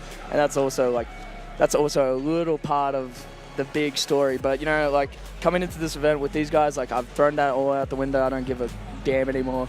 Like we're here to show up, you know, like there's nothing, we're not here to just, like we're not scared to play for the win, you know what I mean? We're just here to give it our all. There's like literally zero pressure on us, you know, and we're just trying to have fun with it. And you know, it's been fun again, to be honest with you. The boot camp has been fun. Like I've been enjoying my time again playing this game, and I think that's like what was missing a lot of the time on, like my in my NA journey. A lot of the time, man, that was frustrating to say the least. But you know, I'm happy to be sitting next to people that want it just as badly as I do. It felt like the boot camp was really fun for you guys because obviously, like, you get to play in North America, but you get a little time to build up those friendships. I saw you guys had a little birthday party for Jack. Yeah. Putting out this. Yeah, quite the gift, huh? Yeah, quite the gift. You know, we'll let you guys go check out the Twitters, go see it there. But I gotta say, it was fun to watch the streams, but it was even better to watch the scrims because it felt like you guys were reaffirming your choice and confidence there. When you guys first landed, at what point were you guys screaming? Were you like, "Oh, this is the team. Like, we're doing really well." Like, after literally a scrim with Nem, when we tied it against them, I was like, "Wow, like that's no joke." Especially with our context and like, well, where we're coming from. Even the complexity scrim in that same day. These are like top 4, top 6 teams, and Nem are like looking crazy good out there. And so as soon as like that scrim was over, I was like, "Holy shit! Like we can do some crazy stuff this like upcoming weekend." You know what I mean? So yeah, you're firming. I did. That NIM, that's like a cinematic. I saw the 6-6 on Halo Data Hive. I was like, okay, the boys are here. They've arrived, and now Pool D is obviously. We don't talk about the second one. That was a weird day. That was a weird day. Don't know. We're lagging. Yeah. We'll ignore that one.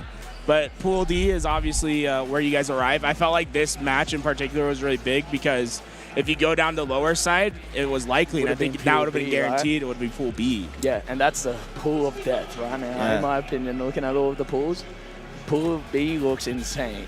So now you got Omit, Space Station, and Complexity in the rosters to fight against in Pool. Yep.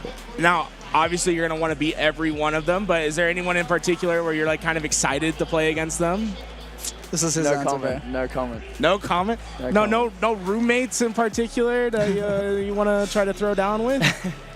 Maybe not. I don't know. What about you, Scoop? Any team you've been like, you know, just I want to test my limits against? Well, to be honest, I'm kind of disappointed we didn't get. Obviously, it was the whole bracket situation where like Oma Black, you know, weren't able to compete with their full roster, so all the settings got bumped up. And if the tournament had played out like it was supposed to, I was pretty keen to get a rematch against Z10 because we would have been put into Pool C. Because we've played them like once or twice, and I sort of wanted to get my get back, especially with Alex on the team. that would have been a good feeling. Yeah. That would have been a really fun one. Unfortunately, the bracket just didn't work out that way, and now you gotta go do it over at Pool D. Though I will say, Pool D, that's a pool that's up in the open, and with the way you guys been playing, like, hey, you know, like 3-0 tomorrow.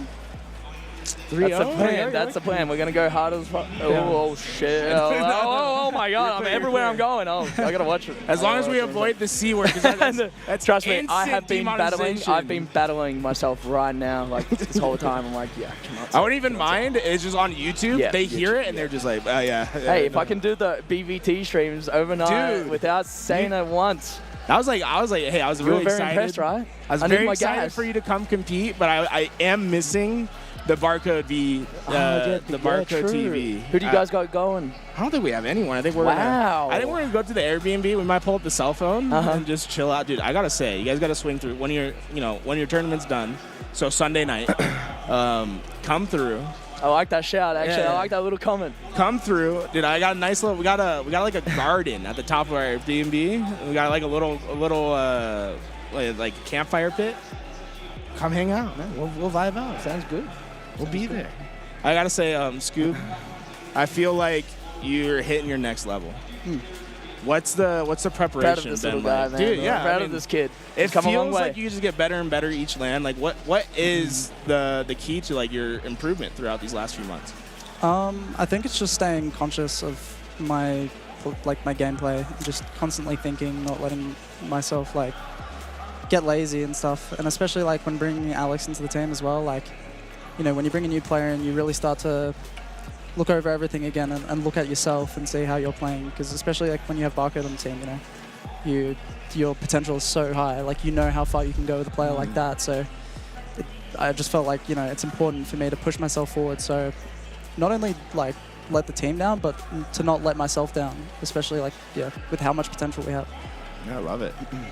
For you, Flex, any coaches you're trying to eye up on the other side? Any every tips single or tricks? coach. I'm eyeing every single coach, man. But especially that last one, like against Ether, I really wanted to win that team. I'm eyeing that guy down. You got the coach where you're locking eyes. You're like coming in. Do you have anything like in the back pocket for some trash talking? Just that usual Aussie trash talk. Okay. Just the usual ones. Man. I gotta say, we gotta see a main stage. I hope they put you guys on the. I hope they put your guys' pool on the main stage, and we get to hear some listen-ins with you guys tomorrow, because you guys got to make the most of it. Yeah, I'm very excited about tomorrow. Like, especially against Omit. Like, we scrimmed those guys. We kind of like destroyed them, to be honest. Yeah, a lot of reason to be confident on the scrims, but I see Barcode over there. He's trying to find any piece of wood to tap. He's on a mission. Barcode's on a mission. On a mission. Now I heard, you know, you don't have to go too much into it, but you were supposed to come back to North America for a little bit. Yep. Didn't end up happening that way. Instead, certain rosters went different ways. Can you walk through the journey to going from potentially coming back to NA to now making your ANZ roster? I mean, this whole off-season was one of the worst. Like, to be fair, every off-season I've been a part of has like been one of the worst experiences, to be honest with you. Like, it's, I mean, I don't like, I hate the victim mentality, and I'm still not thinking that way. But to say that there was a few hurdles is an understatement, that's for sure. Yeah, I mean, I heard that you were going to start your off-season in Turkey. Like, that was a whole thing. Or you were going to go somewhere in Europe. To my homeland, you mean Serbia? Yeah, no. So Serbia, not Turkey. Yes, Serbia. Yeah, so, I mean, we had something in Europe kind of being worked on. Technically, I would have been on the Now NEM roster for, I forgot who it was, because it was still, like, up in the air and stuff, and we were talking with, at the time, ITB. But a lot of the stuff that they wanted from me was kind of, like, what my NA journey and experience taught me was, like, if I'm not just able to log on and be given the utmost, like, or just like the ability to play at my best, like, it's gonna be very tough. And that's not to say, you know, like, I never got that chance, but a lot of the stuff in my NA career, there was always something like where I can't just like wake up and play the game. Like, there's always something little, but I never tried to let that stop me. I'd always like want to just show up and still practice and stuff like that. Like stuff out of your control, I try not to focus on, you know. So yeah, obviously that was a thing that fell through because I mean it was kind of unrealistic. Like the internet where I would have lived at wasn't actually like playable, I'd say. I would have been playing on an Xbox. I want to like stream everything. You know what I mean? Like there's like a lot of factors that like came into my mind, especially considering it's like almost the last year of the game.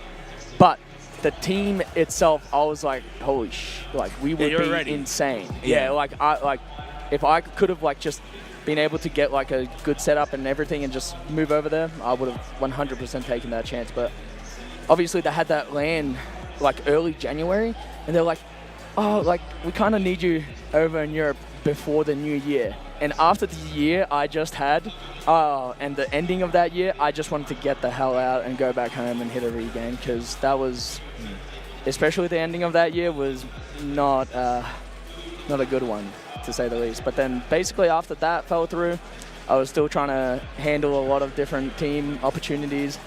I can't really say names just in case because of like stuff like that, but then I had like a long thing before DreamHack. I had people asking me like had a team being built for DreamHack. Then what ended up happening was the team I was initially, the plan was to join, I'm trying to think of the way to say this, they performed. Okay. So they're like, yeah, sorry. And I kind of knew that going in, but I was like, okay, that's fair enough. Like, you don't really want to mess with any bits and pieces if you guys are doing well. And then there's like that whole situation lately that happened with the current OMIT team, which was a lot more public because, shout out to APG, he let me I did my APG interview, you know. Got your 60 minutes in the couch? Yeah, I did, yeah.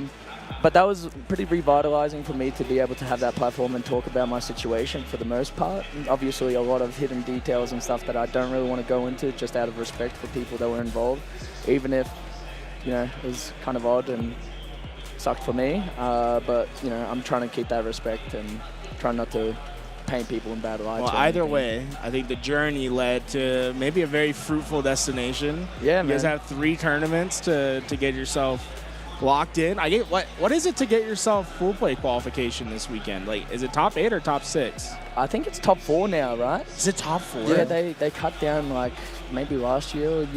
That's pain for you guys. It is what it is. But you know, Sunday, I think Sunday's on the table. But how you guys are playing, yeah, honestly, catch fire. Like make just got to keep the momentum rolling. Yeah, no, for sure. I've been a big believer in it, and now that you've been playing with a couple mouse and keyboard players, where do you think, like, do you think mouse and keyboard is actually kind of like legit and it's like that next level, like watching Scoob and watching Rice and then play? I think the floor for mouse and keyboard is insanely high, right? I think you can do a lot of stuff that a controller can't do, especially with how fast you can react to info. Dude, literally that, I think Jack, like on that live fire ball, I literally saw him, I'm like, watch your back green, he's like running mud. And then he just immediately turns around, shoots him in the head, and then turns back going for the ball. I'm like, holy shit. Like, sounds like Flex saw it, dude. Yeah, you saw it? Yeah, I was like, I was spam calling him. I'm like, watch your green, watch your green. And to see that happen in real time, I'm like, oh my God. But, you know, especially in a game like this, like stuff that fast and quick, you know, and efficient that you can do on mouse and keyboard, that can make a huge difference. Like on controller, I'd do like, have to turn around, shoot him, and then turn around and back in full sprint. But he just, boom. Turned around again and just kept doing his play, you know. There's like also like different tech that you can do, especially with nades, a lot more accurate with nades and stuff. So I definitely think the floor with mouse and keyboard is insane. Well, and I think Scoob's been pushing the ceiling even higher as well. Yeah. Because I was watching you play on the when you guys were playing Onboard's team, and I was just sitting behind Scoob watching. Hopefully, I wasn't too big of a distraction. No, you are. But dude, I saw you make some play on the Solitude, where it was like you're watching behind, you're like, okay, it's time to go, dude. You like instant 180 flip, hit a repulse on the ground, go all the way up to the top window, get down, get the entry kill, like go in. I'm like, yeah, this is like kind of legit. It's like, I think this is the way to go. Yeah. I actually remember that moment. It's like when I was marking. I'd hope so. It was only like 2 hours ago, man. Yeah, I was marking, and then I repulse up to gold, and then I push yard and driver. What's up, Louis? You see Louis coming through? Actually hear me on like that. Yeah. It's embarrassing. I mean, honestly, I'm glad to get off the Xboxes because, not gonna lie, like I played kind of like shit, but I know as soon as I get on those PCs, I'm just gonna be shooting. Like, Yeah, dude, You played fine, bro. You played fine. yeah, I mean, like mechanically, Xboxes just Cut feel yourself some slack. disgusting. I'm really excited. When do you guys get to like get a warm up tonight? You able to get any scripts We're gonna tonight? set our stuff up after this. So Okay. I might shoot a few bots, you know. I'll try to make sure I don't keep you guys too long. I want to I think they're about to get into this match, so let's go. Just last thoughts for everyone, and then we'll try to wrap up. Maybe when Louis gets back. I actually don't know where Louis just went. Did you see it? No, he just walked out. I guess I don't know. He's on a mission too, bro. No, He's on a mission.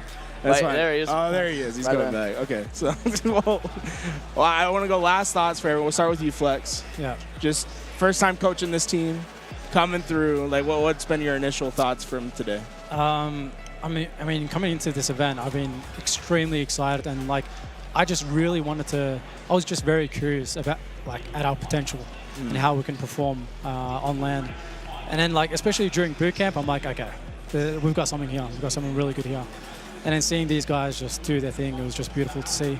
And also, I just want to shout out LBT. Hey, I've been thank watching you. these streams, dude. I was so keen to just once in my life to just come here and just share some love. Just love LVT. Love everything you guys do. Appreciate it. Any primers? Any primers in the chat? Can we get 5 gifted for Flex here? 5 gifted for Flex? All right, Scoob, how about you? What's been your takeaway this weekend? Any last words? Well, I mean, really, the tournament's only just started for us with you know how well we know we can play. So I'm really excited to get into it and hopefully get through the championship bracket and push as far as we can. And also shout out to Piprons, our former coach, who couldn't attend the events anymore as well. Love that guy. And yeah, that's all. Yeah, it's, we got Flex here for Pips. You guys go from one great coach to another, seems. So that's always good. And then Barcode. Any last words? Anything you want to tell the stream? It's been a journey, but I appreciate everyone for like the support. I see the love. It's very wholesome seeing people gassing me up and in the off seasons and like with all the stuff that's been going on, to see people actually still believing in me and stuff like that. I believe in myself. I make sure I do. You gotta. But to see actually people also just like, enjoy your presence, enjoy the energy you bring. It's very wholesome, and I appreciate that. Shout out to everybody watching. Shout out to my teammates. Thank you so much for this opportunity, bro. And I'm really giving it my all, and I hope you guys realize that. I'm very excited for tomorrow morning. I am very excited to watch you guys play, and general code, right? Get it going, dude. It was so funny. I was listening to the Optic podcast, and dude, Bound was like, Marco's different now, dude. He's not quite the same anymore. To be fair, I feel like I haven't changed that much. I feel like, actually, in that context, yeah, kind of maybe a little bit different. But I've always been a little, potty mouth in game. But I can separate it. Either way, I think it's working, dude. I was like, after the oddball game, I was looking at it. I was like, you had like 110 seconds, and then you had like the most assists for the team. It was like, if you're able to play like not having to step into like a main Slayer role and letting your teammates be doing that work and being able to have that success, like to me, that's an indicator you guys going a lot further than just getting into pools. I got it. I think this is going to be the highest placing for ANZ. I'm ready for it. I'm ready for that too. But I got 3 of you guys on my fantasy teams this weekend. Oh, I just juiced you up, bro, after that series. Oh my god, bro! I put all my money in. I'm riding the ANZ wave, guys. We're gonna have open bracket matches coming up soon. You see on your screen those teams getting themselves set up. Thank you to Mindfreak for coming and sitting down. And watch them tomorrow. Yes. Thank you too. Shout out chat. Love you guys too.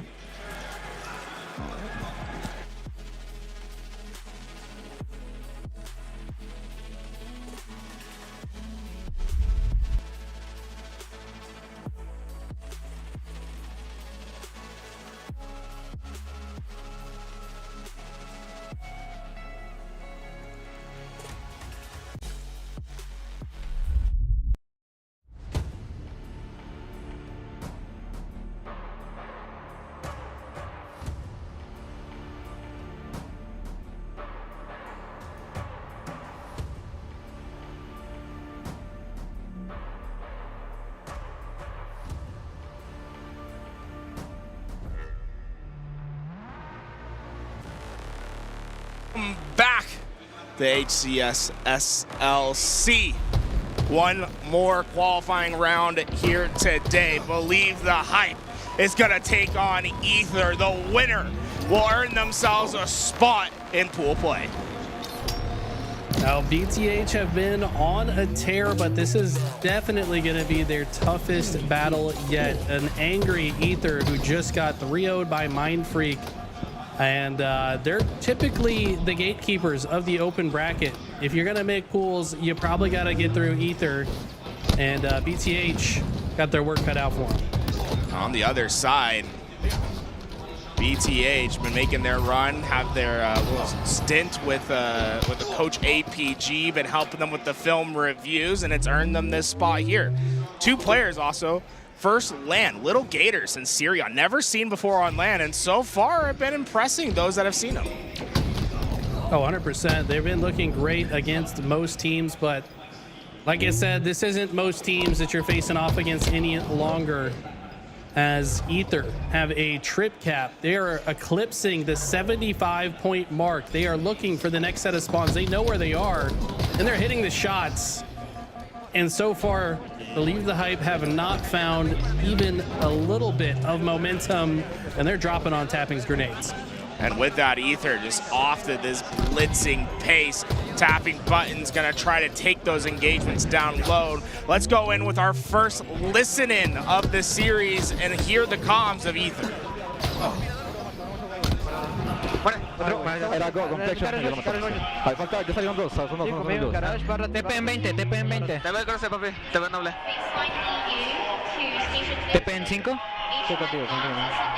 No me da, one shot. El TP está up, el TP está up. Yo lo agarro. Van a estar afuera, creo. Voy contigo, Sí, en dominio, me está pegando. Muerto, otro más triplet. Me mataron de pilares de B para B. Sí, pilares de B. Cama en 20. Watch back B. Otro back B estaba one shot, ¿eh? Van a hacer no sé si era esta. Está dentro, creo. No está haciendo. Cama en 10. Le pega, arriba para Tommy, el gato. Ahí no dais también, Josh. Uno back B, Josh, uno con también, coach para abajo. El cama está, voy. Se va para aquí. Dos en el camo, cots. Pile cots. No, pantalla, puede. No, mi doro. Sí, me fui. ¿Tienen camo? Sí, tienen camo. Voy a pushar B, ¿dónde están? No, en el drop. Y Ciplat. Yo one shot. Vale, Ciplat, wick. Tommy, lo acabo de ver. Es el último después de ese. ¿Por qué? Estaba por Tommy. Hay un sense, ¿eh? Sniper está, güey. Tommy. Otro más, güey, tiene repulsor. Ahí, tú de. Tres matos y lo matas. 1v1. Yo te ayudo. Ahora sí. En ratas te ayudo. Está one shot también. Vale, estamos todos. Te puedo. Arriba. Oh my god. Dale pila. Pila ya. Watch guys, güey. Babe, one shot. Pila, sí, Kidor. Pila, ¿Kidor? Estamos bien. Dos en ratas. Uno va para VIP. Dos. TP en 20. There's two mud, guys. He's one shot. I hear. Just wait. I'm looking at your ass. One dude next to pillars right now. Pillars, guys. Hold up. One pillars again, no? One pillars. One more B. One training. You have two dead, one more going back B. Half shield on the wing. Leave B. One hitting sandbags. Where are we spawning up at? One hitting sandbags. Hey, yo, we're gonna play Frey, okay? I thought you. We're gonna play Frey, guys. Yeah, play bump to rap. Play rap. Yeah, playing. Okay, anybody meet me sandbags? I'm right behind you, got it. I shot on sandbags. One kid red bags. A-bags on QT, he might go back B. One shot on the pistol. I hear you, Jay. QT was over on the pistol somewhere. One kid back A on red on me. No one shot back A. Yeah, one. Dead, I got one. One more and A going red. No one A-bags. Yeah, I got it. No one. He has quantum in A. He's going A-bags right now. Nice. Nice, Jay. Two dead, bush. We gotta stop the bleeding. We gotta stop the bleeding. One kid tires, okay? No, I'm helping you see. Well, a little bit of a hectic calm from the Believe the Hype, but Ether seemed to be a well-oiled machine. So far, the trip cap in effect, and they could make this game over in a flash, Eli. Yeah, I mean, this is complete domination. Even in times that BTH are like getting their kills, they get shut down so quickly, and ultimately Ether has won just about every single one of the trades. I don't like to call out single players, but Little Gators 1 in 13. He's got 9 assists, so he's been doing a lot of damage, but he's not really been able to close out some of the kills that have mattered. Yeah, maybe a little uncharacteristic of him, especially like some of the performances he's had this weekend. You'd expect a bit more, but it could just be, you know, qualifying match against a very good team. Some of those kills that he's used to getting just aren't swinging in that way right now. If he can figure that out, maybe this Believe the Hype roster can start getting that momentum that's needed. The trip cap is in. They have a mountain to climb, but if they keep this momentum, they might be able to find themselves at the apex. Yeah, I mean, after getting a trip cap for a little bit, they've brought themselves back into contention here. Problem is, it's got to be perfect Halo. How many times do we say it? Cannot make any mistakes. Tapping looks like some of his bullets don't register, but it doesn't matter. He's able to win that fight regardless. And now, looks like Believe the Hype trying to protect A, as that's now what Ether has set their sights on, but Acid is too strong. Gets the assist, gets the kill, gets the zone. And now it's a 2v2 situation on the map. BTH needs to kill Noble here. It seems like he's been able to melt everything in his path. Acid, 16 kills to his name, but Little Gators able to find that double kill. Trying to make an entry for his team, but Acid, are you kidding me? The stick QT combination. So smart, using the QT to dodge the splash damage in that situation. Without the QT in pocket, definitely would have died to the trade. Now using the QT to wrap back to B so he can protect that. He knows that's likely the next target for Believe the Hype. And we heard in the comms earlier, BTH sounded like they had a good game plan, but is a game plan good enough if you continue to die? That might just be game number 1. With that, Ether with their first on the board, give the fist bumps around, and they'll come up looking calm, cool, and collected. And I think that's the only way that this team is going to be satisfied is if they come out in 3-0. I think they got a little bit of a bitter taste in their mouth after their series with Mindfreak, and it looks like they have something to prove here today. I have to agree. And if you'll remember, I mean, the series against Mindfreak was close throughout. It's not like Mindfreak stomped them. Ether was still playing well. They just got outclassed in a lot of situations. They even had more damage than Mindfreak in the last game that they lost, but Mindfreak were just playing their lives a little bit better. You have to imagine after that series, they went back to talk to each other and said, we need to play our lives better. And I think that's exactly what they did in this game 1.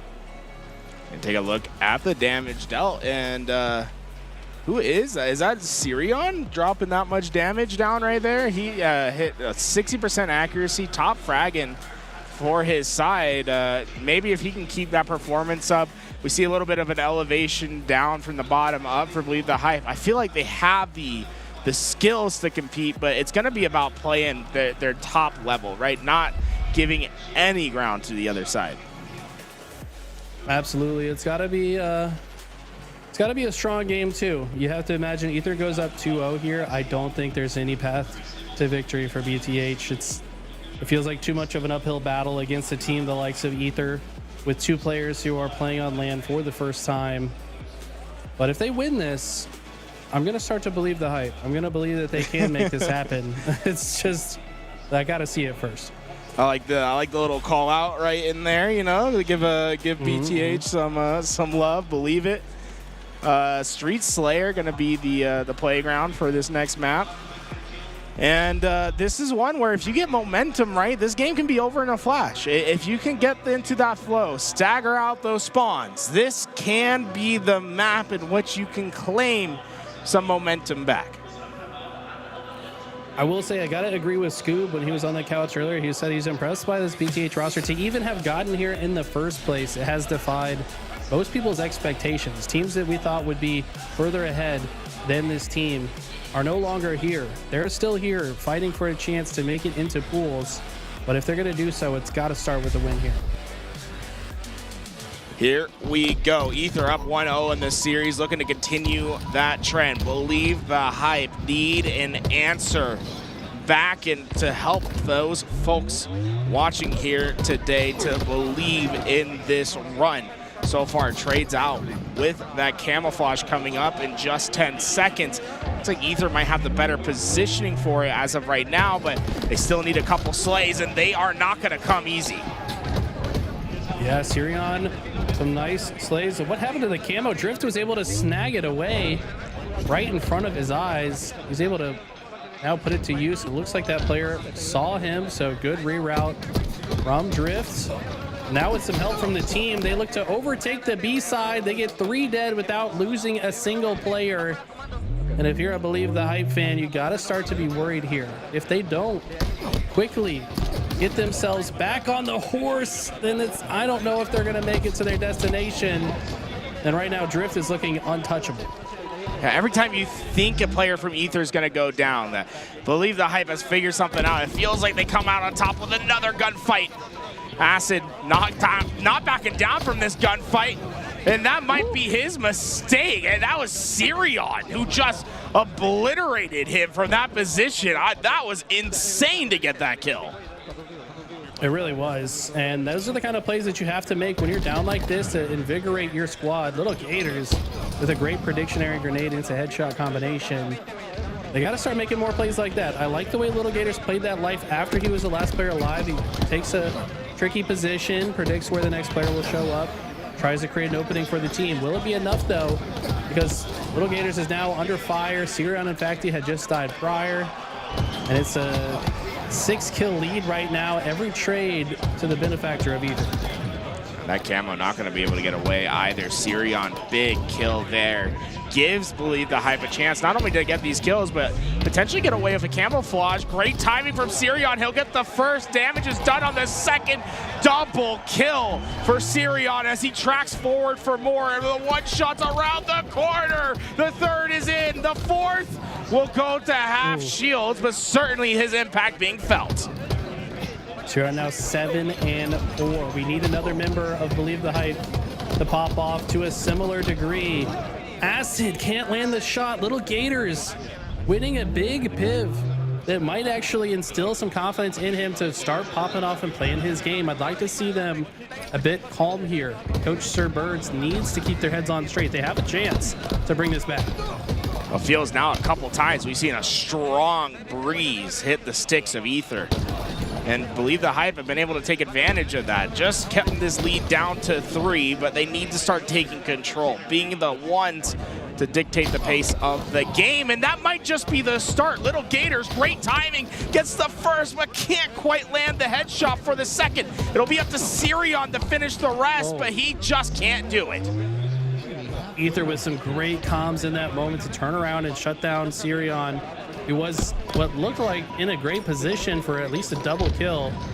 But unfortunately, they just stay alive, turn around, mitigate the damage, and then fight on the other side. Acid with the stick from the grave, Noble with the fist. They've maintained the lead, but the lead is dwindling now. Believe the Hype keeping themselves in this. With that, players sitting into that B side. Facty having to make a choice here, whether he's going to commit for this fight or try to bait them into his space. He opts to play back, letting Ether get up onto that B side. We're seeing a lot of tension here, and it looks like Facty might be the one to break it as he tries to move through B. He's got a player in the back turned towards him. Shots to get him one, but no cleanups in the feed. I wish he would have committed a little bit more to that fight. I mean, you could feel he was only shot a single time, but maybe fearing that he was about to be looked at from another angle. He had that player pinned behind the column, so I think that was a bit of a mistake to let that kill escape, and now they're starting to feel that pain. Type Buttons now finds a player just soaring out towards the middle. That'll be Gunplexion that goes down. That death, though, could feel much worse than just one as you start to see Ether collapse in. Multiple kills going their way, and they're very close to getting to that 40 kill mark and starting to head towards this end game. 8 kill advantage, 11 kills to go. Ether on the verge of going up 2-0 in this series against this upstart squad. Believe the Hype. We do see Little Gators online this game, 9-10 negative, but having a solid game nonetheless. They're now getting a few kills in a row. They could snowball this into a longer lasting advantage state. They do get another, but Drifts with the clutch shutdown ends that one short and might have just kept them alive. Yeah, it's only a 3-kill differential now, and those trade-outs don't feel too bad as you're starting to work on map control. Big gunfight goes to Gunplexion. Able to get half shields onto Acid, but the finish isn't there. Oh, that feels backbreaking in this moment. Ziron has to live here, but how many times have these kills been traded out, and they continue to trade out every time? BTH feel like they're starting to get their foot back in the door. Ether trade the kills and make it mean nothing. The 3-kill lead still stands. Only 4 lives remain for BTH. Acid gets great damage onto the first, can't get the finish. That's Sirion trying to hide behind to get those shields, and he will get his shields back. Camouflage still up for play as well. Ether getting a lot of damage, but there's no kills, and they're starting to vacate towards that B side. There's no one to watch Camo. And they're pushing them back. Noble does get the camo, but look how well BTH have been maintaining the aggression. They've been holding them at bay. They need to get a couple kills without trading, though. They find one. Can they find another? Camo player under fire. Noble, so patient. Somehow decides not to shoot his gun whatsoever and will completely reroute. Finds a target, but he knows he's been seen and he will back down. Believe the hype playing so patient right now. And they commit. Noble commits to his gunfight. No kills on either side, but a ton of damage that keeps coming through.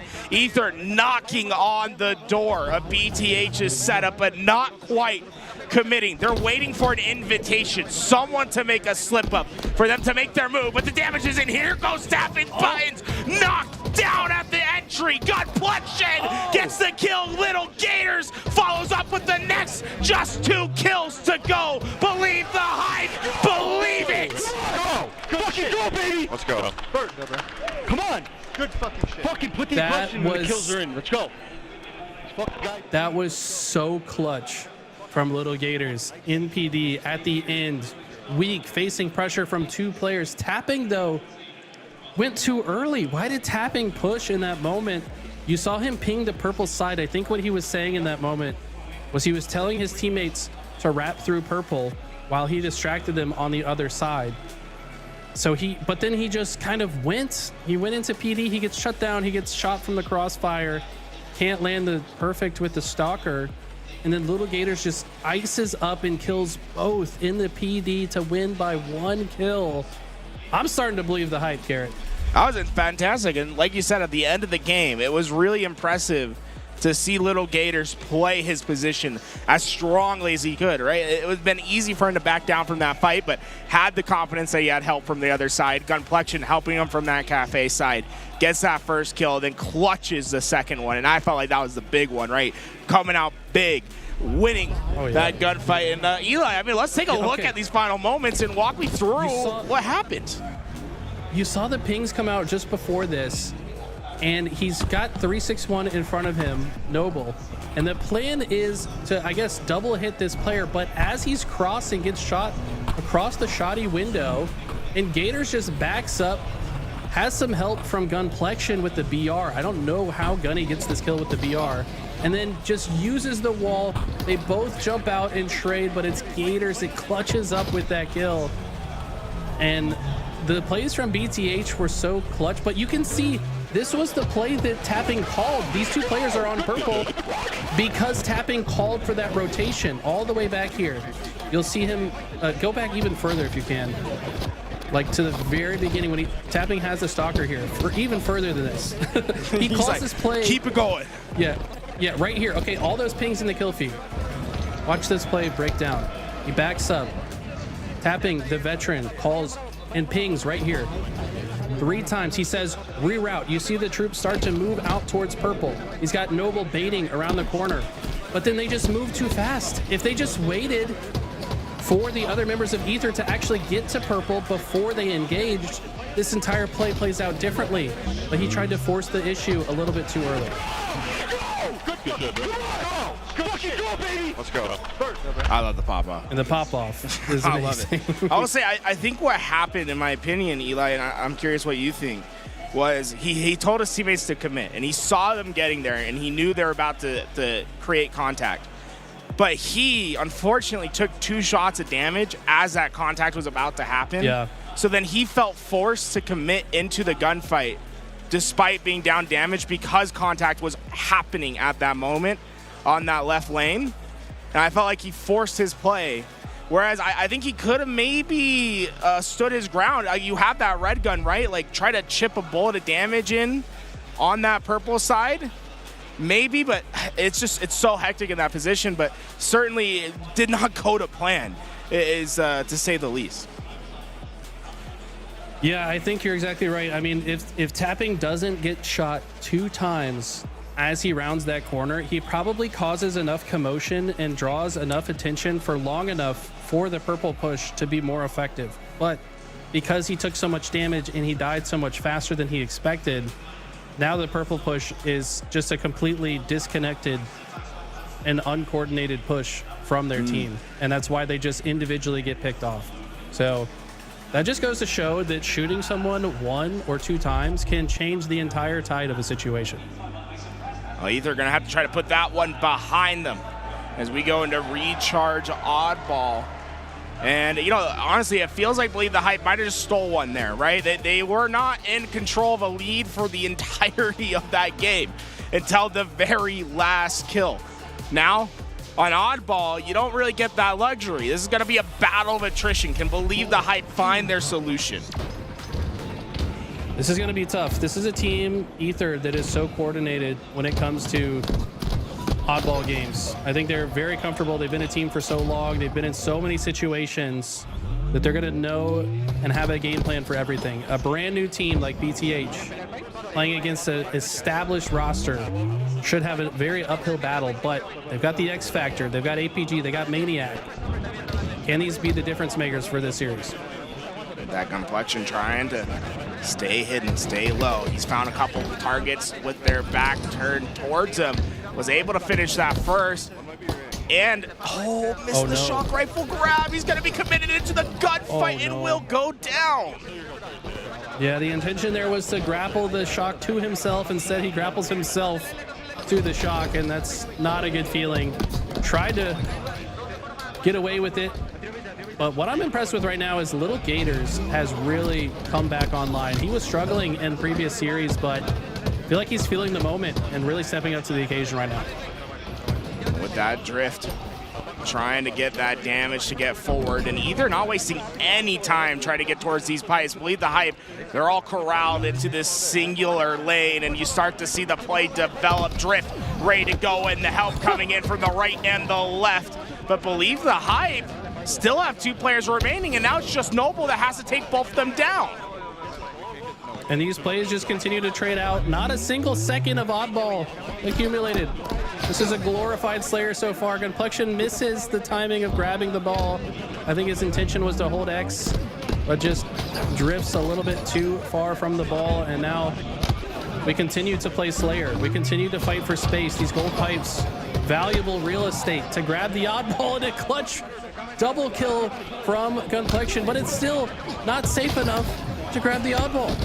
Oh, Sirion won the fight down low, but when he jumped, exposed himself just a little bit too much, and that camo is still down in the bottom middle of the map. Ether's gonna have a chance at it, whereas Believe the Hype are eager to get away with that, and we are 2.5 minutes out of our neutral time. There's 5 to start with, half the neutral time off the clock, not 1 second of oddball time. It's because both teams have been staggered in this non-stop war for control of gold. This 1 second might just win this round at this rate. The 1 second lead feels absolutely insane right now, but it's 3 dead for BTH. You have to imagine Ether will grab this ball and move it into A. Finally getting some ball time onto the board, but nothing feels like it's going to be there for long. Believe the Hype fast with their entry, tapping buttons. The melee doesn't connect. In fact, he has broken through. Back D with a clutch play there that completely opens the door for that gold push. As soon as 1/2 of the setup is broken, the floodgates are open. But Ether do a fantastic job to just chuck the ball to bottom center. That's going to mitigate the damage so that despite the good play from Believe the Hype, they can't get much value out of it. That Gunplexion has been able to find himself a pretty stacked shock rifle here. I could essentially call this one full. Only 2 bullets missing from that shock rifle, and a ball reset just happened again. We have 1 minute and 30 seconds left in neutral time, and there's 15 seconds of ball time. It's just This is wild. No objective play yet. We will not see either team hit the 100-point mark if there's any indication here. Drift is 10-7 and his team has 14 seconds, but it's mostly because of where the ball has been, and the first grapple got dissipated pretty quickly, so nobody could use the grapple to comfortably grab the oddball. Tapping gonna just stand on it instead of grab it. Please pick up the ball. There we go. He did the damage, but unable to get anything but 1 second, and we got a minute left on the clock, and it's 15-2. It's 15-2. 2 players left for Ether. But double kill, perfect shots with Drift. That might just stop any chance Believe the Hype had for this round. Now, Drift should be able to get around this corner with the ball, preventing any nades. He'll stay alive. Much needed time for Ether, and that gap, 18 seconds, it might as well be a mountain in this game. Yeah, it feels like 18 minutes at this rate right now. Little Gators does have it though, but the reality is it's not a long hold to regain the lead here for BTH. They finally recognize the game type that they're playing and are doing quite well. But why is no one holding the ball? They just got 3 dead. Okay, ball's finally being moved. And now it's Ether spawning in A. They've got a pretty difficult path to push into C here. I think BTH are going to take the lead. A couple players coming down low from Ether. If they read this right, they could get the lead and then throw it off. Off the map, double kill. Ether looking for the triple. It's Acid, he'll get it. But they only have 19 seconds. They get to the ball right away. They get the lead, they get around the corner. Believe the Hype, they had it, but Ether steals it right back. I don't know why he even tried to path all the way to C here. Maybe he was paranoid that someone would be top pipes. Okay, they're gonna elect to play it, and yeah, that's perfect gameplay. They had the lead, and they just forced the play ball. What a weird round of oddball. 25-24, are you kidding me? But this is very smart play at the very end. He knows exactly how long that reset timer is and made it impossible for them to grab the lead. Just catching that first player off by surprise like that, I think has had a domino effect. The next few players just went down without much of a fight, and it was very rare to see a clean 3 down throughout that entire round, and they got it in probably the most critical moment of the game. Absolutely. Gunny trying to change the storyline and get some early ball time. Almost everyone on the map dead. It's 4 dead for Believe the Hype, and Ether are in position to rotate this ball to C. It's not looking great for BTH. They did get the opening slay though, so that could be their opening. That tapping button's trying to get that damage in, but not going to be able to get that kill. Still more ball time coming from Ether. The assist finally rolls through, and although this pressure is coming, I don't think Ether's trying to play this. I think they want to slay out instead, and they're starting to win those slays, but the ball had a mind of its own. Got played as Acid was trying to win those gunfights. Oh my God, this man is crazy right now. It works. Hits the shock rifle and tries to line up his next target. Still 3 shots left in this shock rifle. Gonna catch the rotation through glass. It doesn't need to hit it, but finds one. It's a killing spree for Acid, and he's on fire the early goings of this round. Now with that, Acid gonna try to continue getting more and more time. I think we have more time in this round, in the first minute of this round, than we had basically the entirety of the last one. A little bit more on the objective efficiency, but it seems like it's all favoring Ether right now. They've been the ones getting to that ball spot. They've been the ones dictating the plays. Okay, BTH have been actually winning in slays. Well, maybe not. I guess Drift has 19, so he's really popping off this game, but the slays are not that far off from one another, but the objective efficiency has realistically been lacking for both teams, but even more so for BTH. Sirion, last player alive for BTH, or the first spawner. and he's across the map. He's not going to be able to get anywhere near this ball.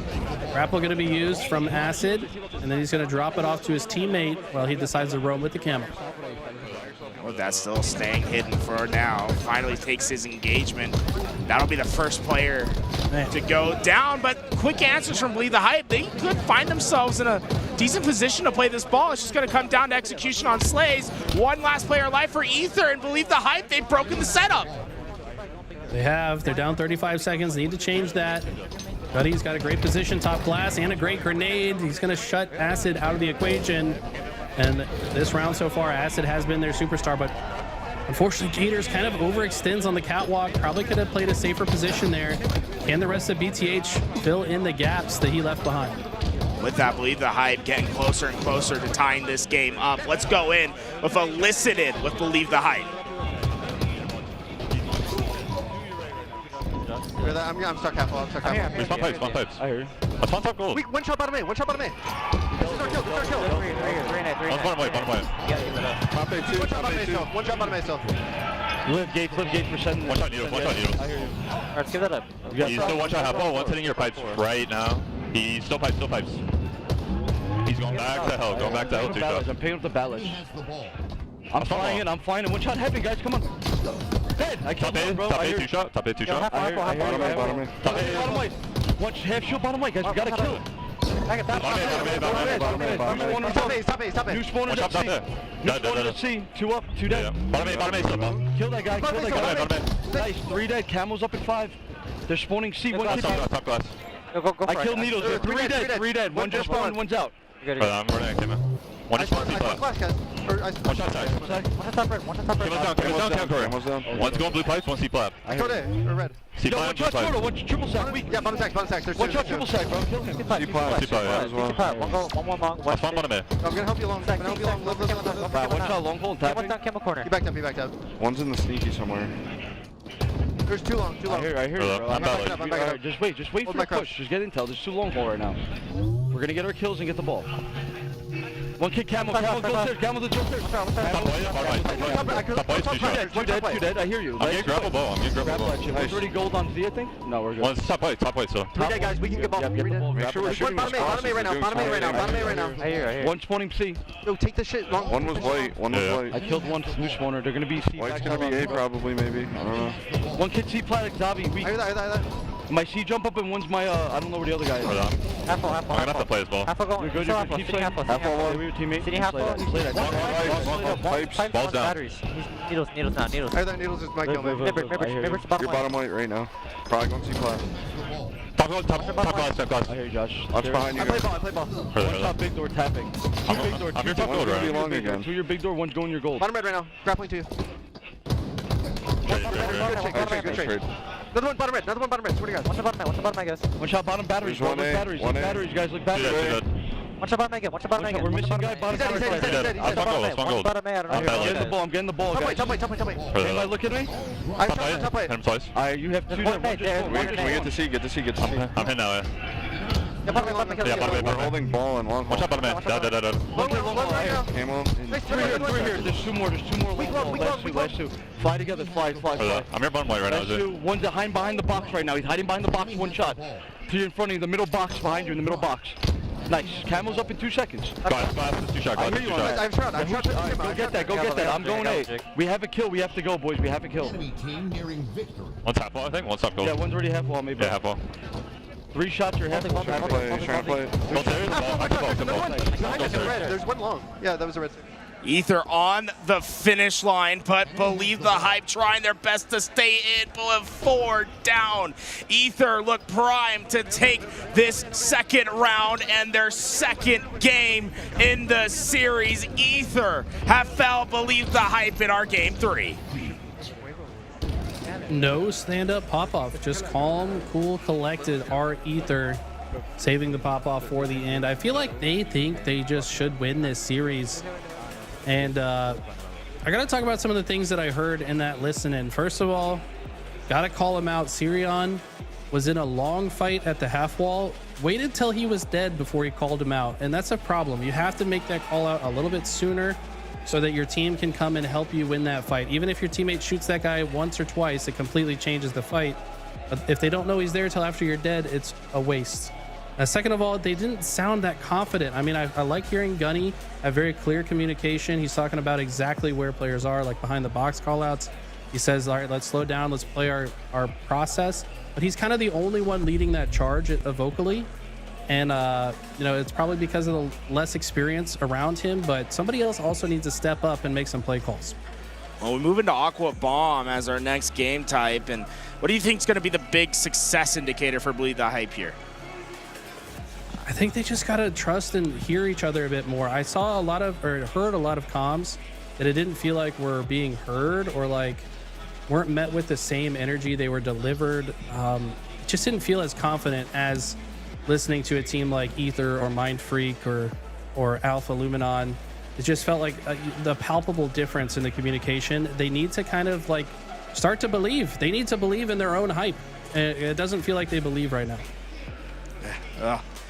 We'll see if they can get it. I do believe in, though, is Mama LVT coming out with the support. 10 gifted subs. Thank you so much, folks. For those that don't know, we're here on the open bracket coverage all day long. Love you, Mom. Thank you.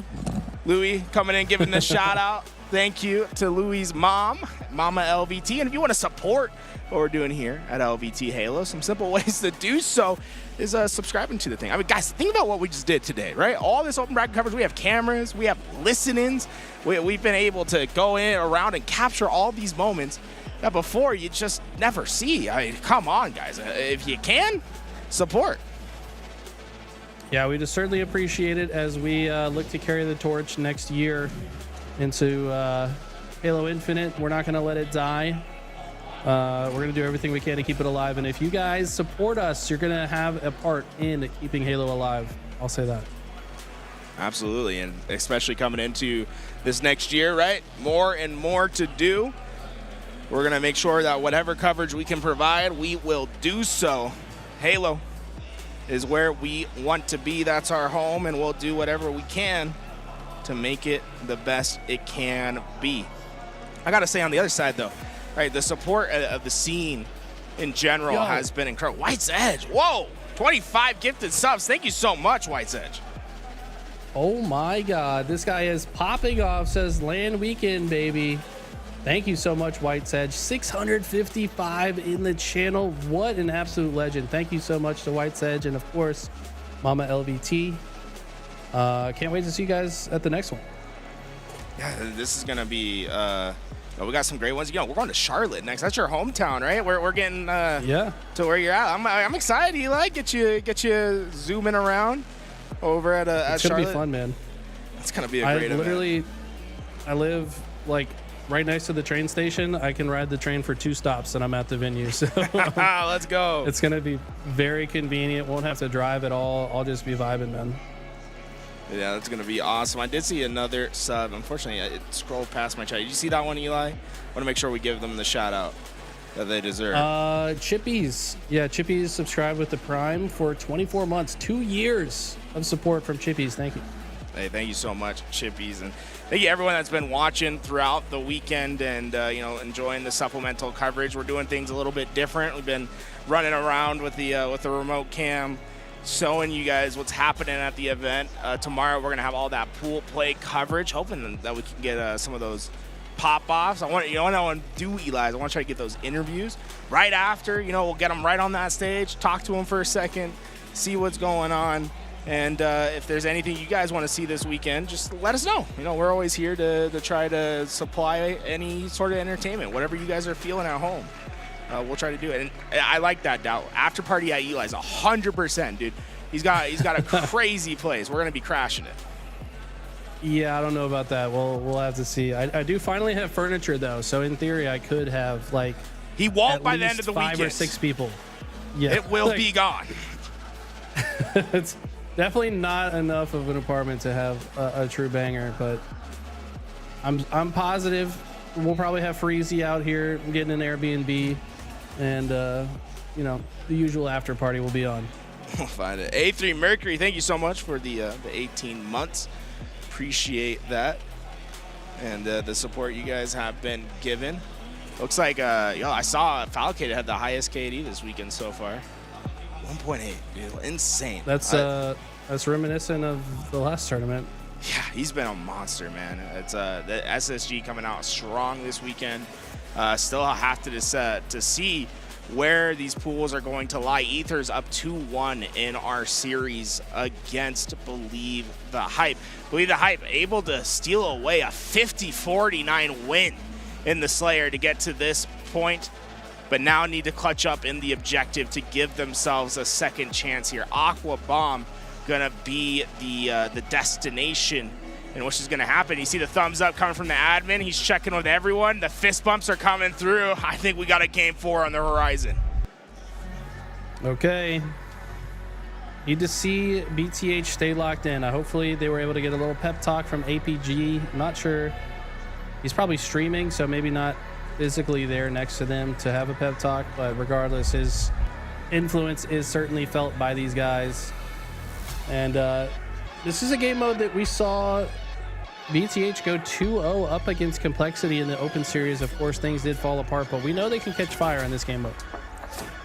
Just like how Marathon's catching fire with a 5 gifted subs to the chat. Thank you so much, Marathon. Game 4 is on its way. Believe the Hype. That's your last chance. You must win. Otherwise, Ether will submit their ticket into pool play. 12 minutes on the clock, 3 bombs to win. Let's lock in. Let's lock in, and Gunny starts off with some shaky shots. The good news for him is his opponent did as well. It's an awkward 1v1 duel that ends in a trade. 2v2 situation on the map. Facty best positioned to grab the camo, and he will do so quite easily. With that, Facty gonna have a little bit more freedom on the map to get to where he needs to be. And that's over to the opposing side. Ether will lose some numbers, but they are also losing their base. Facty getting himself in prime position, double kill. Ether, their base is completely controlled by BTH, but the bomb is still on the neutral point. Someone needs to move it forward. Facty actually decides to go backwards. I would have preferred that he actually stayed in the base and let somebody move forward with the bomb. He was in great position to manipulate the spawns and make the next sequence even easier. But maybe he was called back by the squad to backtrack, clear their half of the map. Gunny with confident curb slide into some strong shots. And now Facty able to move the bomb forward. So after it all, this looks like a great opportunity to score. But that bomb thrown out of the last second. Facty shot just went underneath the head, couldn't find that kill. He's still dominating in the base, but this felt like bomb arm position instead, still fighting for that second chance. Facty ends that life 7 kill spree to start the game. It's not enough to score. That's got to be a little bit disheartening for him. Like I said, he kind of earned himself the space in their util, but then just gave it up shortly thereafter. Ether able to punish BTH for not being as coordinated on that push as they could have been. That little Gator's able to work alongside his teammates to get up toward that side. And look at that, 4 down. Ether all seeing the respawn screen, the base being controlled once again. BTH, they're coming out hot into this game. Yeah, they have a chip on their shoulder to continue to slay out. Where's the bomb, though? That's my question. Don't think it's on the arm point. Haven't seen it pop up in the kill feed. Now finally there, but is it too late? No, they did get it. Let's go. Believe the Hype on the board early, trying to force a game 5. Great shots in. Gunplexion will get the double kill. Let's make it a triple. The over's on the horizon. He's pushing for it. Gunplexion was just 1 shot away, but they got 1 bomb on board. They're starting to believe tools. Look at this. They've got the bomb in the base again. I don't know if they've got the presence to do so. Yes, they will get shut down. Bomb will leave the base, but the pressure was felt. Ether having to backtrack, and now they've got to win the map again if they want a chance to tie up the score. That bomb's still on its move. Ether trying to get their own attack in as Acid will be knocking on their doorway in, tapping buttons getting that initial damage. They have the base. They just need a couple more slays. They're arming. Can they finish this bomb? Ether respond. One apiece. Wow. Tapping, doesn't flinch, just sits in the corner, trusts that his angle is safe, and just waits it out. And unfortunately, no member of BTH able to get into a position to shoot it. And now Sirion in the base of Ether once again, seeing if he can create the opening for his squad to move this bomb forward. Gunny's going to be the one to do so. We need to get a few more slays though. Complexion trying to wrap this up. Into the base he goes, but some more slays needed. Able to stay alive for now, but more and more damage will eventually take him down, and that base of Ethers seems to be cleared, and a camouflage for Acid to work with as they try to go on a counterattack. Acid with the camo lurking. This player does not know he's here yet, and after the melee finally reveals himself, a great grenade comes in. I don't know if they're aware of how much it chunked Acid's health bar. No one's able to clean it up.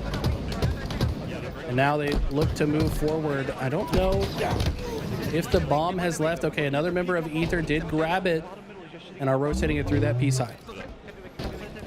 That's still just one apiece. That bomb just stuck in the middle ground, but Little Gators in a premium position, right? If he can find this damage and help his team get through, he can try to facilitate a fast bomb arm here, but the damage is in. The kills just aren't coming though. Believe the hype. They got everyone one shot. In fact, he almost loses that player who just sat in the corner. Multiple members, P1 here for Ether, just Acid and Drift, last two players alive. Drift now the last one, bottom center, a 1v1 against Sirion, but beautiful, perfect shots from Drift. Shut him down, and this game really doesn't look like it is in either team's favor. Right now it's BTH trying to get mid-map positioning to get a slay. 1-for-1 traded once again. These teams are looking very evenly matched this game. Ether's got some crucial gunfights. If Acid had gone down there, that felt like a premium position for Believe the Hype to get their second bomb arm. Instead, still a fight in the middle of the map, but a fight that's favoring Believe the Hype. They've been able to find their next kill, and that bomb is still in the front base of Ethers. They are not safe. They need to deal with the pressure, and just when you need it, 3 go down. Ether not only find those kills, but also a camouflage for Noble to work with. Yeah, Noble immediately pressing forward. I think they have a player in the util, so they know they force these spawns on the P side. Is advancing through the util. Looks like they're suspicious of the camo player pushing this way, met with a grenade. And now all of BTH are here, though. They look like they've been able to clear this side, at least for now, except for Noble, and he goes down as well. I don't think he expected that sort of pressure. 2 players just appeared from nowhere, and with him going down, this is a chance for BTH to get very far up on the map. Sirion wasting no time. He has already found his entryway, but he needs to find a kill. He thrusts forward. He gets the trade. Is that enough? It's just Acid that's alive. The bomb is moving forward. BTH, this is your chance. Unfortunately, the bomb didn't move with the right timing for that to be an arm.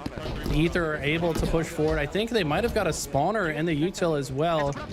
They just completely turned the situation around, and look at this. Now they've got 3 players pushing the bomb through the util and might just set up their own bomb arm. First kill in for Bleed the Hype. 2 more to take care of in the util side. Gunplexion knows this is the last player. Waits for the help. They'll cleanly get the kill. 4 down. 4 down, bomb moves, but he falls as well. 5 minutes on the clock. Says it can be anyone's game, but could be BTH's last game if Ether are the one to close it out. You have to think next bomb arm will probably win it with how difficult it's been for these to arm. Players all around. Believe the Hype getting max damage. That bomb also moving. Players from Ether too far out of the fight. Drift will go down. Can they get the support in time? Gunplexion ready to arm. Just needs a few more seconds. The pressure's in. Ether will trade out the bomb arm. Is there anyone else from BTH to finish it? The back smack sneak king double on the table. Needs to finish these kills. Sirion is surging forward. Oh, they had help as well. Probably didn't need to go for them melee. They're continuing to slay, but they don't have enough presence in the base. I mean, as long as the bomb stays over here and BTH move quickly off spawn, they can keep the pressure up, but you've got to start staying alive. You don't want to go for those melee trades when you need to keep your numbers advantage. With that just 4 minutes left on this clock, it has been a true pendulum back and forth between these two teams, but Acid, the only player alive for Ether as the spawners come up. He'll be caught onto that car side. Bomb still out into the middle of the map. This is their chance to get this thing forward. Joining us on the cast, by the way, Eli, we got Ryan Noob, fresh off his pool play performance, gonna join us for the end of this series. Hey, how's it going, dude? It's gonna be great. This is a banger of a match, by the way. Get ready to lock on in. Oh, this is so exciting. With that, Acid. Yeah, this is kind of weird for me because I'm the one that's not on the couch with you guys. But what's up, Ryan? Hope you've been having a good tournament. But yeah, this is a insane game we're witnessing here. Oh you got to imagine next bomb arm is going to be the one that seals it. Did you expect Believe the Hype to be this far in the bracket, Ryan? No, absolutely not. When I came here, I was shocked to see that they're still in it. They're still doing, they're still having a game. They're huge underdogs in my opinion, and the fact that they're here is a testament to how strong they've been playing, how strong they've been practicing. The hype that's coming in, Believe the Hype, baby. That's 3 dead. Last guy tapping buttons. Is he able to keep him off the bomb? He's flanking. That's going to be a tough route for him. There's going to be an arm for Complexion. He dodges the nades, dodges all the nades. That's an arm. What a play. That's an arm. They got it in. Believe the Hype. They're up 2-1, Eli. They're not only that, they still have a lot of pressure. That's 3 dead.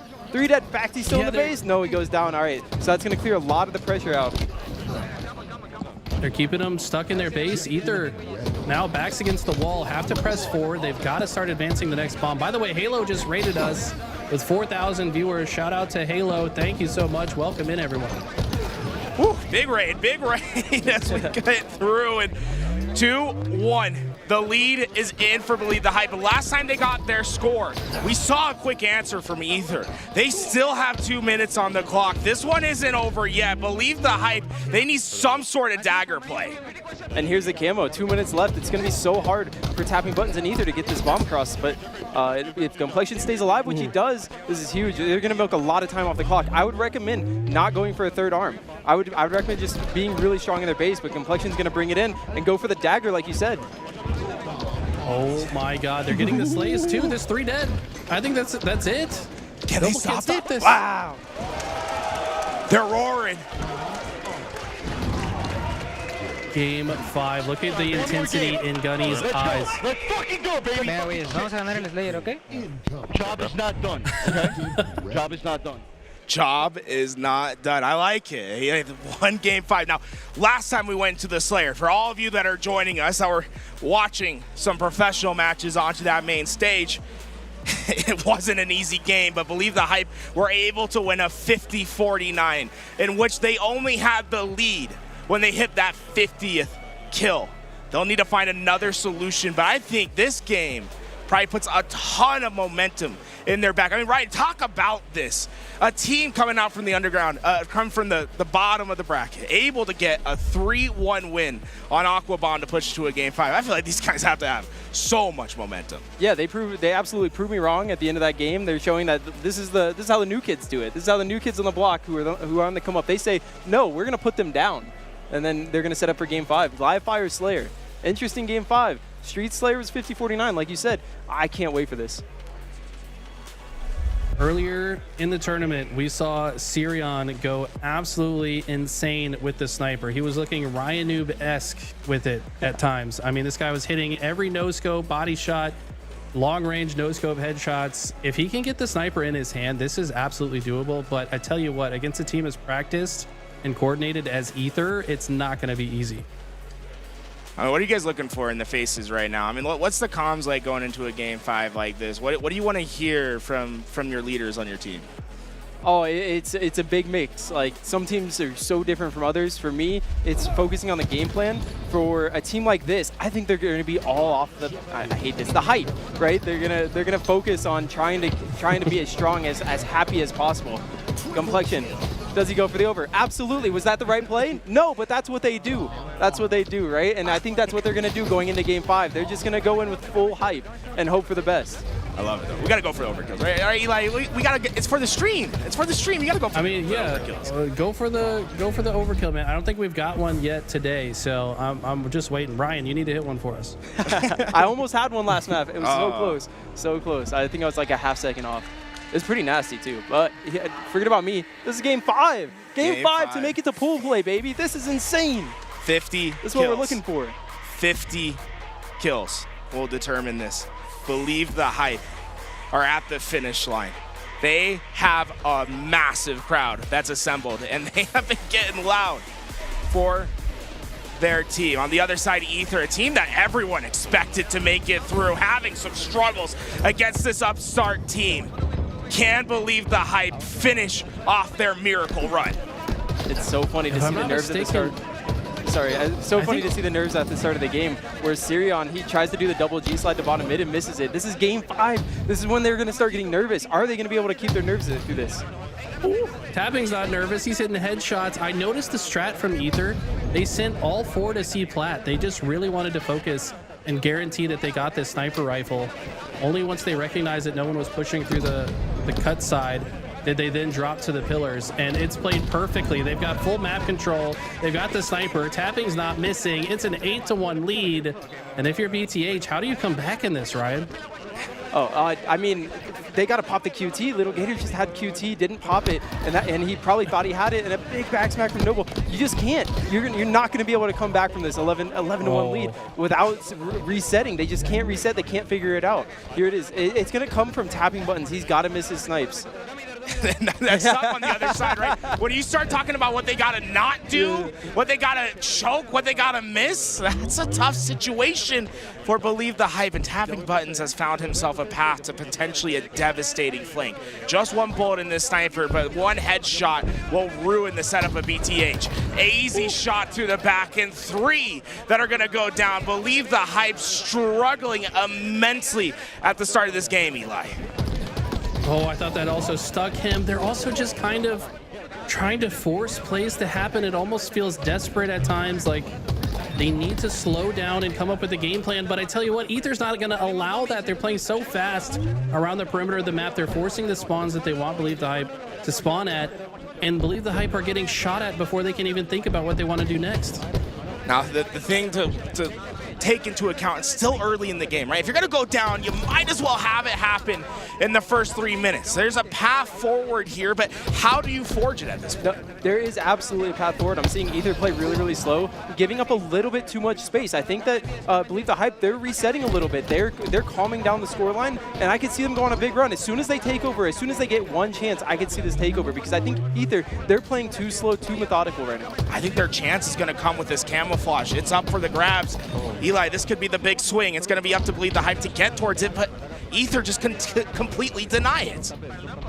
They look like they're trusting each other so well. They're taking more map space now. I think they recognize what Ryan had said previously, that they weren't taking enough space, and they've already corrected it in real time, and they're kind of suffocating BTH. BTH have so little room to work with. Everywhere they go, there's another member of Ether waiting to finish them off. And just like that, it's a 15-kill lead. Ether already halfway to the finish line. Yeah, this is so hard because, a controller disconnect too? Or something like that? That seemed like it. Oh man, that's gonna be rough. Hopefully, I mean, I don't know if this is, it doesn't look like this is gonna be a game, and it looks like it was a quick controller disconnect. I do think that this is just, it's so hard for Believe the Hype, because all they need to do is get on the front foot, but they're so scared.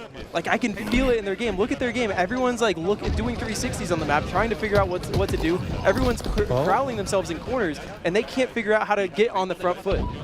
This was their chance. They got that first entry into green, but the help came through with the sniper, and that's kept them at bay for now. Multiple players moving forward for BTH. The snipe shot misses, but the Bandits good enough for the first. Can they clean up the rest of these kills? They will. Believe the Hype just have one to worry about at the tower side, but the help comes from top middle. How is Ether already back into that fight? And BTH, they spawn in garage, and they quickly rotate through the tunnel. I like this. They probably know that Ether have known that they spawn there, so they want to quickly reroute and get some more space. on the map, but it's not going to stop Ether from pushing through and getting their kills. It's a 20-kill lead practically. But I think what Ryan said is so true. They just don't know how to get back into that advantage state. When they're in advantage, they play so well. But that's the bane of most new teams' existence, is learning how to play out of disadvantage. And so far, I believe the Hype have not shown that they can. Yeah, and you can see BTH here. They were just all, oh my God, what a play. They were just all sitting there watching the QT, hoping for an entry back into this game by hoping the QT guy QTs. But instead of taking the initiative, instead of getting good space on the map, they were just hoping. Which, I mean, at this point, you might as well. Yeah. I mean, right now, they're praying for a miracle, because at this point, I had never seen a comeback like this before. It's just 5 more kills for Ether to get their spot into pool play and to have their chance to join Kraken Seas, to join Mind Freak, to join Alpha Luminon, their sister team from Mexico. They're just 4 kills away. Camo does get picked up, but I think it's too little too late. They finally got one thing to go right for him, and here it goes, all dead, last guy elbow, and that's going to be the game. Man. I fear that BTH were playing not to lose instead of playing to win, and that's pretty expected for 2 players that this is their first LAN tournament. You know, they should be happy to have even gotten this far. Most players in their first tournament, you know, they don't even make it even close to this far. Probably getting double first rounded, but I mean, this is a strong showing from BTH. They should be proud. Of course, the way they lost is not going to feel good, but they should still be proud. But, I mean, on the other side, I don't think this necessarily feels good for Ether either, right? This is a team that was expecting to make it from the winner's side, and implications happened early in, right? Omit Black not able to take their full roster here. They lose their top seed. It shifts everyone's seeds up 1. Ether and Mind Freak end up having to play in the winner's side, where Mind Freak beat Ether 3-0, something that Ether probably is not happy with. They come back, they need to find their redemption in the lower side, and they're able to win it, but it wasn't pretty. 3-2, they get the job done, and their reward now is Pool B. Ooh. FaZe, TSM, Nemesis will be standing in Ether's way, but if there's a team to create some sort of chaos, Ryan, it might be this Ether team in pools. Yeah, I think that's a good punishment for them, right? You lose the Mind Freak and Open, you got to go into that pool of death for them. A lot of these pools have one team where you're like, all right, I can beat them. This pool B, not that. No. Either have to come out really strong against those teams to get a foothold in that pool. Not at all. It's like, I don't know how you're supposed to come out and find momentum after a series like this. Eli, we've been through this entire BO5. It felt like we went to war watching these 2 teams go. And, you know, a little bit of a surprising finish, a 50-20 scores. Yeah. The last thing I expected, but the grand scheme of things, what do you think about this open bracket? What do you think is here to take away after seeing the 4 teams that have qualified? I'm just very impressed by Mind Freak especially. I mean, to 3-0 Ether in the fashion that they did, their teamwork and coordination was unreal. We've never seen the Australians this good. Like you said, both Rice and Scoob, the mouse and keyboard phenoms, have really upped their game, and now being joined alongside Barcode, who's having fun and enjoying the game. That's a scary team, and they're going to be in a pool that is up against Complexity, Space Station, and Omit, and I feel like they have a solid matchup. Yeah. Against at least Omit. We'll have to see who else they can play. Wait. I feel like I heard that Alpha was in our pool. No, so it should be higher seed, right? Pool D? Yeah, they have more points. I don't know. I feel like we'll have to go check that out, because I feel like I heard that Alpha had more points, but they had a lower seed in the bracket because Mind Freak is that how it works? They got the qualification right from Australia, so they get the automatic 3rd seed, 4th seed, one of those 2. Yeah, well, I wonder. We'll check 47,000 points. Alpha has 39,000. So it's Mind Freak have significantly more. I could be wrong, but that's what I heard, yeah. and the people that I talked to might not be correct. So Ryan is trying to will it to it sounds like you're trying to will it to existence. I you want to play Alpha. I played them a lot, and we have a good record against them, so I was really excited to play them. But Mind Freak, we'd be happy to test ourselves, really. Now 1-1 for you in the pool play starting today. Can you walk me through how'd your day go? We weren't able to watch your guys' match against SSG, unfortunately, because we had some of the open bracket coverage. So walk me through. I mean, how does it feel after day 1? Yeah, I mean, there's the good and the bad, right? Against Omit, we played pretty good. I think I was playing some of my best Halo today, especially against them. we, like as a team, we were doing things that we've been trying to cut out online, but we come here, we fall back into those habits a little bit, but we're still able to squeak out the win against Omit. And then against SSG, we did some things right, but not enough to beat them. They're so good. They're so talented. Yeah. Yeah, I mean, so far, I mean, it seems like Pools has been going, I think, a lot of the way that some people expected. I think Pool D has probably been the biggest toss-up. And that could still be a massive toss-up, right? I mean, if Mindfree come in there, dude, Mindfreak coming in, that could be massive. I mean, if it's Mindfreak, what's the expectation for you guys? How you prepping for it? Any like last second coaching going on, or just get in the morning and practice away? No, it's always the same, man. Focus on ourselves. Focus on what we've been practicing on. Focus on what we want to do.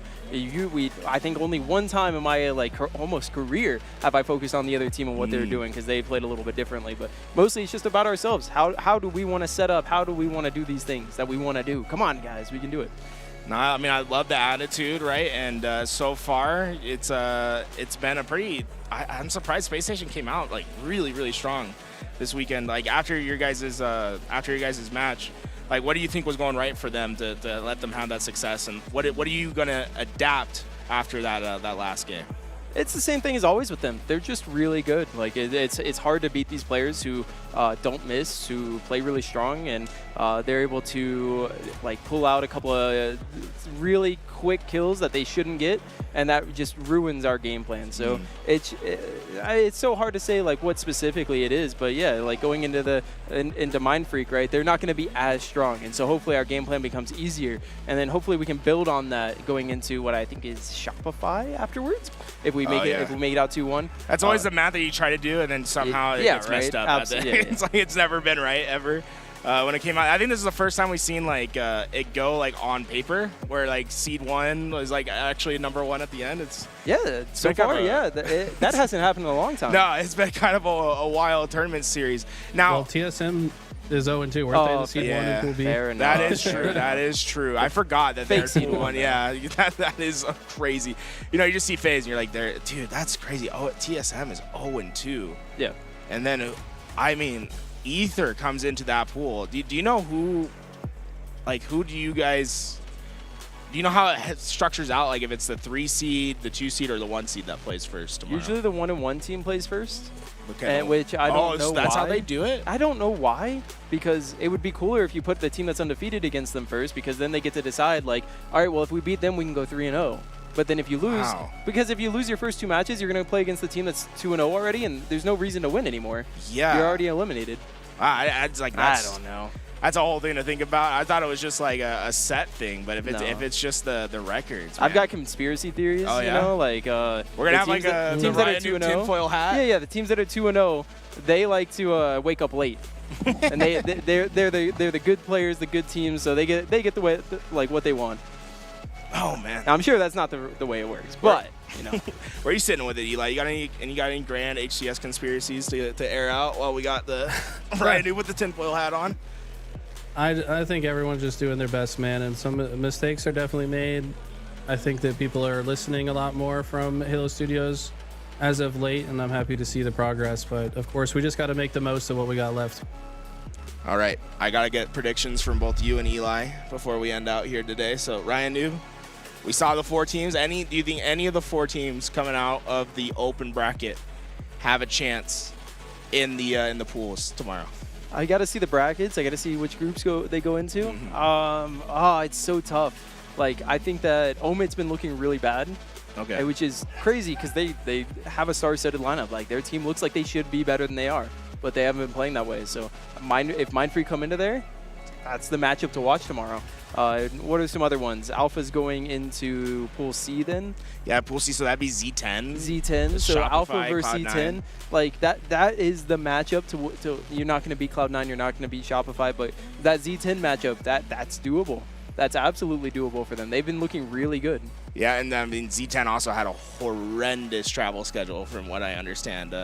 Players not being able to get here when they were expected to. I mean, Pool B, do you think if Ether ends up in Pool B, you think they have a chance? If Ether ends up in Pool B, do they have a chance? I think TSM have been looking bad too. Okay. I mean, their matches today didn't look good. We 4-0'd them in the LVT league, right? So I just don't think that they're looking as sharp as they were last event. I mean, I don't even think they were looking that sharp last event, but they did clutch up a couple of times, and that's what they do. They clutch up, but are you able to like just be consistent against the team that can clutch up? Like, are you able to put them down? So you ask that question tomorrow: can TSM clutch up against Ether? It's not. Is Ether good enough, right? Can TSM clutch up? Interesting. I like the framing. For the last pool, Pool A, Optic Envy, and Unreal Nightmare. I believe, do you know what Kraken Seas. Kraken Seas, so that's Envoy's team, right? What's interesting about this is Unreal Nightmare dropped Envoy's team for this new lineup to sponsor them instead, and now Envoy is going to get to play against his former sponsor. I don't know the full backstory. I just know that they played as Unreal Nightmare at the last tournament, so there might be some bad blood there. That's going to be a fun matchup. That'll be fun. I believe the team is, correct me if I'm wrong, Eli, it's Envoy, Super CC, Suspector, and Looney, right? Dang, what a lineup. That's right. That's so cool. Yeah, so what do you think about their odds of getting out in Pool A? I mean, looking at that, this is the grudge match from online because these two teams played each other for a pool play spot.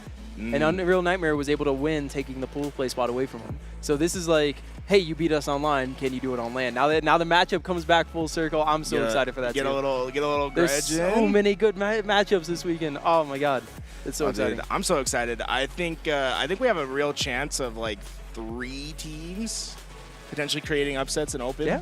And like getting through. We'll have to see what happens, right? Tomorrow morning, we'll be here. We'll be covering it all. You'll be playing. Anything that you want to talk about before we end up the stream here, Ryan? Before we go get some dinner. Well, I see a lot of people, and maybe just one person multiple times, asking about the end of the SSG series. Okay. So what happened? It got on camera that I didn't fist bump him. Oh. I said I had some choice words. Elamite had some words back to me that were a blatant lie, but I don't want to curse on stream, so I told them to go do things to themselves. Okay. So because they didn't cap a flag at the end of the game, they killed us a couple more times before capping it. Oh man, that's some big BM. So I had some choice words with them. Elamite lies to me, says, "Oh no, we fumbled it." No, I saw him sitting on the flag stand with the flag. What a Woo! Sorry. So no, okay. So hey. Maybe that gives you guys a little bit of fire if you see him in the champ bracket. Oh, absolutely. Get your chances. Now, what's the worst BM that you've done? Are you a strictly no BM player? Mostly no BM. Like I played Kratos one event, and I mean you have to BM Kratos, right? Okay. So pretty much the same thing. We didn't cap a hill for 2 seconds. If you threw the punch against Spartan, I think that would have been the biggest BM. If you actually would have sent it out. Dude, I think that might have been my favorite rivalry was the Halo 5 Ryan Noob versus Spartan, Oxygen Supremacy, get the things rolling. We need to bring it back. I mean, it's still there. I just try not to overplay it because of all the emotions and Halo. I try not to be BM too much if given the chance. But I wasn't given the chance back then. He was a dick. but now he's gotten a lot better. So there's no you guys huge you guys got blood. second place with each other. We've got our things together, but I'm still a little salty about London. Yeah, I got you. Hey, hopefully you get a chance at your rematch against SSG. I wasn't aware. It's like we're so locked in with the open bracket side. I didn't get to see this. I have to go back and watch it. And hey, sometimes is that the first time you ever like dodged the fist bumps? I think so. Wow, yeah. It's like it takes a good amount of fire to make someone dodge the fist bump. So. Yeah. Hey, you heard it here, guys. Ryan Noob's coming out different tomorrow. Coming out different. All right, hey, Ryan, thank you for coming on. Eli has been casting with us remote. Yo, thank you, Eli, for sticking around with us so long today. Anything you want to say to the stream before we end it out here, Eli? No, I'm just vibing. I'm excited for tomorrow. Of course, I got to cast with Mikowski to start the show today, but tomorrow I'm going to cast with Proper, who's a caster from Call of Duty. And there's also my coworker in the day-to-day, so it's going to be fun introducing him back to the Halo scene. It's been a while since he got to cast Halo. Hey, I love it. I'm excited to see him back casting with us again. Had him way back in like year 1. He was doing fantastic work. Ryan, good luck tomorrow. Get yourself some good rest, and hopefully we get to see vintage Ryan. Oh, I shouldn't even say. I like the new era of Ryan Noob. I like your hyper-aggressive, push everything. We'll have to have a conversation about this tomorrow. because I know people are wanting to watch the rebroad, so we'll get that on. But I love this like new era where you're just like flying at people. You are, in my opinion, like the fastest player in the HCS right now. But no one like actually talks about how you're like the fastest player in the HCS right now. It's like it's a little surprising to me. Yeah, it's a little bit of a mix. Like I've got 2 modes. It's either go forward or tuck, and those are I've got different words to describe it, and they're more fun. But you know, we're on stream, so we'll keep it simple. Keep it friendly. Keep it friendly. Yo, guys, thank you guys so much for watching. They're gonna kick us out of the venue soon, so we're gonna get up. We're gonna get up. We're gonna get going. Thank you guys so much for watching, and we'll be right back here tomorrow. Pool play coverage and everything to do with Salt Lake City. Don't go anywhere. Keep the stream live all night. We'll be right back. Don't go anywhere. See you guys later.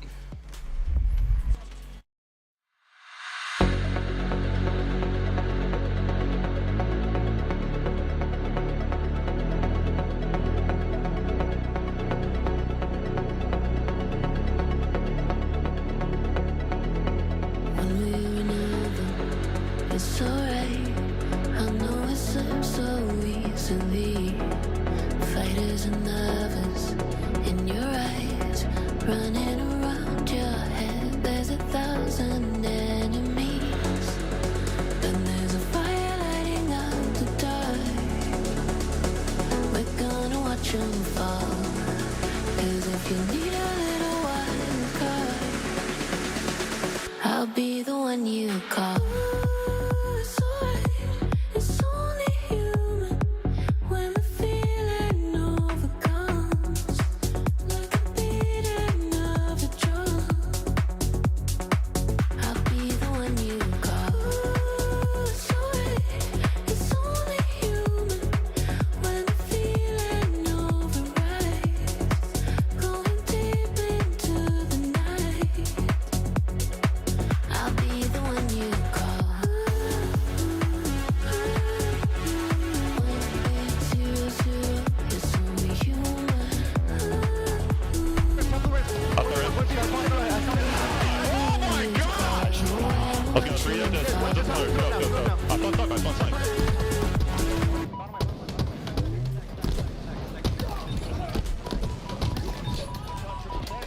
Triple kill.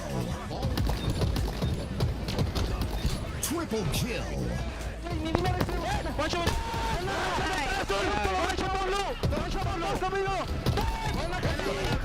Triple kill.